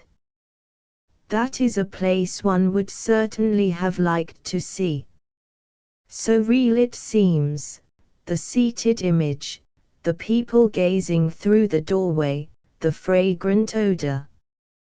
Must it not still be in secret keeping somewhere, we are almost tempted to ask, maintained by some few solitary worshippers, surviving from age to age, among the villagers of Acre? In spite of many obscurities, it may be said that what we know, and what we do not know, of Conachus illustrates the amount and sort of knowledge we possess about the artists of the period which he best represents. A knived, a freshness, an early-aged simplicity and sincerity, that, we may believe, had we their works before us, would be for us their chief aesthetic charm. Cicero remarked that, in contrast with 250, the works of the next generation of sculptors, there was a stiffness in the statues of Conachus which made them seem untrue to nature. Conaci signa rigidera est quam ut imitant veritatem. But Cicero belongs to an age surfeited with artistic license, and likely enough to undervalue the severity of the early masters, the great motive struggling still with the minute and rigid hand. So the critics of the last century ignored, or underrated, the works of the earlier Tuscan sculptors. In what Cicero calls rigidity of Conachus, combined with what we seem to see of his poetry of conception, his freshness, his solemnity, we may understand no really repellent hardness, but only that earnest patience of labor, the expression of which is constant in all the best work of an early time, in the David of Verrocchio, for instance, and in the early Flemish painters, as it is natural and becoming in youth itself.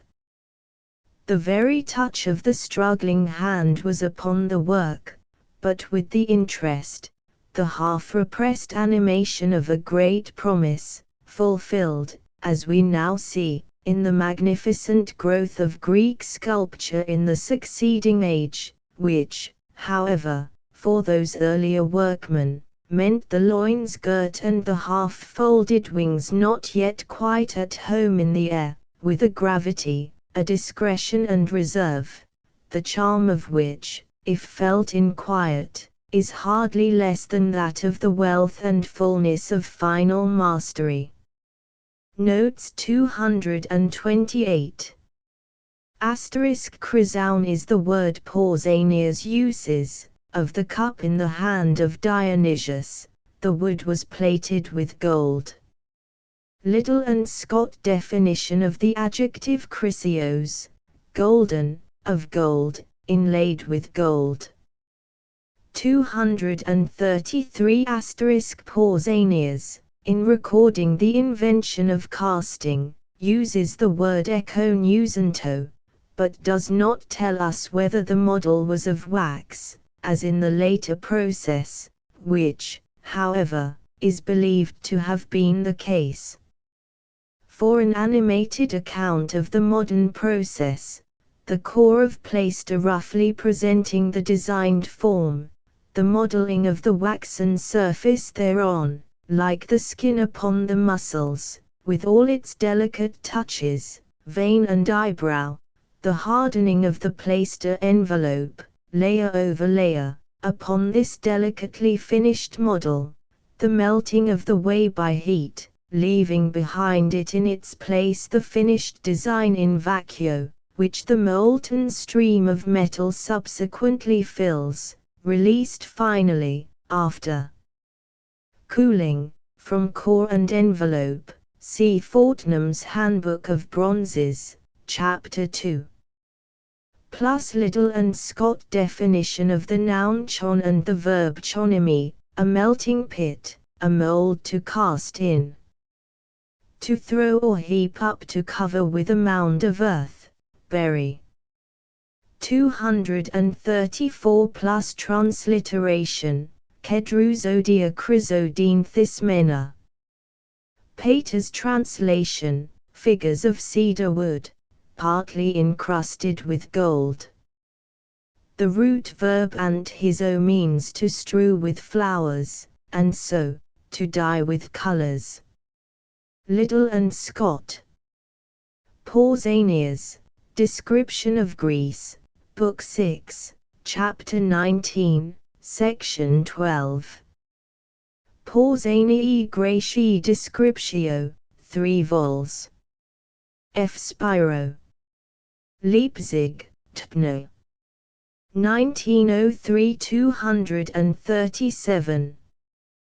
Plus Daedalios means cunningly or curiously wrought. It is derived from the verb daedalo, to work cunningly, work with curious art. Liddell and Scott. 242 plus the verb toruo means to bore through, to work in relief, to chase. Liddell and Scott. 244 * now preserved at Munich. The Marbles of Aegina, 251. I have dwelled the more emphatically upon the purely sensuous aspects of early Greek art, on the beauty and charm of its mere material and workmanship, the grace of hand in it, its chryselephantine character, because the direction of all the more general criticism since Lessing has been, somewhat one-sidedly, towards the ideal or abstract element in Greek art, towards what we may call its philosophical aspect.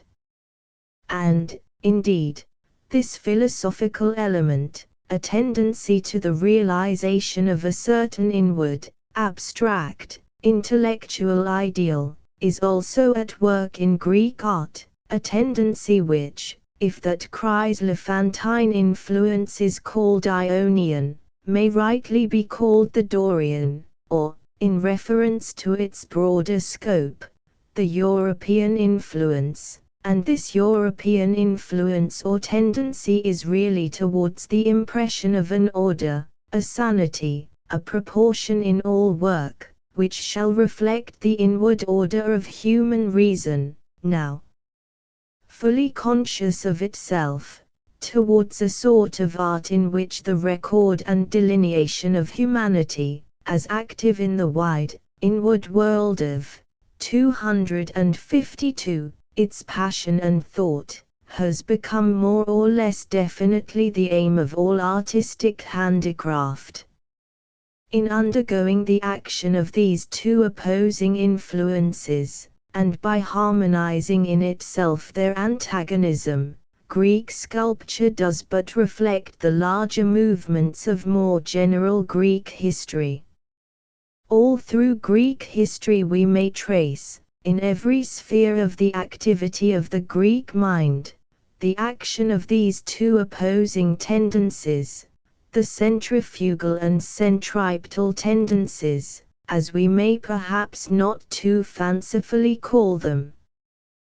There is the centrifugal, the Ionian, the Asiatic tendency, flying from the center, working with little forethought straight before it, in the development of every thought and fancy, throwing itself forth in endless play of undirected imagination, delighting in brightness and color, in beautiful material, in changeful form everywhere, in poetry, in philosophy, even in architecture and its subordinate crafts. In the social and political order it rejoices in the freest action of local and personal influences. Its restless versatility drives it towards the assertion of the principles of separatism, of individualism, the separation of state from state, the maintenance of local religions, the development of the individual in that which is most peculiar and individual in him. Its claim is in its grace, its freedom and happiness, its lively interest, the variety of its gifts to civilization. Its weakness is self-evident, and was what made the unity of Greece impossible. 253. It is this centrifugal tendency which Plato is desirous to cure, by maintaining, over against it, the Dorian influence of a severe simplification everywhere, in society, in culture, in the very physical nature of man. An enemy everywhere to variegation, to what is cunning or myriad-minded he sets himself, in mythology, in music, in poetry, in every kind of art, to enforce the ideal of a sort of Parmenidean abstractness and calm. This exaggerated ideal of Plato's is, however, only the exaggeration of that salutary European tendency, which, finding human mind the most absolutely real and precious thing in the world, enforces everywhere the impress of its sanity, its profound reflections upon things as they really are, its sense of proportion. It is the centripetal tendency, which links individuals to each other, states to states, one period of organic growth to another, under the reign of a composed, rational, self-conscious order, in the universal light of the understanding. Whether or not this temper, so clearly traceable as a distinct influence in the course of Greek development, was indeed the peculiar gift of the Dorian race, certainly that race is the best illustration of it, in its love of order, of that severe composition everywhere, of which the Dorian style of architecture is, as it were, a material symbol, in its constant aspiration after what is earnest and dignified, as exemplified most evidently in the religion of its predilection, the religion of Apollo. 254. For as that Ionian influence, the Chryselephantine influence, had its patron in Hephaestus, belonged to the religion of Hephaestus, husband of Aphrodite, the representation of exquisite workmanship, of fine art in metal, coming from the East in close connection with the artificial furtherance, through dress and personal ornament, of the beauty of the body, so that Dorian or European influence embodied itself in the religion of Apollo. For the development of this or that mythological conception, from its root in fact or law of the physical world, is very various in its course. Thus, Demeter, the spirit of life in grass, and Dionysius, the spiritual form of life in the green sap remain, to the end of men's thoughts and fancies about them, almost wholly physical. But Apollo, the spiritual form of sunbeams, early becomes, the merely physical element in his constitution being almost wholly suppressed, exclusively ethical, the spiritual form of inward or intellectual light, in all its manifestations. He represents all those specially European ideas, of a reasonable, personal freedom, as understood in Greece, of a reasonable polity, of the sanity of soul and body, through the cure of disease and of the sense of sin, of the perfecting of both by reasonable exercise or ascesis, His religion is a sort of embodied equity, its aim the realization of fair reason and just consideration of the truth of things everywhere. 255. I cannot dwell on the general aspects of this subject further, but I would remark that in art also the religion of Apollo was a sanction of, and an encouragement towards the true valuation of humanity, in its sanity, its proportion, its knowledge of itself. Following after this, Greek art attained, in its reproductions of human form, not merely to the profound expression of the highest indwelling spirit of human intelligence, but to the expression also of the great human passions, of the powerful movements as well as of the calm and peaceful order of the soul, as finding in the affections of the body a language, the elements of which the artist might analyze, and then combine, order, and recompose.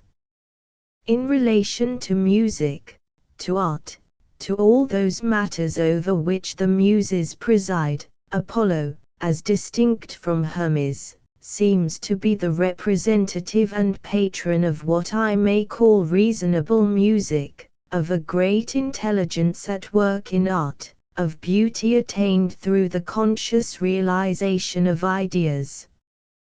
They were the cities of the Dorian affinity which early brought to perfection that most characteristic of Greek institutions, the sacred dance, with the whole gymnastic system which was its natural accompaniment. And it was the familiar spectacle of that living sculpture which developed, perhaps, beyond everything else in the Greek mind, at its best, a sense of the beauty and significance of the human form. Into that bewildered, dazzling world of minute, 256, and dainty handicraft, the chamber of Paris, the house of Alcinous, in which the form of man alone had no adequate place, and as yet, properly, was not, this Dorian, European, Apolline influence introduced the intelligent and spiritual human presence, and gave it its true value, a value consistently maintained to the end of Greek art, by a steady hold upon and preoccupation with the inward harmony and system of human personality.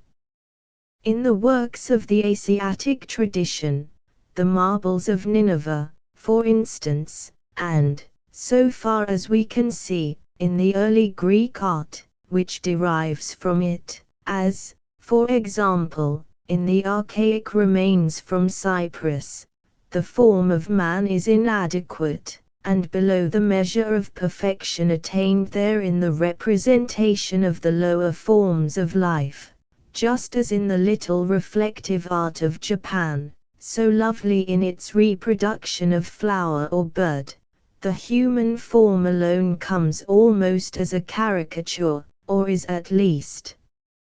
untouched by any higher ideal. To that Asiatic tradition, then, with its perfect craftsmanship, its consummate skill in design, its power of hand, the Dorian, the European, the true Hellenic influence brought a revelation of the soul and body of man. And we come at last in the marbles of Aegina to a monument, which bears upon it the full expression of this humanism, to a work, in which the presence of man, realized with complete mastery of hand, and with clear apprehension of how he actually is and moves and looks, 257, is touched with the freshest sense of that new-found, inward value, the energy of worthy passions purifying, the light of his reason shining through, bodily forms and motions, solemnized, attractive, pathetic. We have reached an extant work, real and visible, of an importance out of all proportion to anything actually remaining of earlier art, and justifying, by its direct interest and charm, our long prelude on the beginnings of Greek sculpture, while there was still almost nothing actually to see.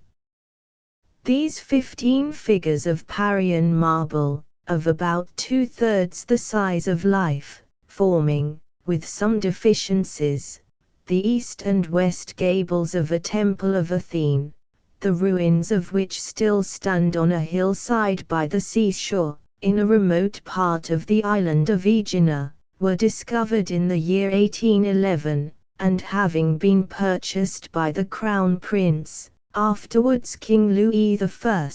of Bavaria, are now the great ornament of the Glyptothek, or Museum of Sculpture, at Munich. The group in each gable consisted of 11 figures, and of the 15 larger figures discovered, 5 belong to the eastern, 10 to the western gable, so that the western gable is complete with the exception of one figure, which should stand in the place to which, as the groups are arranged at Munich, the beautiful figure, bending down towards the fallen leader, has been actually transferred from the eastern gable, certain fragments showing that the lost figure, 258, corresponded essentially to this, which has therefore been removed hither from its place in the less complete group to which it properly belongs. For there are two legitimate views or motives in the restoration of ancient sculpture, the antiquarian and the aesthetic, as they may be termed respectively, the former limiting itself to the bare presentation of what actually remains of the ancient work, braving all shock to living eyes from the mutilated nose or chin, while the latter, the aesthetic method, requires that, with the least possible addition or interference, by the most skillful living hand procurable, the object shall be made to please, or at least content the living eye seeking enjoyment and not a bare fact of science, in the spectacle of ancient art. This latter way of restoration, the aesthetic way, followed by the famous connoisseurs of the Renaissance, has been followed here, and the visitor to Munich actually sees the marbles of Aegina, as restored after a model by the tasteful hand of Thorwaldsen. Different views have, however, been maintained as to the right grouping of the figures, but the composition of the two groups was apparently similar, not only in general character but in a certain degree of correspondence of all the figures, each to each. And in both the subject is a combat between Greeks and Asiatics concerning the body of a Greek hero, fallen among the foemen, an incident so characteristic, 259, of the poetry of the heroic wars. In both cases, Athene, whose temple this sculpture was designed to decorate, intervenes, her image being complete in the western gable, the head and some other fragments remaining of that in the eastern. The incidents represented were probably chosen with reference to the traditions of Aegina in connection with the Trojan War. Greek legend is ever deeply colored by local interest and sentiment, and this monument probably celebrates Telamon, and Ajax his son, the heroes who established the fame of Aegina, and whom the united Greeks, on the morning of the Battle of Salamis, in which the Aeginetans were distinguished above all other Greeks in bravery, invited as their peculiar, spiritual allies from that island. Accordingly, antiquarians are, for the most part, of opinion that the eastern gable represents the combat of Hercules, Hercules being the only figure among the warriors certainly to be identified, and of his comrade Telamon, against Laomedon of Troy, in which, properly, Hercules was leader, but here, as squire and archer, is made to give the first place to Telamon, as the titular hero of the place. Opinion is not so definite regarding the subject of the western gable, which, however, probably represents the combat between the Greeks and Trojans over the body of Patroclus. In both cases an Aeginetan hero, in the eastern gable Telamon, in the western, 260, his son Ajax, is represented in the extreme crisis of battle, such a crisis as, according to the deep religiousness of the Greeks of that age, was a motive for the visible intervention of the goddess in favor of her chosen people.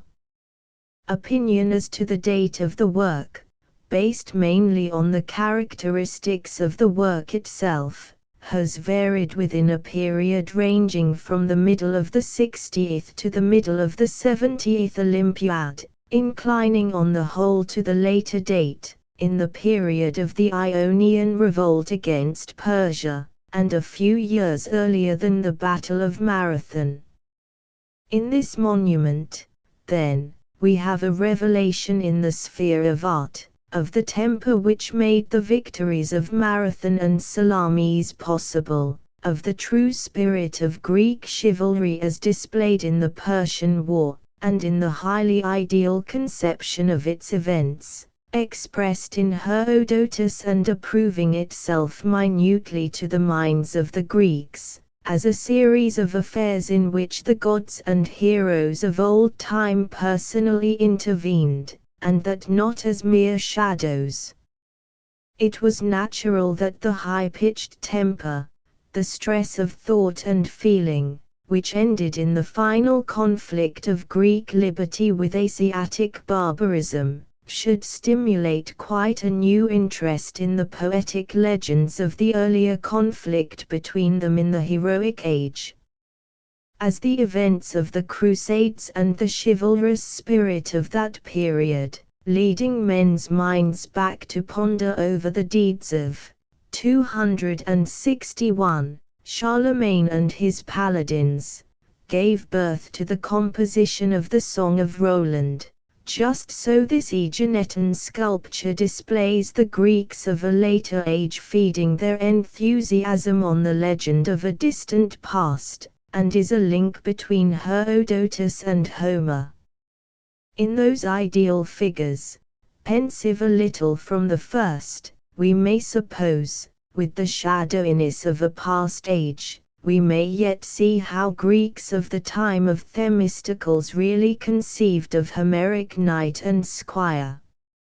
Some other fragments of art, also discovered in Aegina, and supposed to be contemporary with the Temple of Athene, tend, by their roughness and immaturity, to show that this small building, so united in its effect, so complete in its simplicity, in the symmetry of its two main groups of sculpture, was the perfect artistic flower of its time and place. Yet within the limits of this simple unity, so important an element in the charm and impressiveness of the place, a certain inequality of design and execution may be detected, the hand of a slightly earlier master, probably, having worked in the western gable, while the master of the eastern gable has gone some steps farther than he in fineness and power of expression. The stooping figure of the supposed Ajax, belonging to the western group in the present arrangement, but really borrowed, as I said, from the eastern, which has in it something above the type of the figures grouped round it, being this later sculptor's work. Yet Overbeck, 262, who has elaborated the points of this distinction of styles, commends without reserve the technical excellence of the whole work, executed, as he says, with an application of all known instruments of sculpture, the delicate calculation of weight in the composition of the several parts, allowing the artist to dispense with all artificial supports, and to set his figures, with all their complex motions, and yet with plinths only 3 inches thick, into the basis of the gable. The bold use of the chisel, which wrought the shield, on the freely held arm, down to a thickness of scarcely 3 inches, the fineness of the execution even in parts of the work invisible to an ordinary spectator, in the diligent finishing of which the only motive of the artist was to satisfy his own conviction as to the nature of good sculpture. It was the Dorian cities, Plato tells us, which first shook off the false Asiatic shame, and stripped off their clothing for purposes of exercise and training in the gymnasium, and it was part of the Dorian or European influence to assert the value in art of the unveiled and healthy human form. And here the artists of Aegina, notwithstanding Homer's description of Greek armor, glowing like the sun itself, have displayed the Greek warriors, Greek and Trojan alike, not in the equipments they would really have worn, but naked, flesh fairer than that golden armor, though more subdued and tranquil. 263, in effect on the spectator, the undraped form of man coming like an embodiment of the Hellenic spirit, and as an element of temperance, into the somewhat gaudy spectacle of Asiatic, or archaic art. Paris alone bears his dainty trappings, characteristically, a coat of golden scale work, the scales set on a lining of canvas or leather, shifting deftly over the delicate body beneath, and represented on the gable by the gilding, or perhaps by real gilt metal. It was characteristic also of that more truly Hellenic art, another element of its temperance, to adopt the use of marble in its works, and the material of these figures is the white marble of Paris. Traces of color have, however, been found on certain parts of them. The outer surfaces of the shields and helmets have been blue, their inner parts and the crests of the helmets, red, the hem of the drapery of Athene, the edges of her sandals, the plinths on which the figures stand, also red, one quiver red, another blue, the eyes and lips, too, colored, perhaps, the hair.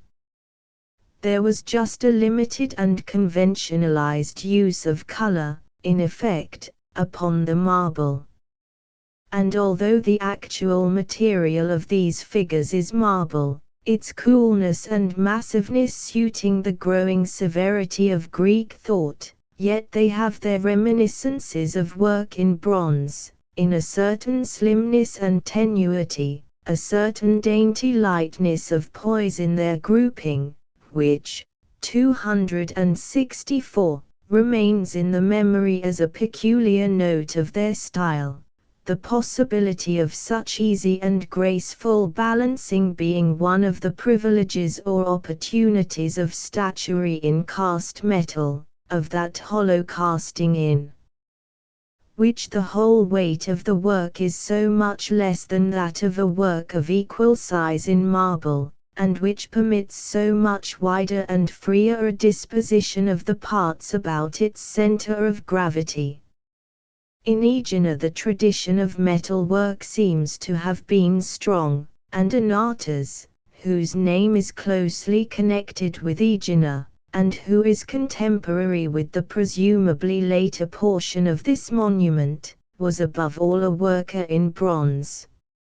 Here again, in this lurking spirit of metal work, we have a new element of complexity in the character of these precious remains.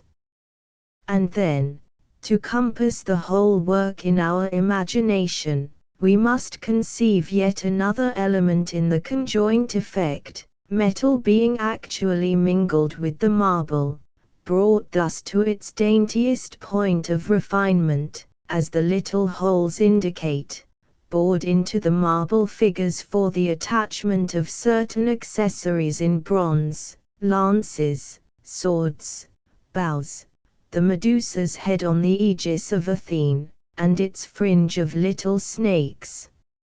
And as there was no adequate consciousness and recognition of the essentials of man's nature in the older, Oriental art, so there is no pathos, no humanity in the more special sense, but a kind of hardness and cruelty rather, in those oft-repeated, long, matter-of-fact processions, on the 265 marbles of Nineveh, of slave-like soldiers on their way to battle mechanically, or of captives on their way to slavery or death, for the satisfaction of the great king. These Greek marbles, on the contrary, with that figure yearning forward so graciously to the fallen leader, are deeply impressed with a natural pathetic effect, the true reflection again of the temper of Homer in speaking of war. As, the god of war himself, we must remember, is, according to his original import, the god of storms, of winter raging among the forests of the Thracian mountains, a brother of the north wind.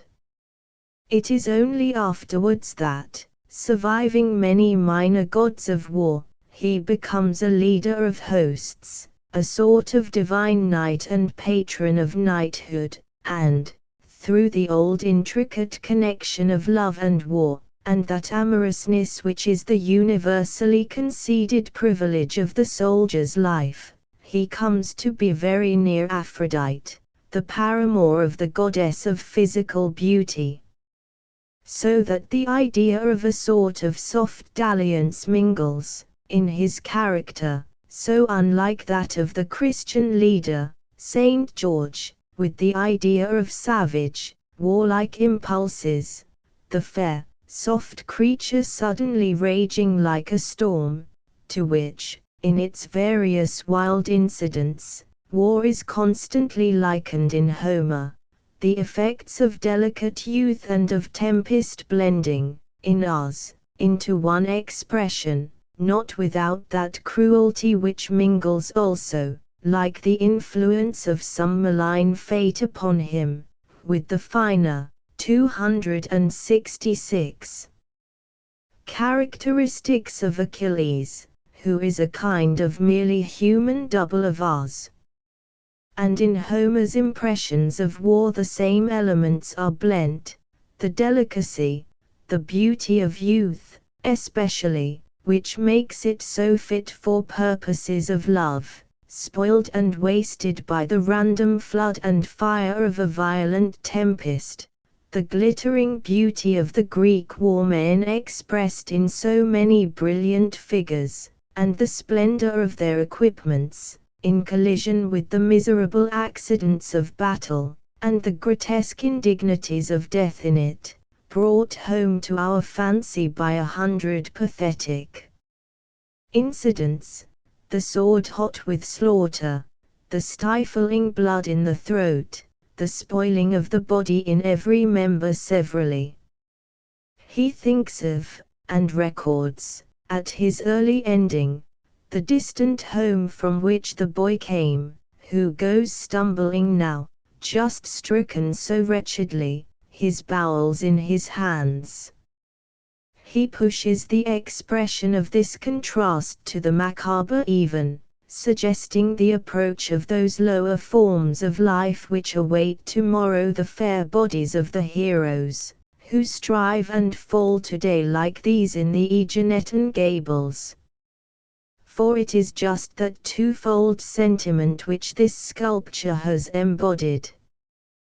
The seemingly stronger hand which wrought the eastern gable has shown itself strongest in the rigid expression of the truth of pain, in the mouth of the famous recumbent figure on the extreme left, the lips just open at the corner, and in the hard-shut lips of Hercules. Otherwise, 267, these figures all smile faintly, almost like the monumental effigies of the Middle Age, with a smile which, even if it be but a result of the mere conventionality of an art still somewhat immature, has just the pathetic effect of Homer's conventional epithet tender when he speaks of the flesh of his heroes. And together with this touching power there is also in this work the effect of an early simplicity, the charm of its limitations. For as art which has passed its prime has sometimes the charm of an absolute refinement in taste and workmanship, so immature art also, as we now see, has its own attractiveness in the naived, the freshness of spirit, which finds power and interest in simple motives of feeling, and in the freshness of hand, which has a sense of enjoyment in mechanical processes still performed unmechanically, in the spending of care and intelligence on every touch. As regards Italian art, the sculpture and paintings of the earlier Renaissance, the aesthetic value of this naived is now well understood, but it has its value in Greek sculpture also. There, too, is a succession of phases through which the artistic power and purpose grew to maturity, with the enduring charm of an unconventional, unsophisticated freshness, in that very early stage of it illustrated by these marbles of Aegina, not less than in the work of Verrocchio and Mino of Fiesole. Effects of this we may note in that sculpture, 268, of Aegina, not merely in the simplicity, or monotony even, of the whole composition, and in the exact and formal correspondence of one gable to the other, but in the simple readiness with which the designer makes the 2-second spearmen kneel, against the probability of the thing, so as just to fill the space he has to compose in. The profiles are still not yet of the fully developed Greek type, but have a somewhat sharp prominence of nose and chin, as in Etrurian design, in the early sculpture of Cyprus, and in the earlier Greek vases, and the general proportions of the body in relation to the shoulders are still somewhat archaically slim. But then the workman is at work in dry earnestness, with a sort of hard strength in detail, a scrupulousness verging on stiffness, like that of an early Flemish painter. He communicates to us his still youthful sense of pleasure in the experience of the first rudimentary difficulties of his art overcome. And withal, these figures have in them a true expression of life, of animation. In this monument of Greek chivalry, pensive and visionary as it may seem, those old Greek knights live with a truth like that of Homer or Chaucer. In a sort of stiff grace, combined with a sense of things bright or sorrowful directly felt, the Aeginetan workman is as it were the Chaucer of Greek sculpture. The Age of Athletic Prizemen, a chapter in Greek art, 269, it is pleasant when, looking at medieval sculpture, we are reminded of that of Greece, pleasant likewise, conversely, in the study of Greek work to be put on thoughts of the Middle Age. To the refined intelligence, it would seem, there is something attractive in complex expression as such. The marbles of Aegina, then, may remind us of the Middle Age where it passes into the early Renaissance, of its most tenderly finished warrior tombs at Westminster or in Florence. A less mature phase of medieval art is recalled to our fancy by a primitive Greek work in the Museum of Athens, Hermes, bearing a ram, a little one, upon his shoulders. He bears it thus, had borne it round the walls of Tanagra, as its citizens told, by way of purifying that place from the plague, and brings to mind, of course, later images of the Good Shepherd. It is not the subject of the work, however, but its style, that sets us down in thought before some Gothic, 270, cathedral front. Suppose the Hermes Creophorus lifted into one of those empty niches, and the archaeologist will inform you rightly, as at Auxerre or Wells, of Italian influence, perhaps of Italian workmen, and along with them indirect Old Greek influence coming northwards, while the connoisseur assures us that all good art, at its respective stages of development, is in essential qualities everywhere alike. It is observed, as a note of imperfect skill, that in that carved block of stone the animal is insufficiently detached from the shoulders of its bearer. Again, how precisely Gothic is the effect. Its very limitation as sculpture emphasizes the function of the thing as an architectural ornament. And the student of the Middle Age, if it came within his range, would be right in so esteeming it.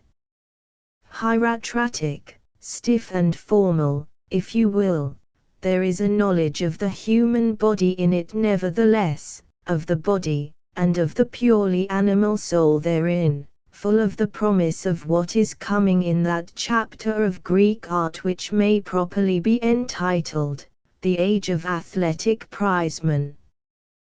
That rude image, a work perhaps of Calamis of shadowy fame, belongs to a phase of art still in grave clothes or swaddling bands, still strictly subordinate to religious or other purposes not immediately its own.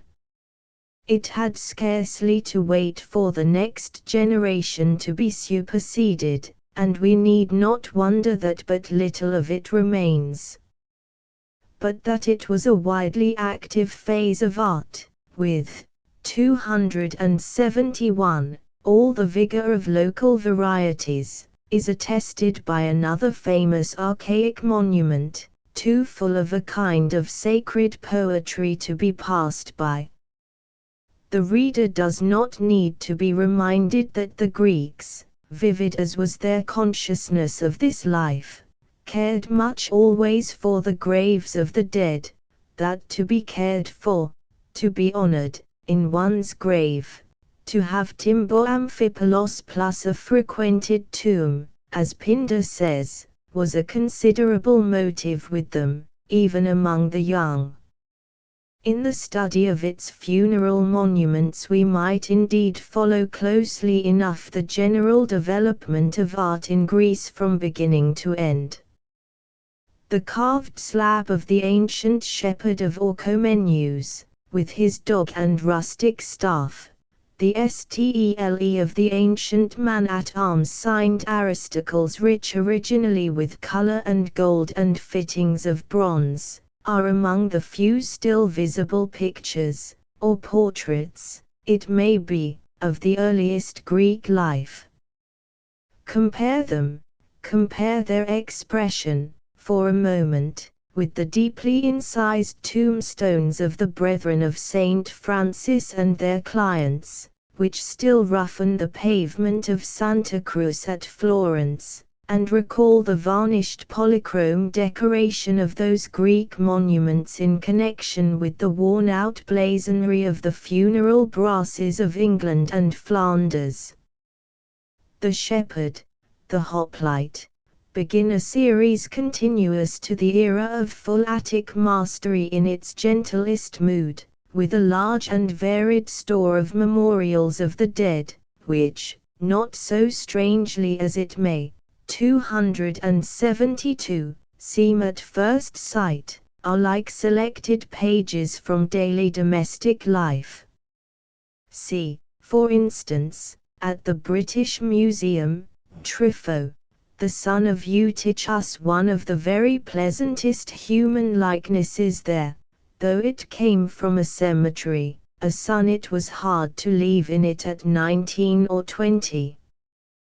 With all the suppleness, the delicate muscularity, of the flower of his youth, his handsome face sweetened by a kind and simple heart, in motion, surely, he steps forth from some shadowy chamber, strigil in hand, as of old, and with his coarse towel or cloak of monumental drapery over one shoulder.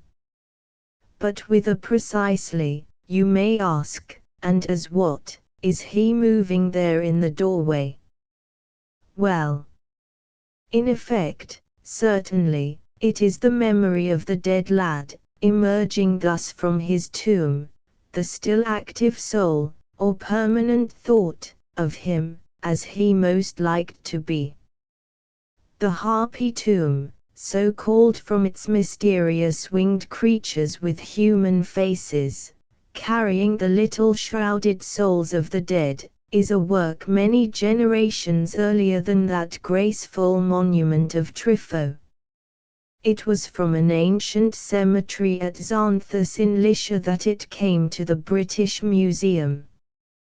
The Lycians were not a Greek people, but, as happened even with barbarians dwelling on the coast of Asia Minor, they became lovers of the Hellenic culture, and Xanthus, their capital, as may be judged from the beauty of its ruins, managed to have a considerable portion in Greek art, though infusing it, 273, with a certain Asiatic color. The frugally designed frieze of the Harpy Tomb, in the lowest possible relief, might fairly be placed between the monuments of Assyria and those primitive Greek works among which it now actually stands. The stiffly ranged figures in any other than strictly archaic work would seem affected. But what an undercurrent of refined sentiment, presumably not Asiatic, not barbaric, lifting those who felt thus about death so early into the mainstream of Greek humanity, and to a level of visible refinement in execution duly expressive of it. In that old burial place of Xanthus, then, a now nameless family, or a single bereaved member of it, represented there as a diminutive figure crouching on the earth in sorrow, erected this monument, so full of family sentiment, and of so much value as illustrating what is for us a somewhat empty period in the history of Greek art, strictly so called. Like the less conspicuously adorned tombs around it, like the tombs in Homer, it had the form of a tower, a square tower about 24 feet high, hollowed at the top into a small chamber, for the reception, through a little doorway, of the earned ashes of the dead. 4 sculptured slabs were placed at this level on the 4 sides of the tower in the manner of a frieze. I said that the winged creatures with human faces carry the little souls of the dead. The interpretation of these mystic, 274, imageries is, in truth, debated. But in face of them, and remembering how the sculptors and glass painters of the Middle Age constantly represented the souls of the dead as tiny bodies, one can hardly doubt as to the meaning of these particular details which, repeated on every side, seem to give the keynote of the whole composition. Those infernal, or celestial, birds, indeed, are not true to what is understood to be the harpy form. Call them sirens, rather. People, and not only old people, as you know, appear sometimes to have been quite charmed away by what dismays most of us. The tiny shrouded figures which the sirens carry are carried very tenderly, and seem to yearn in their turn towards those kindly nurses as they pass on their way to a new world. Their small stature, as I said, does not prove them infants, but only newborn into that other life, and contrasts their helplessness with the powers, the great presences, now around them. A cow, far enough from Rund's famous elusive animal, suckles her calf. She is 275, one of almost any number of artistic symbols of new birth, of the renewal of life, drawn from a world which is, after all, so full of it.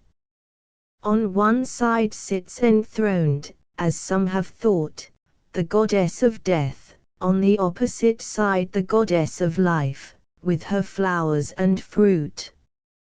Towards her 3 young maidens are advancing, were they still alive thus, graceful, virginal, with their long, plaited hair, and long, delicately folded tunics, looking forward to carry on their race into the future. Presented severally, on the other sides of the dark hollow within, 3 male persons, a young man, an old man, and a boy, seem to be bringing home, somewhat wearily, to their long home the young man, his armor, the boy, and the old man, like old Socrates, the mortuary cock, as they approach some shadowy, ancient deity of the tomb, or it may be the throned impersonation of their fathers of old. The marble surface was colored, at least in part, with fixtures of metal here and there. The designer, whoever he may have been, was possessed certainly of some tranquilizing second thoughts concerning death, which may well have had their value for mourners, and he has expressed those thoughts, if lispingly, yet with no faults of commission, with a befitting grace, and, in truth, at some points, with something already of a really Hellenic definition and vigor. He really speaks to us in his work, through his symbolic and 276 imitative figures, speaks to our intelligence persuasively. The surviving thought of the lad Trypho, returning from his tomb to the living, was of athletic character, how he was and looked when in the flower of his strength. And it is not of the dead but of the living, who look and are as he, that the artistic genius of this period is full. It is a period, truly, not of battles, such as those commemorated in the marbles of Aegina, but of more peaceful contests at Olympia, at the Isthmus, at Delphi, the glories of which Pindar sung in language suggestive of a sort of metallic beauty, firmly cut and embossed, like crowns of wild olive, of parsley and bay, in crisp gold.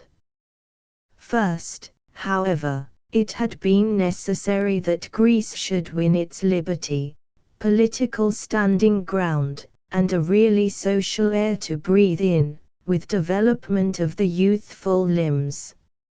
Of this process Athens was the chief scene, and the earliest notable presentment of humanity by Athenian art was in celebration of those who had vindicated liberty with their lives, 2 youths again, in a real incident, which had, however, the quality of a poetic invention, turning, as it did, on that ideal or romantic friendship which was characteristic of the Greeks.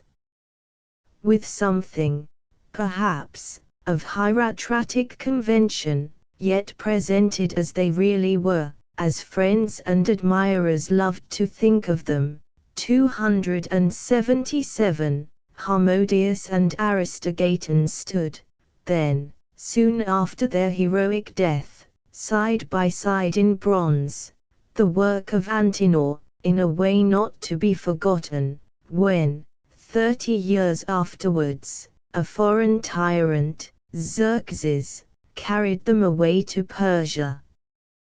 Critios and Narcissists were, therefore, employed for a reproduction of them, which would naturally be somewhat more advanced in style. In its turn this also disappeared.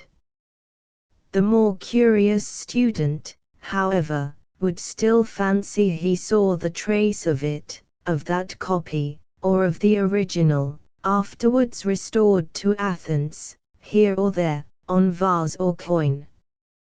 But in fact the very images of the heroic youths were become but ghosts, haunting the story of Greek art, till they found or seemed to find a body once more when, not many years since, an acute observer detected, as he thought, in a remarkable pair of statues in the Museum of Naples, if freed from incorrect restorations and rightly set together, a veritable descendant from the original work of Antenor.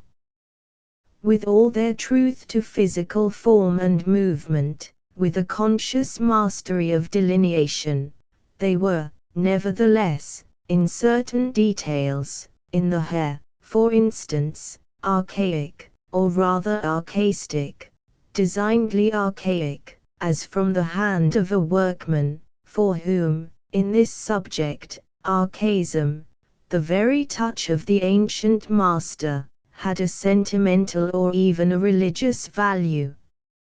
And unmistakably they were young assassins, moving, with more than fraternal unity, the younger in advance of and covering, 278, the elder, according to the account given by Herodotus, straight to their purpose, against two wicked brothers, as you remember, two good friends, on behalf of the dishonored sister of one of them.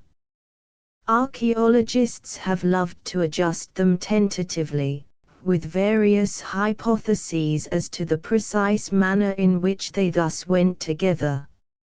Meantime they have figured plausibly as representative of Attic sculpture at the end of its first period, still immature indeed, but with a just claim to take breath, so to speak, having now accomplished some states of the journey. Those young heroes of Athenian democracy, then, indicate already what place Athens and Attica will occupy in the supreme age of art soon to come, indicate also the subject from which that age will draw the main stream of its inspiration, living youth, iconic in its exact portraiture, or heroic as idealized in various degrees under the influence of great thoughts about it, youth in its self-denying contention towards great effects, great intrinsically, as at Marathon, or when Harmodius and Aristogeiton fell, or magnified by the force and splendor of Greek imagination with the stimulus of the national games. For the most part, indeed, it is not with youth taxed spasmodically, like that of Harmodius and Aristogeiton, and the necessity that was upon it, that the Athenian mind and heart are now busied, but with youth, 279, in its voluntary labors, its habitual and measured discipline, labor for its own Sarke, or in wholly friendly contest for prizes which in reality borrow all their value from the quality of the receiver. We are with Pindar, you see, in this athletic age of Greek sculpture. It is the period no longer of battle against a foreign foe, recalling the Homeric ideal, nor against the tyrant at home, fixing a dubious ideal for the future, but of peaceful combat as a fine art, pulvis Olympicus. Anticipating the arts, poetry, a generation before Mran and Polycletus, had drawn already from the youthful combatants in the great national games the motives of those odes, the bracing words of which, as I said, are like work in fine bronze, or, as Pindar himself suggests, in ivory and gold. Sung in the victor's supper room, or at the door of his abode, or with the lyre and the pipe as they took him home in procession through the streets, or commemorated the happy day, or in a temple where he laid up his crown. Pindar's songs bear witness to the pride of family or township in the physical perfection of son or citizen, and his consequent success in the long or the short foot race, or the foot race in armor, or the pentathlon, or any part of it. Now on one, now on another, as the poet tells, doth the grace that quickeneth, literally, on the race course, look favorably. Ariston Hyder, and he declares indeed, and the actual prize, as we know, was in itself of little or no worth, a 280 cloak, in the Athenian games, but at the greater games a mere handful of parsley, a few sprigs of pine or wild olive. The prize has, so to say, only an intellectual or moral value. Yet actually Pindar's own verse is all of gold and wine and flowers, is itself avowedly a flower, or liquid nectar, or the sweet fruit of his soul to men that are winners in the games. As when from a wealthy hand one lifting a cup, made glad within with the dew of the vine, maketh gift thereof to a youth : the keynote of Pindar's verse is there. This brilliant living youth of his day, of the actual time, for whom, as he says, he awakes the clear-toned gale of song upon Hoymen plus, that song mingles sometimes with the splendors of a recorded ancient lineage, or with the legendary greatness of a remoter past, its gods and heroes, patrons or ancestors, it might be, of the famous young man of the hour, or with the glory and solemnity of the immortals themselves taking a share in mortal contests.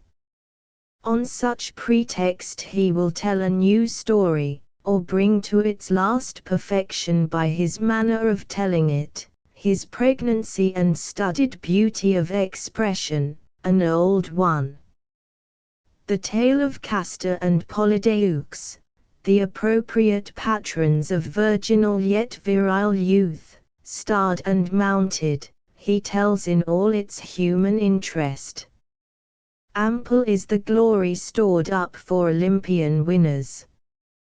And what Pindar's contemporaries asked of him for the due appreciation, the 281 consciousness of it, by way of song, that the next generation sought, by way of sculptural memorial in marble, and above all, as it seems, in bronze. The keen demand for athletic statuary, the honor attached to the artist employed to make his statue at Olympia, or at home, bear witness again to the pride with which a Greek town, the pathos, it might be, with which a family, looked back to the victory of one of its members. In the courts of Olympia a whole population in marble and bronze gathered quickly, a world of portraits, out of which, as the purged and perfected essence, the ideal soul, of them, emerged the diadumenus, for instance, the Discobolus, the so-called Jason of the Louvre.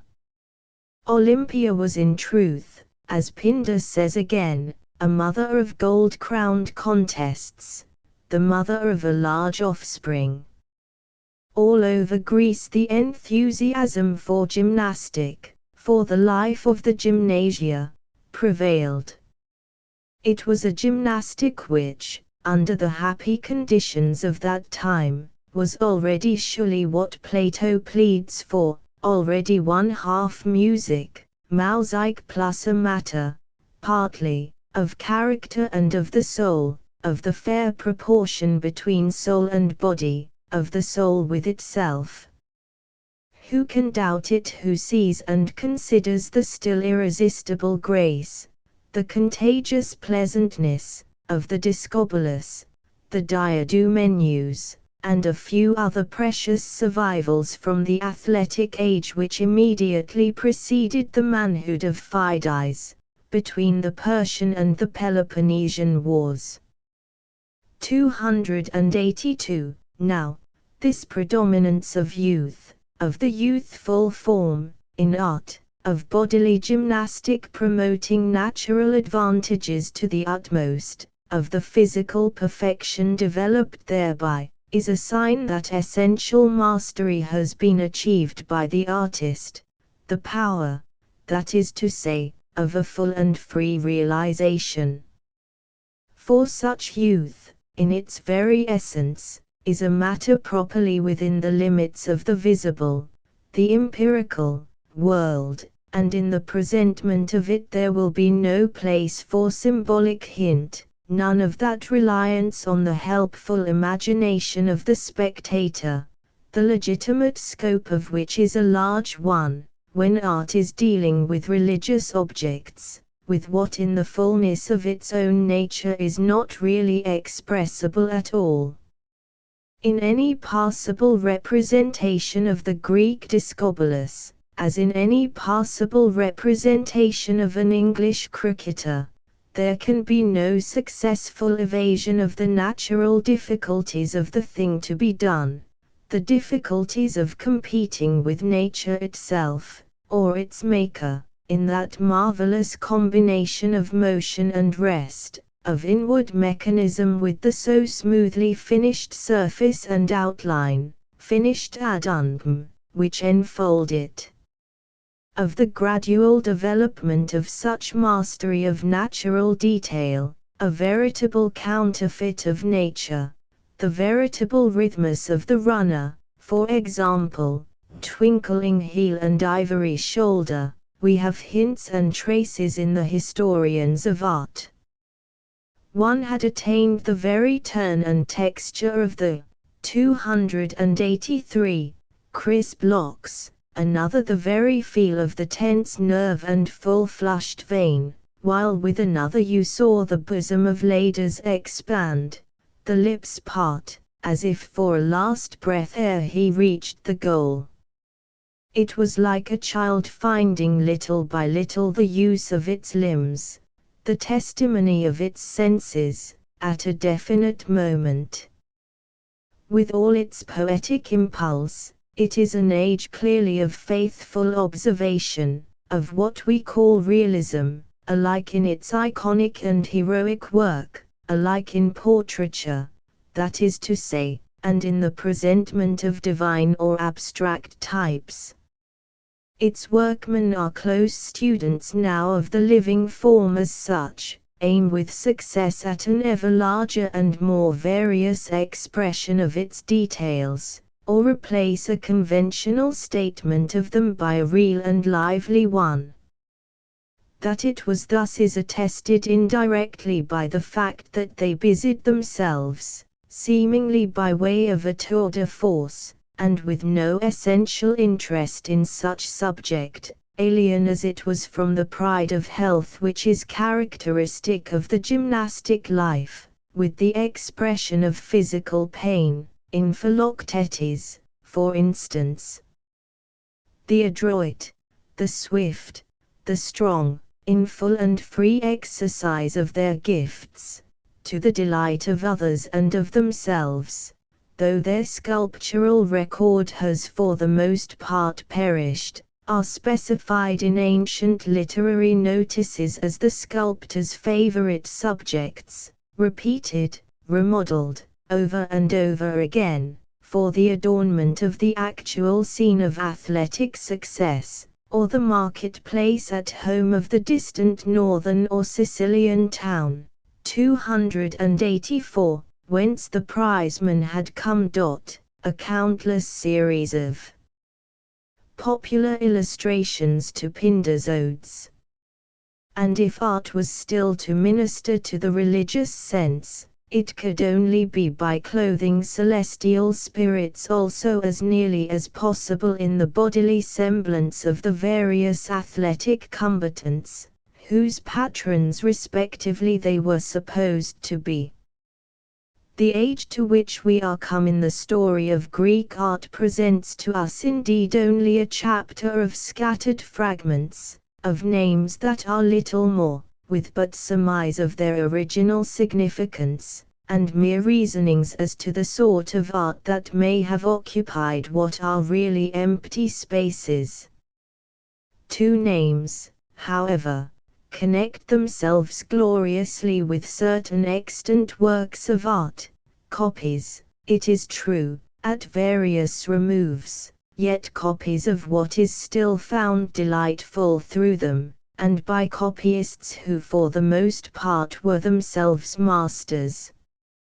Through the variations of the copyist, the restorer, the mere imitator, these works are reducible to two famous original types, the discobolus or quoit player, of Mron, the bow ideal, we may use that term for once justly, of athletic motion, and the diadumenus of Polycletus, as, binding the fillet or crown of victory upon his head, he presents the bow ideal of athletic repose, and almost begins to think.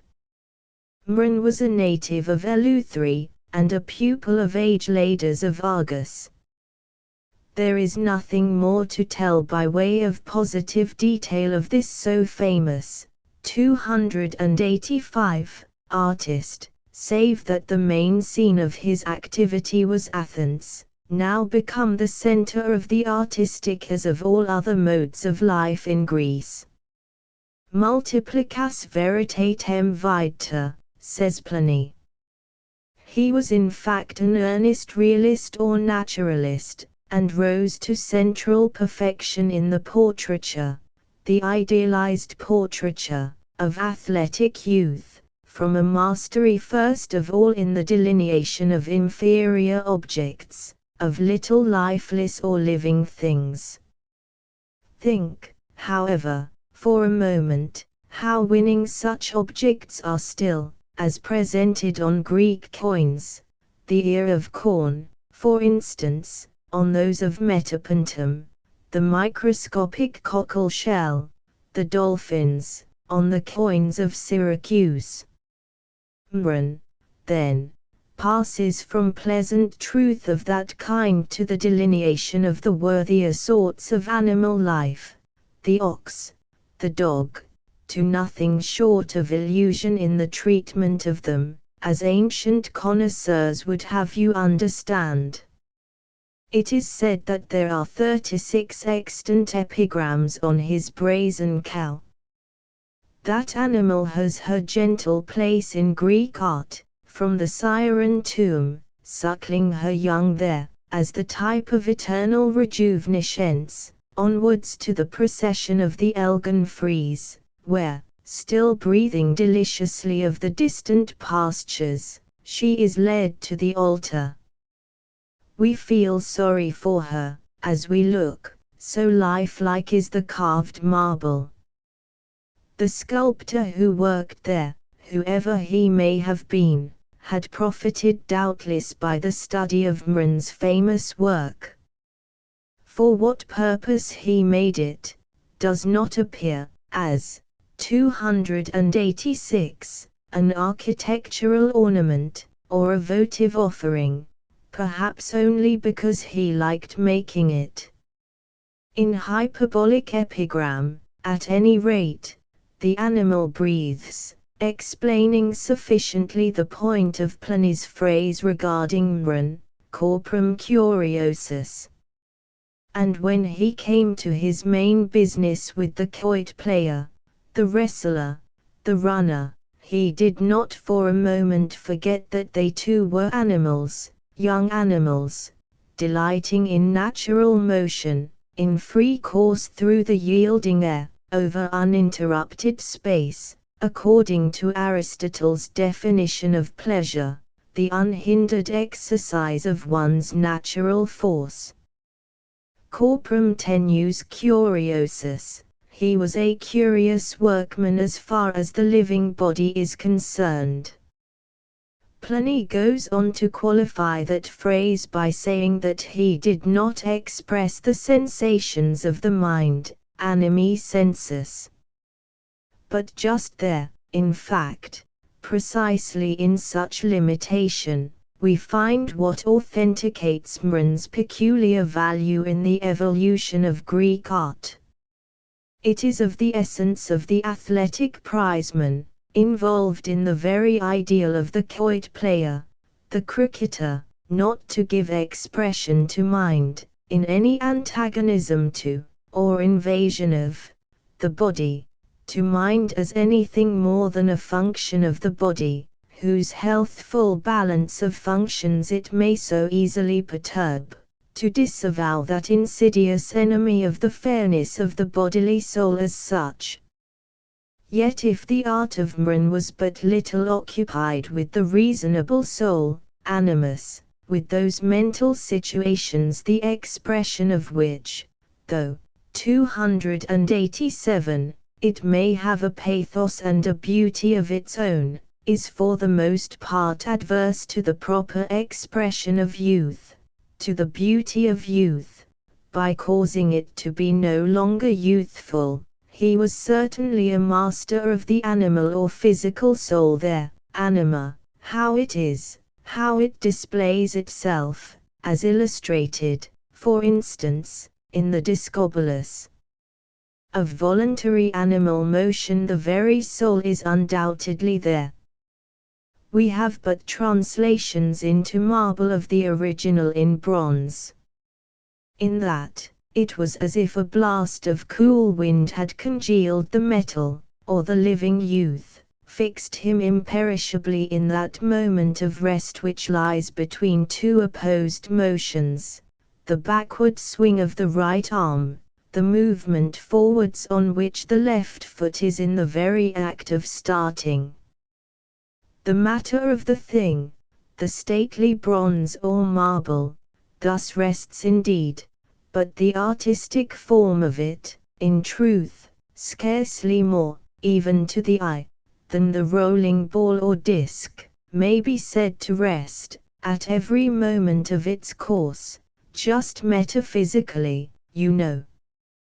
This mystery of combined motion and rest, of rest in motion, had involved, of course, on the part of the sculptor who had mastered its secret, long and intricate consideration. Archaic as it is, primitive still in some respects, full of the primitive youth it celebrates, it is, in fact, a learned work, and suggested to a great analyst of literary style, singular as it may seem, the elaborate or contorted manner in literature, 288, of the later Latin writers, which, however, he finds laudable for its purpose.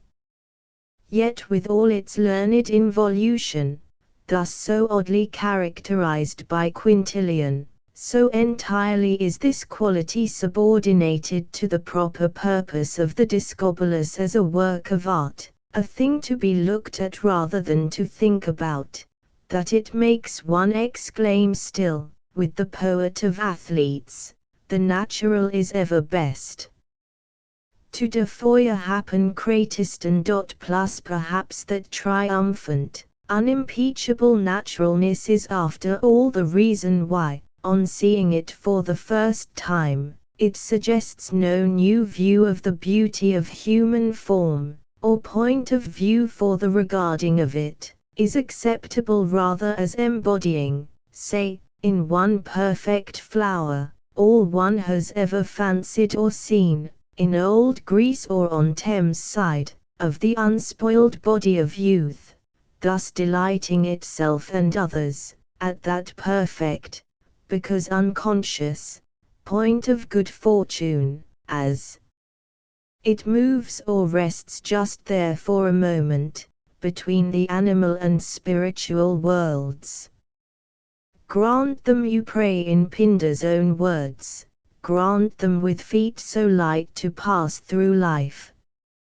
The face of the young man, as you see him in the British Museum for instance, with fittingly inexpressive expression, look at the curves of the blossom-like cavity of the opened mouth, is beautiful, but not altogether virile.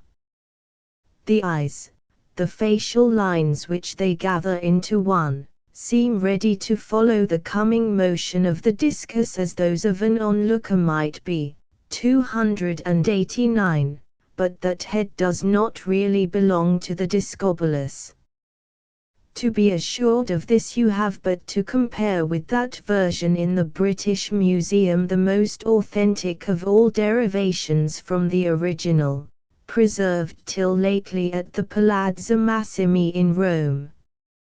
Here, the vigorous head also, with the face, smooth enough, but spare, and tightly drawn over muscle and bone, is sympathetic with, yields itself to, the concentration, in the most literal sense, of all beside, is itself, in very truth, the steady center of the discus, which begins to spin, as the source of will, the source of the motion with which the discus is already on the wing, that, and the entire form.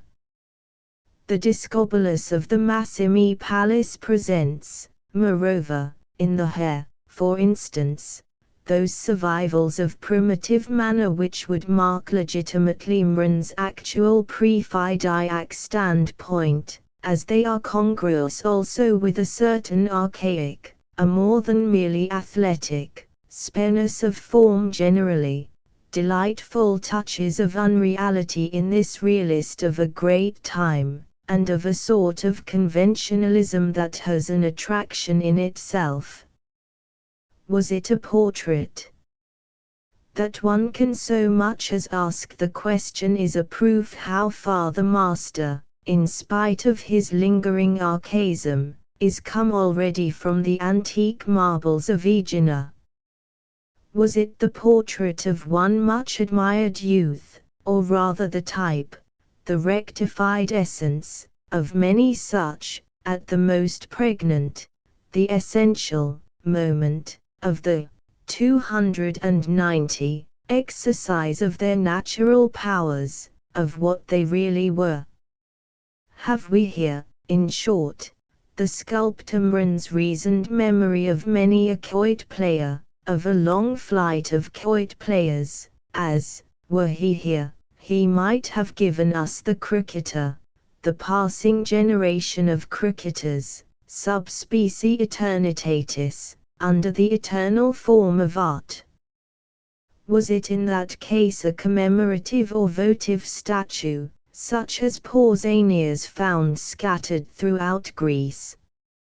Was it, again, designed to be part only of some larger decorative scheme, as some have supposed of the Venus of Melos, or a work of genre as we say, a thing intended merely to interest, to gratify the taste, with no further purpose? In either case it may have represented some legendary quoit player, Perseus at play with Acrisius fatally, as one has suggested, or Apollo with Hyacinthus, as Ovid describes him in a work of poetic genre. And if the Discobolus is, after all, a work of genre, a work merely imitative of the detail of actual life, for the adornment of a room in a private house, it would be only one of many such produced in Imran's day. It would be, in fact, one of the Prista directly attributed to him by Pliny, little congruous as they may seem with the grandiose motions of his more characteristic work. The Prista, the Sawyers, a celebrated creation of the kind, is supposed to have given its name to the whole class of like things. No. 291, age, indeed, since the rudiments of art were mastered, can have been without such reproductions of the pedestrian incidents of every day, for the mere pleasant exercise at once of the curiosity of the spectator and the imitative instinct of the producer. The terracotta rooms of the Louvre and the British Museum are a proof of it. One such work indeed there is, delightful in itself, technically exquisite, most interesting by its history, which properly finds its place beside the larger, the full-grown, physical perfection of the Discobolus, one of whose alert younger brethren he may be, the Spinario, namely, the boy drawing a thorn from his foot, preserved in the so rare, veritable antique bronze at Rome, in the Museum of the Capitol, and well known in a host of ancient and modern reproductions. There, or elsewhere in Rome, tolerated in the general destruction of ancient sculpture, like the wolf of the Capitol allowed by way of heraldic sign, as in modern Siena, or like the equestrian figure of Marcus Aurelius doing duty as Charlemagne, like those, but like very few other works of the kind, the Spinario remained, well known and in honor, throughout the Middle Age. Stories like that of Laidas, the famous runner, who died as he reached the goal in a glorious foot race of boys, the subject of a famous work by Imran himself, "The last breath as you saw, was on the boy's lips," were told of the half-grown bronze lad at the Capitol. 292, of necessity, but fatally, he must pause for a few moments in his course, or the course is at length over, or the breathless journey with some all-important tidings, and now, not till now, he thinks of resting to draw from the sole of his foot the cruel thorn, driven into it as he ran. In any case, there he still sits for a moment, forever, amid the smiling admiration of centuries, in the agility, in the perfect knife also as thus occupied, of his 16th year, to which the somewhat lengthy or attenuated structure of the limbs is conformable. And then, in this attenuation, in the almost Egyptian proportions, in the shallowness of the chest and shoulders especially, in the Phoenician or Old Greek sharpness and length of profile, and the long, conventional, wire-drawn hair of the boy, arching formally over the forehead and round the neck, there is something of archaism, of that archaism which survives, truly, in Imran's own work, blending with the grace and power of well-nigh the maturity of Greek art. The blending of interests, of artistic alliances, is certainly delightful. Polycletus, the other famous name of this period, and with a fame justified by work we may still study, at least in its immediate derivatives, had also tried his hand with success in such subjects. In the Astragalizonts, for instance, well known to antiquity in countless reproductions, he had treated an incident of the everyday life of every age, which Plato sketches by the way. 293, Imran, by patience of genius, had mastered the secret of the expression of movement, had plucked out the very heart of its mystery. Polycletus, on the other hand, is above all the master of rest, of the expression of rest after toil, in the victorious and crowned athlete, Diodomenes. In many slightly varying forms, marble versions of the original in bronze of Delos, the Diodomenes, indifferently, mechanically, is binding round his head a ribbon or fillet. In the Vaison copy at the British Museum it was of silver. That simple fillet is, in fact, a diadem, a crown, and he assumes it as a victor, but, as I said, mechanically, and, prize in hand, might be asking himself whether after all it had been worthwhile. For the active beauty of the agonists of which Mron's art is full, we have here, then, the passive beauty of the victor. But the later incident, the realization of rest, is actually in affinity with a certain earliness, so to call it, in the temper and work of Polycletus.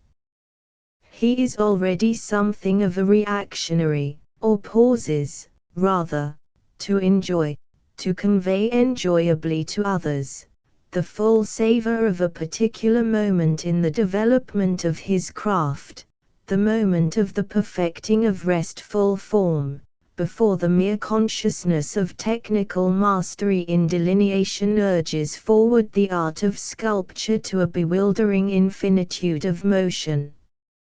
In opposition to the ease, the freedom, of others, his aim is, by a voluntary restraint in the exercise of such technical mastery, 294, to achieve nothing less than the impeccable, within certain narrow limits. He still hesitates, is self-exacting, seems even to have checked a growing readiness of hand in the artists about him. He was renowned as a graver, found much to do with the chisel, introducing many a fine afterthought, when the rough casting of his work was over.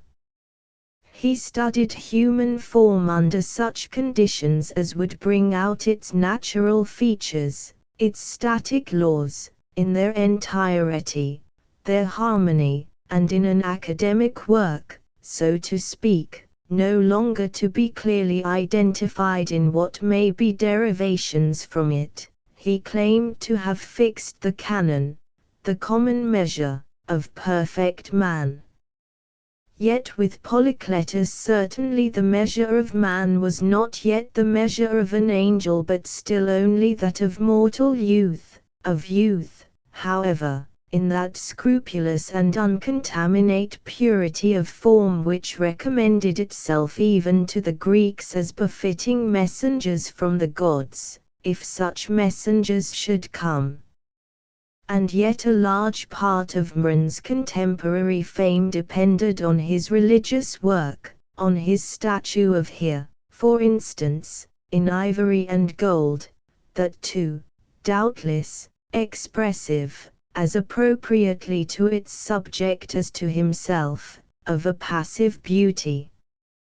We see it still, perhaps, in the coins of Argos. And has not the crowned victor, too, in that mechanic action, in his demure attitude, something which reminds us of the religious significance of the Greek athletic service? It was a 295 sort of worship, you know, that department of public life, such worship as Greece, still in its superficial youth, found itself best capable of. At least those solemn contests began and ended with prayer and sacrifice. Their most honored prizes were a kind of religiously symbolical objects. The athletic life certainly breathes of abstinence, of rule and the keeping under of one's self. And here in the Diadumenus we have one of its priests, a priest of the religion whose central motive was what has been called the worship of the body, its modest priest. The so-called Jason at the Louvre, the Apoxyomenus, and a certain number of others you will meet with from time to time, whatever be the age and derivation of the actual marble which reproduced for Rome, for Africa, or Gaul, types that can have had their first origin in one only time and place, belong, at least aesthetically, to this group, together with the Adoranti of Berlin, Winckelmann's antique favorite, who with uplifted face and hands seems to be indeed in prayer, looks immaculate enough to be interceding for others. As to the Jason of the Louvre, one asks at first sight of him, as he stoops to make fast the sandal on his foot, whether the young man can be already so marked a personage.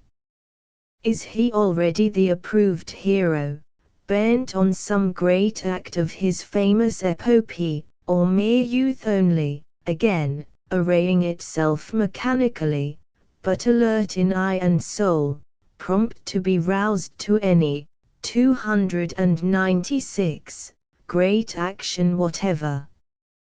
The vaguely opened lips certainly suggest the latter view, if indeed the body and the head, in a different sort of marble, really belong to one another. The more closely you consider the fragments of antiquity, those stray letters of the old Greek aesthetic alphabet, the less positive will your conclusions become, because less conclusive the data regarding artistic origin and purpose. Set here also, however, to the end that in a congruous atmosphere, in a real perspective, they may assume their full moral and aesthetic expression, whatever of like spirit you may come upon in Greek or any other work, remembering that in England also, in Oxford, we have still, for any master of such art that may be given us, subjects truly made to his hand. As with these, so with their prototypes at Olympia, or at the Isthmus, above all perhaps in the Diadumenus of Polycletus, a certain melancholy, a pagan melancholy, it may be rightly called, even when we detect it in our English youth, is blent with the final impression we retain of them. They are at play indeed, in the sun, but a little cloud passes over it now and then, and just because of them, because they are there, the whole aspect of the place is chilled suddenly, beyond what one could have thought possible, into what seems, nevertheless, to be the proper and permanent light of day. For though they pass on from age to age, the 297 type of what is pleasantest to look on, which, as type, is indeed eternal, it is, of course, but for an hour that it rests with any one of them individually. Assuredly they have no maladies of soul any more than of the body, animi sensus non expressit. But if they are not yet thinking, there is the capacity of thought, of painful thought, in them, as they seem to be aware wistfully. In the Diadumenus of Polycletus this expression allies itself to the long-drawn facial type of his preference, to be found also in another very different subject, the ideal of which he fixed in Greek sculpture, the would-be virile Amazon, in exquisite pain, alike of body and soul, the wounded Amazon. We may be reminded that in the first mention of athletic contests in Greek literature, in the 23rd book of the Iliad, they form part of the funeral rites of the hero Patroclus. It is thus, though but in the faintest degree, even with the veritable prints of that world of antique bronze and marble, the Discobolus at rest of the Vatican, which might well be set where Winckelmann set the Adoranti, representing as it probably does, the original of Alcaemes, in whom, a generation after Fides, an earlier and more earnest spirit still survived. Although the crisply trimmed head may seem a little too small to our, perhaps not quite rightful, eyes, we might accept him for that canon, or measure, of the perfect human form, which, 298, Polycletus had proposed. He is neither the victor at rest, as with Polycletus, nor the combatant already in motion, as with Mran, but, as if stepping backward from Mran's precise point of interest, and with the heavy discussutal in the left hand, he is preparing for his venture, taking stand carefully on the right foot. Eye and mind concentra, loyally, entirely, upon the business in hand. The very finger is reckoning while he watches, intent upon the cast of another, as the metal glides to the goal. Take him, to lead you forth quite out of the narrow limits of the Greek world. You have pure humanity there, with a glowing, yet restrained joy and delight in itself, but without vanity, and it is pure. There is nothing certainly supersensual in that fair, round head, any more than in the long, agile limbs, but also no impediment, natural or acquired. To have achieved just that, was the Greek's truest claim for furtherance in the main line of human development.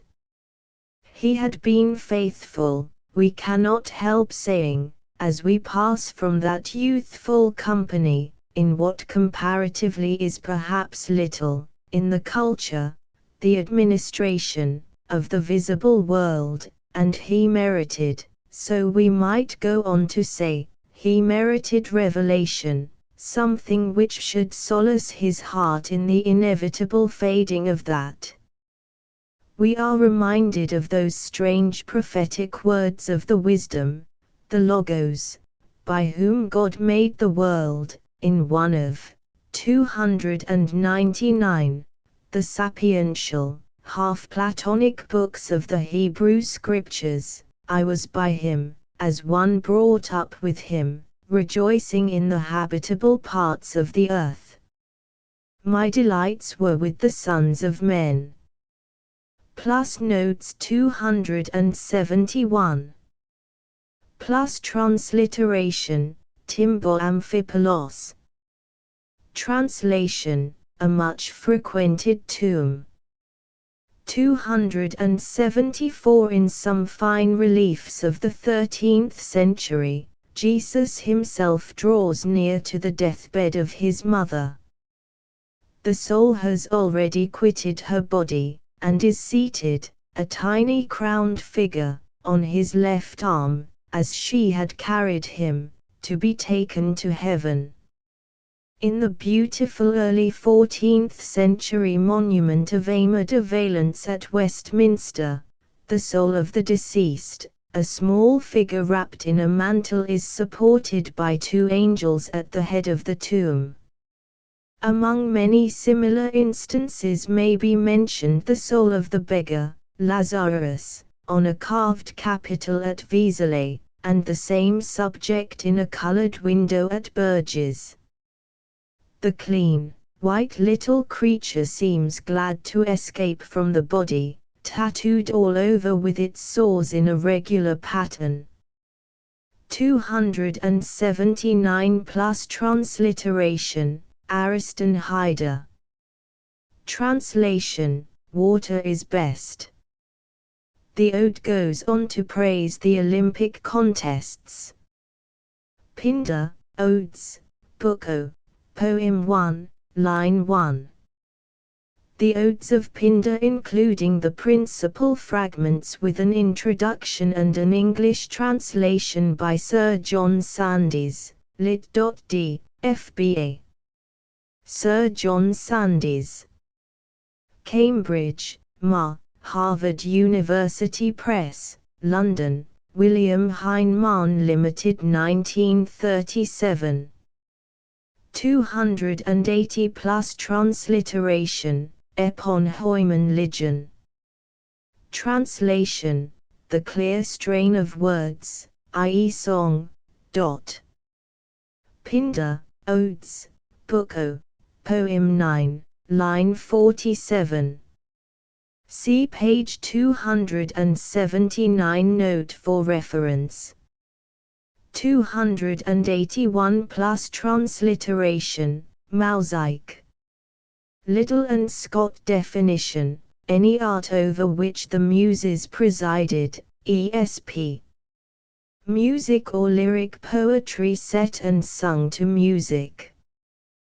288 plus transliteration, to de Foyer happen Kratiston. Pater's translation, the natural is ever best. Pindar, Odes, Book O, Poem 9, line 100. See page 279 note for reference. 299 plus Proverbs 8.30-31. The end. ****** End of the Project Gutenberg eBook Greek Studies, a series of essays ******* Updated editions will replace the previous one, the old editions will be renamed.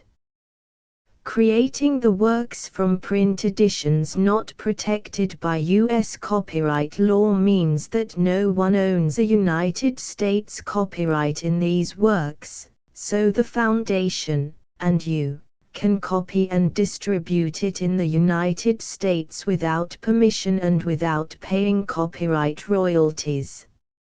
Special rules, set forth in the general terms of use part of this license, apply to copying and distributing Project Gutenberg trademark symbol electronic works to protect the Project Gutenberg trademark symbol concept and trademark. Project Gutenberg is a registered trademark, and may not be used if you charge for an ebook, except by following the terms of the trademark license, including paying royalties for use of the Project Gutenberg trademark. If you do not charge anything for copies of this ebook, complying with the trademark license is very easy. You may use this ebook for nearly any purpose, such as creation of derivative works, reports, performances and research. Project Gutenberg ebooks may be modified and printed and given away. You may do practically anything in the United States with ebooks not protected by U.S. copyright law. Redistribution is subject to the trademark license, especially commercial redistribution. Start. Full license. The full Project Gutenberg license. Please read this before you distribute or use this work to protect the Project Gutenberg trademark symbol mission of promoting the free distribution of electronic works, by using or distributing this work, or any other work associated in any way with the phrase Project Gutenberg. You agree to comply with all the terms of the full Project Gutenberg trademark symbol license available with this file or online at www.gutenberg.org/license. Section 1. General Terms of Use and Redistributing Project Gutenberg Trademark Symbol Electronic Works 1.0 By reading or using any part of this Project Gutenberg trademark symbol electronic work, you indicate that you have read, understand, agree to and accept all the terms of this license and intellectual property, trademark/copyright, agreement. If you do not agree to abide by all the terms of this agreement, you must cease using and return or destroy all copies of Project Gutenberg trademark symbol electronic works in your possession.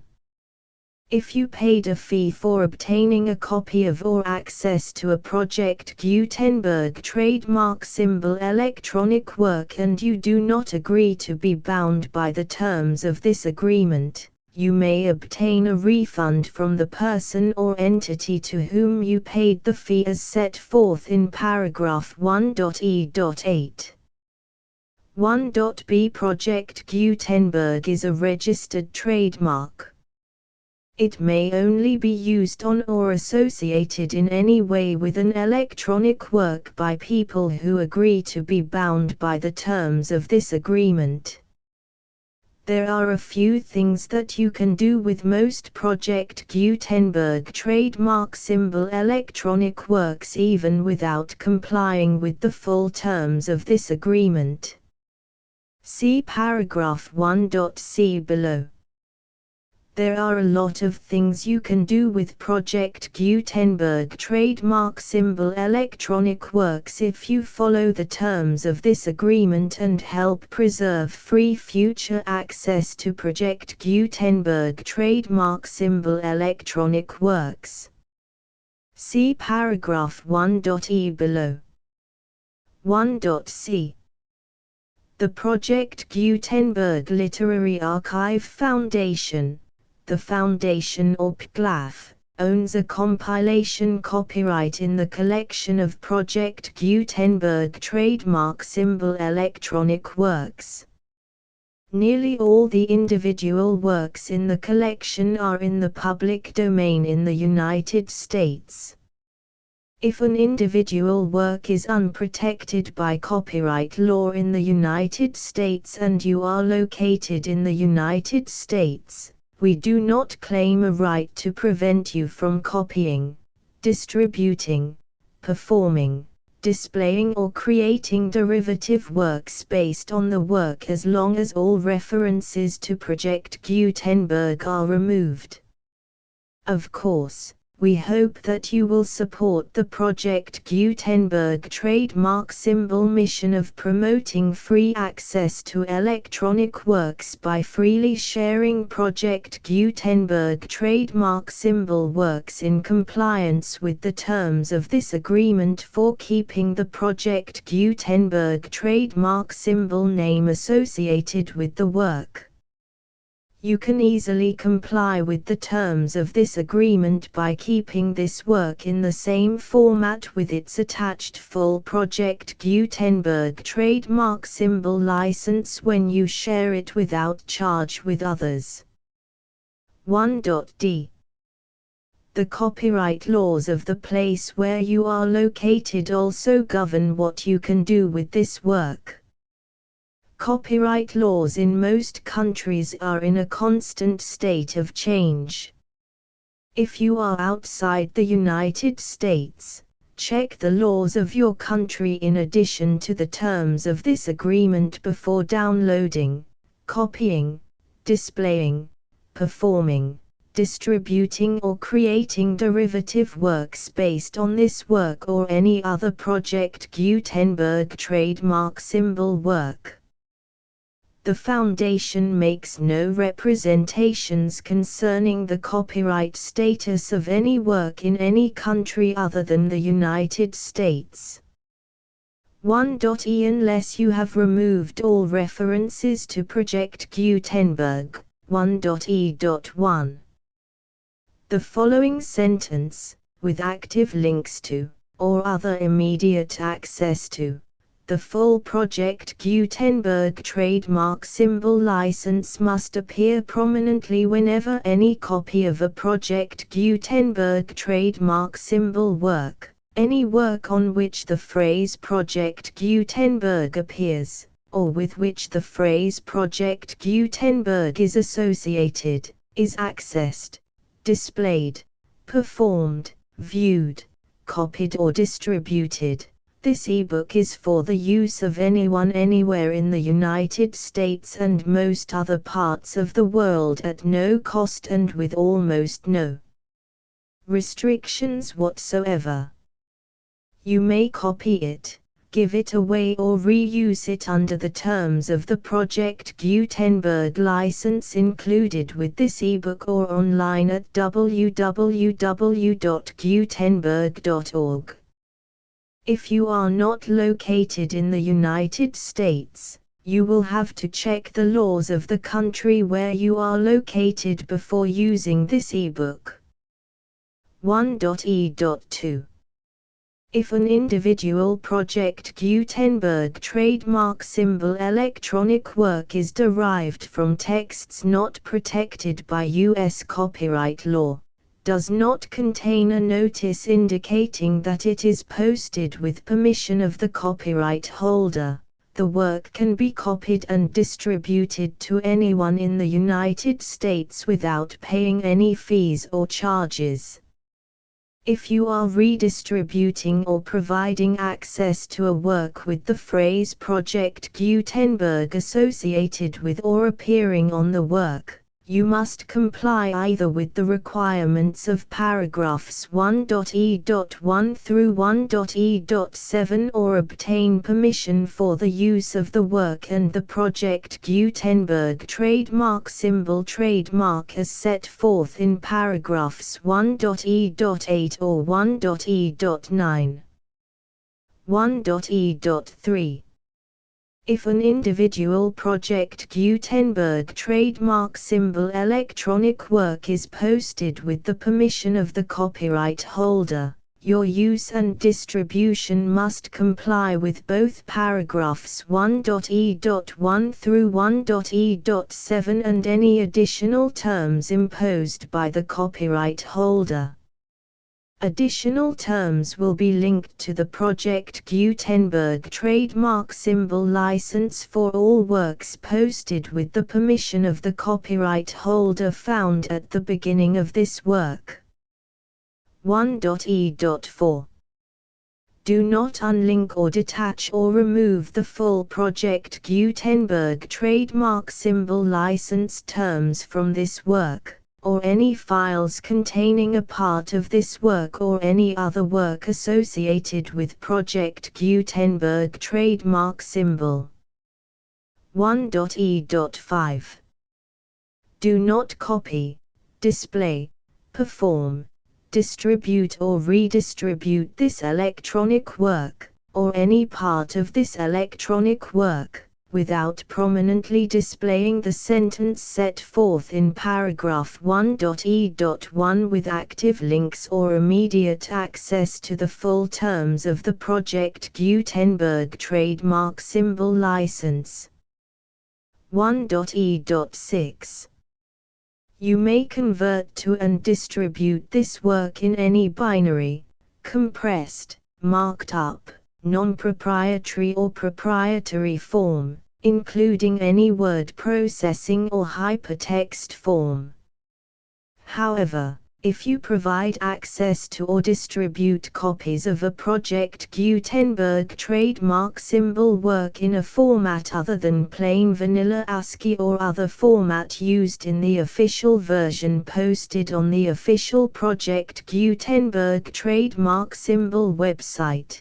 www.gutenberg.org, you must, at no additional cost, fee or expense to the user, provide a copy, a means of exporting a copy, or a means of obtaining a copy upon request, of the work in its original plain vanilla ASCII or other form. Any alternate format must include the full Project Gutenberg trademark symbol license as specified in paragraph 1.e.1. 1.e.7 Do not charge a fee for access to, viewing, displaying, performing, copying or distributing any Project Gutenberg trademark symbol works unless you comply with paragraph 1.e.8 or 1.e.9. 1.e.8. You may charge a reasonable fee for copies of or providing access to or distributing Project Gutenberg trademark symbol electronic works provided that you pay a royalty fee of 20% of the gross profits you derive from the use of Project Gutenberg trademark symbol works calculated using the method you already use to calculate your applicable taxes. The fee is owed to the owner of the Project Gutenberg trademark symbol trademark, but he has agreed to donate royalties under this paragraph to the Project Gutenberg Literary Archive Foundation. Royalty payments must be paid within 60 days following each date on which you prepare, or are legally required to prepare, your periodic tax returns. Royalty payments should be clearly marked as such and sent to the Project Gutenberg Literary Archive Foundation at the address specified in Section 4. Information about donations to the Project Gutenberg Literary Archive Foundation. You provide a full refund of any money paid by a user who notifies you in writing, or by email, within 30 days of receipt that he does not agree to the terms of the full Project Gutenberg trademark symbol license. You must require such a user to return or destroy all copies of the works possessed in a physical medium and discontinue all use of and all access to other copies of Project Gutenberg trademark symbol works. You provide, in accordance with paragraph 1.f.3, a full refund of any money paid for a work or a replacement copy, if a defect in the electronic work is discovered and reported to you within 90 days of receipt of the work. You comply with all other terms of this agreement for free distribution of Project Gutenberg trademark symbol works. 1.e.9. If you wish to charge a fee or distribute a Project Gutenberg trademark symbol electronic work or group of works on different terms than are set forth in this agreement, you must obtain permission in writing from the Project Gutenberg Literary Archive Foundation, the manager of the Project Gutenberg trademark symbol trademark. Contact the Foundation as set forth in Section 3 below. 1.f1.f.1. Project Gutenberg volunteers and employees expend considerable effort to identify, do copyright research on, transcribe and proofread works not protected by U.S. copyright law in creating the Project Gutenberg trademark symbol collection. Despite these efforts, Project Gutenberg trademark symbol electronic works, and the medium on which they may be stored, may contain defects such as, but not limited to, incomplete, inaccurate or corrupt data, transcription errors, a copyright or other intellectual property infringement, a defective or damaged disk or other medium, a computer virus, or computer codes that damage or cannot be read by your equipment. 1.f.2. Limited warranty, disclaimer of damages, except for the right of replacement or refund described in paragraph 1.f.3, the Project Gutenberg Literary Archive Foundation, the owner of the Project Gutenberg trademark symbol trademark, and any other party distributing a Project Gutenberg trademark symbol electronic work under this agreement, disclaim all liability to you for damages, costs and expenses, including legal fees. You agree that you have no remedies for negligence, strict liability, breach of warranty or breach of contract except those provided in paragraph 1.f.3. You agree that the Foundation, the trademark owner, and any distributor under this agreement will not be liable to you for actual, direct, indirect, consequential, punitive or incidental damages even if you give notice of the possibility of such damage. 1.f.3. Limited right of replacement or refund. If you discover a defect in this electronic work within 90 days of receiving it, you can receive a refund of the money, if any, you paid for it by sending a written explanation to the person you received the work from. If you received the work on a physical medium, you must return the medium with your written explanation. The person or entity that provided you with the defective work may elect to provide a replacement copy in lieu of a refund. If you received the work electronically, the person or entity providing it to you may choose to give you a second opportunity to receive the work electronically in lieu of a refund. If the second copy is also defective, you may demand a refund in writing without further opportunities to fix the problem. 1.f.4. Except for the limited right of replacement or refund set forth in paragraph 1.f.3, this work is provided to you as is, with no other warranties of any kind, express or implied, including but not limited to warranties of merchantability or fitness for any purpose. 1.f.5. Some states do not allow disclaimers of certain implied warranties or the exclusion or limitation of certain types of damages. If any disclaimer or limitation set forth in this agreement violates the law of the state applicable to this agreement, the agreement shall be interpreted to make the maximum disclaimer or limitation permitted by the applicable state law. The invalidity or unenforceability of any provision of this agreement shall not void the remaining provisions. 1.f.6.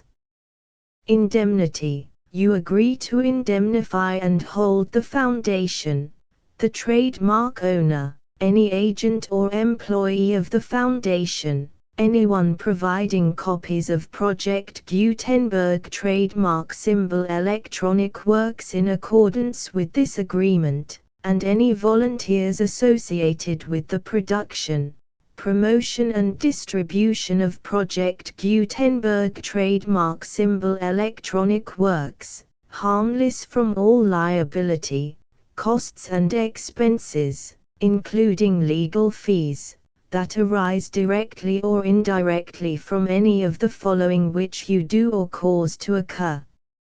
A. Distribution of this or any Project Gutenberg trademark symbol work. B. Alteration, modification, or additions or deletions to any Project Gutenberg trademark symbol work, and C. Any defect you cause.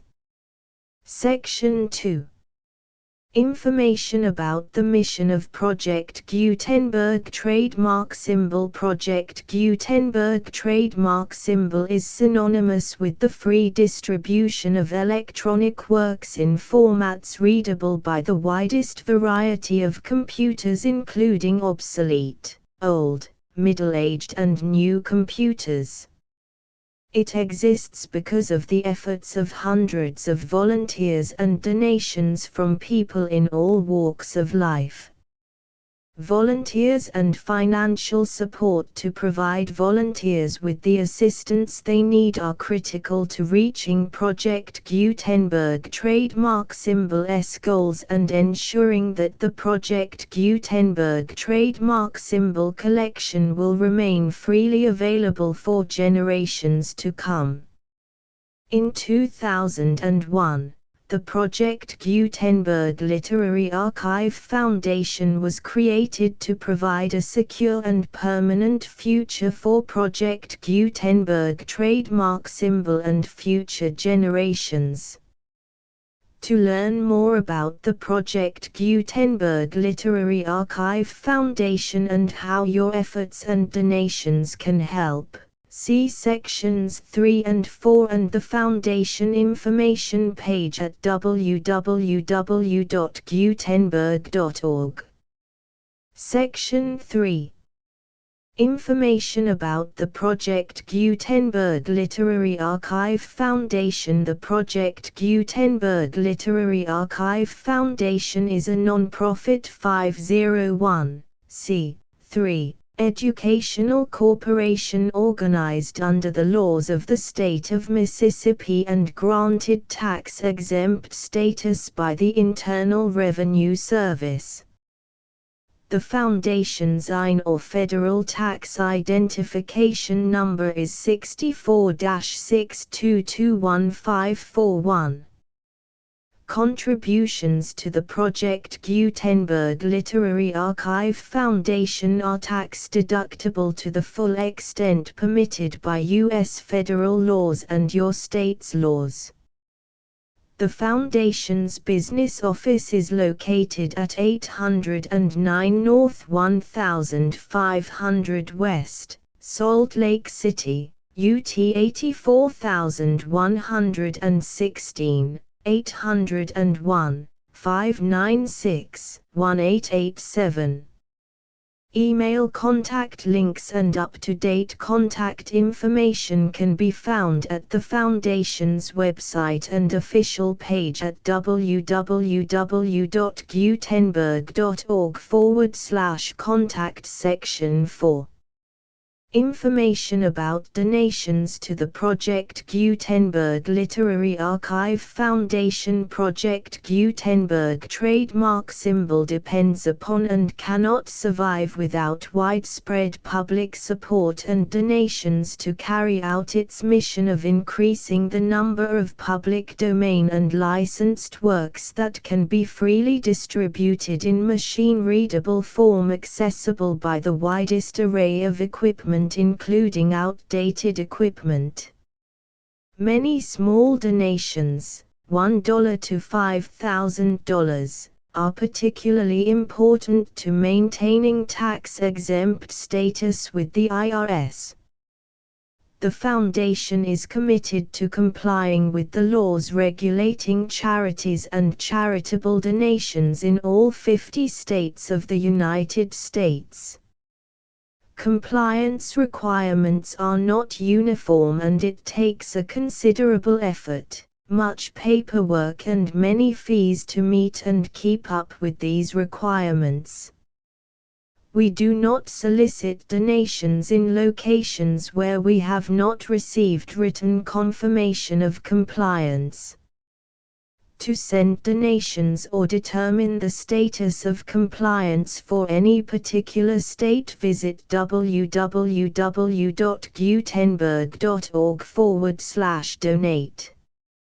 While we cannot and do not solicit contributions from states where we have not met the solicitation requirements, we know of no prohibition against accepting unsolicited donations from donors in such states who approach us with offers to donate. International donations are gratefully accepted, but we cannot make any statements concerning tax treatment of donations received from outside the United States.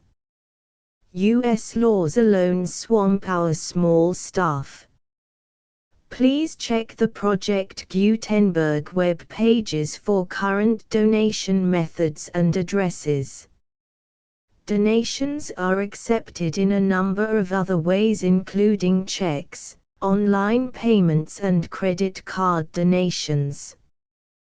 To donate, please visit www.gutenberg.org/donate. Section 5. General information about Project Gutenberg Trademark Symbol Electronic Works. Professor Michael S. Hart was the originator of the Project Gutenberg trademark symbol concept of a library of electronic works that could be freely shared with anyone.